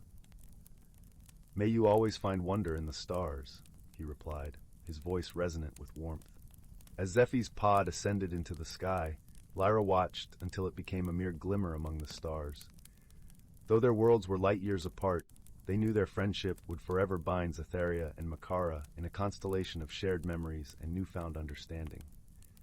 And so, as night settled peacefully over Zatharia, Lyra sat beneath the twinkling canopy, her heart alight with the knowledge that true friendship could bridge even the vastest of distances, bringing together souls from different worlds in a tapestry of unity and love. Story 86, title, The Locket of Whispering Pines. Once upon a time, in a quaint little village nestled at the foot of the majestic Whispering Pines, there lived a young girl named Clara. The village was a serene tapestry of cobblestone streets and quaint cottages, with each home wrapped in ivy and the scent of fresh bread wafting through the air. Clara's world was simple, yet filled with the kind of magic that thrives in the hearts of those who believe in the unseen. Clara lived with her grandmother, a wise woman known for her vast knowledge of herbs and her gentle, twinkling eyes that seemed to hold the secrets of the universe. Her grandmother often spoke of the mysteries that lay beyond the village, within the dense woods of Whispering Pines, where ancient secrets were said to slumber. Every evening, as the sun dipped below the horizon, casting a golden glow over the village, Clara would sit by the fireplace, its warmth wrapping around her like a comforting blanket, and listen to her grandmother's stories. These tales spoke of a hidden world within the forest, a place where the trees whispered secrets and glimmers of magic danced in the moonlight. One chilly autumn night, as the leaves rustled with a gentle breeze, Clara's grandmother handed her a delicate locket. It was an intricate piece, crafted from silver with a sapphire that sparkled like the night sky. "This," her grandmother whispered, "is no ordinary locket. It holds the power to reveal truths hidden from the eyes of many. But remember, my dear, such power must be used with the utmost care and kindness." Clara held the locket in her hands, feeling its cool weight and the tingle of magic that seemed to hum softly within it. Her heart fluttered with curiosity and a hint of apprehension. What kind of truths could this locket reveal? And what lay hidden within the Whispering Pines, just waiting to be discovered? The next morning, Clara awoke with a sense of purpose. The crisp air carried the scent of pine and earth, and the sky was a brilliant blue canvas, promising endless possibilities. With the locket around her neck, she set out towards the forest, her heart beating in rhythm with the rustling leaves. As Clara ventured deeper into the woods, the world around her seemed to shift and change. Sunlight filtered through the canopy, casting dappled shadows on the forest floor, while the soft murmur of a nearby stream provided a soothing melody. The air was alive with the scent of moss and wildflowers, and the trees towered above her like ancient guardians, their branches whispering secrets only they could understand. With each step, Clara felt the magic of the forest envelop her, and soon she found herself standing before a clearing unlike any she had seen before. In the center stood a magnificent tree, its bark glistening like silver in the sunlight. This was no ordinary tree. It was the heart of the Whispering Pines, a place where magic was woven into the very fabric of nature. Clara approached the tree, her fingers brushing against its bark, and as she did, the locket began to glow softly. The sapphire pulsed with a gentle light, and Clara felt a surge of warmth spread through her, as if the tree was acknowledging her presence. In that moment, the forest came alive with a voice, gentle and melodic. Welcome, Clara, it spoke, each word a soft caress on the breeze. You hold the locket of truth, an ancient gift meant to guide and protect. What is it you seek, young one? Clara hesitated, her mind racing with questions. But one thought rose above the rest, a question that had whispered in her heart for as long as she could remember. I seek to understand the magic of this world, she replied softly, and to learn how I can help protect it. The tree seemed to nod, its branches swaying as if in agreement. Then you must embark on a journey, not just through the forest, but within yourself. The locket will guide you, revealing truths as you need them. Trust in it and in your own heart. With those words, the forest seemed to shift again, the path before her glowing with a soft light. Clara took a deep breath, her resolve strengthened, and began her journey deeper into the heart of whispering pines. As the days passed, Clara encountered many wonders within the forest. She met creatures of all shapes and sizes, each with their own stories and wisdom to share. There was Luna, a wise old owl whose eyes shone with the knowledge of ages, and Thistle, a sprightly squirrel with a heart full of curiosity and mischief. Together they formed a bond of friendship that transcended the boundaries of species, united by their shared love for the forest and its magic. With each new friend, Clara learned more about the world around her. Luna taught her to see the beauty in the night, in the stars that twinkled above and the shadows that danced below. Thistle, on the other hand, showed her the joy of discovery, of finding wonder in the smallest of things and laughter in the most unexpected places. But it was the locket that held the greatest lessons, revealing truths about herself she had never known. It showed her the strength within her, the courage to face challenges, and the wisdom to listen to her heart. With each revelation, Clara felt herself growing, her spirit becoming entwined with the magic of the forest. One day, as Clara and her friends rested by a tranquil pond, its surface reflecting the vibrant colors of the surrounding trees, the locket began to glow with an intensity she had never seen before. The sapphire pulsed with a light that seemed to resonate with the very heartbeat of the forest. Clara's heart quickened, and she knew that something important was about to unfold. As she held the locket in her hands, a vision appeared before her eyes. She saw the village, her home, and the people she loved. But there was something else, a shadow that loomed at the edge of her vision, threatening to disrupt the harmony of their lives. The vision faded, leaving Clara with a sense of urgency and determination. She knew she had to return to the village, to warn them of the danger and to protect the magic of the forest that had become so dear to her. With Luna and Thistle by her side, Clara made her way back through the forest, the journey now marked by a sense of purpose and urgency. The paths she had wandered with wonder now seemed to urge her forward, the trees whispering encouragement and the wind carrying her forward. As they neared the edge of the forest, Clara felt a sense of both anticipation and resolve. She had changed during her time in the Whispering Pines, and she knew that she was returning not just with the knowledge of the forest, but with the strength and courage she would need to face whatever lay ahead. The village was just as she had left it, its cobblestone streets bustling with life and the scent of fresh bread wafting through the air. But there was an undercurrent of tension, a sense that something was amiss. Clara hurried to her grandmother's cottage, her heart pounding with a mix of fear and determination. Her grandmother greeted her with a warm embrace, her eyes filled with both relief and concern. "My dear Clara," her grandmother said softly, "I knew you would return when the time was right. The locket has shown you what you need to see, hasn't it?" Clara nodded, her voice steady but filled with urgency. "There's a shadow looming, something that threatens to disrupt the balance of the village and the forest. We must do something to protect both." Her grandmother nodded, her expression one of both pride and resolve. "The forest has chosen you, Clara, to be its guardian. You have the strength and wisdom to protect what is dear to us. But remember, you are not alone. The friendships you've formed, the bonds you've created, they will guide and support you." With those words, Clara felt a renewed sense of purpose.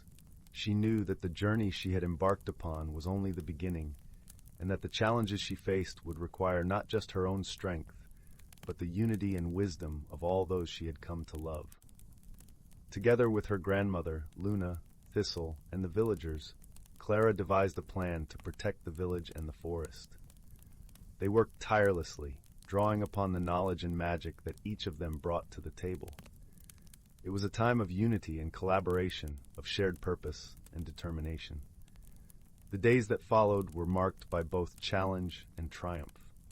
Clara faced moments of doubt and fear, but each time the locket glowed with reassurance, and her friends stood by her side, reminding her of the strength that lay within her. Through their combined efforts, they were able to dispel the shadow that had threatened their world. The village and the forest were saved, their harmony restored, and the magic of Whispering Pines continued to thrive. As the sun set on their victory, casting a golden glow over the village and the forest, Clara stood surrounded by her friends and loved ones. Her heart was filled with gratitude and love, and she knew that the journey she had embarked upon had truly changed her. The locket, which had been her guide and her source of wisdom, now hung around her neck as a reminder of the journey she had taken and the lessons she had learned. It was a symbol of the truth she had discovered, not just about the world around her, but about herself. And so, as the stars began to twinkle in the sky, Clara looked out at the world she had come to cherish, knowing that she would always be its guardian, its protector, and its friend. The magic of Whispering Pines had become a part of her, and she knew that it would continue to guide her, filling her heart with wonder and love for all the days to come. With a heart full of newfound wisdom and the love of her friends, Clara knew that she was truly home. The village, the forest, and the magic that bound them together would forever be a part of her story, a tale of friendship, courage, and the enduring power of truth. And so, as the gentle whispers of the forest sang her to sleep, Clara closed her eyes, her dreams woven with the magic of Whispering Pines, and the promise of new adventures yet to come. Story 87, title, The Whispering Grove. Once upon a time, in a quaint village nestled at the edge of a sprawling forest, there lived a young girl named Isla. Isla had eyes the color of the sea after a storm, and hair that shimmered like golden wheat in the sunlight. She was known for her gentle heart and an insatiable curiosity about the world around her. The villagers adored her, for she had a knack for listening to others, understanding their unspoken fears and dreams. The village, with its cobblestone streets and timber-framed cottages, was surrounded by the enchanted grove, a mysterious forest rumored to be alive with whispering trees and hidden secrets. The grove was a place of wonder and caution, for it was said that those who entered without an open heart would never find their way back. Yet it was also a place of solace and magic, where the air seemed to hum with ancient songs, and the ground was littered with wildflowers that glowed under the moonlight. Isla had often sat at the edge of the grove, listening to the rustling leaves and imagining the stories they might tell. One day, as the sun dipped below the horizon, painting the sky in hues of amber and rose, Isla noticed a soft, silvery light flickering from within the trees. Her curiosity piqued. She decided to venture into the grove, drawn by the mysterious glow. As she stepped beneath the canopy, the air around her grew rich with the scent of pine and earth. The world seemed to shift, each footstep resonating with a soft echo. The trees, tall and ancient, whispered secrets in a language she could almost understand. The path she followed was lined with moss that felt like velvet under her feet, guiding her deeper into the heart of the grove. After what felt like hours, Isla reached a small clearing where the silvery light she had seen flickered from a crystal-clear pond. The pond was unlike anything she had ever seen, its surface shimmering with an ethereal glow, reflecting both the stars above and something else, another world perhaps. As she gazed into the water, she noticed a delicate flower floating on the surface, its petals radiating a gentle warmth. Drawn to it, Isla knelt beside the pond and reached out to touch the flower. As her fingers brushed against the petals, a gentle voice filled the air, soft and melodious like a lullaby carried by the breeze. "Welcome, Isla," it said. "You have found the heart of the grove." Startled but not afraid, Isla looked around, her heart racing with excitement. "Who are you?" she whispered, her voice blending with the rustling leaves. "I am the spirit of this grove," the voice replied, "and you, dear child, have been chosen to guard its secrets." "But why me?" Isla asked, her curiosity mingling with wonder. "Because you possess a heart pure and true, one that listens and understands, the spirit answered. The grove needs a guardian who can hear its whispers and protect its magic. As the spirit spoke, Isla felt a warmth spreading through her, a connection to the grove that was both comforting and exhilarating. She realized that this was a journey she had been destined to undertake, a journey that would change her in ways she could not yet comprehend. Days turned into weeks, and Isla visited the grove often, learning its secrets and communicating with the spirit of the forest. Each visit revealed something new, a hidden glade, a song sung by the wind, or a story etched in the bark of an ancient tree. The grove became a part of her, and she a part of it. One day, while wandering through a particularly dense part of the forest, Isla stumbled upon a small, injured bird. Its wing was bent at an awkward angle, and it chirped weakly, its eyes filled with pain.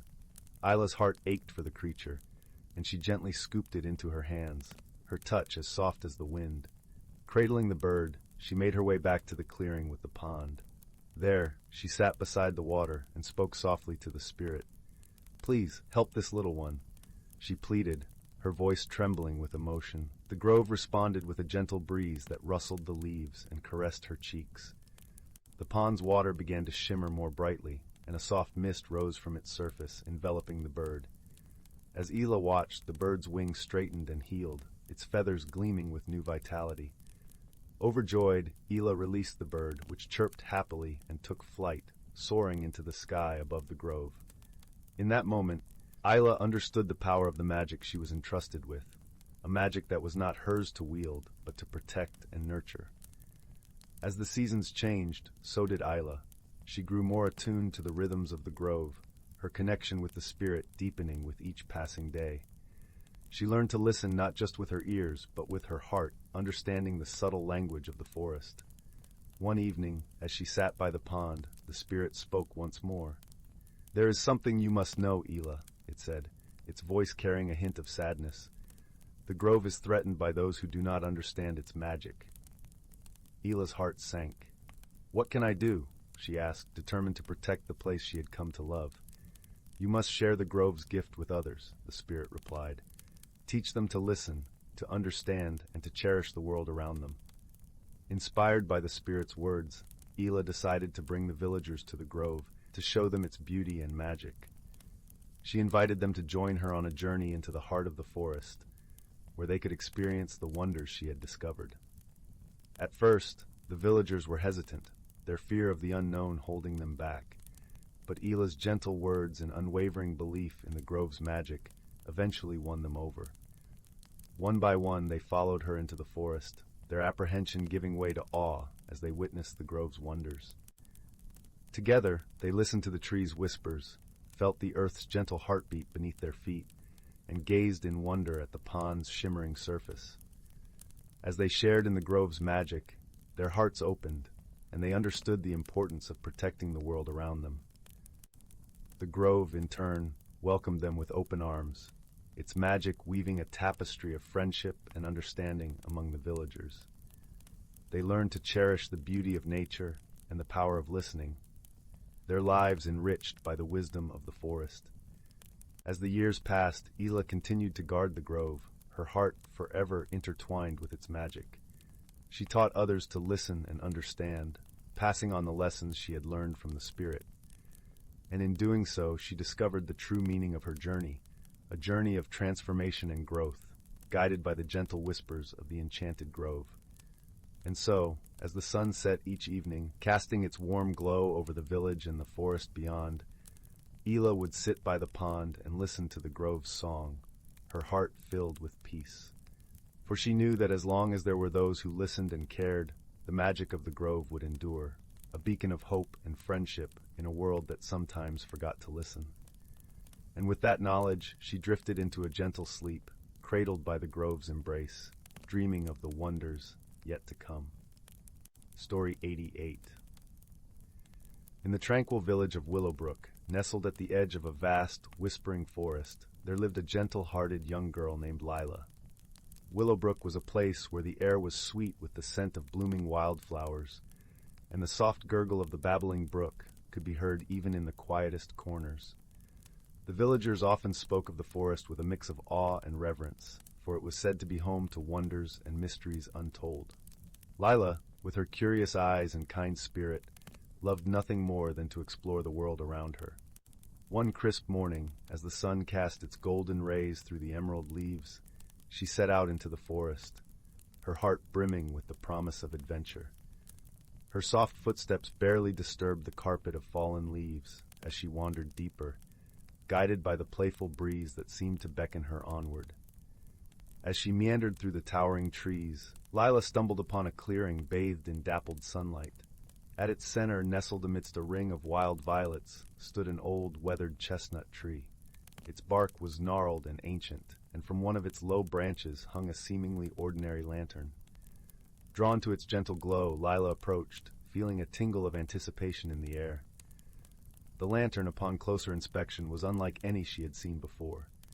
Its glass panels shimmered with an ethereal light, shifting through colors like a rainbow caught in a morning mist. Entranced, Lyla reached out and gently touched it. Instantly, the world around her seemed to shift. The forest became more vibrant, as if every leaf and petal had been brushed with a touch of magic. Suddenly, a soft voice drifted through the clearing, warm and welcoming. "Ah, a seeker of wonders," it mused, and from behind the tree stepped a tiny, elderly squirrel with silvery fur and twinkling eyes. "My name is Thistle," he introduced, his voice as comforting as a lullaby. "And you, dear one, have found the Lantern of Whispers." "The Lantern of Whispers?" Lyla repeated, her voice filled with curiosity. "Yes," Thistle nodded, his whiskers twitching with delight. "This lantern holds the secrets of the forest, stories of old, and wisdom for those who listen." Intrigued, Lyla asked, "What must I do to hear its stories?" Thistle chuckled softly, a sound like leaves rustling in a gentle breeze. "You must embark on a journey of the heart, for the lantern's secrets are revealed only to those who seek with kindness and courage." Eager to uncover the lantern's mysteries, Lyla agreed. "Where do I begin?" she asked, her voice steady with determination. Thistle pointed with his tiny paw towards a path winding deeper into the forest, where the light danced playfully among the trees. "Follow the path," he instructed. "Along the way, you will meet friends who will help you, and challenges that will test your wisdom." With a nod of gratitude, Lyla set off, the lantern swinging gently by her side, its light casting a soft glow that filled her heart with warmth. As she walked, the forest seemed to come alive, the birds singing sweet melodies and the wind whispering secrets only she could hear. Before long, Lyla encountered her first companion, a cheerful rabbit named Oliver, with fur as white as snow and eyes like sparkling sapphires. "Hello there," he greeted, bounding up to her with a joyful hop. "I see you've found the Lantern of Whispers. May I join you on your journey?" "Of course," Lyla replied, smiling at the rabbit's exuberance. Together, they continued along the path, sharing stories and laughter that echoed through the trees like the sweetest of songs. Their way was soon barred by their first challenge, a swift, bubbling brook that cut across their path. The water sparkled in the sunlight, its current strong and determined. Lyla paused, pondering how to cross without getting swept away. Oliver, with his keen eyes, noticed a series of stepping stones hidden beneath the water's surface. "Look there!" he exclaimed, pointing with a twitch of his nose. "If we step carefully, we can cross without a splash." Lyla nodded, appreciating his cleverness. Together they hopped from stone to stone, the lantern's glow guiding their steps. With each leap, Lyla felt her confidence grow, and soon they reached the other side, the brook's song fading into the distance. As they journeyed further, the forest opened up into a meadow filled with wildflowers of every hue. Here they met a wise old tortoise named Myrtle, who was basking in the warmth of the sun. Her shell was a mosaic of greens and browns, and her eyes held the wisdom of ages. "Greetings, young traveler," Myrtle said, her voice deep and soothing. "I see you carry the Lantern of Whispers. It has been many a year since I last saw its light." Lyla smiled and recounted her journey thus far. Myrtle listened intently, nodding in approval. "The path ahead holds a riddle," she said, her voice as gentle as the breeze. "Answer it wisely, and you shall find the wisdom you seek." "What is the riddle?" Lyla asked, her curiosity piqued. Myrtle closed her eyes in thought, then recited, "What is it that you have that others use more than you?" Lyla pondered the riddle, feeling the warmth of the sun on her face and the gentle stirrings of the breeze. Beside her, Oliver tapped a paw thoughtfully. After a few moments, Lila's face lit up with realization. "It's my name," she exclaimed. "Others use it to call me, but I rarely speak it myself." "Well done," Myrtle praised, her eyes twinkling with approval. "The wisdom of the lantern is yours to keep." As they thanked Myrtle and continued on their way, Lila felt a sense of wonder and understanding blossoming within her heart. Her journey, she realized, was not just through the forest, but also within herself. The path wound back towards the heart of the forest, where the ancient chestnut tree awaited. As Lila and Oliver approached, the lantern of whispers glowed brighter, casting a warm, golden light that enveloped them like a gentle embrace. Thistle reappeared, his eyes filled with pride. "You have done well, seeker of wonders," he said. "The lantern's secrets are now a part of you, woven into the tapestry of your soul." Lila smiled, feeling a deep sense of peace and gratitude. She understood now that the lantern's magic was not in the stories it told, but in the wisdom and friendship she had found along the way. With a heart full of warmth and a spirit alight with wonder, Lila bid farewell to her new friends, knowing that the forest and its secrets would always be there, waiting to welcome her back. As she made her way home, the sun dipped below the horizon, painting the sky with hues of pink and gold. The village of Willowbrook greeted her with open arms, its lights twinkling like stars in the gathering dusk. Lila knew that she would carry the magic of the Lantern of Whispers with her always, a beacon of light and love to guide her through the days to come. And with that comforting thought, she drifted into a peaceful slumber, her dreams filled with the gentle whispers of the forest. Story 89. In a distant corner of the universe, where the stars twinkled like scattered diamonds on a velvet sky, there lay the vibrant galaxy of Luminara. Within this galaxy, the planets spun and twirled in a cosmic dance, each with its own unique beauty and inhabitants. From the lush, emerald forests of Verdantia, a planet teeming with life and gentle breezes, came a creature named Nara. With skin that shimmered like leaves kissed by the morning dew, and eyes that mirrored the deep green of the forest canopy, Nara was a gentle soul, known for her wisdom and kindness.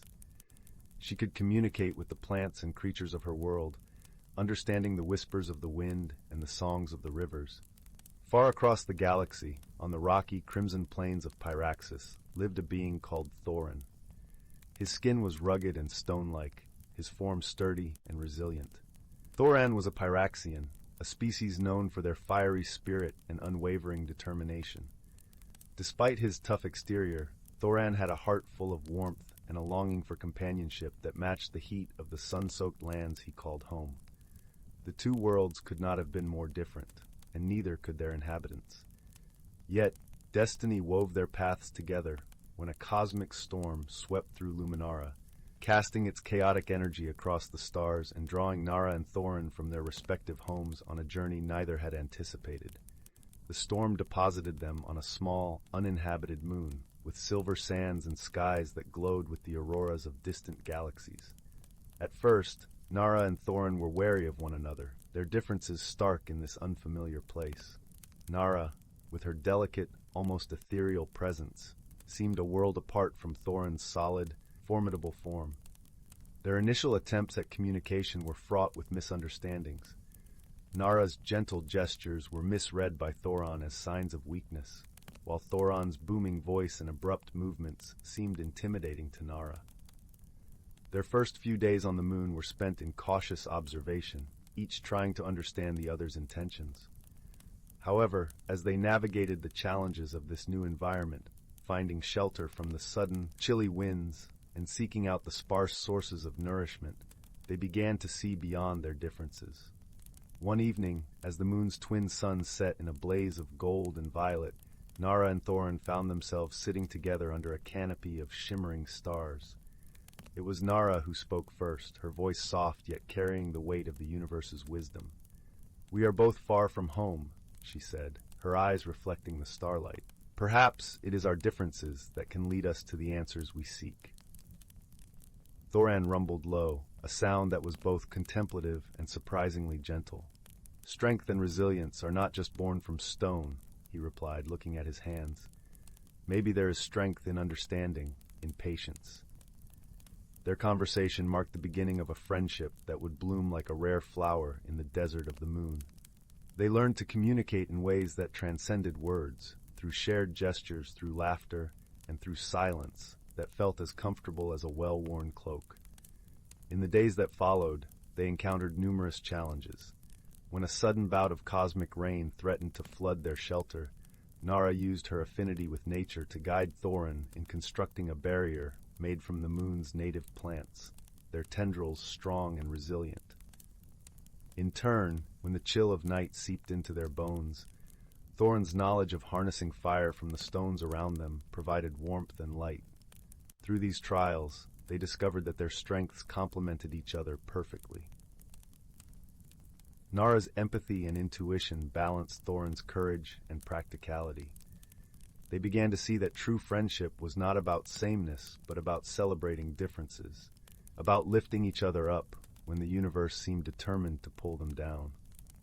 One particularly starry night, as they lay side by side on the soft silvery sands, Nara spoke of her home, the rustling leaves, the songs of the birds, the gentle embrace of the forest. Thorin listened intently, his heart warming at the vivid pictures she painted with her words. In return, Thorin shared tales of the fiery sunsets of Pyraxis, of the camaraderie among his people, and the strength found in their unity. Nara listened, her eyes wide with wonder at the world he described, so different yet so beautiful in its own right. Their bond deepened with each story, each shared experience. They realized that the universe, vast and infinite as it was, had brought them together for a reason. They found joy in their companionship, a joy that was as constant and enduring as the stars themselves. Finally, when the cosmic storm subsided, a shimmering path of starlight appeared in the sky, guiding them back to their respective homes. As they prepared to part, Nara and Thorin stood hand in hand, their hearts full. "Thank you, dear friend," Nara whispered, her voice a gentle breeze, "for showing me the strength in embracing what is different." "And thank you," Thorin replied, his voice as warm as a sunlit day, "for teaching me the power of kindness and understanding." With one last embrace, they stepped onto the starlit path, knowing that no matter the distance between their worlds, their friendship would forever bridge the stars. And so, Nara and Thorin returned to their homes, forever changed by their journey. They carried the lessons of their friendship into their lives, sharing the warmth and wisdom they had gained with those around them.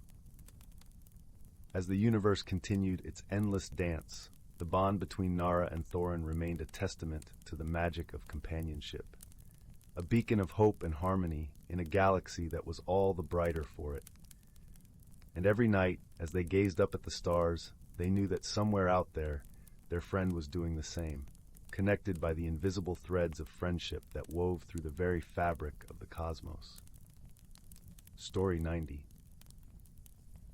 In the heart of an ancient forest where the trees stood like sentinels of time, their branches interwoven as if whispering secrets to one another, there lay a hidden world, known only to those who walked its shadowed paths with an open heart. This was the forest of Veridith, a place where the natural and the magical danced in a timeless waltz, spinning tales that unfurled with the changing seasons. As dawn's first light filtered through the canopy, painting the leaves with strokes of gold, a gentle breeze rustled, carrying the forest's symphony of morning. The scent of moss and earth mingled with the crispness of dew, creating an aroma that wrapped around you like a comforting embrace. In this tranquil setting, creatures of all kinds began to stir. Among them was a wise old owl named Orin. His feathers were the color of twilight, speckled with flecks of silver that glistened in the morning light. Orin, respected as the sage of Veridith, had watched over the forest for many moons, his eyes seeing not just the surface of things, but the deeper currents that flowed beneath. He perched upon his favorite branch of an ancient oak, a tree so old that it remembered the stories of the first rains and the first blooms. Orin's closest companion was a sprightly squirrel named Pippin, whose boundless curiosity and heart as bright as the sun made him a beloved figure among the forest's inhabitants. Pippin's fur was a warm chestnut, and his eyes sparkled with mischief and kindness. Together, Orin and Pippin explored the forest, learning its secrets and ensuring its balance was maintained. One particular morning, As the first hints of autumn began to tint the leaves with hues of amber and crimson, Pippin scampered up to Orin, his tiny paws pattering against the bark. "Orin," he chattered, "I found something strange near the stream. The water isn't singing like it usually does." Orin blinked slowly, a sign of contemplation that always preceded his wise words. "Let us see this for ourselves, my friend. The stream's song is as old as the forest itself. If it falters, we must listen closely to understand why." Together, they made their way to the stream, a silver thread weaving through the forest. As they approached, the sound that met their ears was indeed muted. The usual babbling melody was replaced by a quiet murmur, as if the stream was struggling to find its voice. Pippin scampered to the edge, peering into the water with concern. "What could be causing this, Orin?" Orin spread his wings slightly, as if to gather wisdom from the surrounding forest. "The balance of nature is a delicate thing, Pippin. The stream may be speaking of a shift, something amiss within our home." Just then, a gentle rustling announced the arrival of another friend, Luna, the doe. Her coat was the soft gray of mist, her eyes deep pools of serenity. Luna had a special connection to the forest's heartbeat, often sensing changes before they became apparent. "Orin Pippin," Luna greeted, her voice as soothing as a lullaby. "I felt a disturbance in the earth last night, as though the roots themselves were whispering of change." The three companions stood in thoughtful silence, listening to the forest's subtle language. Orin finally spoke, his voice carrying the weight of his years. "The seasons are shifting, as they always do, but there is a rhythm to these changes, a harmony that must be preserved." Pippin nodded, understanding the importance of their task. "How can we help, Orin?" Luna lowered her head, touching her nose to the ground. "Perhaps the answer lies with Elder Elm. His roots run deep, and he may know the cause of the stream's silence." The trio set off through the forest, each step cushioned by the soft carpet of fallen leaves. The air was cool and crisp, carrying the scent of pine and the distant promise of rain. As they neared Elder Elm, the ancient tree stood tall and proud, his bark etched with lines that told stories of centuries past. "Elder Elm," Orin called gently, "we seek your wisdom. The stream's song has faded, and we fear for the balance of our forest." Elder Elm's voice was a low, rumbling sound, like distant thunder. "Ah, my dear friends, it is the earth's breath you feel. The roots have whispered to me of a great stone that has shifted beneath the stream, blocking its flow. It is a small change, but one that could grow if left unattended." Pippin's eyes widened with determination. "Then we must move the stone, Orin. We can't let the forest suffer." Orin nodded, his feathers ruffling in agreement. "Indeed, Pippin, but we must do so with care, ensuring we disturb nothing else in the process." With their mission clear, the trio returned to the stream. Together, they worked in harmonious coordination, Luna using her gentle strength to press against the stone, Pippin darting about to find the best leverage points, and Orin guiding them with his keen insight. As the stone shifted, the stream's voice began to return, first as a whisper, then growing into its familiar melody. The sound was like laughter, a joyful song that rippled through the forest, bringing with it a sense of relief and renewal. The sun dipped lower in the sky, casting warm golden light through the trees as the forest began to settle into the embrace of evening. Orin, Pippin, and Luna rested by the stream, their hearts full of the simple joy of having restored harmony to their home. "The forest is a teacher," Orin said softly, gazing into the distance. "It shows us that even the smallest creatures can make a difference, and that every voice, no matter how quiet, is an important part of the song." Pippin nestled closer to Luna, his heart aglow with the pride of their accomplishment. "And together, we can keep the forest singing." Luna nodded, her eyes reflecting the stars that began to twinkle in the deepening sky. "As long as we listen and care for one another, the balance will endure." With the stream's melody as their lullaby, the friends drifted into a peaceful slumber, knowing that as long as they were together, the forest of Veridith would remain a place of magic, harmony, and endless stories whispered through the trees. Story 91. In a quaint village nestled between emerald hills and sapphire lakes, there lived a gentle young woman named Lyra. Her days were spent in the warm embrace of her grandmother's cottage, where the walls were lined with books that carried the whispers of ancient tales. The cottage itself stood at the edge of the whispering woods, an enchanting forest known for its ever-changing hues and the soft, melodic sighs of its winds. Lyra loved the woods deeply, often wandering along its mossy paths with a notebook in hand, jotting down her thoughts and dreams. But there was a restlessness within her, a quiet yearning that stirred like the leaves above her head. She felt as though she was on the cusp of something profound, yet she couldn't quite grasp what it was. Change was a concept that tugged at her heartstrings, both thrilling and terrifying, much like the first notes of a song whose melody remained unknown. One crisp autumn morning, as the sun painted the sky with shades of amber and gold, Lyra set out on a walk deeper into the forest than she had ever dared venture before. The air was fragrant with the scent of pine and earth, and the gentle crunch of leaves underfoot provided a comforting rhythm to her thoughts. As she wandered, she noticed the forest seemed more alive than usual, with the birds singing in harmonious chorus and the leaves whispering secrets she couldn't quite catch. It was then that she stumbled upon a clearing she had never seen. In the center stood a majestic oak tree, its branches reaching out like welcoming arms. The tree's bark shimmered as if dusted with silver, and at its base grew a patch of delicate, luminescent flowers that glowed with a soft, ethereal light. Lyra felt drawn to the tree, compelled by an unseen force. She knelt beside the flowers and saw, to her amazement, that they seemed to pulse gently, in time with her heartbeat. As Lyra reached out to touch one of the blossoms, a gentle rustling sound filled the air, and from behind the tree emerged a small creature, an elegant fox with fur as white as the winter's first snow, its eyes sparkling with an ancient wisdom. Lyra gasped, but the fox merely sat and regarded her with a serene gaze. "Fear not," the fox spoke, its voice as soothing as a lullaby. "I am Finnegan, the guardian of this forest's heart. You have been drawn here because you seek something more, something within yourself." Lyra nodded, her fears melting away in the fox's presence. "I feel a change coming, but I don't know what it is or how to embrace it." Finnegan tilted his head thoughtfully. "Change is like the forest itself, ever shifting yet constant in its beauty. To understand it, you must first understand yourself. You must trust in the journey, even if the path is unclear." With a graceful flick of his tail, Finnegan beckoned her to follow.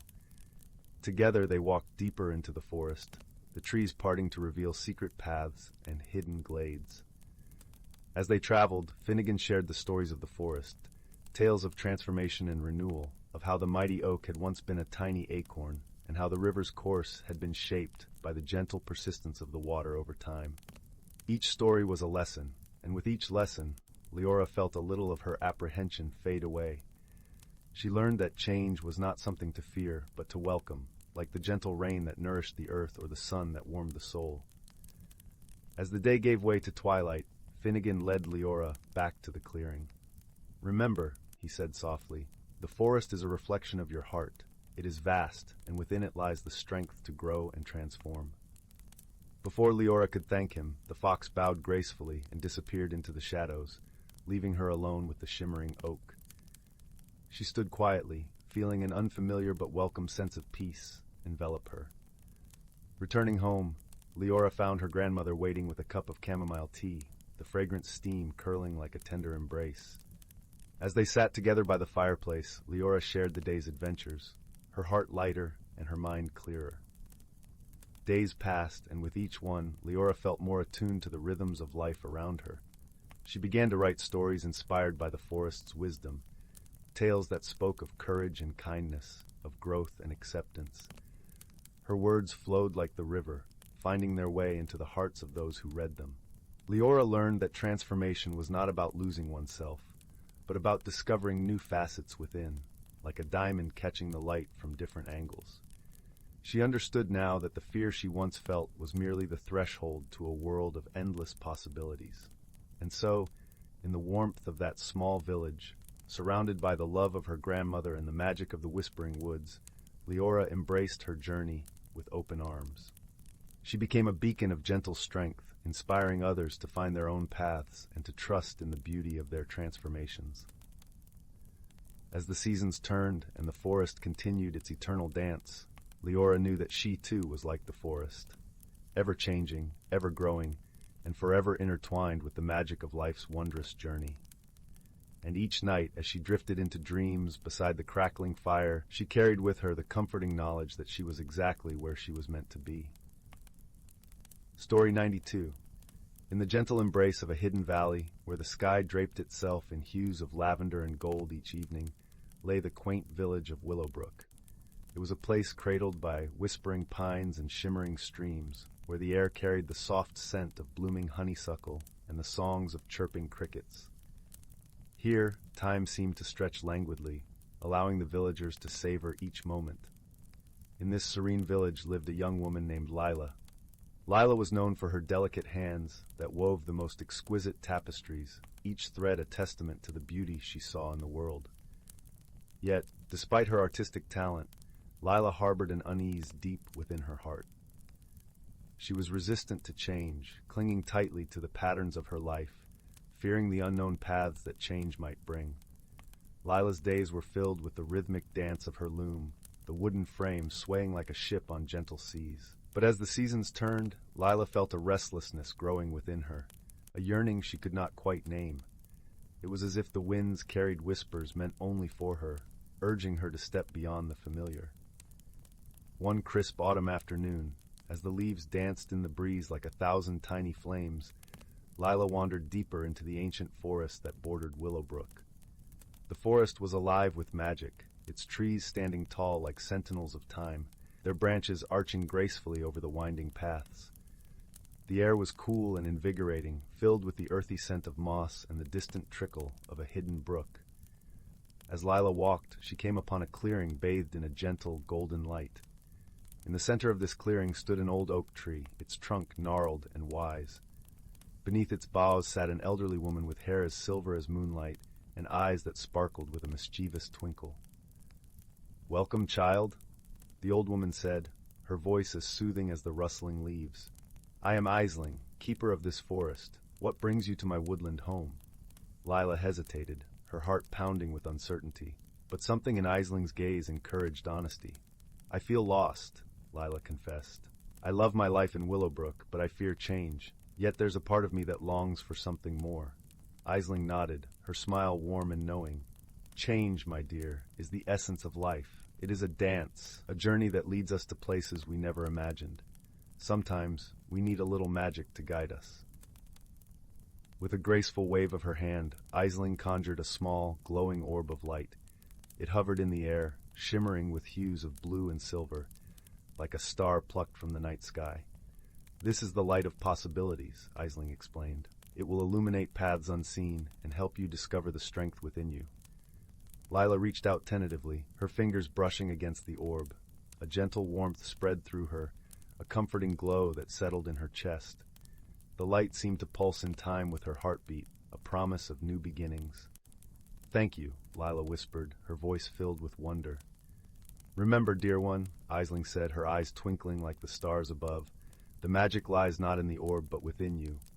Trust in your journey and embrace the changes that come." With those words echoing in her heart, Lyla returned to Willowbrook. The light of possibilities nestled safely in her hands.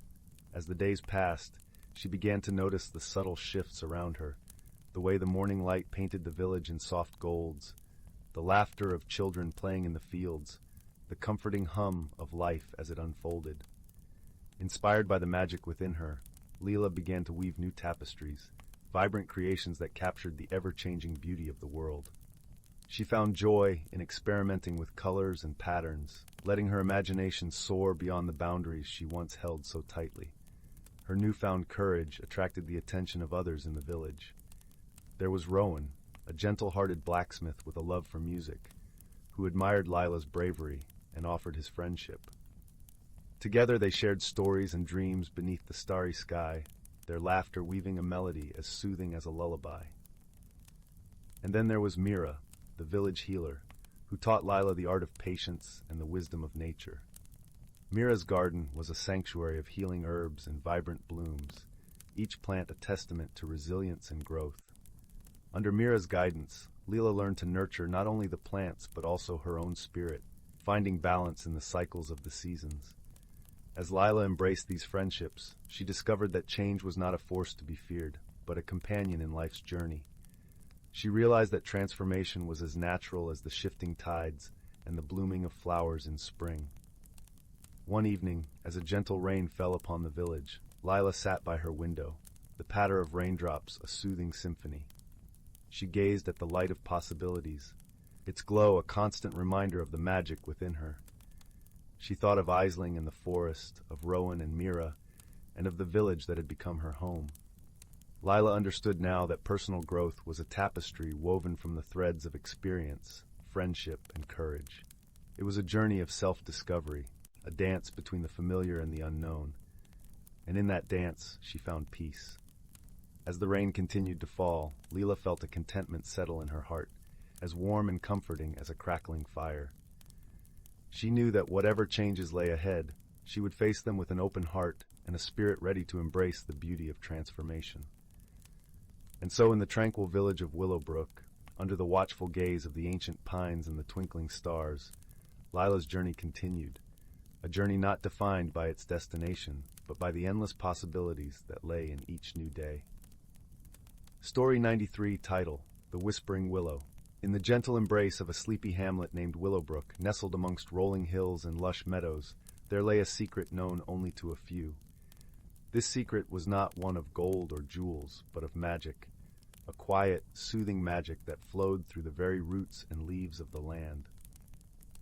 The heart of this enchantment was an ancient willow tree, grand and wise, standing by a serene lake. Its branches swayed like a dancer's arms, whispering stories to those who would listen. For those who dared to dream, the willow offered a journey like no other, a journey that promised change and enlightenment. One cool autumn evening, as the sun dipped below the horizon, painting the sky in hues of amber and crimson, a young girl named Lyla found herself drawn to the willow's gentle call. Lyla was known for her curiosity and kindness, her eyes ever seeking the wonders of the world. Her heart, though tender, yearned for adventure beyond the confines of Willowbrook. As Lyla approached the willow, the air filled with a soft melody, a lullaby sung by the rustling leaves. She settled on the mossy ground beneath the tree, her fingers tracing the intricate patterns of its bark. A soft voice, warm and inviting, emerged from the whispers. "Welcome, dear child," the willow murmured, its voice as gentle as a mother's touch. "You seek a journey, do you not?" Leela nodded, her heart fluttering with anticipation. "Yes, I do. I want to see the world beyond and understand the magic that lives in it." The willow chuckled softly, the sound like the tinkling of distant chimes. "Very well, but remember, the greatest magic lies within oneself and in the bonds we form with others. Are you ready to begin?" With a deep breath, Lyla closed her eyes, feeling the earth's pulse beneath her. As she exhaled, a warmth enveloped her, and she found herself transported to a realm unlike any other, a hidden world within the natural environment, vibrant and alive. The colors here were more vivid, the air sweeter, and the sounds clearer. Flowers glowed with an inner light, their petals shimmering in a delicate dance. Birds with feathers of every hue sang harmonies that filled the air with joy. Lyla walked along a path of golden leaves, her heart guiding her deeper into the mystical land. As she wandered, she encountered a wise old tortoise named Humphrey. His shell was adorned with intricate patterns that seemed to tell stories of ages past. He greeted Lyla with a slow, deliberate nod. "Greetings, young traveler," Humphrey said, his voice deep and resonant. "I see the willow has sent you on a quest. What is it that you seek?" Lyla pondered the question, her thoughts swirling like autumn leaves in the wind. "I seek understanding, to know more about this magic and how it can change us." Humphrey's eyes twinkled with ancient wisdom. "Ah, understanding comes not from seeking magic, but from recognizing the beauty in every moment and the strength of friendship. Allow me to accompany you on your journey." Together, Lyla and Humphrey ventured through the enchanted landscape, each step revealing new wonders. They met creatures great and small, each offering lessons wrapped in gentle humor and kindness. A mischievous squirrel named Pip taught them the value of playfulness, while a solemn owl named Athena shared the importance of listening. As they traveled, Lyla discovered a magical object nestled among the roots of a grand oak, a small, ornate mirror. Its surface shimmered with an ethereal glow, and as Lila gazed into it, she saw not her reflection, but visions of her own potential. "The mirror of possibilities," Humphrey explained, his voice a soft rumble. "It shows the paths you might take, depending on the choices you make. It is a reminder that your journey is shaped by your actions and the love you share." Lila held the mirror close, feeling its gentle warmth seep into her heart. With each step, she grew more aware of the bonds she was forming, not just with Humphrey and the others, but with the world itself. Their journey brought them to the heart of the enchanted realm, where a magnificent waterfall cascaded into a crystalline pool. Here the air shimmered with magic, a place where the boundary between dreams and reality blurred. Amidst the mist, Lila spotted a figure, a young boy with eyes like sapphires and hair as dark as midnight. He looked lost, his gaze searching the horizon. "This is Finn," Humphrey whispered, "a boy from your world who has lost his way. He has forgotten the magic within him." Lila approached Finn, her heart brimming with compassion. "Hello, Finn. Are you all right?" Finn turned, his expression a mix of surprise and relief. I don't know. I feel like I've been wandering forever, searching for something I can't remember." Lila offered her hand, her smile warm and reassuring. "Come with us. Together we can find what you're looking for." As Finn joined their journey, Lila shared stories of her adventures, of the lessons learned, and the friendships formed. Slowly, Finn's eyes began to brighten, the spark of wonder returning. Through laughter and shared tales, Lila and Finn formed an unexpected bond, a friendship that defied expectations and boundaries. Together they discovered that the true magic lay not in grand gestures, but in the simple acts of kindness and understanding. As their journey neared its end, the willow's whispers guided them back to the world they knew. The landscape shifted, the colors fading into the gentle hues of twilight. Lila and Finn stood before the ancient tree, their hearts full of gratitude and newfound wisdom. "Thank you, wise willow," Lila said, her voice filled with sincerity. "You've shown us the magic of friendship and the power within us all." The willow's branches swayed, a gentle breeze rustling through the leaves. "Remember, dear children, the greatest journeys are those we take within ourselves. Cherish the bonds you've formed, for they are the true treasure." With a gentle sigh, Lila opened her eyes, finding herself once more beneath the willow's embrace. Beside her, Finn smiled, his eyes reflecting the same warmth and wonder. In the days that followed, Lila and Finn remained steadfast friends, their bond a testament to the journey they had shared.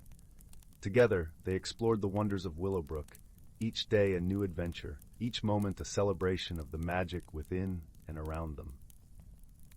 And as the seasons changed and the world continued its gentle dance, the Whispering Willow stood as a silent guardian, its stories weaving through the lives of those who dared to listen, reminding them that the true magic of life lay in the journey and the love shared along the way. In the quiet of the night, as stars twinkled like distant lanterns, Lila would often return to the willow, her heart full of gratitude. She knew that the journey she had embarked upon was only the beginning, a stepping stone to countless adventures yet to come. For the magic of the willow and the lessons it imparted were timeless, a gentle reminder that the world was full of wonders waiting to be discovered, and that the greatest treasure lay not in the destination, but in the journey itself and the love that accompanied it. And with that comforting thought, Lila would drift into peaceful slumber, her dreams filled with the whispers of the willow and the enchanting tales of her journey. A journey that had changed her in ways she could never have imagined, a journey that had shown her the true magic of life. Story 94. Once upon a time, in a world where magic danced through the air like fireflies on a summer night, there lived a curious young hedgehog named Thistle. Thistle's quills were as soft as dandelion fluff, and her eyes sparkled with a thirst for adventure. One crisp autumn evening, as Thistle was gathering acorns in the whispering woods, she noticed something peculiar. The leaves on the trees seemed to be whispering louder than usual, their rustles carrying strange melodies that tickled her ears. "How odd," Thistle murmured, tilting her head to better hear the leaves' song. As she listened closely, she realized the melodies were not merely the wind's doing. The leaves were whispering words, words that wove together into a mysterious tale. The ancient oak has lost its voice, the leaves whispered. The guardian of the forest grows weary, and the creatures worry. Thistle's heart fluttered with concern. She knew the ancient oak was no ordinary tree. It was the heart of the whispering woods, a wise and powerful entity that kept the forest in harmony. If the oak had truly lost its voice, it could spell trouble for the entire woodland realm. Without hesitation, Thistle set out to investigate. She scurried through the forest, following the whispers of the leaves until she reached a towering oak tree, its branches reaching up toward the twilight sky like gnarled fingers. At the base of the oak, Thistle found a gathering of woodland creatures, squirrels, rabbits, deer, and birds of all feathers. They were all chattering nervously, their voices mingling together in a symphony of concern. "Friends," Thistle called out, drawing their attention. "I've heard the leaves' whispers. What ails the ancient oak?" A wise old owl, perched on a low-hanging branch, ruffled her feathers and spoke. "The ancient oak has fallen under a strange enchantment." She hooted solemnly. "Its voice has been stolen, and without its guidance, the forest grows restless." Thistle's quills stood on end. A stolen voice? How peculiar. She knew she had to get to the bottom of this mystery. With the help of her woodland friends, Thistle began to search for clues. They combed the forest floor, examining every twig and pebble for any sign of magic afoot. It was a clever little mouse who eventually made a crucial discovery. "Look," he squeaked, pointing with his tiny paw at a trail of shimmering dust leading deeper into the woods. Thistle's eyes widened. "Pixie dust!" she exclaimed.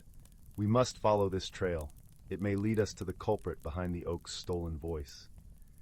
Together, the band of friends followed the pixie dust trail, their eyes peeled for any sign of mischief.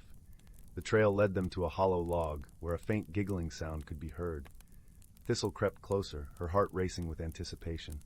Peering inside the log, she found a tiny pixie rolling on the ground, clutching her belly and laughing uncontrollably. "You there!" Thistle exclaimed. "What have you done with the ancient oak's voice?"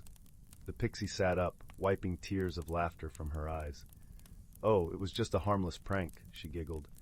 "I stole the oak's voice to have a bit of fun, but I didn't mean any real harm." Thistle frowned, her quills bristling with disapproval. "Fun or not, you've caused great distress in the forest. The creatures rely on the oak's guidance. Please, return its voice at once." The pixie's laughter subsided, and she hung her head in shame. "You're right," she admitted. "I got carried away with my mischief. Here, let me fix this." With a wave of her tiny hand, the pixie conjured a shimmering orb of light. Inside the orb, Thistle could hear the deep, resonant tones of the ancient oak's voice. "Take this back to the oak," the pixie instructed. "Its voice will be restored, and the forest will find peace once more." Overjoyed, Thistle and her friends rushed back to the ancient oak, carefully carrying the glowing orb. As they approached the towering tree, the orb pulsed with energy, and the oak's voice boomed forth, filling the forest with its comforting presence. "Thank you, brave friends," the oak rumbled, its voice strong and vibrant once more. "You have restored balance to the whispering woods. Let this be a reminder that even the smallest mischief can have rippling consequences." From that day forward, the creatures of the forest vowed to be more mindful of their actions, and the pixie learned a valuable lesson about the importance of respecting the natural order. As for Thistle, she basked in the warm glow of her accomplishment, her heart filled with the knowledge that even the smallest hedgehog could make a big difference in the world, one mystery at a time. And so, as the moon rose high above the whispering woods, the leaves rustled with contentment, whispering tales of friendship, wisdom, and the power of a curious mind. Story 95. In the heart of a lush, whispering forest, where the trees were ancient and wise, there lay a quaint village named Willowbrook. Willowbrook was a place where magic danced like sunlight on the leaves, and the air was perfumed with the warm scent of lavender and honey. The villagers lived in harmony with the creatures of the forest, often seen sharing cups of spiced elderberry tea under the wide, sheltering branches of the great oak. One crisp autumn evening, as the sun set behind the hills, painting the sky with hues of amber and gold, a peculiar event began to unfold. In the village square, where cobblestone paths crisscrossed like a spider's web, a series of curious happenings puzzled the villagers. Candles flickered on and off without a breeze, whispers echoed in the still night, and the village's clock tower chimed at odd hours. The villagers, gentle souls all, were more curious than fearful. They gathered in the square, bundled in cozy shawls and knitted hats, their breath misting in the cool air. Among them was a young, thoughtful child named Finn. With eyes the color of the forest canopy and a mind as sharp as a fox's, Finn loved solving puzzles and mysteries. As the villagers murmured among themselves, Finn felt a gentle tug on his sleeve. Looking down, he found himself meeting the gaze of a small, luminous creature. It was a will-o-wisp, a guardian spirit of the forest, with eyes that sparkled like dew on morning grass and a voice as soft as the rustle of leaves. "Strange things are afoot, young Finn," the wisp said, its voice a musical whisper. "The balance of our world is shifting, and it comes from a forgotten place deep within the forest." Finn nodded thoughtfully. He had heard tales of the enchanted glen, a hidden part of the forest where time flowed differently and magic lingered in the air like mist. It was said that the glen held secrets older than the oldest trees, protected by creatures of great wisdom. With a heart full of adventure and a mind set on discovering the truth, Finn decided to seek out the glen. As the villagers wished him well, the will-o-wisp fluttered by his side, serving as both guide and companion. Under the silvery light of the moon, Finn and the wisp journeyed through the forest. The path was soft with fallen leaves, and the air hummed with the songs of night creatures.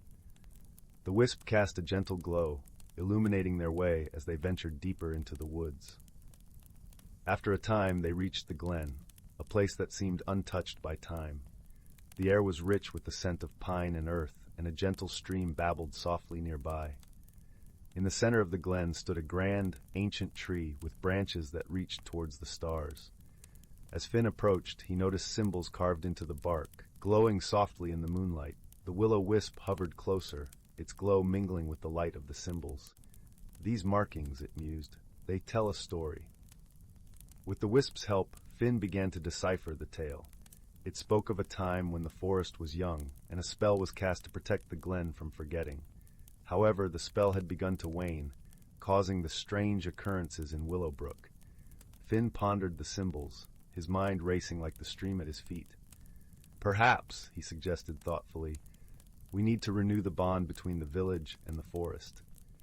Inspired by Finn's words, the wisp nodded and led him to gather tokens of friendship from the village: a woven scarf from the weaver, a loaf of warm bread from the baker, and a small jar of honey from the beekeeper.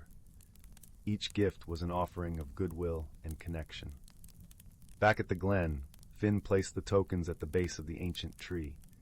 The wisp fluttered around them, humming a soft melodic tune. Slowly, the symbols on the tree brightened, their glow spreading like ripples through the glen. In that moment, the air seemed to hold its breath, and then, with a gentle sigh, the enchantment was renewed. The forest hummed with contentment, and the strange occurrences ceased as the balance was restored. Finn and the will-o-wisp made their way back to Willowbrook, where the villagers greeted them with cheers and warm embraces. The mystery had been solved, not with force or fear, but with understanding and kindness. That night, as the village settled under a blanket of stars, Finn lay in his bed, the will-o-wisp resting on the windowsill, its glow softly fading in the moonlight. The village clock chimed the hour, its sound a gentle reminder of the adventure and the bond between the forest and the hearts of those who lived within its embrace.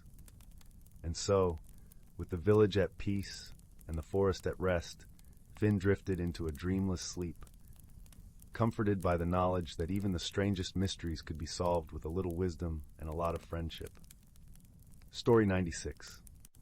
In the quaint village of Willowbrook, nestled between rolling green hills and whispering forests, the air was filled with the comforting aroma of baked bread and blooming wildflowers. The village was known for its cobblestone streets lined with cottages that seemed to have leapt from the pages of a beloved storybook. Each home had its own character, with ivy-covered walls and gardens brimming with sun-kissed daisies and rosy-cheeked poppies. Among these charming dwellings was the home of a kind-hearted young girl named Lyla. Lyla had a curious spirit and an eye for the extraordinary hidden in the everyday. Her days were spent exploring the fields and forests, where she imagined grand adventures and befriended the woodland creatures. One crisp autumn morning, as the leaves danced to the ground in a symphony of rustling whispers, Lyla decided to visit her favorite place, the old village library. It was a cozy sanctuary with shelves that reached the ceiling, filled with books that held the wisdom of ages. The library had an air of mystery, as though it held secrets waiting to be discovered by those with eyes to see. Lyla greeted the librarian, Mr. Thistle, a gentle soul with spectacles perched precariously on his nose and a smile that was as warm as a summer day. Mr. Thistle had a particular fondness for Lyla, delighting in her insatiable curiosity and love for stories. "Good morning, Lyla," he said, his voice as soft as the flutter of a butterfly's wings. "What adventure are you embarking on today?" "I feel like something different," Lyla replied thoughtfully. "Perhaps a story about magic and wonder." Mr. Thistle's eyes twinkled with a secret knowledge. "Ah, I have just the thing," he said, leading her to a dusty corner of the library. He reached for a book whose spine was faded and worn, the title barely legible, The Secrets of the Everyday. As Lyla opened the book, a single, delicate feather slipped from between the pages and floated gently to her feet. She picked it up, marveling at its iridescent sheen. As she held it, a soft whisper echoed in her mind, a voice as gentle as the breeze inviting her to discover its secret. Lyla was enchanted. She turned to Mr. Thistle, who nodded encouragingly. "Sometimes," he said, "the most magical things are found in plain sight." With the feather tucked safely in her pocket, Lyla began her journey home. As she walked through the village, she noticed the world around her with renewed clarity. Each stone and leaf seemed to pulse with a quiet magic, whispering stories of times long past. That evening, as the stars twinkled like diamonds in the midnight sky, Lyla sat by her window, the feather resting in her palm. She closed her eyes and listened to its gentle whispers. It spoke of a hidden glen deep within the forest, a place where the ordinary became extraordinary, where the impossible was possible. The next day, with the feather guiding her, Lyla set out for the forest. The path wound through towering trees whose branches formed a leafy canopy, casting dappled shadows on the forest floor. The air was filled with the sweet scent of pine and the cheerful songs of birds.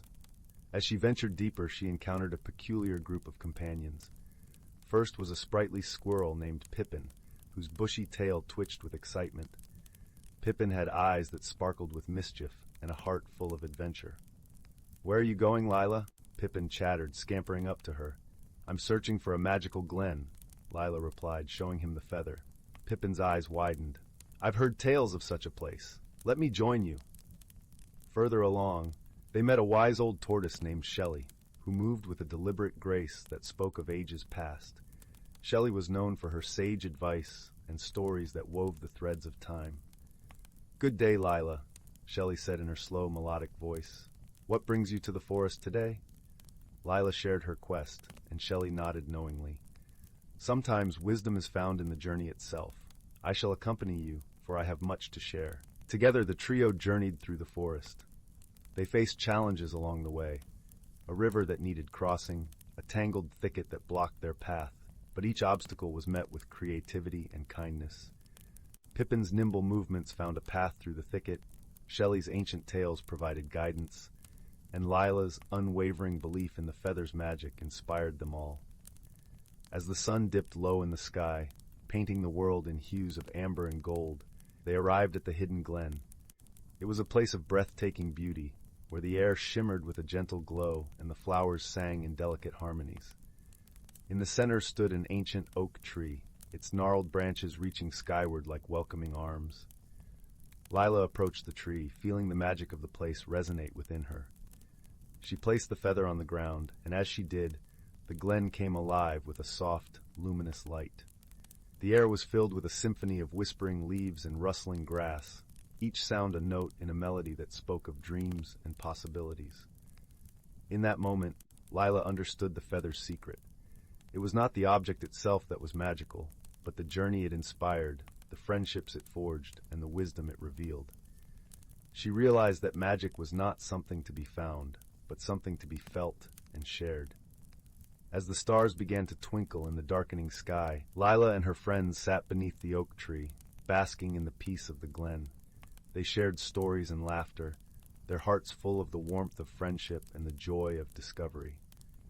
When the time came to leave, Lila felt a deep sense of contentment. She knew that the magic of the glen would remain within her, a gentle reminder that the extraordinary is often hidden in the ordinary, waiting to be discovered by those with the courage to seek. With the feather safely tucked away, Lila and her companions made their way back through the forest, their hearts light and their spirits lifted. As they emerged into the village, the first rays of dawn kissed the world awake, promising new adventures and discoveries. And so, Lila's journey came to an end, but the magic of that day lingered on, a gentle whisper that would guide her through life's many twists and turns. For she had learned that true magic lies not in objects or places, but in the love and wisdom shared with those who walk the path beside us. Story 97. In a cozy little cottage nestled deep in the heart of an enchanted forest, there lived a young girl named Willow. Though her home was humble, it was filled with warmth and the comforting scent of freshly baked bread, courtesy of her loving mother. One crisp autumn evening, as Willow sat by the crackling fireplace, her mother handed her a peculiar-looking book. "This belonged to your grandmother," she said, her voice tinged with a hint of mystery. "It holds secrets beyond our wildest imagination." Willow's eyes widened as she traced her fingers over the leather-bound cover, embossed with intricate designs that seemed to shimmer in the flickering firelight. As she opened the book, a warm golden glow emanated from its pages, and a soft melody filled the air like the whispers of ancient trees. What kind of secrets could this book possibly hold? Willow wondered aloud. Her mother smiled knowingly. "That, my dear, is for you to discover." From that moment on, Willow found herself drawn to the mysterious book, spending countless hours poring over its pages. Each night, as she settled into bed, the enchanting melodies would lull her into a dreamlike state, transporting her to realms beyond her wildest imagination. One night, as she turned the pages, a sudden gust of wind swept through her room, carrying the scent of pine needles and the promise of adventure. Willow gasped as the words on the pages began to swirl and dance, forming intricate patterns that seemed to beckon her closer. Before she could comprehend what was happening, the room around her dissolved, and she found herself standing in a breathtakingly beautiful forest. Towering trees stretched towards the sky, their branches adorned with glittering leaves that shimmered like diamonds. The air was alive with the gentle hum of unseen creatures, and the ground beneath her feet was carpeted with a mosaic of fallen leaves. As Willow stood in awe, she noticed a small, glowing figure emerge from behind a nearby tree. It was a tiny fairy, no larger than her hand, with gossamer wings that fluttered rapidly. "Welcome, Willow," the fairy said in a voice that sounded like the tinkling of bells. "We've been expecting you." Willow blinked rapidly, her mind struggling to make sense of what was happening. "Who are you, and where am I?" The fairy smiled warmly. "I am Zephyr, a guardian of this enchanted realm. You, Willow, have been chosen to embark on a journey of discovery, for within these woods lies a treasure unlike any other." Willow's heart raced with excitement and trepidation. "A treasure? What kind of treasure?" Zephyr fluttered closer, her wings leaving a trail of shimmering dust in her wake. "The treasure you seek is not one of gold or jewels, but of knowledge and wisdom. It is a gift that has been safeguarded by our kind for generations, waiting for one pure of heart to claim it." As if on cue, a group of fairies materialized around them, each with their own distinct appearance and personality. There was Oakleaf, a gruff but loyal fairy with bark-like skin and moss-covered wings. Beside him stood Dewdrop, a gentle fairy with iridescent wings that shimmered like rainbows. And beside Dewdrop was Ember, a fiery fairy with wings that flickered like dancing flames. "We will be your guides on this journey, Willow," Zephyr said, her voice filled with warmth.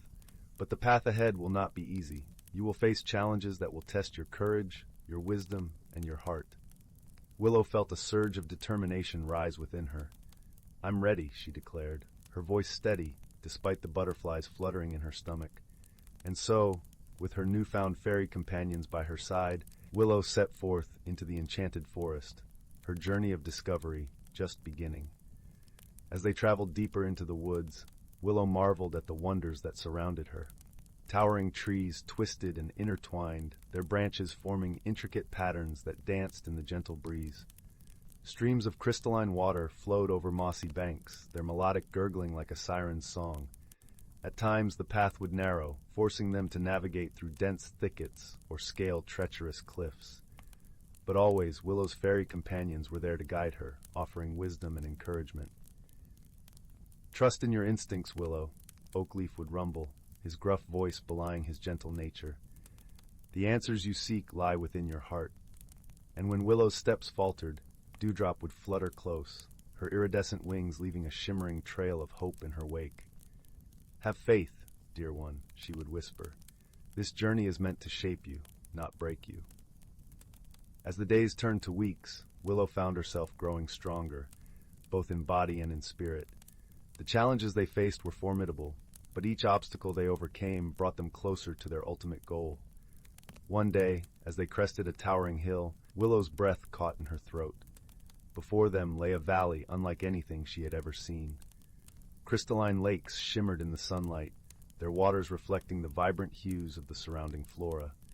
Waterfalls cascaded over steep cliffs, their thunderous roar echoing through the valley like the beating of a great heart.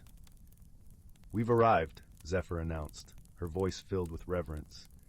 "The heart of the enchanted forest where the greatest treasure lies." As they descended into the valley, Willow noticed a peculiar structure nestled among the trees. It resembled a grand temple, its walls adorned with intricate carvings and glyphs that seemed to shimmer and shift before her very eyes. "This is the repository of knowledge," Ember explained, her fiery wings casting flickering shadows across the ancient stones. "Within these walls lie the secrets that have been guarded by our kind for generations." Willow felt a sense of reverence wash over her as she stepped through the towering archway and into the temple's interior. The cavernous space was illuminated by a warm, ethereal glow that seemed to emanate from the very walls themselves. At the center of the chamber stood a massive pedestal, upon which rested a glowing orb that pulsed with an otherworldly energy. As Willow approached, she could feel the power emanating from the orb, like the heartbeat of the forest itself. "This is the culmination of your journey, Willow," Zephyr said, her voice echoing through the chamber. "Within this orb lies the collective wisdom of the ages, a wellspring of knowledge that has been carefully curated by our kind." Willow reached out, her fingers trembling as she touched the surface of the orb. Instantly, a rush of images and sensations flooded her mind. The intricate dance of the cosmos, the delicate balance of nature, the essence of life itself. As the torrent of knowledge washed over her, Willow felt a profound sense of clarity and understanding. She realized that true wisdom was not something to be hoarded or kept hidden, but rather a gift to be shared and nurtured for the betterment of all. With newfound purpose, Willow turned to her fairy companions, her eyes shining with gratitude. "Thank you," she said, her voice filled with emotion, "for guiding me on this incredible journey and for entrusting me with this precious gift." Zephyr smiled warmly, her wings fluttering with joy. "The true gift, Willow, is the wisdom you have gained within your heart. Use it well and share it with others, for that is the greatest treasure of all." As Willow emerged from the temple, she felt a profound sense of peace and purpose. Her journey had transformed her, opening her eyes to the wonders that lay hidden all around her, waiting to be discovered. And as she returned home, the enchanted book that had started it all seemed to hum with renewed energy, its pages aglow with the promise of countless other adventures yet to come.